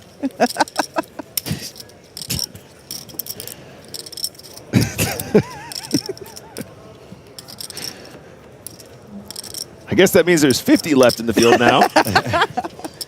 So, Jibster on Twitch says, grow up, Joe. It's going to be pretty weird when I'm like 55 and doing these same bits, right? Like, I can't. You can do whatever you want. definitely forever. can. Do you think so? Also- definitely can. Can you name another old man that is as puerile as I am and successful? Bob Saget. All right, RIP. fair enough. Okay, cool. Yep. I mean, he Also- went pretty early. Also, Jibster, don't tell my friend what to do. You're banned. Oh, Jibster, sorry. Nick gets a little possessive of me sometimes. I think that's why we keep him around. Nick has very big papa energy. He's taller than both of us. Deeper voice. Mm-hmm. Doesn't have a mortgage. I mean, like, owns his home. Not like me and Kaylin just torching money on rent every month. Ayo, luxury building. Yo, I got a concierge. What do you got? Oh, you own your own home. Okay, cool. I'd like to see them hold your packages for you in your fully paid off home. It's like, I got a porch. My packages go missing all the time, so you guys got me on that one for sure. Ace Jack for O'Dwyer. Boyko with the dominating Ace Queen. And is just going to ship it. Max pressure. This is brutal, you guys. This is a really tough dynamic here. This is really, really brutal. He only has about 22 bigs behind. And this feels like it's very close to a call every time. Yeah, it's one of those that you hate to go bust with, though. My goodness. Yeah, this is brutal. Call. Yeah. Oh, no. Yeah, this dynamic, it's just going to happen like this so often. Steve in big trouble. This chair may have seen its last tournament.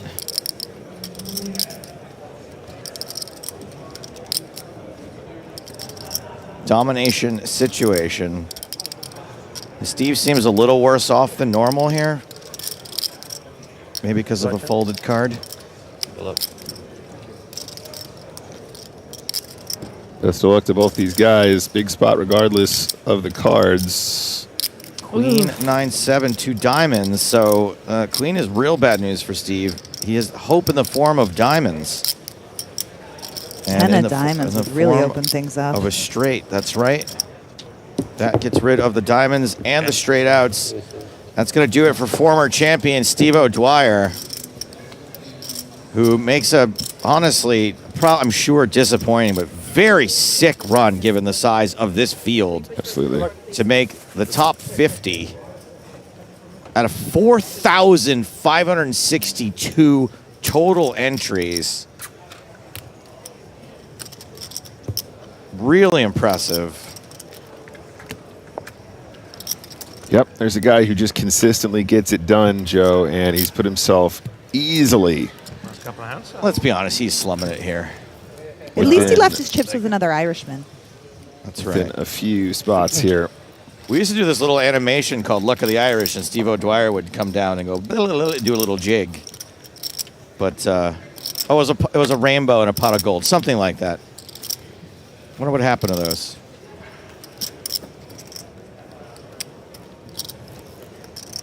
God, I miss them already. Yeah, our featured table now 5-handed. So surely we're going to be meeting a new friend soon. Well, you know what? If Steve were at the table, he'd really hate that. He'd really hate that they're 5-handed. He'd be saying something right now. He would be saying something. He'd be calling for the floor. Yeah. Call the floor. The spirit of Steve O'Dwyer lives on. Hello. Denise asks, are there still women in? Yes. Thank you for your question. I think. I know several women made day 3. I think my friend from America, Lisa, made day 3. I don't know if she's still in at this point, though. Lisa Roberts. Yes. Lisa, very impressive. She and her husband both have rings, right? Both have circuit rings. Did I see that? Yeah. Very cool. Super cool. All right, new player. Yup, Mitrovic. Mr. Mitrovic. All right, Joe, how do you pronounce that first name? Mr. Mitrovic is what he's going to go by. Irvohe? Irvohe? Hervaj. That's another one. That's another one. Yeah, I think he's cousins to Hizak. Y'all, who gave us microphones? Who put us in charge? This is not okay. This is one way to attract a younger demographic than people in their 50s. Are you a millennial or are you Gen X? I'm right on the cusp, but technically a millennial. I don't even know where the cutoff is. How does that work? It's like 1980 and 1981. It's like if you're 1980, you're Gen X. 1981, you're So millennial. if I'm 89, what am I? You're a millennial with me. You're a millennial. I'm born in '89 as well. I'm what's known as an elder millennial or a geriatric millennial. Ugh, it's gonna be hard for you to get pregnant It then tracks. at this Yeah, age. no, absolutely. Which, thank God, cannot have another scare. White House has flopped a pair of queens here. A gut shot for Harrison, defending with a pretty strong hand out of the big blind. White House looks like, as bad look like, who's that? He looks like, again, because I'm a geriatric millennial, that influencer guy who does all those skits.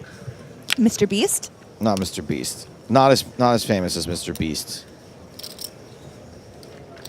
I'll see him tomorrow. He shows up in my reels all the time, but you know, I don't like to give them names.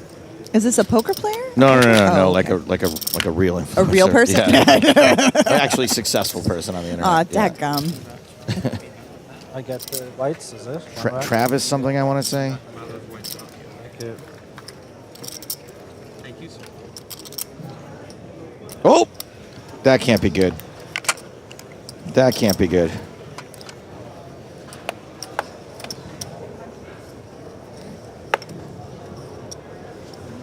Poker players, it's time for our lucky Lux on drawing of the night. Oh, it's Lucky Lux on drawing, not the real one. Trevor Wallace, thank you. That's who the bad look-alike. Thank you, Subiaco. Trevor Wallace.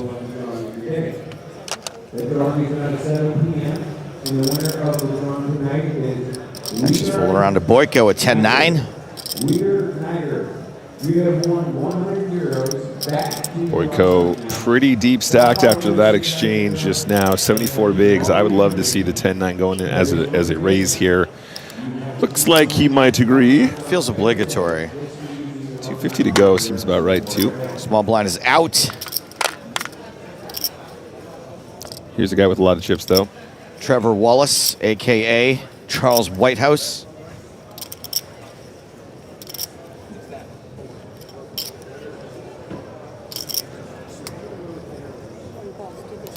Is going to call with ace tray.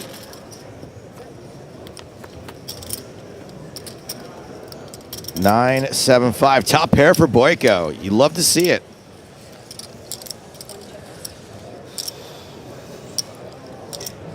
Now, is this a board that White House can lead sometimes, but perhaps just not with this exact holding, Nick? Yes, I do believe that these sort of low connected boards there are combinations we can find as leads. In all honesty, Caitlin, the whole lead thing is still something I'm very underprepared for. I need to study more of that. But as soon as we're allowed to sort of have flop straights or big combo draws here, I think the leads are actually really nice. And also, it's not so much right now, but there are dynamics later in the game where our opponents are very incentivized to check back in position when they have hands that they might otherwise 3-bet confidently earlier in the game, and therefore we want to start putting the chips in, without allowing them the opportunity to take free equity from us. With ace-3, I think now we can start going, though, because once our opponent sort of checks the flop, we certainly will have a perceived range advantage. Although I think it's not ridiculous for Boyko to have a 6 here. I think that's fine. Are you surprised to see Boyko check back top pair like that? I am, yeah. And actually, I wonder what the dynamic is there. Perhaps it's because it's big stack versus big stack, and he's just sort of trying to sort of pot control. Maybe he's doing this for deception. Maybe he randomizes this. Maybe he does check some of his weaker top pairs. I'd argue that 10-9 is actually a pretty good top pair. But, perhaps when we have ace-9, we always want to be betting. And then once we get down into the weaker part of our range, the check with top pair is a really good way to actually incentivize our opponents to go for these kinds of turns. At this point, we have a draw that goes with it as well. This is me. Beer, water, and... That's a great run. 5, 6, 7, 8, 9. That's just straight on board, but 5, 6, 7, 9, 10. Okay, wow, all right.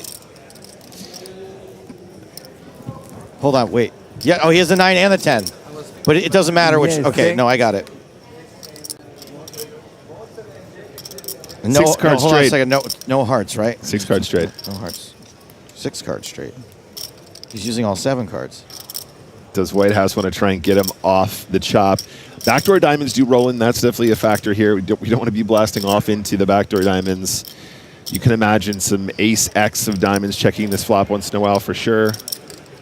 Does decide to slow it down. And now Boyko can kind of just do whatever as long as it's like a lot of chips. When your opponents can call for a chop, I think we can really punish in these scenarios. 1.2 mil? Or are we really trying to get those chips in there? This is so fun. Such a fun spot to be in. Goes for 775. Just put your opponent in such a nasty, gnarly spot right here. This is so rare you get to do this. What do you do if White House ships it here? I think you have to fold. You think you have to fold? I think you might have to fold with the chips as they are for your tournament life, but obviously I that's don't know. never going to happen, but a boy can dream. We did get a bad lookalike for Boyko, and I'm reluctant to say it because it's pretty insulting, but I'll be the judge of that. Vice President of the United States, J.D. Vance. Oh my gosh, I see it. Yes. Now, I think see Boyko's wearing less makeup though. a little bit less makeup, but I did in the crackdown. I did see a couch that was absolutely ruined. So it's possible that that was a sexy little couch. I saw that. It couch. was asking for it. Yeah. It's possible that story checks out.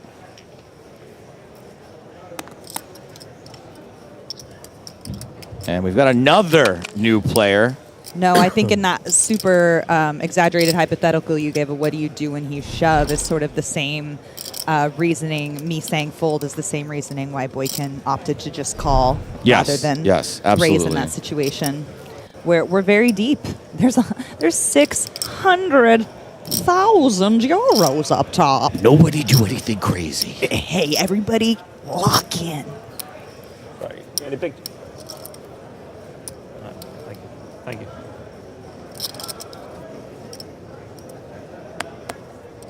This is Michael Harrison on the button. Elects to not play. 8 deuce for White House in the small blind. Oh, it reminds me of last night. There was a fellow last night that was just playing like an absolute crazy person. 8 deuce in the small blind, like in a 3-way pot. He's like, call. All in. Oh, wow. And 8 deuce living up. Mitchell Molinar calls, wakes up with the ladies. You always feel like such a horse's banana when you're doing Yeah, the right? wide bully big Yeah. chat, and they just have a premium. Oops. Oopsies. But I'll tell you what feels.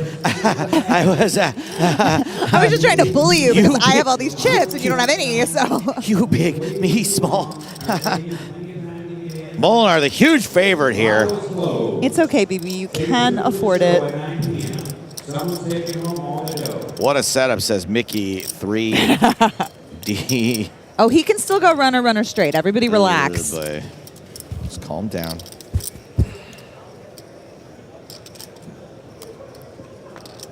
Turn is a tray ball. Okay. All right, we're no longer sweating. We're home and dry. How much? All right, 2 pairs, queens and jacks, going to take it down in a big oopsie moment for our chip leader. The was where you save face when you go, how much? And they go, oh, that's it? Yeah, all right, fine. Sure. I would have done it for more. Yeah, 5 bigs. I'm not allowed to fold anything. 8 deuce offsuit. Come on, Solver says that's a shove. In case anybody's asking.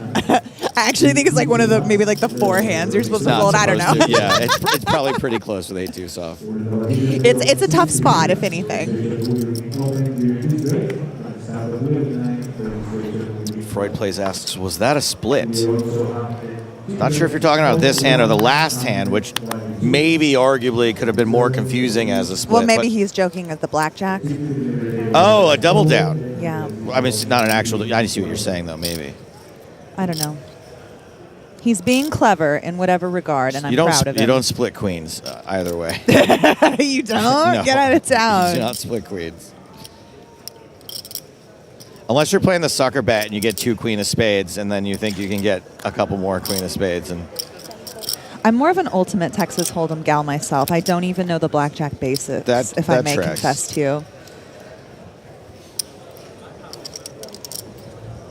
We were playing Ultimate Texas Hold'em after the final table in Barcelona, me and Spraggy and Marley.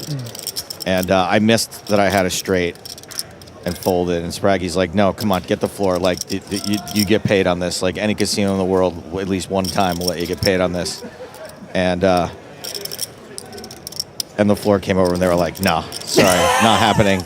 And then Spraggy was like, "Cool, we're leaving," and they didn't care at all. But like, it was like one of the nicest things that any friend ever did for me. And then on the way out, he's like, "I'll never be back in this casino." And clearly, we're gonna be back. And I'll have you know, I have a gambling platform. That's right. And we'll have 7,000 runners, but we'll never be back. King, Queen, 5, pair of queens for Boyko, 5s for Mitrovic. I want to say it's Mitrovic. Sure. But go I for kind it. of just want to be a contrarian. That's all right. And slow you down and interfere with your workday. Good luck. Oh, I was wrong about something? Yeah. Cool. Get out of town.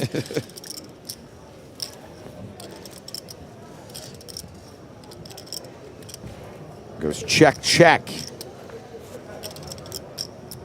Another king on the turn. Probably not a terrible. This is the second time within an orbit that Boyko is opting for the protected check back. Second pair, even probably more intuitive of a check back than a top pair. The 10-9, weaker, right? weaker Yeah. kicker. No, well spotted though, and that's definitely something that is interesting because sometimes we do get stuck in that gear where we're like, oh, I always bet my top pair, or I always, if there's a flush draw out there, I'm going to bet the queen to try and get value from the hearts. But sometimes it's better for us to play it slow. In situations that don't require as much protection, or perhaps it's just nice to have a protected range, as you said. Checking back some hands as strong as second pair here, I think, can be super beneficial. This is the kind of run out where you get paid now as well. Yeah, on this check down line, it'll be very interesting to see if Boyko gets maybe greedy, goes for an overbet size here. Yeah, and it feels once the action is gone this way, right? You're like, I'm only getting paid by ace high, and they'll probably call up to 600 or whatever, right? So I think that is a very apt observation. I think that's really, really cool to consider. I definitely feel like we are going to always go for value with this line. For our opponent to trap check a king all the way down like that would be really, really unusual.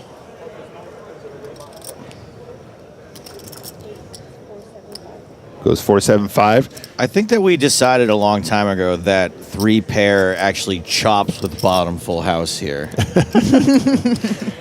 Yeah, and actually, this is the second occasion now where he's going like 75% pot seems to be like his kind of sweet spot for his value betting, which I think is fine too.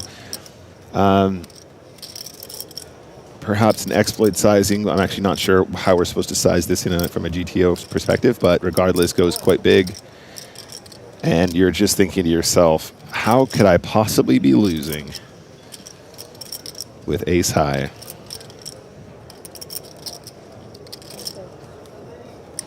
Gets away from it. Well played.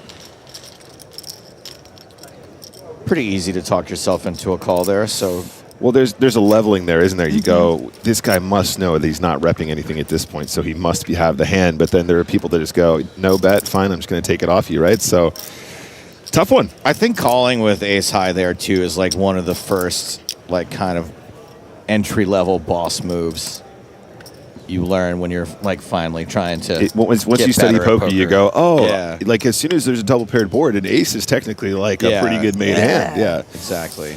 Yeah, it is a tricky one to navigate when you're playing against players of this caliber. Got another new player here. This is Joe O'Donnell. Oh my God, obsessed. He's got the readers. Right off the Walgreens rack. He looks like $1 million. 600,000 euros at least.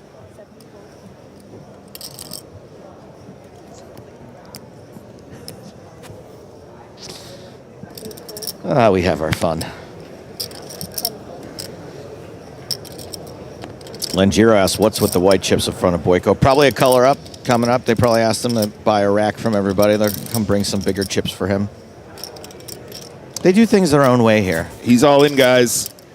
10 big blindies on Zbutin. Suited ace time. Molaram. Gonna rip out Indy's heart with ace-7 of diamonds.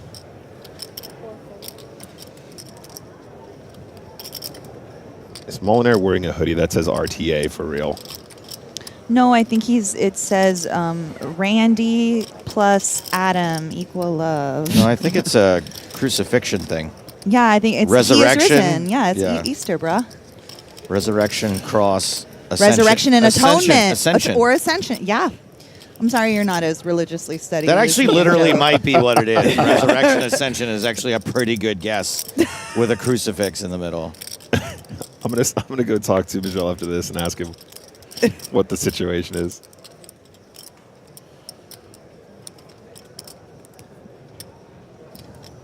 But nobody got my joke. They thought it was a religious thing. Hamza Turan on YouTube says, boring TV table. I'll tell you what, I'm going to do you a little favor here. Go outside. You're banned.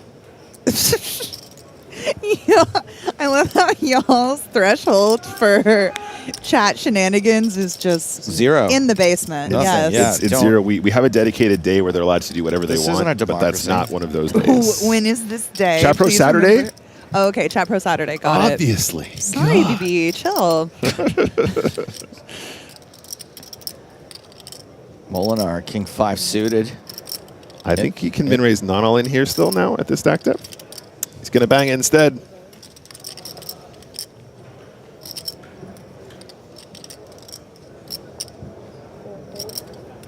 I do like whoever keeps saying Mitrovic's bad lookalike is Joel McHale. I mean, that is a fantastic bad lookalike.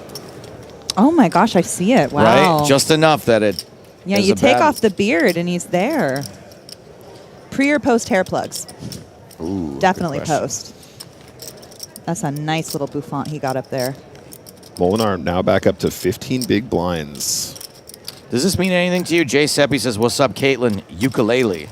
Yes, I play the ukulele. Sometimes I do it on my live stream. Not that often anymore, mostly because it's, you know, cringe lord type material. But yes, Seppi's one of my friends who plays in the New Jersey pool with me. Giuseppe.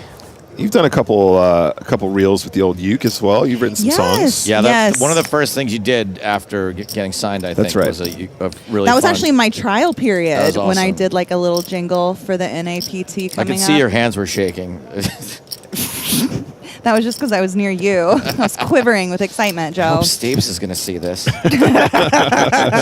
Maybe he'll ask me to tour the country and do bar shows with him. Guys, who is hey, well, I'm gonna book you for Thunder Valley. I'll be there. It's a good start. Guys, who is the female commentator? Asks Andorka.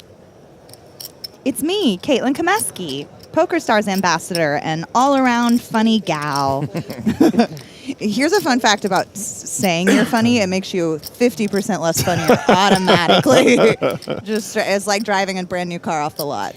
What's funny is that I have a lot of online trolls because I have the audacity to speak online, and a lot of them will just try to say that I'm not funny or a failed comedian. I'm like, there are so many ways you could hurt me. Like, I'm not going to tell you what they are. Like, I'm just as insecure as the next guy, but like telling me something that's like intrinsically, like just empirically untrue, I'm just like, lol. Like, okay, fine. Nice try, buddy. Yeah, I'm the same way when people are like, "Oh, you're so bad at poker." It's like, "Cool, bro. I'm still sponsored." Like, what do you want from me? I pay my bills. My bills are paid. Yeah. I'm in very moderate amount of debt. In 6 months, my credit card's gonna be paid down a little bit. That's right. So you stick that in your pipe. I'm doing 20% more than the minimum every month. I think if I wanted to, I could get the Victoria's Secret card. Charge my underwear in That's payments. right. I'll have it paid off by the time it disintegrates. Caitlin Komeski plays as a team pro in New Jersey, Michigan PokerStars market. Check her live streams out 4 to 5 days a week in Twitch and YouTube. Caitlin Texas Poker. Did someone ask Grok or something? Giuseppe. Oh, thank you, Jay Seppi. You the bestest. White House. Ace King suited. Chip leader got a hand. Boyko do not got a hand. Slick suiting. Raise and take it. 45 players left in this field. We are getting there. Just a few tables left. Everyone now guaranteed 9,500 euros. There's a pay jump at 39th place.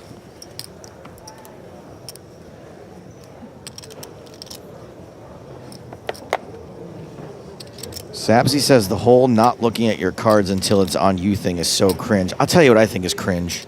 Calling things cringe. That's what's cringe to me.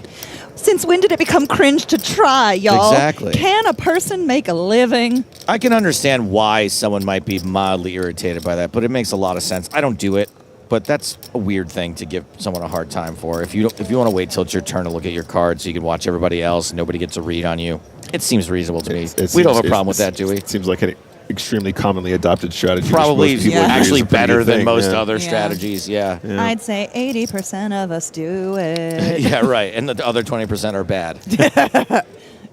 Or drunk. Or both. I'm both generally. Mr. Boyko.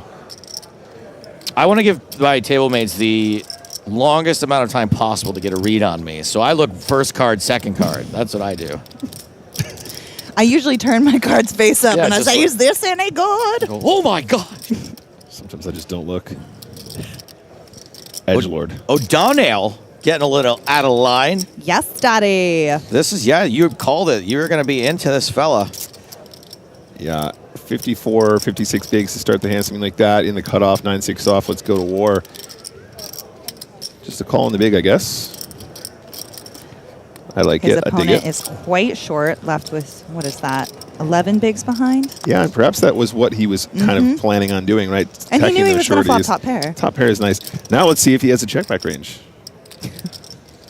Actually betting top pair here is going to be totally fine, of course, but...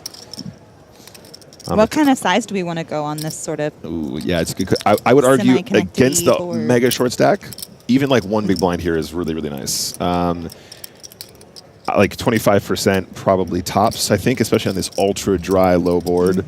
It gives our opponent room to be induced. If they have a 5 and we end up with like kings here or something, we want to give them a size where they feel like they might still have fold equity to get chips in. In addition to that, when your opponent's this short, you're applying a lot of pressure to that shorter stack with a smaller bet size in the first place because it represents more of their total tournament life remaining in the stack. Goes for 225 into a pot of 730. I think this is really nice. Maybe a little bit bigger than I would go, but still going to be good.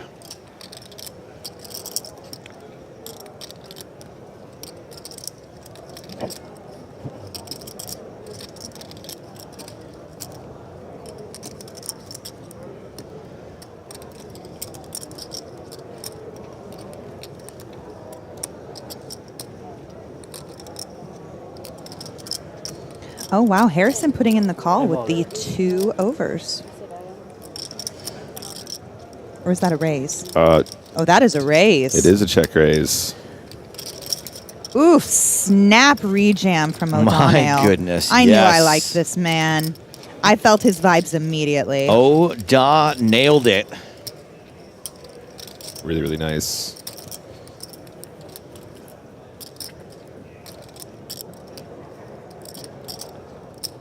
Yeah, a little smirk there, probably. I'd have a little smirk myself.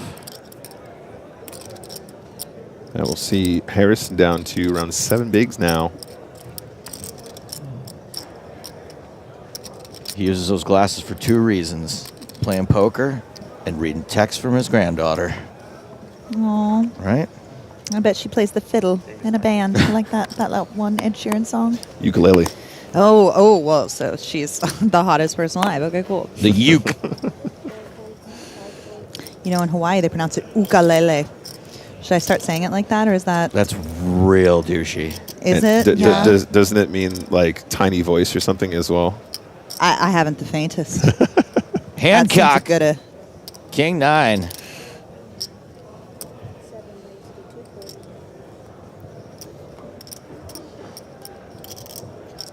Would go. It's going to make this look good. There we go. Send them back. I'll have 2 others, please. Thank you. Folds around to the big blind. Charles Whitehouse, 19.1 million in chips. Has twice the number of chips of Yuri Boyko.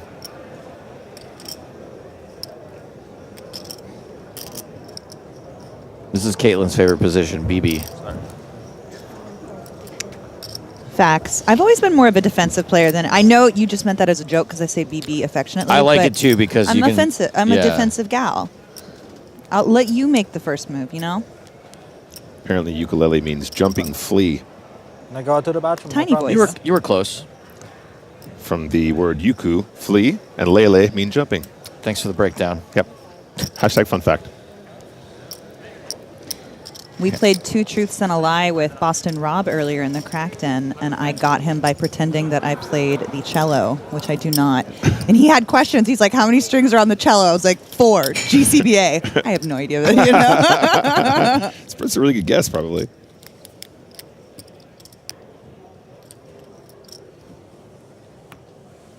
I know that it doesn't really work like this, but I always want the Two Truths and a Lie to be like, it can't be something that's like true, but you swapped a part of it out. That's Like- how I always win. That's how I hack the game. Because yeah, you're just like, oh, like I once hooked up with, I don't know, with LeBron James, and it's like a different NBA player. Yeah.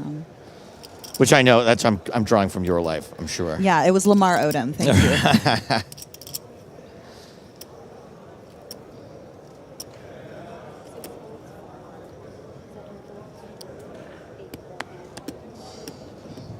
Guys, we'll talk about the poker when there's something to talk about, all right? I'm just going to do... Can I just do a ban? Like a blanket ban? Joe, you don't need my permission, bud. I mean, this one's definitely getting to ban. I'm not even going to grace that with a... oh, later. Yeah, you're banned. Peace out. Michael Harrison. Shoving the 2 7s. Whoa. Did I hear a call? I sure did. Michelle Molinar with aces. He is just getting some real gift-wrapped presents today. I mean, after that huge collision, Yeah, I was like, oh, that's not bad for me. it feels like justice that Molinar would have another chance in this tournament. Was on the wrong end of the aces versus kings versus ace-king spot earlier after being chip leader for most of the day. And let's see the flop. 6-4 deuce. Chances. There are some sweaty turns, but at the moment... I would have done it anyway. So. 5-8. 5-8. 5 for 2 7s. The only outs. 5, 10 o'clock. No jump. No additional outs. We need a black 7, and we need it now. River. It's 5. 4, 5, 6, 7. Not good enough. Definitely you have it. Good game, Michael Harrison. You'll find out. And Michelle Molinar Is this your case? slowly rebuilding. It's yours. Absolutely. Rising from the ashes. You don't need it. Yeah, just put it there. Otherwise, I'm just bulky in my pocket. That's what. Oh, okay. Yeah, thank you. Kino on YouTube says, White is currently smoking a cigar in the crackdown shouting, sack me, I made the BBC. God, I hope that's true.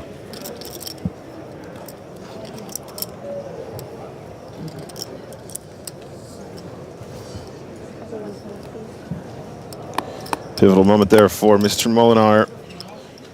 25 big blinds now. Definitely a spinnable stack. Final 43 players in the field. I'm sure they can start to taste it now, guys. They're starting to taste that 600K at the top. Is it too early to start picking favorites? No, people love when you do that. I find the question to be really boring, but if you want to... I'm boycotting the whole event if O'Donnell doesn't win. He's my man. O'Donnell. Is that a little clunkier than perhaps a native speaker? Or is it O'Donnell, Joe? Jibster says, I love Joe comments followed by 5 seconds of silence from everyone. Hardly. I've been giggling like a fool. That's okay. How about infinity seconds of silence from you? You're banned. Ace Jack for Boyko. And Molinar again just waking up with a much better hand. That look-alike Molinar's Agent Smith from The Matrix. Pretty good. I'll take it. I'll take it. I see that. Hugo Weaving. Mr. Anderson. Also quite a hot little elf. I was going to say, wasn't he the hot elf Yeah, in one of them. Lord of the Rings? Sure. Was there a not hot elf? Let's be real. True. He was Lord Elrond. You just totally made that not sexy. I mean, I didn't...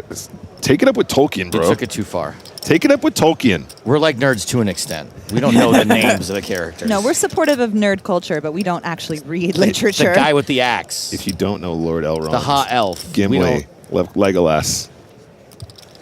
The guys that eat people.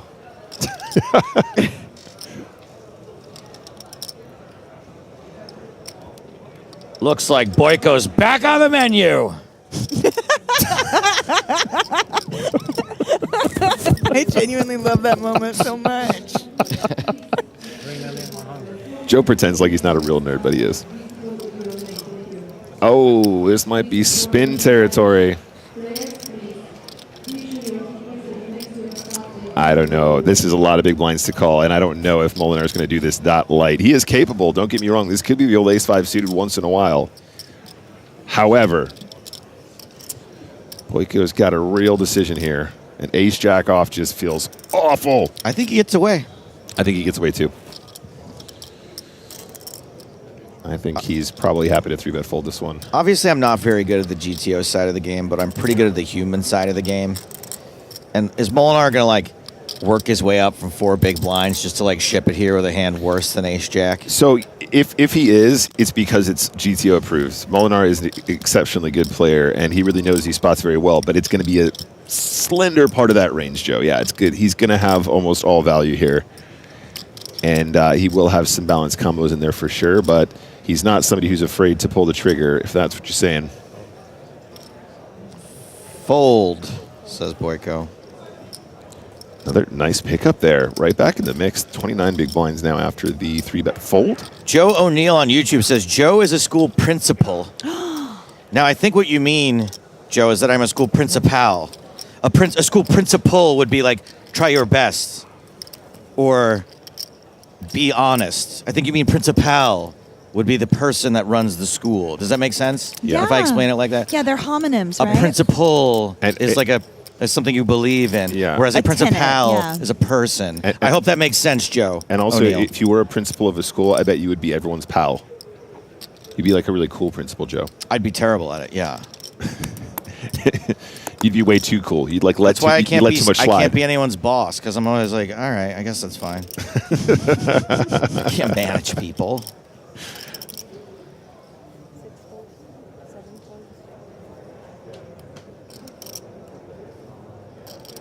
OG says, makes no F sense. Guess what? You make no F more chat.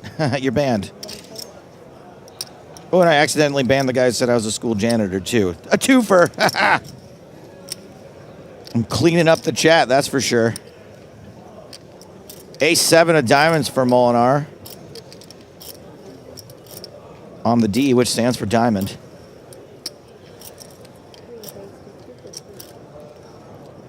Let's just start with the open.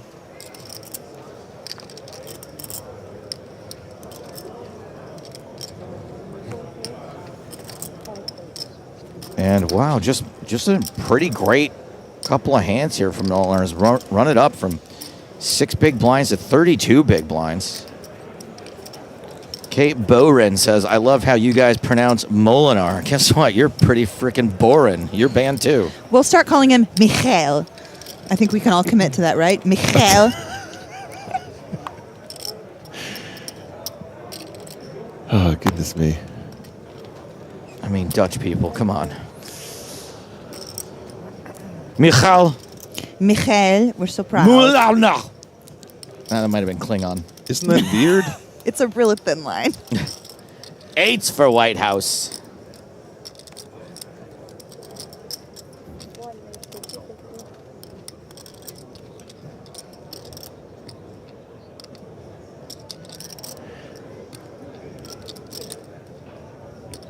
And Molinar with another playable hand. Does not want to ride the wave. It really stinks that you can't play Jack-10 in most situations. I guess no one else here struggles with that, just me. Ace-8 suited for Mitrovic. Jack-10 suited, I think you can play in most situations. It's usually approved. Yeah, but there's only like 8 combos of that, whereas like there's like 14 combos of the other ones. There's 4 combos of... Oh, there are 8 combos of Jack-10 suited. Yeah, that's what I said. Quite right, Joe. Excuse me. Booty traps. Oh, there are 4 combos of Jack 10 suited. Thank you. Second guess myself. That's how convincing I he know. is. I was like, for it to be a suited hand. That's how convincing he Like, is. if he won for Hashtag pro suits. streamer.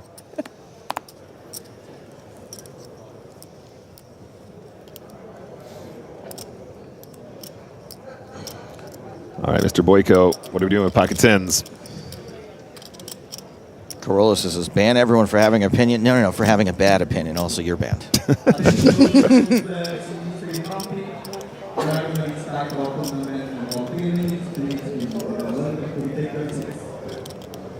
Folding around now. 7-5 out of the way. I'm going to tell everyone right now that they're about to pull the lotto in real time in 10 minutes.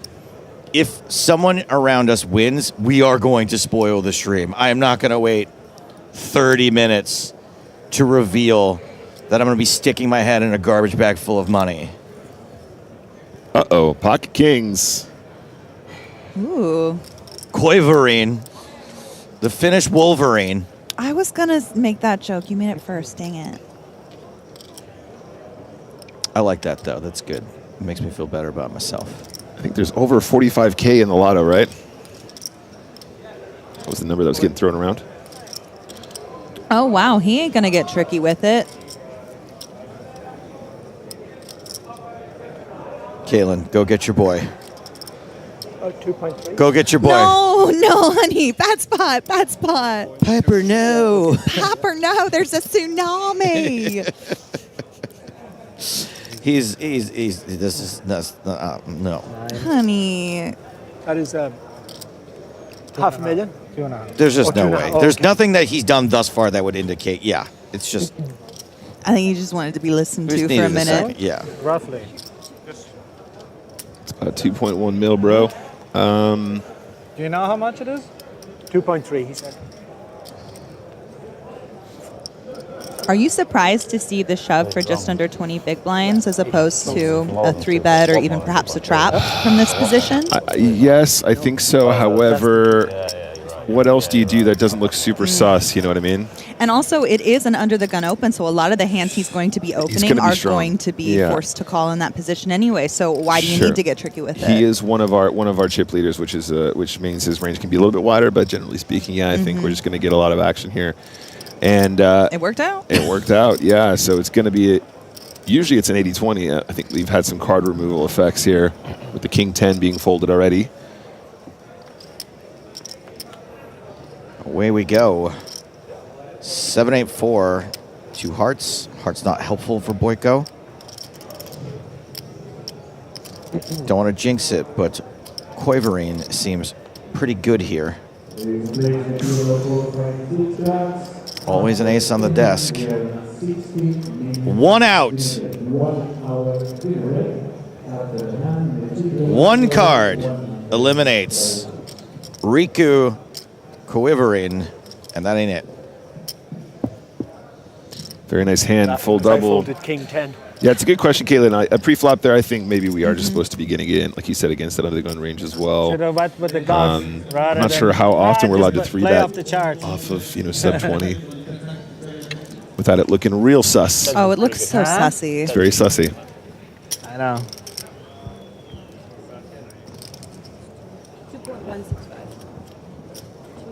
PBH says that, come on, that's a Nick Walsh lookalike. Part of the rules of the bad lookalike is you're not allowed to do it with other poker players. Everybody knows that. If James was here, he would have told you the same thing. Yeah, everyone knows I look exactly like Olga Ermolovich, but we don't say that because it's poker I was on thinking poker. the exact you know? same thing. Exactly. So just keep it celebrities, please. Fishmonger, you can get a full ban for that. How about that? So we're down to 41 now, and we have lost some pretty significant players. Parker Talbot. Talbot? Is it Talbot or Talbot? Talbot. Talbot. Parker Talbot. Why does that sound familiar? Parker Talbot eliminated. It's Tonka, babe. Tonka Babe, okay. We've lost Tonka Babe. No, I called you babe. His name is Tonka. Tonka comma babe. Yep. Parker Talbot eliminated. Tyler Spauga, Spauga, eliminated. Daniel Smilgovich,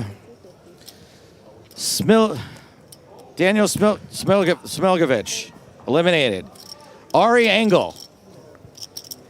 Angel? Angle.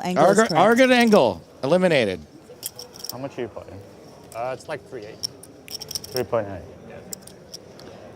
Well, congrats to all the deep runs of our friends. And we are approaching a pay jump, right? 39, I believe, is the next little blip blop, little bloop. 39th place. Yeah, everyone gets into four figures, 11K. We got a couple of suited aces. Molinar from early. Hancock is going to take the aggressive route and 3-bet from the small blind.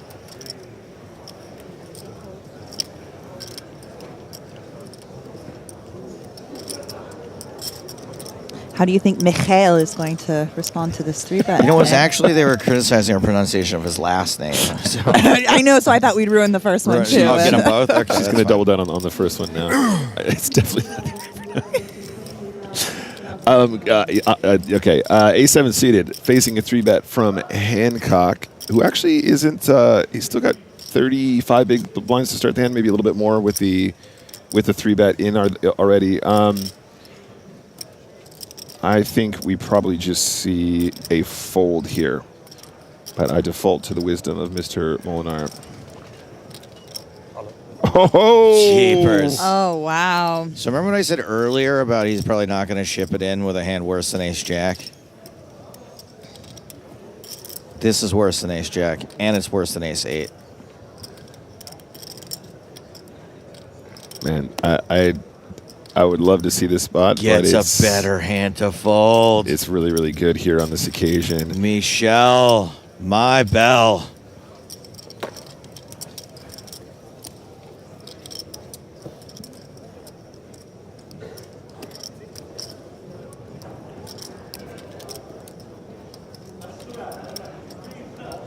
Thank you very much for the raid. Grund on tour. Yes. 175 of you joining us. Welcome over to our English commentary of the Irish Open, brought to you by PokerStars and Paddy Power Poker.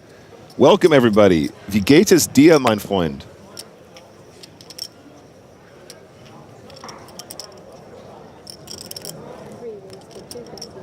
Endlich normale Leute. Meine deutsche Freunde.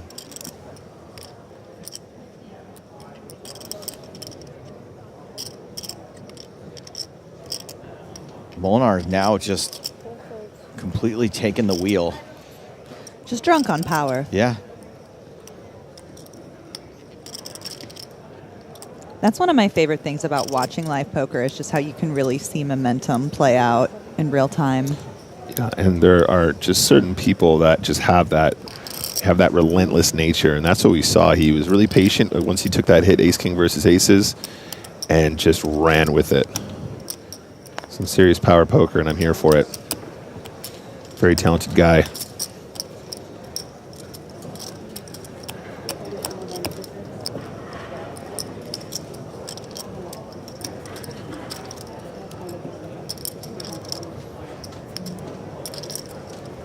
So, well, some bad news here. Pia Franson has been eliminated, taken out by the actual last woman standing, Rosalie Petit, which means we're down to 40 players, 5 tables. So they're going to break table 6. This is Rosalie, who just took out Pia.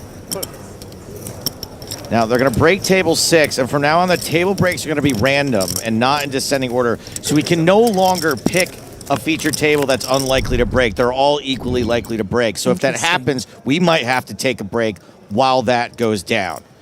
But for now, with the elimination of the last lady standing, sorry, the second to last lady standing, I'm going to bring in the second to last ladies man standing, James Hartigan.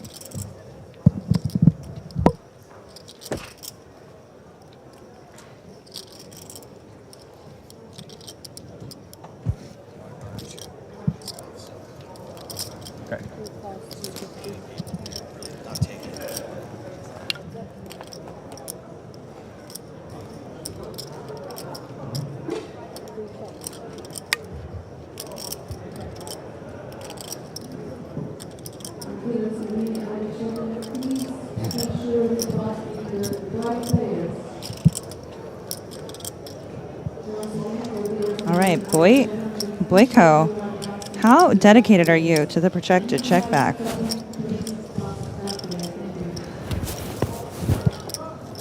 I would like to highlight that when Joe said, "I'm out of here," Caitlin was like, microphone off, headphones off. It's like, I'm not working with that guy. I was ready to protest.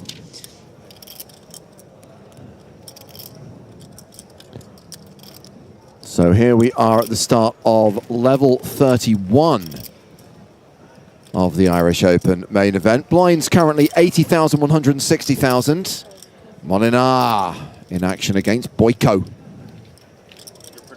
You're pronouncing it wrong, James.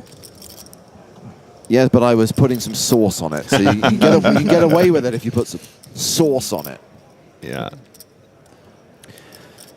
So bottom pair versus almost bottom pair.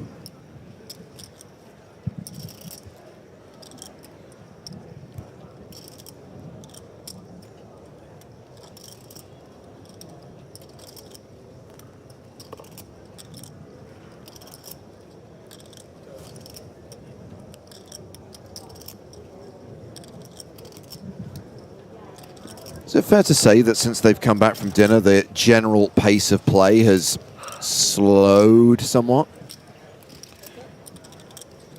I guess it was already slowing down before dinner. Right now that we've got, I feel like we're still getting through hands. Molinar, Okay. Molinar has really put on a bit of a clinic here, speeding it up from sort of had 7 five, bigs, yeah. 5-7 bigs, something like that, after taking the hit Ace King versus Aces, and has now elevated the chip stack to over 30, 35.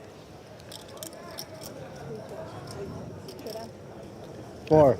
Both Checked. players happy to get the showdown. To showdown, and the 4 is good. Can you call the 4 to change them chips that he's going to rack, please? Puzzle to Zone asks, is Tonka coming to the feature table? Oh, too soon. Parker Talbot, 43rd place finisher in the Irish Open for €9,500. Sadly, no longer alive, not in the top 40. And a reminder that Scoop is just around the corner. Now, of course, the next big thing coming up is actually EPC Monte Carlo. That kicks off very soon. We'll be streaming the last 5 days of the main event from Monaco. But straight after that, Monte Carlo wraps on Saturday the 10th of May. Sunday the 11th, the Spring Championship of Online Poker. This is for the free world. And it is going to be a 3 and a bit week series, complete with a main event somewhere around the middle of the series to avoid a clash with the World Series. And we are going to be bringing you cards up coverage of that main event. This is really awkward that I'm on the floor of the... I really should have stayed out shot, shouldn't I? This is really weird. This is actually really disconcerting. It's like an episode of Inception or something, yeah. So yes, we're going to stream cards up coverage of the last 3 days of the main event, but crucially, Nicholas Walsh, you are going to be Captain Scoop. I'm going to be Captain Scoop. Yeah, so we actually have to come up with a better name because we did daytime W Coops during W Coop last time, where I streamed final table cards up coverage from the evening before, which meant we were online every single day. The day after, we had an event every day of Scoop. Yeah. And so we're going to try and do the same thing for Scoop this year. If you don't already follow us, twitch.tv/PokerStars, drop us a follow, and we are going to broadcast every day during the day, which will then feed into the evening streams where our fantastic ambassadors will be battling it out cards up and live in the evenings. So join me during the day, and also check out @NickWalshTV on Twitch as well, my brand new channel. That's for more Nick Walsh-centric content. Now, I heard you guys talking about bad lookalikes earlier on. I heard you disqualify someone, Nick. Has anyone done a bad lookalike? I don't know the player's name, but when he's on screen, I'm going to point at him and say, has anyone done a bad lookalike for that guy? That guy. I don't think so. Yes, that was the Joel McHale bad lookalike. Oh. You see, I think he looks more like, oh, I've forgotten the guy's name. He's a British comedian. Rob someone. So it's been a long day. Somebody said that Molinar looked a little bit like Agent Smith from The Matrix, which I thought was actually a pretty solid one. That's decent. Yeah. That's decent. Rob Beckett. Yes, thank you, Phil Pott and Ketamine. Rob Beckett.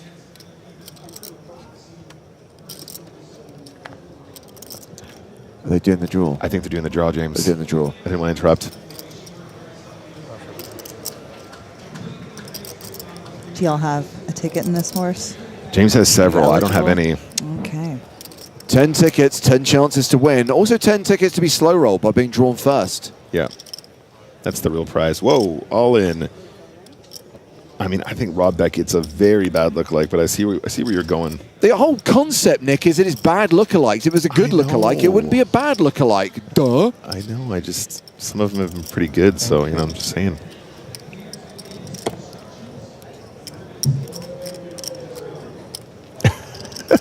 I'm guessing that no one's come up and grabbed either of us, so I'm guessing that we didn't win.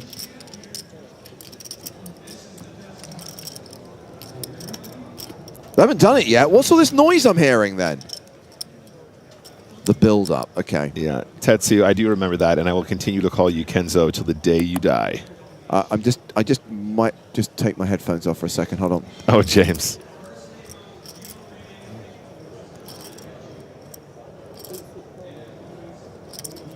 Should I start filming just in case there's a reaction? They're drawing the slow roll name first. Of course they are. Dudakov's going to be all in with ace-9 suited. I'm confident I'm saying that name right. Dudakov.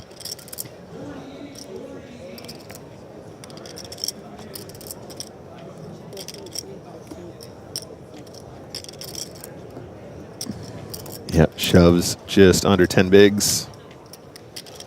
Takes it down pre-flop.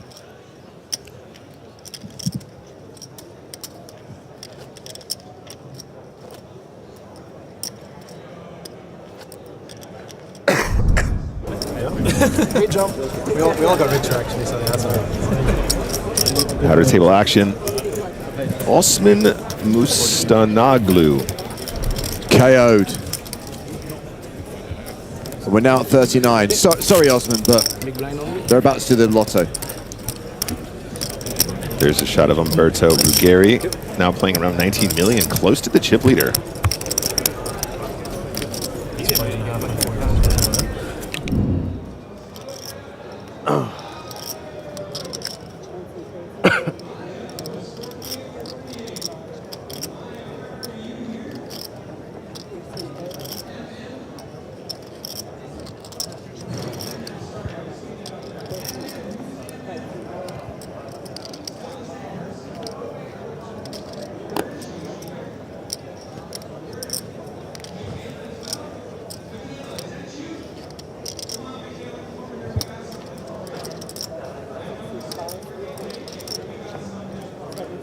My boy going to take a look at this flop from the small.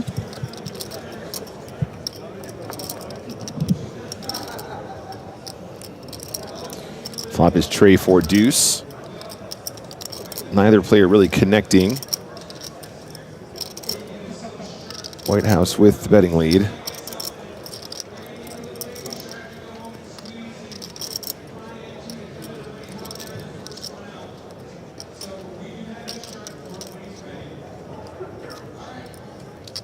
I think if he wants to have a bet here, he needs to size up to tell a believable story. Half pot plus, maybe even 60%. Goes for 275 into 960.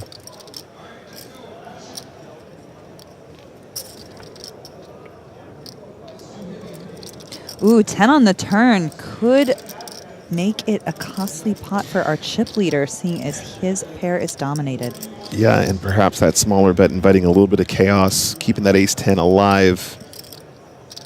And looks like a lead from the small blind now.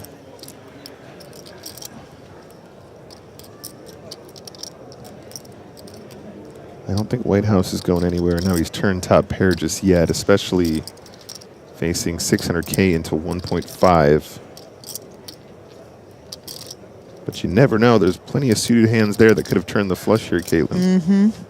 I was just thinking he's going to be leading this turn with a lot of his flushes too, so. Sure. And that's a call, I think. Going to the river.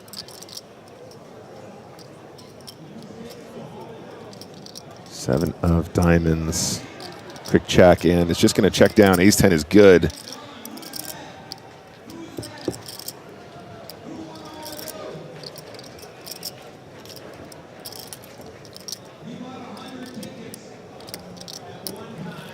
White House loses that pot still very healthy, 17.7 million. I think he's now second in chips in the whole wide tournament. Our friend that knocked out Osman, pardon me, I forgot his name, but that recent elimination, I believe, is now chip leading. It was Osman Mustanoglu, who was eliminated by Umberto Ruggeri, who I believe now is our chip leader with over 19 mil. Didn't win. I'm so sorry, James. Did he say somebody had purchased 100 tickets? Yes, the guy whose name was drawn had purchased 100 tickets. It's a good investment then. So, James, are you going to have to get a part-time job now? Your Well, I'm going to have to Lotto plan continue didn't my go actual through? job, sadly. So here I am, back, headphones on again, microphone switched on, looking at someone raising with queens from under the gun. You know how many times I've said that in 20 years? Queens under the gun, raises. I see some sadness in those eyes. Oh, so dead inside, babe. Ace King for Quaverin. What was the movie where he goes, "You look like you got a little sadness behind those eyes"? My name's Kunu. Oh, it was Forgetting Sarah Marshall. Yes. And then he comes back the next day, he says the same thing. He totally forgot who he was. Paul Rudders, the surf instructor, How's right? it going? I'm Kunu. He's yeah, like, we met yesterday. we met yesterday. Oh, cool. That's so true. That was my land name. No, don't go by that anymore. Now I'm just Kunu. Jose says, Quaverin, bad lookalike Stephen Merchant. That is bad, and I will allow it. I feel like he's got Steve Jobs energy. Am I the only one? I mean, kind he's of wearing Steve the black Jobs, tournament. Stephen Merchant hybrid. How about that? Perfect. Well, we know where this is going. The sickest and classicest of races is about to ensue. The most sickest and most classicest. This was the my bust out situation. It was much, much earlier in the tournament. Oh, Susan, you are 100% right. I have a sugar mama. I'm good.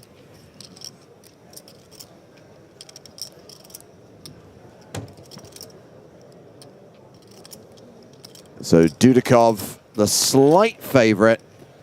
Dudikov, the at-risk player here. And again, the futility of tournament poker displayed for all to see. Hours and hours, days and days, and it comes down to needing to win a flip. An ace or a king eliminates Dudikov.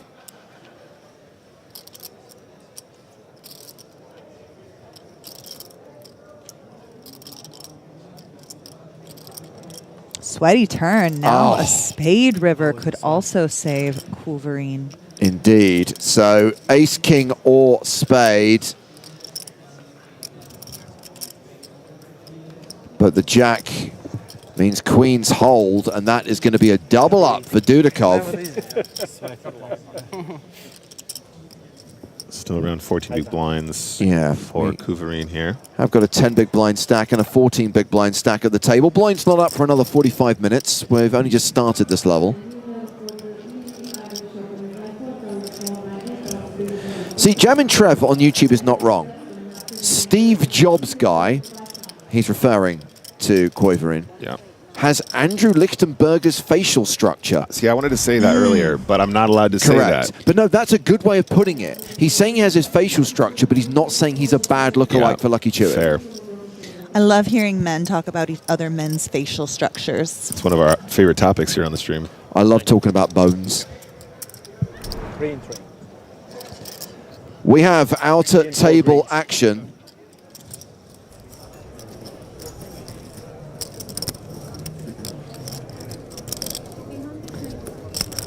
Ian Simpson all in here. Decision on Umberto Ruggeri.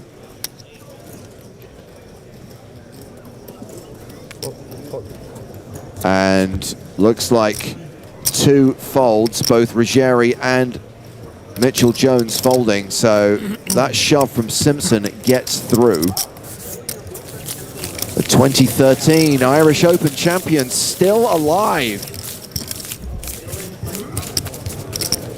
We still got Mr. Shaw kicking around in there, a dangerous player to be remaining in this final field of 37.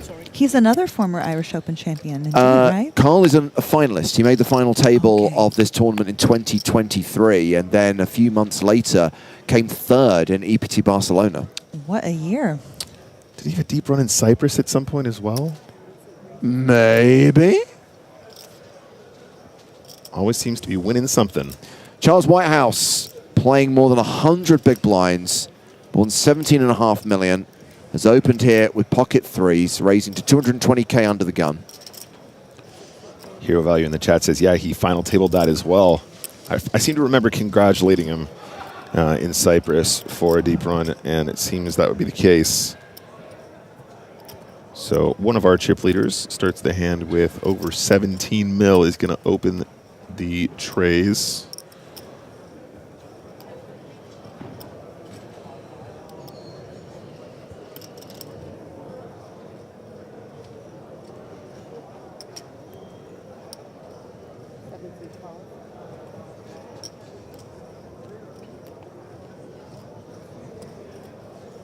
Decides to flat with the King 10 suited.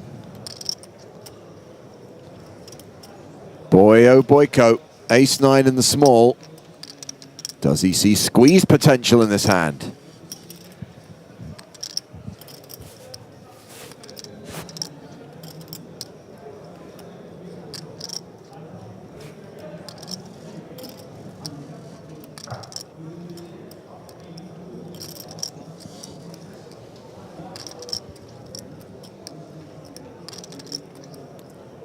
Might be considering a little squeeze spot here, but I don't think calling with ace-9 in this spot makes much sense. So maybe we're just always thinking 3-bet or fold. Ace-9 offsuit, multi-way from out of position seems like a pretty grim prospect. Decides against it. I like that he allowed space for that, though. Of course. I feel like we can get very locked into an autopilot mindset. It's cool to see him taking the time to try and work that one out. Yeah, that's definitely something you see more in tournament poker than a cash poker situation, is these squeezings with these sort of raggy offsuited aces that you don't really see people getting out of line at all in cash, and it's quite common for a deep stack player to abuse their privilege with those types of and also pre-flop raises. It's a different kind of threat, right? You're going, this is for your tournament life. We're very deep. You get a lot more folds than in a loosey-goosey cash game where people just want to call 3-bets and see flops and mess around, you know? Mm-hmm. Good flop for the King 10 so far. Still tricky to navigate. Checks it over to the player in position.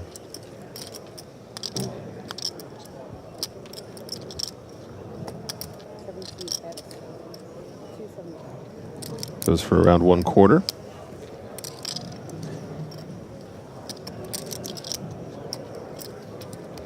Hello. And a fold. Nice work there from the KT. Hancock up to 27 big blinds.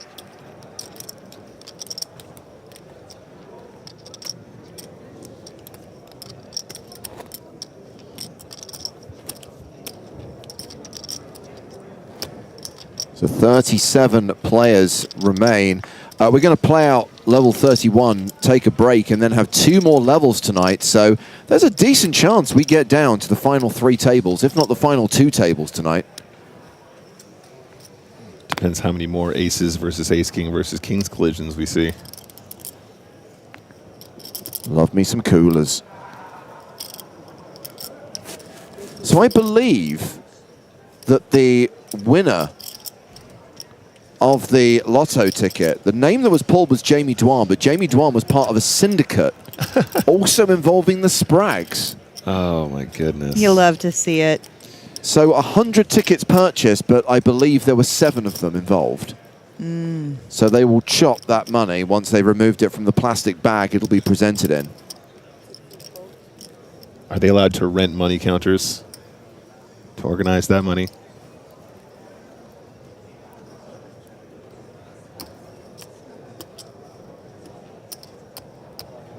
Each ticket was 10 euros, Glenn Webber. What was the total? 45K plus? Yeah. And just cannot stress enough, it's literally just in a big bin bag. Don't accidentally put it out thinking it's the recycling. What a tragic financial error that would be. Understatement of the year. Boyko wants to play ace-10 suited in position. Yes, he does. White House folds the big blind, so heads up to the flop. I think Michael is the favorite in this hand, Nick. Not anymore. 4-10-10. What a rough read. That is the commentator's curse if I ever saw it. And I think Molinar is supposed to do quite a lot of checking on 10-10-4 against the dealer flat. Let's see how Molinar feels. It's going to fire.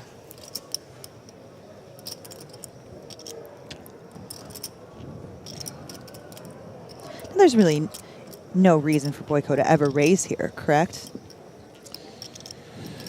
Oh, well, I guess it depends on how frequently Molinar is supposed to be betting here with, just in general, I suppose, right? Like, so is he going to do this with Queen 8 with the backdoor clubs and stuff, and then, you know, maybe he's only going to do this with some big pairs and stuff? Well, he agreed with me, so that's all that matters.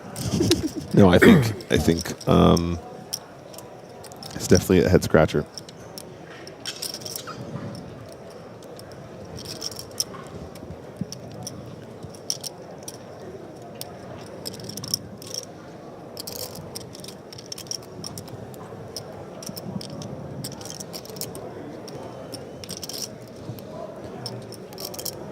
As this hand plays out, Zoran, I've seen your comment, and we've had this debate many, many times. My personal view on it, and it's shared by most people on the production team, and I think by most viewers, to be honest, is big blind information is useful, and wherever possible, we will always display chip counts with big blinds. We will always try and translate stacks into big blinds.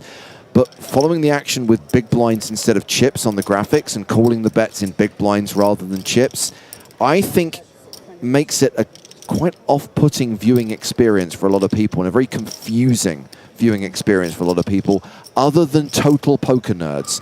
And we love you, total poker nerds, but we'd like other people to watch as well, please.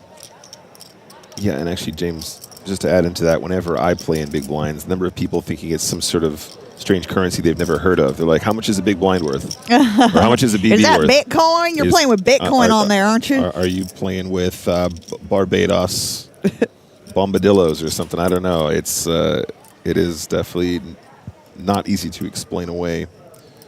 I think a combination of two of them, of both big blinds and chips might be nice, but not currently geared up for that. Can we just talk about the second barrel here as well, Caitlin? Molinar did not want to slow down, apparently.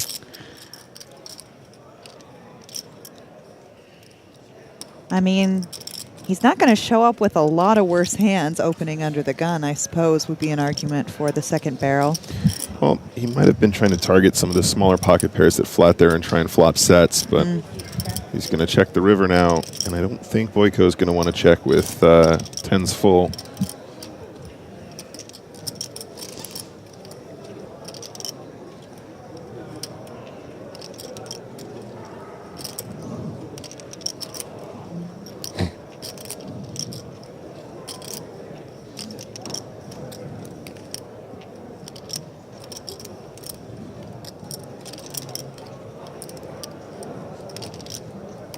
Jeff Walsh says, can we get the stacks represented in M, please?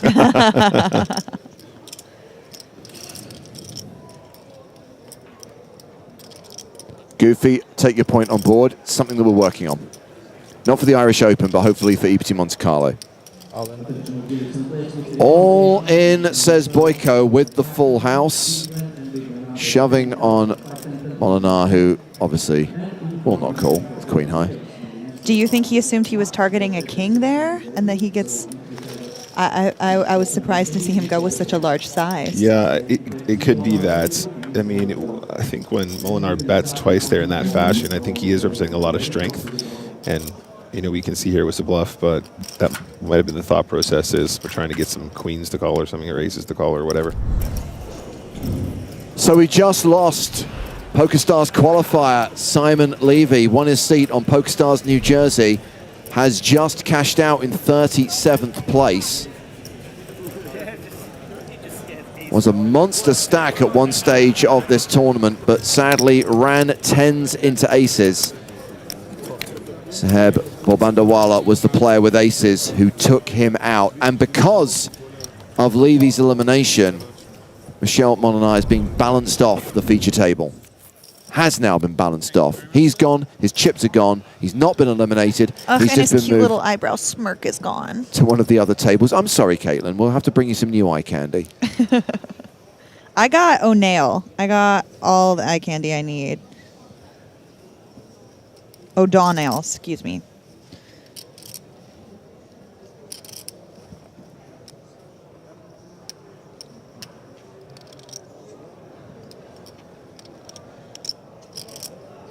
Boyko, now second in chips at our feature table with just under 10 mil, is going to open the Queen 10, of course. Lovely hand open in the cutoff here.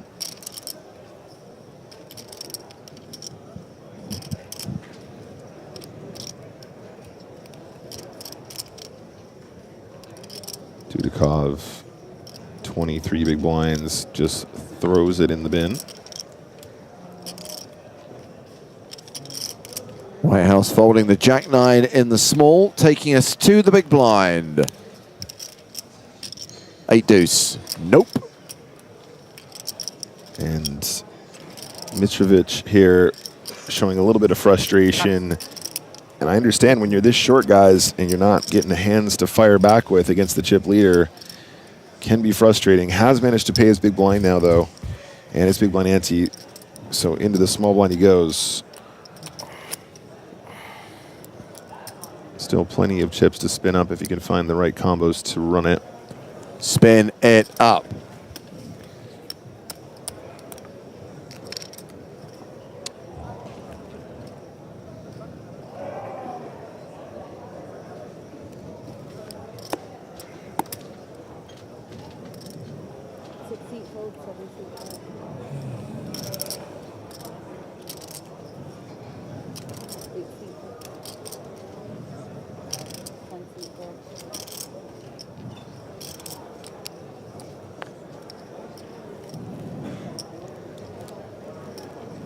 On the button with an ace, and you are massive chip leader. I think we just need to start some elevation here.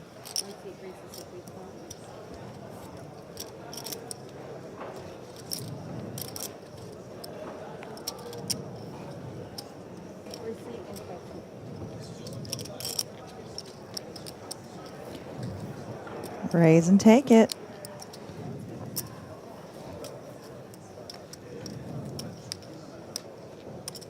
Nick, when you're in this situation as the chip leader and you're opening on the button, is there ever a time when you're going to do more than min open, especially with such a small stack in the small blind? What's that adjustment there? So I think that there are a couple schools of thought.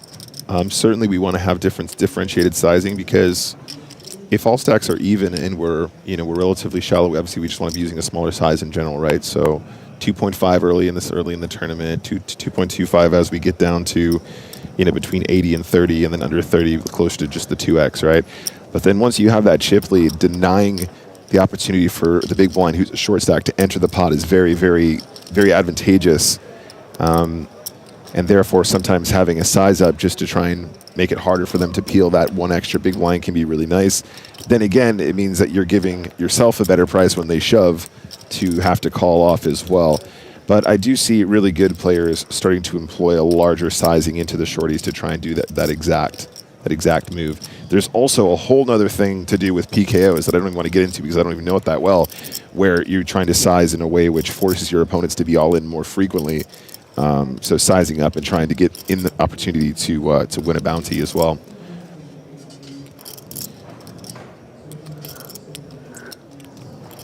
There's a limp here, blind v blinds. Yes, BB. He says no free flops.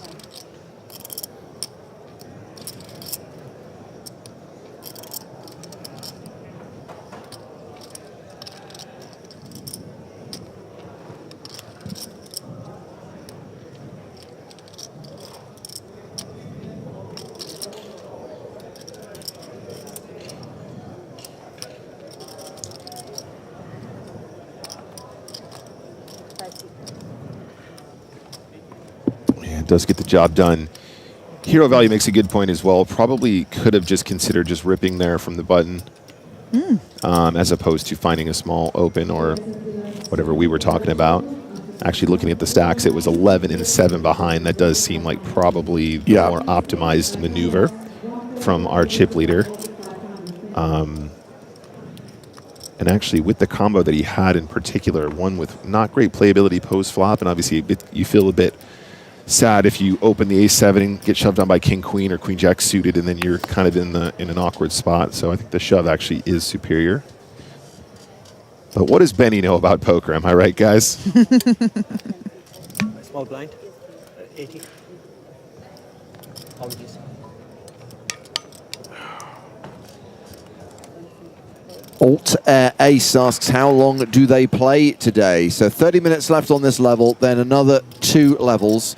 So 2.5 hours plus a 20-minute break. Was that 2 hours 50? But they do the weird thing, right, where they draw for the number of hands at the end of the night, and it could be 3, it could be 4, it could be 5, it could be 6, it could be 2.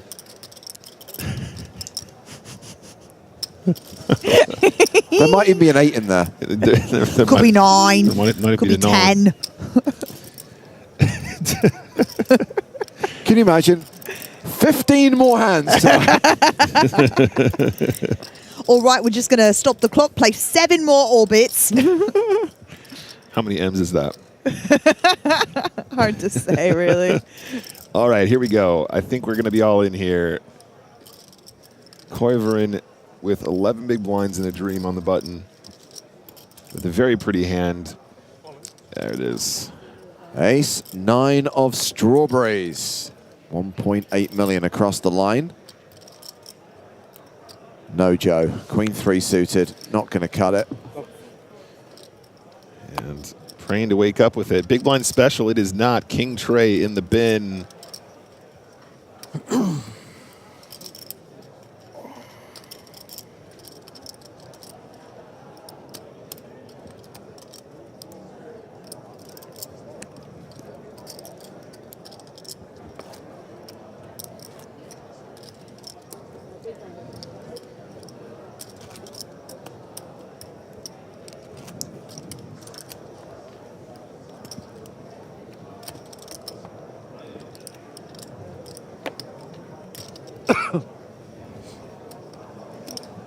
Down to 35 players. I'll take this opportunity to let any Americans know that next week, April 21st through April 27th is going to be the Philadelphia Open, one of the first non-Vegas NAPT events in North America for PokerStars. I will be there, so will Jen Shahadi, so will Maria Konnikova and Arlie Shaban, fellow PokerStars ambassadors. So if you find yourself in the Northeast, I hope you swing through and play some poker with us. Obviously, the fact that you're there, Caitlin, huge draw. Jen, Huge Maria. draw. However, I think they have extra security and crowd control. you definitely built up to the star of the show. The Shabanimal is being unleashed. Heck yes. They're letting him out of his box in Ontario. He's going south of the border. And he is going to be on fire. Have you ever seen clips of the stream that Ali did where he went for, what was it, 47 hours straight? Where he was... To try and keep himself awake, he was literally strapping cold steaks to his chest. There was a pile of water bottles that started as a joke and then actually became up to the roof in water bottles that he was drinking. Well, that's good for him for staying hydrated. Sounds like he went about it in the best way possible. I think that's how someone could torture me. I think that would bother, having to stream for 47 hours would be worse than removing my fingernails with pliers. Truly.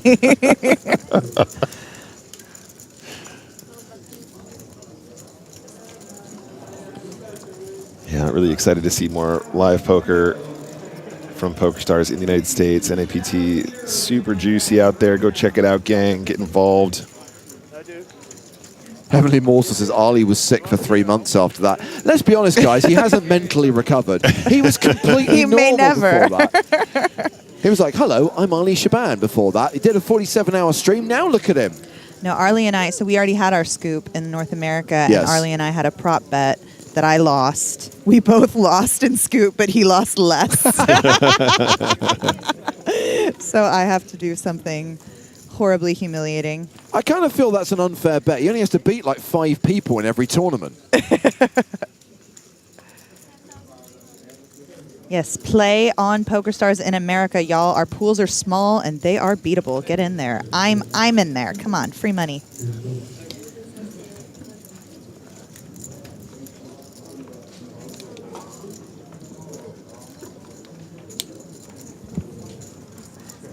So we've reached the point where in real time, the Lotto Draw is about to happen. So we're going to relive that moment very soon. Oh, thank God.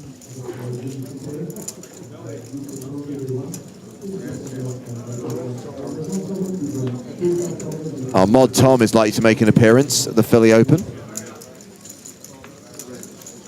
Tom 214, my homie. I should have planned this better. I've got family in Philly or Philly adjacent.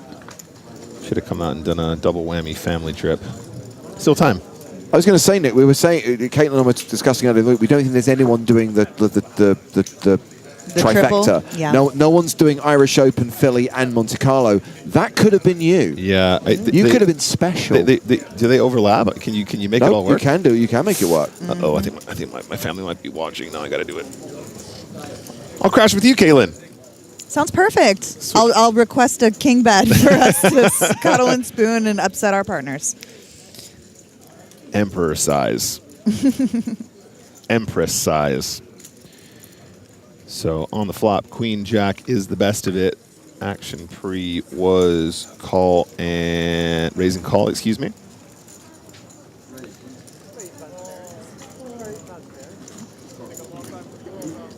Check bet, and Dudikov, got about 20 bigs behind, is gonna call.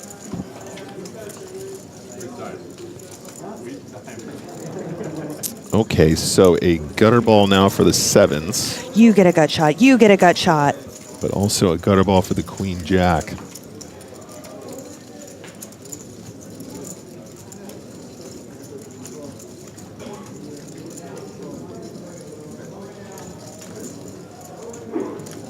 And the board bricks out for White House. Dudikov has a lock on this. 1.48 million in the middle.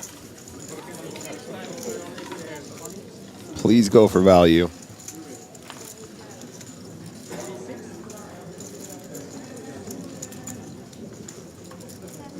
$1 million chips. No, what's the size?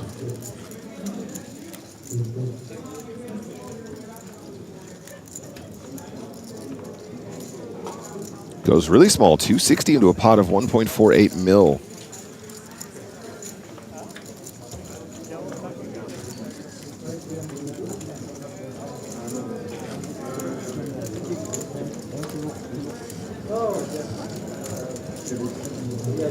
Dudikov wins the pot. 34 players remaining now. And we are going to reach a point soon where they'll pause the clock and stop dealing, so that everyone can enjoy the slow roll followed by the actual draw for the Lotto.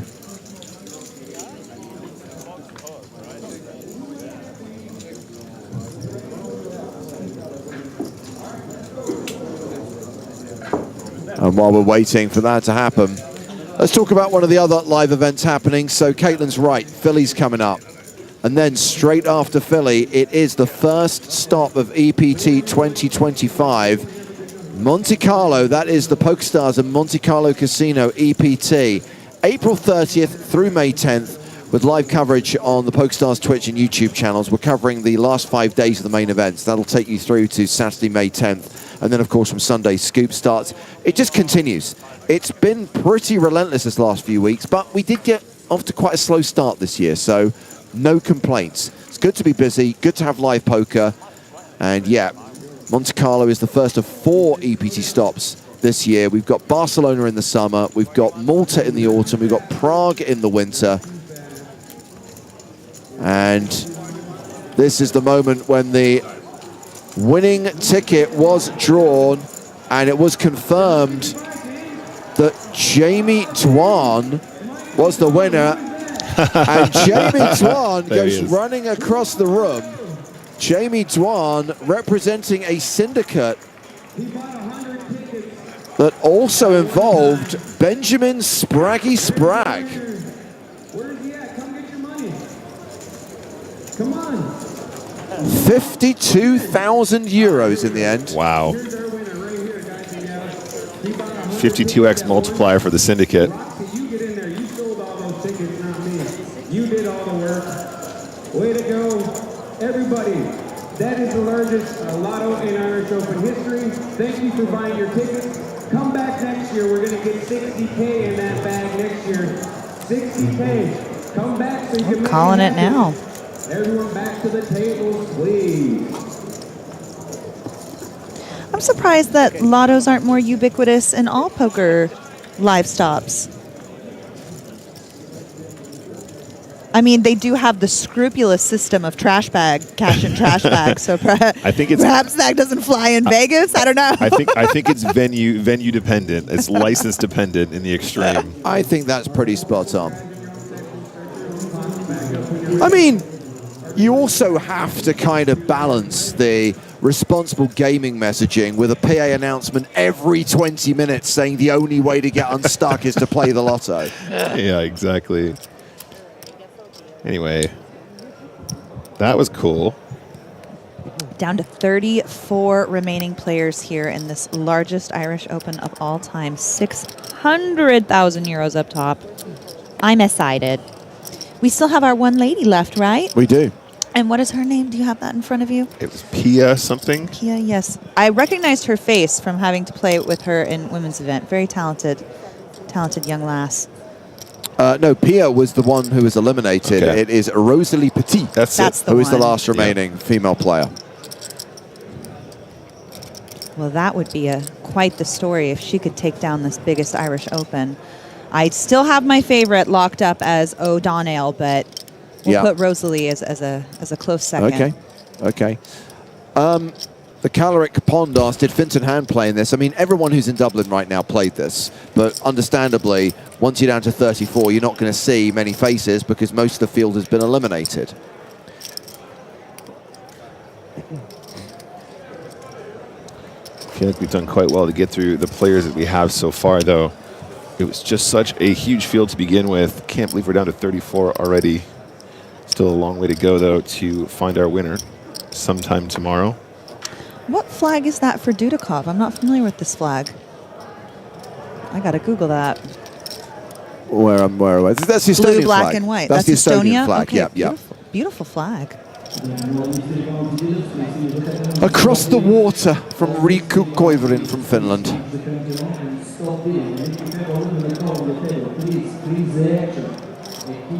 Players cards face down.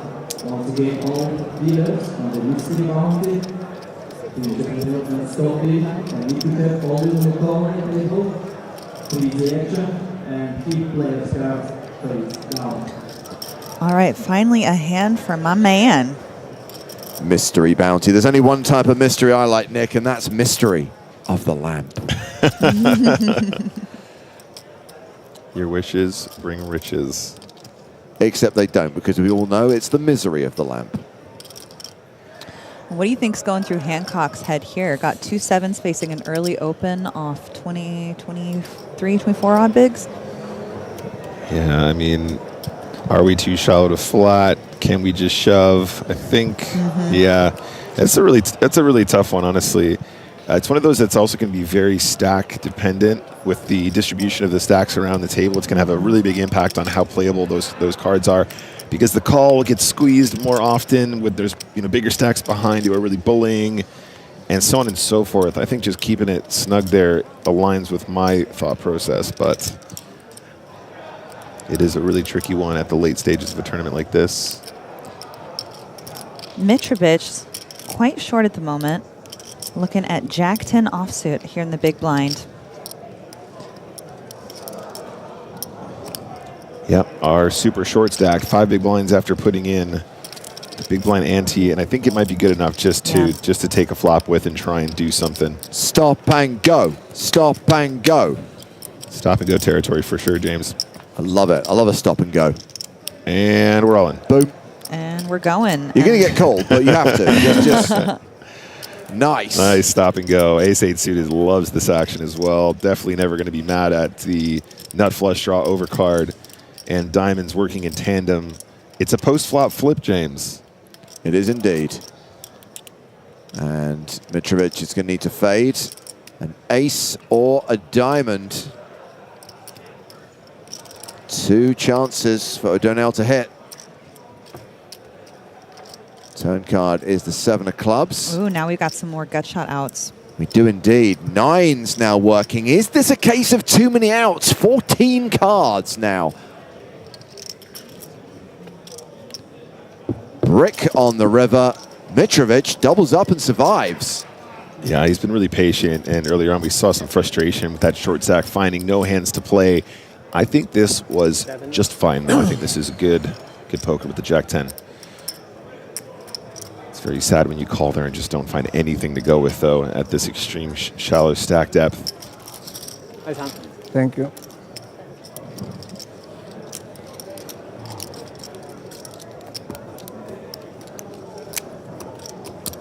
Mr. Volunteer, 8 marks players and dealers. Congratulations, you all the money on the last step. We lost 2 players. They will be split last prize. So, all players are in. Congratulations. Now we are going to bring on table. Now, Okay, so here's the deal. 8-8, Emma Wallace, 8-8. The game is bad lookalikes, not absolutely atrocious, terrible, there's no physical resemblance lookalikes. Oh, yikes. Did someone say you look like Gandalf or something? So the suggestion that Mitrovic looks like Ewan McGregor. Mitrovic. Honestly, I've heard worse.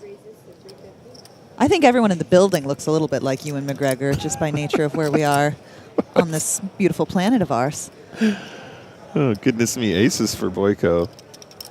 Second in chips here. 60 big blinds to start the hand. And we've already had an under the gun open from the suited ace. The effective stack here between these two players, about 47, 49 big blinds before the open. So one that was suggested earlier, which I do kind of see, was that Boyko has a touch of Simon Le Bon about him. If you can see past the beard, look in the eyes. Simon Le Bon this pop with aces. Yep. There's the tree bet. Goes for 900K.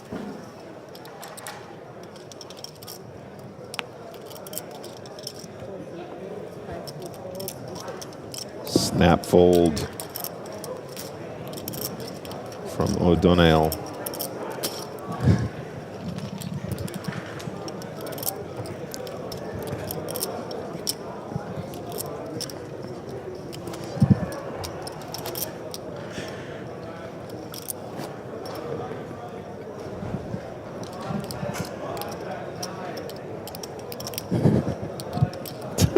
James. You chat pros. Sometimes you do take a little James Stapleton. James Hartigan. I mean, Mitrovic is now the subject of so many amazing bad lookalikes. Richard Branson, Anthony Worrell Thompson. These are good bad lookalikes. Still think Rob Beckett might be the best one, but anyway. Anyway, Queen 6 suited +1. Boyko, like I said, one of our chip leaders might start getting spicy with it. Just gonna open the suited queen.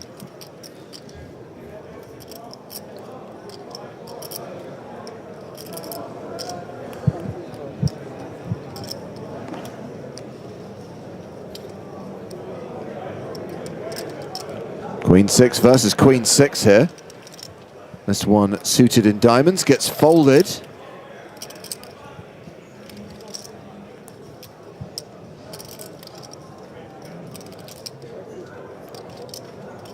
And it's going to be round to the big blind of Joe O'Donnell, who's got 4 deuce of hearts. But it's suiting.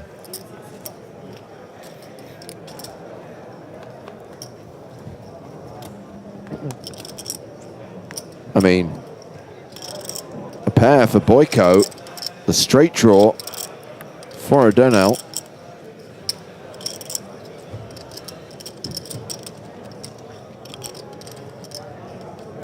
I've checked, sorry.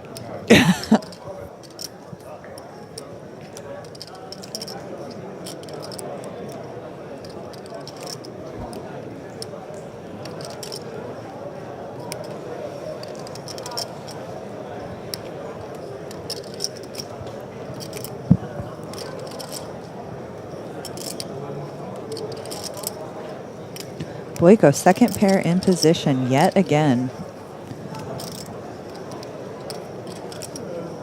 This time he's going to go with the bet. I call. Quick call. 250,000 apiece going to the turn.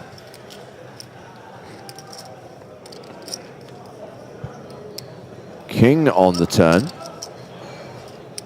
Boyko now pretty much a 4-1 favorite with just a pair of sixes.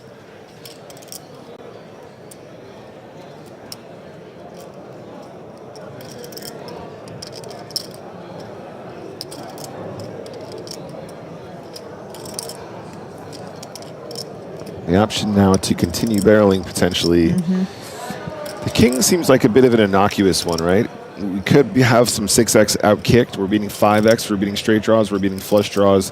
A lot of our opponents might consider putting more chips in with a 7 after they've checked the flop, and we see the bet. But you know, some players would always check raise some of their straights here and all kinds of nonsense. But as played, that's a nice run out for the queen 6. I mean, didn't need to improve, but will obviously be feeling a lot more comfortable. And as a consequence, this bluff with the missed straight draw is not going to work. Yeah, 505 on the river. And is this going to be a raise or just a call for Boyko? I'm loving the fact that Benny Glaser has become Judge Judy and executioner when it comes to the bad lookalikes game. Philpot88 saying, Boyko gives me Jack Black vibes, to which Benny says, this is worse than terrible.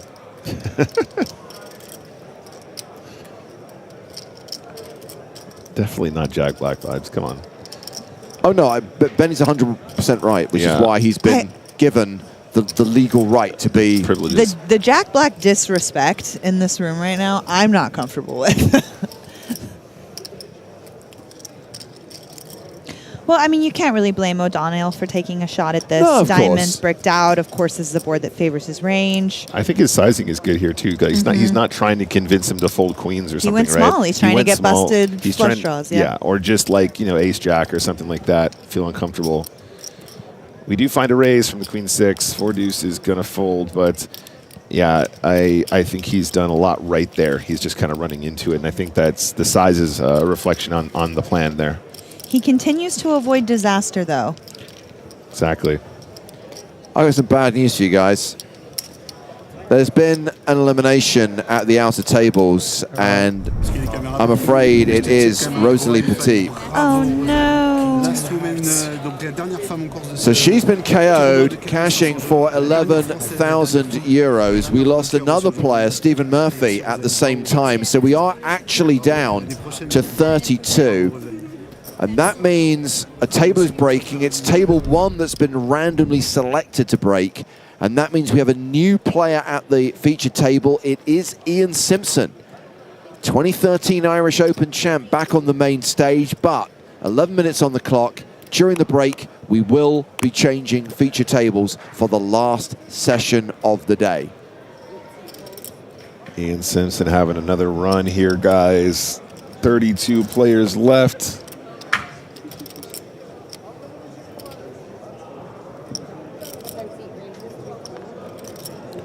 Dudikov, king, queen of spades.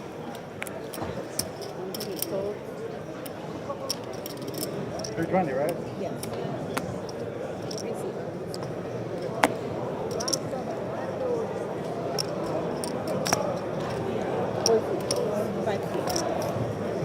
Folded around the blinds.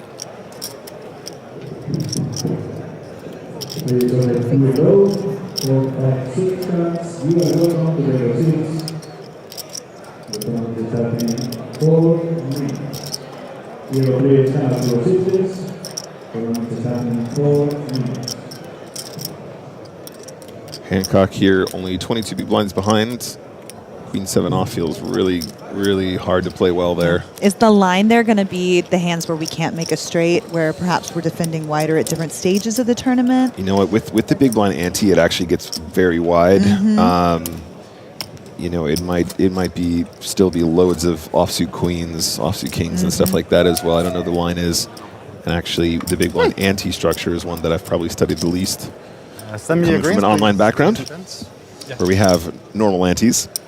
I do love asking you questions. Thank you for always entertaining me, Nick. Thank you for allowing me to guess.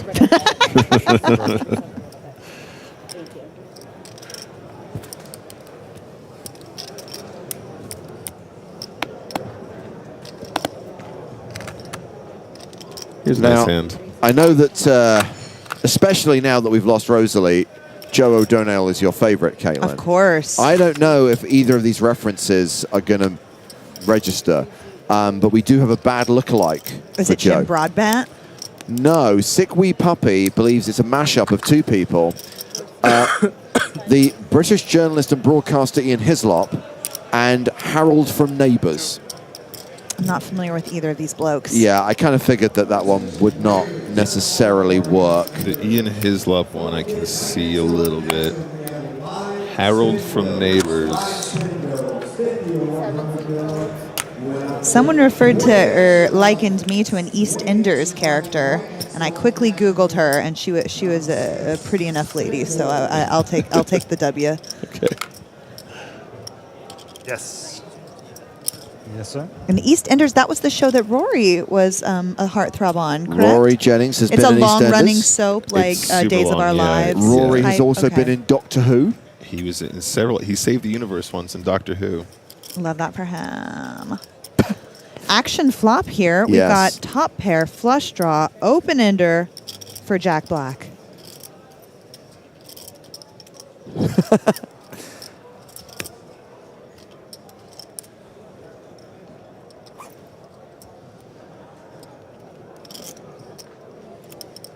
Caitlin, you do not look like Dot Cotton.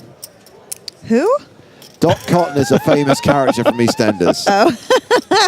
No, it's Stacy someone or other. Right. Stacy Sullivan? Maybe. She wasn't from, no, it was different character. Stacey Solomon was a singer, wasn't she, James? Stacey Solomon was a singer. Stacey Slater. X Factor contestant. Stacey! We are both pale brunettes. We'll take it. Anyway, 1 second, guys. Straight draw versus flush draw versus top pair. Oh, yeah. This is a huge flop. Yeah. So bet call on the flop. A7 of clubs loving this action so far. Oh, hello, 6. A7 now 82% favorite. Picks up a straight draw to go with the flush draw to go with the top pair, which is already good. Now, how to proceed on the turn. Dudikov still has about 26 big blinds behind. I think we want to keep betting, but I don't think we need to go very big. Like 60% pot or something like that.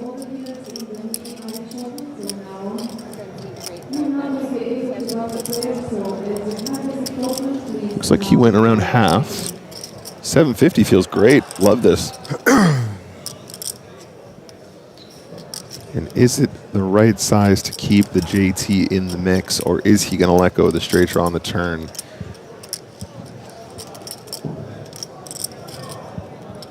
Generally speaking, calling with straight draws on turns when you're out of position and your opponent has a big range advantage is not great. If you think that the jack or the 10 might be live some of the time, though, you can start to level yourself into continuing more frequently. Discipline fold, and actually probably saved himself a bundle because there's a lot of terrible rivers for the jack 10 there. Oh, Ketamine says I'm seeing a tiny little bit of Nick Frost in Boyko. That's definitely fair. Who just got cast as Hagrid, right, in the new adaptation of Harry Potter? I love that. I feel like even the most ardent Harry Potter fans have been rejecting this new reboot that they're doing now. Am I correct? Is it the same over here? It's hard to find anyone who's excited about it. I will say that. It's fraught with controversy for all kinds of reasons. Yes. Of course, yes.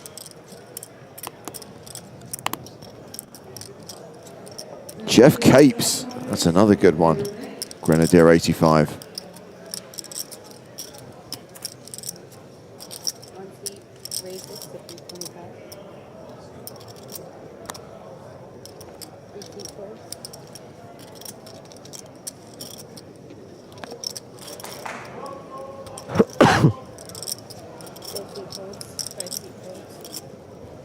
Yeah, Nick Frost is very fair. He's a legend, though, as well. Huge Nick Frost fan. I'm gonna have to Google this guy. I feel like he's probably someone I know from Game of Thrones or something. my lord. Don't think he was in Game of Thrones. I don't think so either. Oh, he's the guy with Simon Pegg's Correct. yeah, conspirator. The Yes. Space, the Shaun of the Dead. Cornetto trilogy. Got all our phones? And my personal favorite, Hot Fuzz. That was a really good one. The first hour or so Of those three movies, Hot Fuzz is my favorite, yes. Joe's like doing a kind of like, doing a face. I thought the opening 45 minutes of World's End is some of the funniest writing ever. Actually, I'll be honest with you, my least favorite of the three is Shaun of the Dead. Okay, interesting.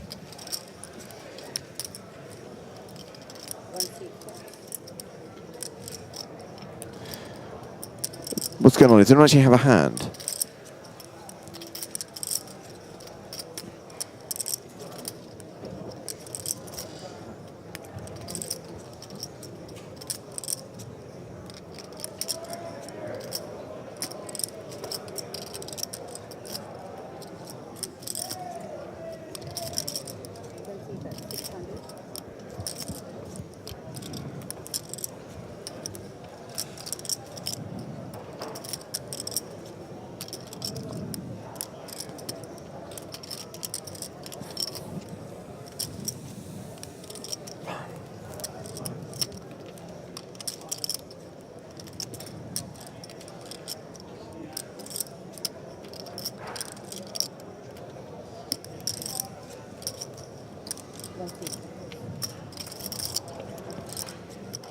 That's got to be a flush for someone, right? Someone's going to make a flush. No flush. No, not a flush. So White House's ace high is good. If Dudikov goes for it, what kind of size is he going to need to do to get White House off of ace high here? It's a good question. I mean, obviously blocking the diamond with the queen is useful if we're going to try and rep it, right? Don't know. It's if you make it like 1.2, is that enough? Is that a believable size? Is that screaming, I would actually like to get paid? It's the kind of run out where I think the big blind is allowed to do that kind of thing, though. The action on the flop was check, so he's kind of telling the story of the hand that he has.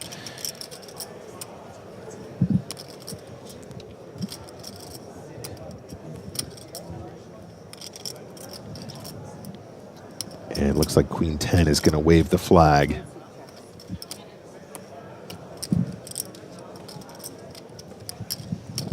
Check. Ace Jack takes it. White House picks up another pot. Check.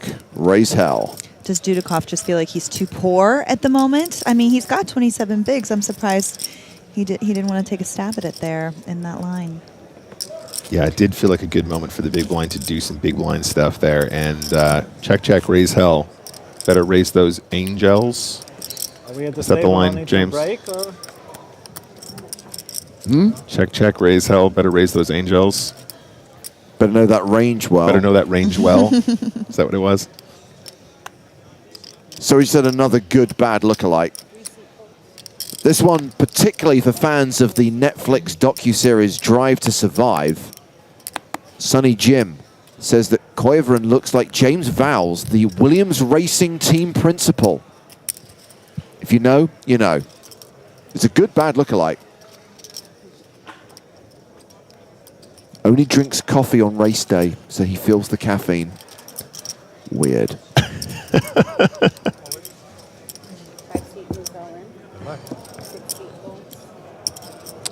And said player is all in with King Queen. And this is going to be the last hand before the break. We have ticked into the last break of the day.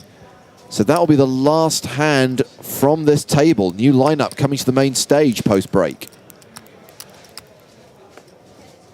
So the shove here representing approximately 10 big blinds, just a bit over. He said folds in the small, and big blind is out as well.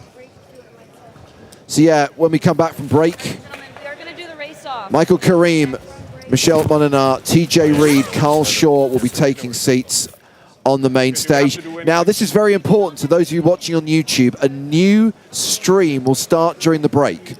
So if you step away, remember to look for the new stream link in the old stream.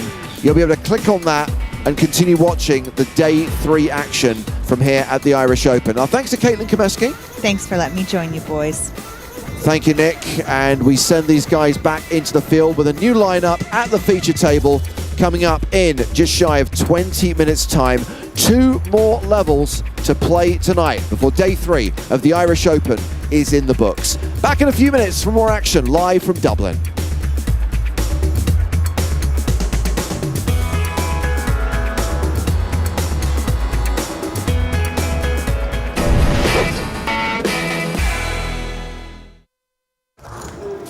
Minutes of this level, then the lines will go up.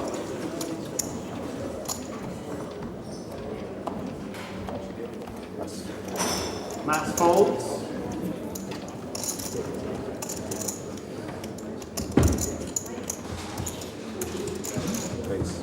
David raises. 56,000. 56,000. 36, sorry. Communication rate.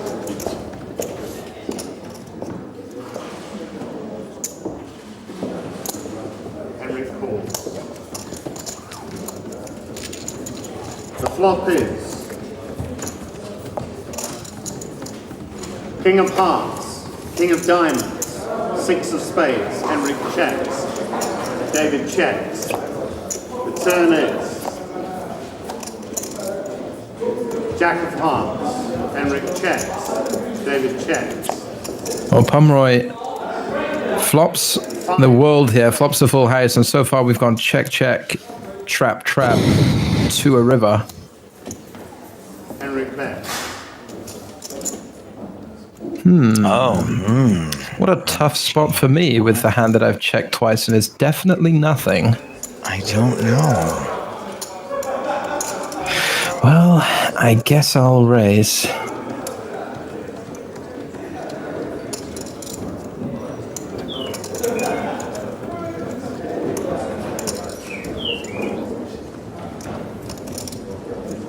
Yeah.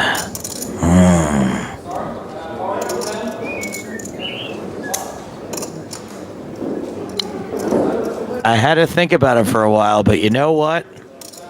I'm gonna raise. David raises 300,000. 5k chips, stacks of 20, each one 100k. That is 300,000. We have been checked down to a river. He's eating Doritos in the middle of the hand. And staring down his opponent with a smile. That Doritos dust now placed onto the cards, and they are folded. Gets away from it. Pomeroy, that means apple of the Roy. It was the Jack of Clubs.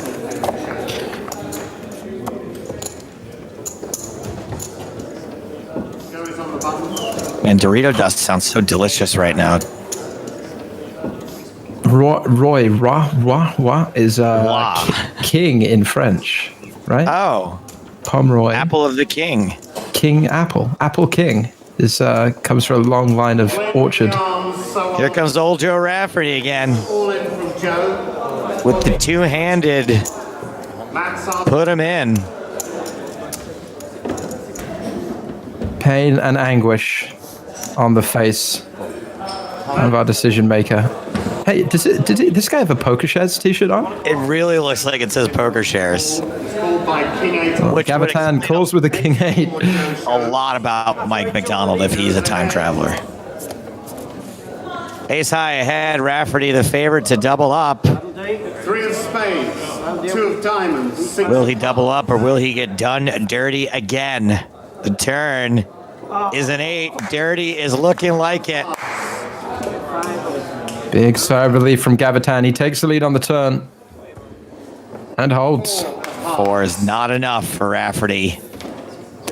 That is it. Never recovered from that gnarly beat he suffered at the hands of David Pomeroy. Joe Rafferty out in 4th. 69,500 euros. Leave it. Can't bring him. He just can't bring himself to walk away. 3-handed now. Prize jumps go up a full 20,000 euros.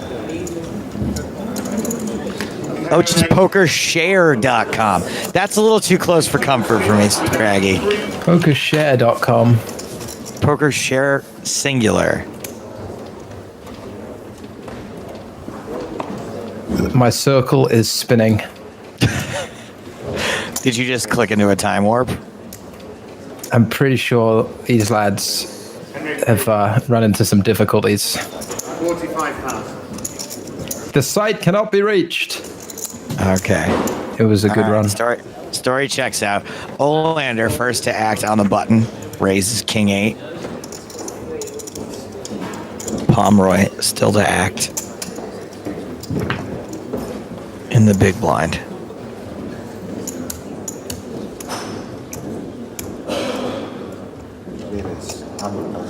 David re-raises. Re-raises with ace-jack suited. This seems all right. All in. And Olander jams. Pomeroy calls. This went from seeming all right to seeming kind of unnecessary. the flop is. Yeah, some pretty wild play, and it might pay dividends. Olander with 2 pairs and another rise smile. Pomeroy, well, save your applause. Pomeroy still has the gut shot. 5 won't help him. Can only hit the gut shot. The river. The river's a deuce. Pomeroy eliminated. Done. Out of here in 3rd place for 89,300 euros. So we did catch a glimpse of Patrick Antonius on the rail, Joe, as well. I wonder who he's sweating. Still 2 Swedes left. Maybe one of them. Henrik Olander heads up against Mats Gavatan. Yeah, they have about the same, I heard someone say. Get on with it. Roughly. 10,000, 20,000, 2K ante.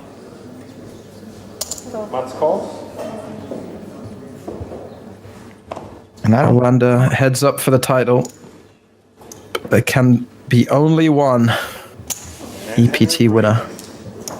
Is that too much of a crowbarred Highlander reference, Joe? I'm okay with it. I love a crowbarred reference.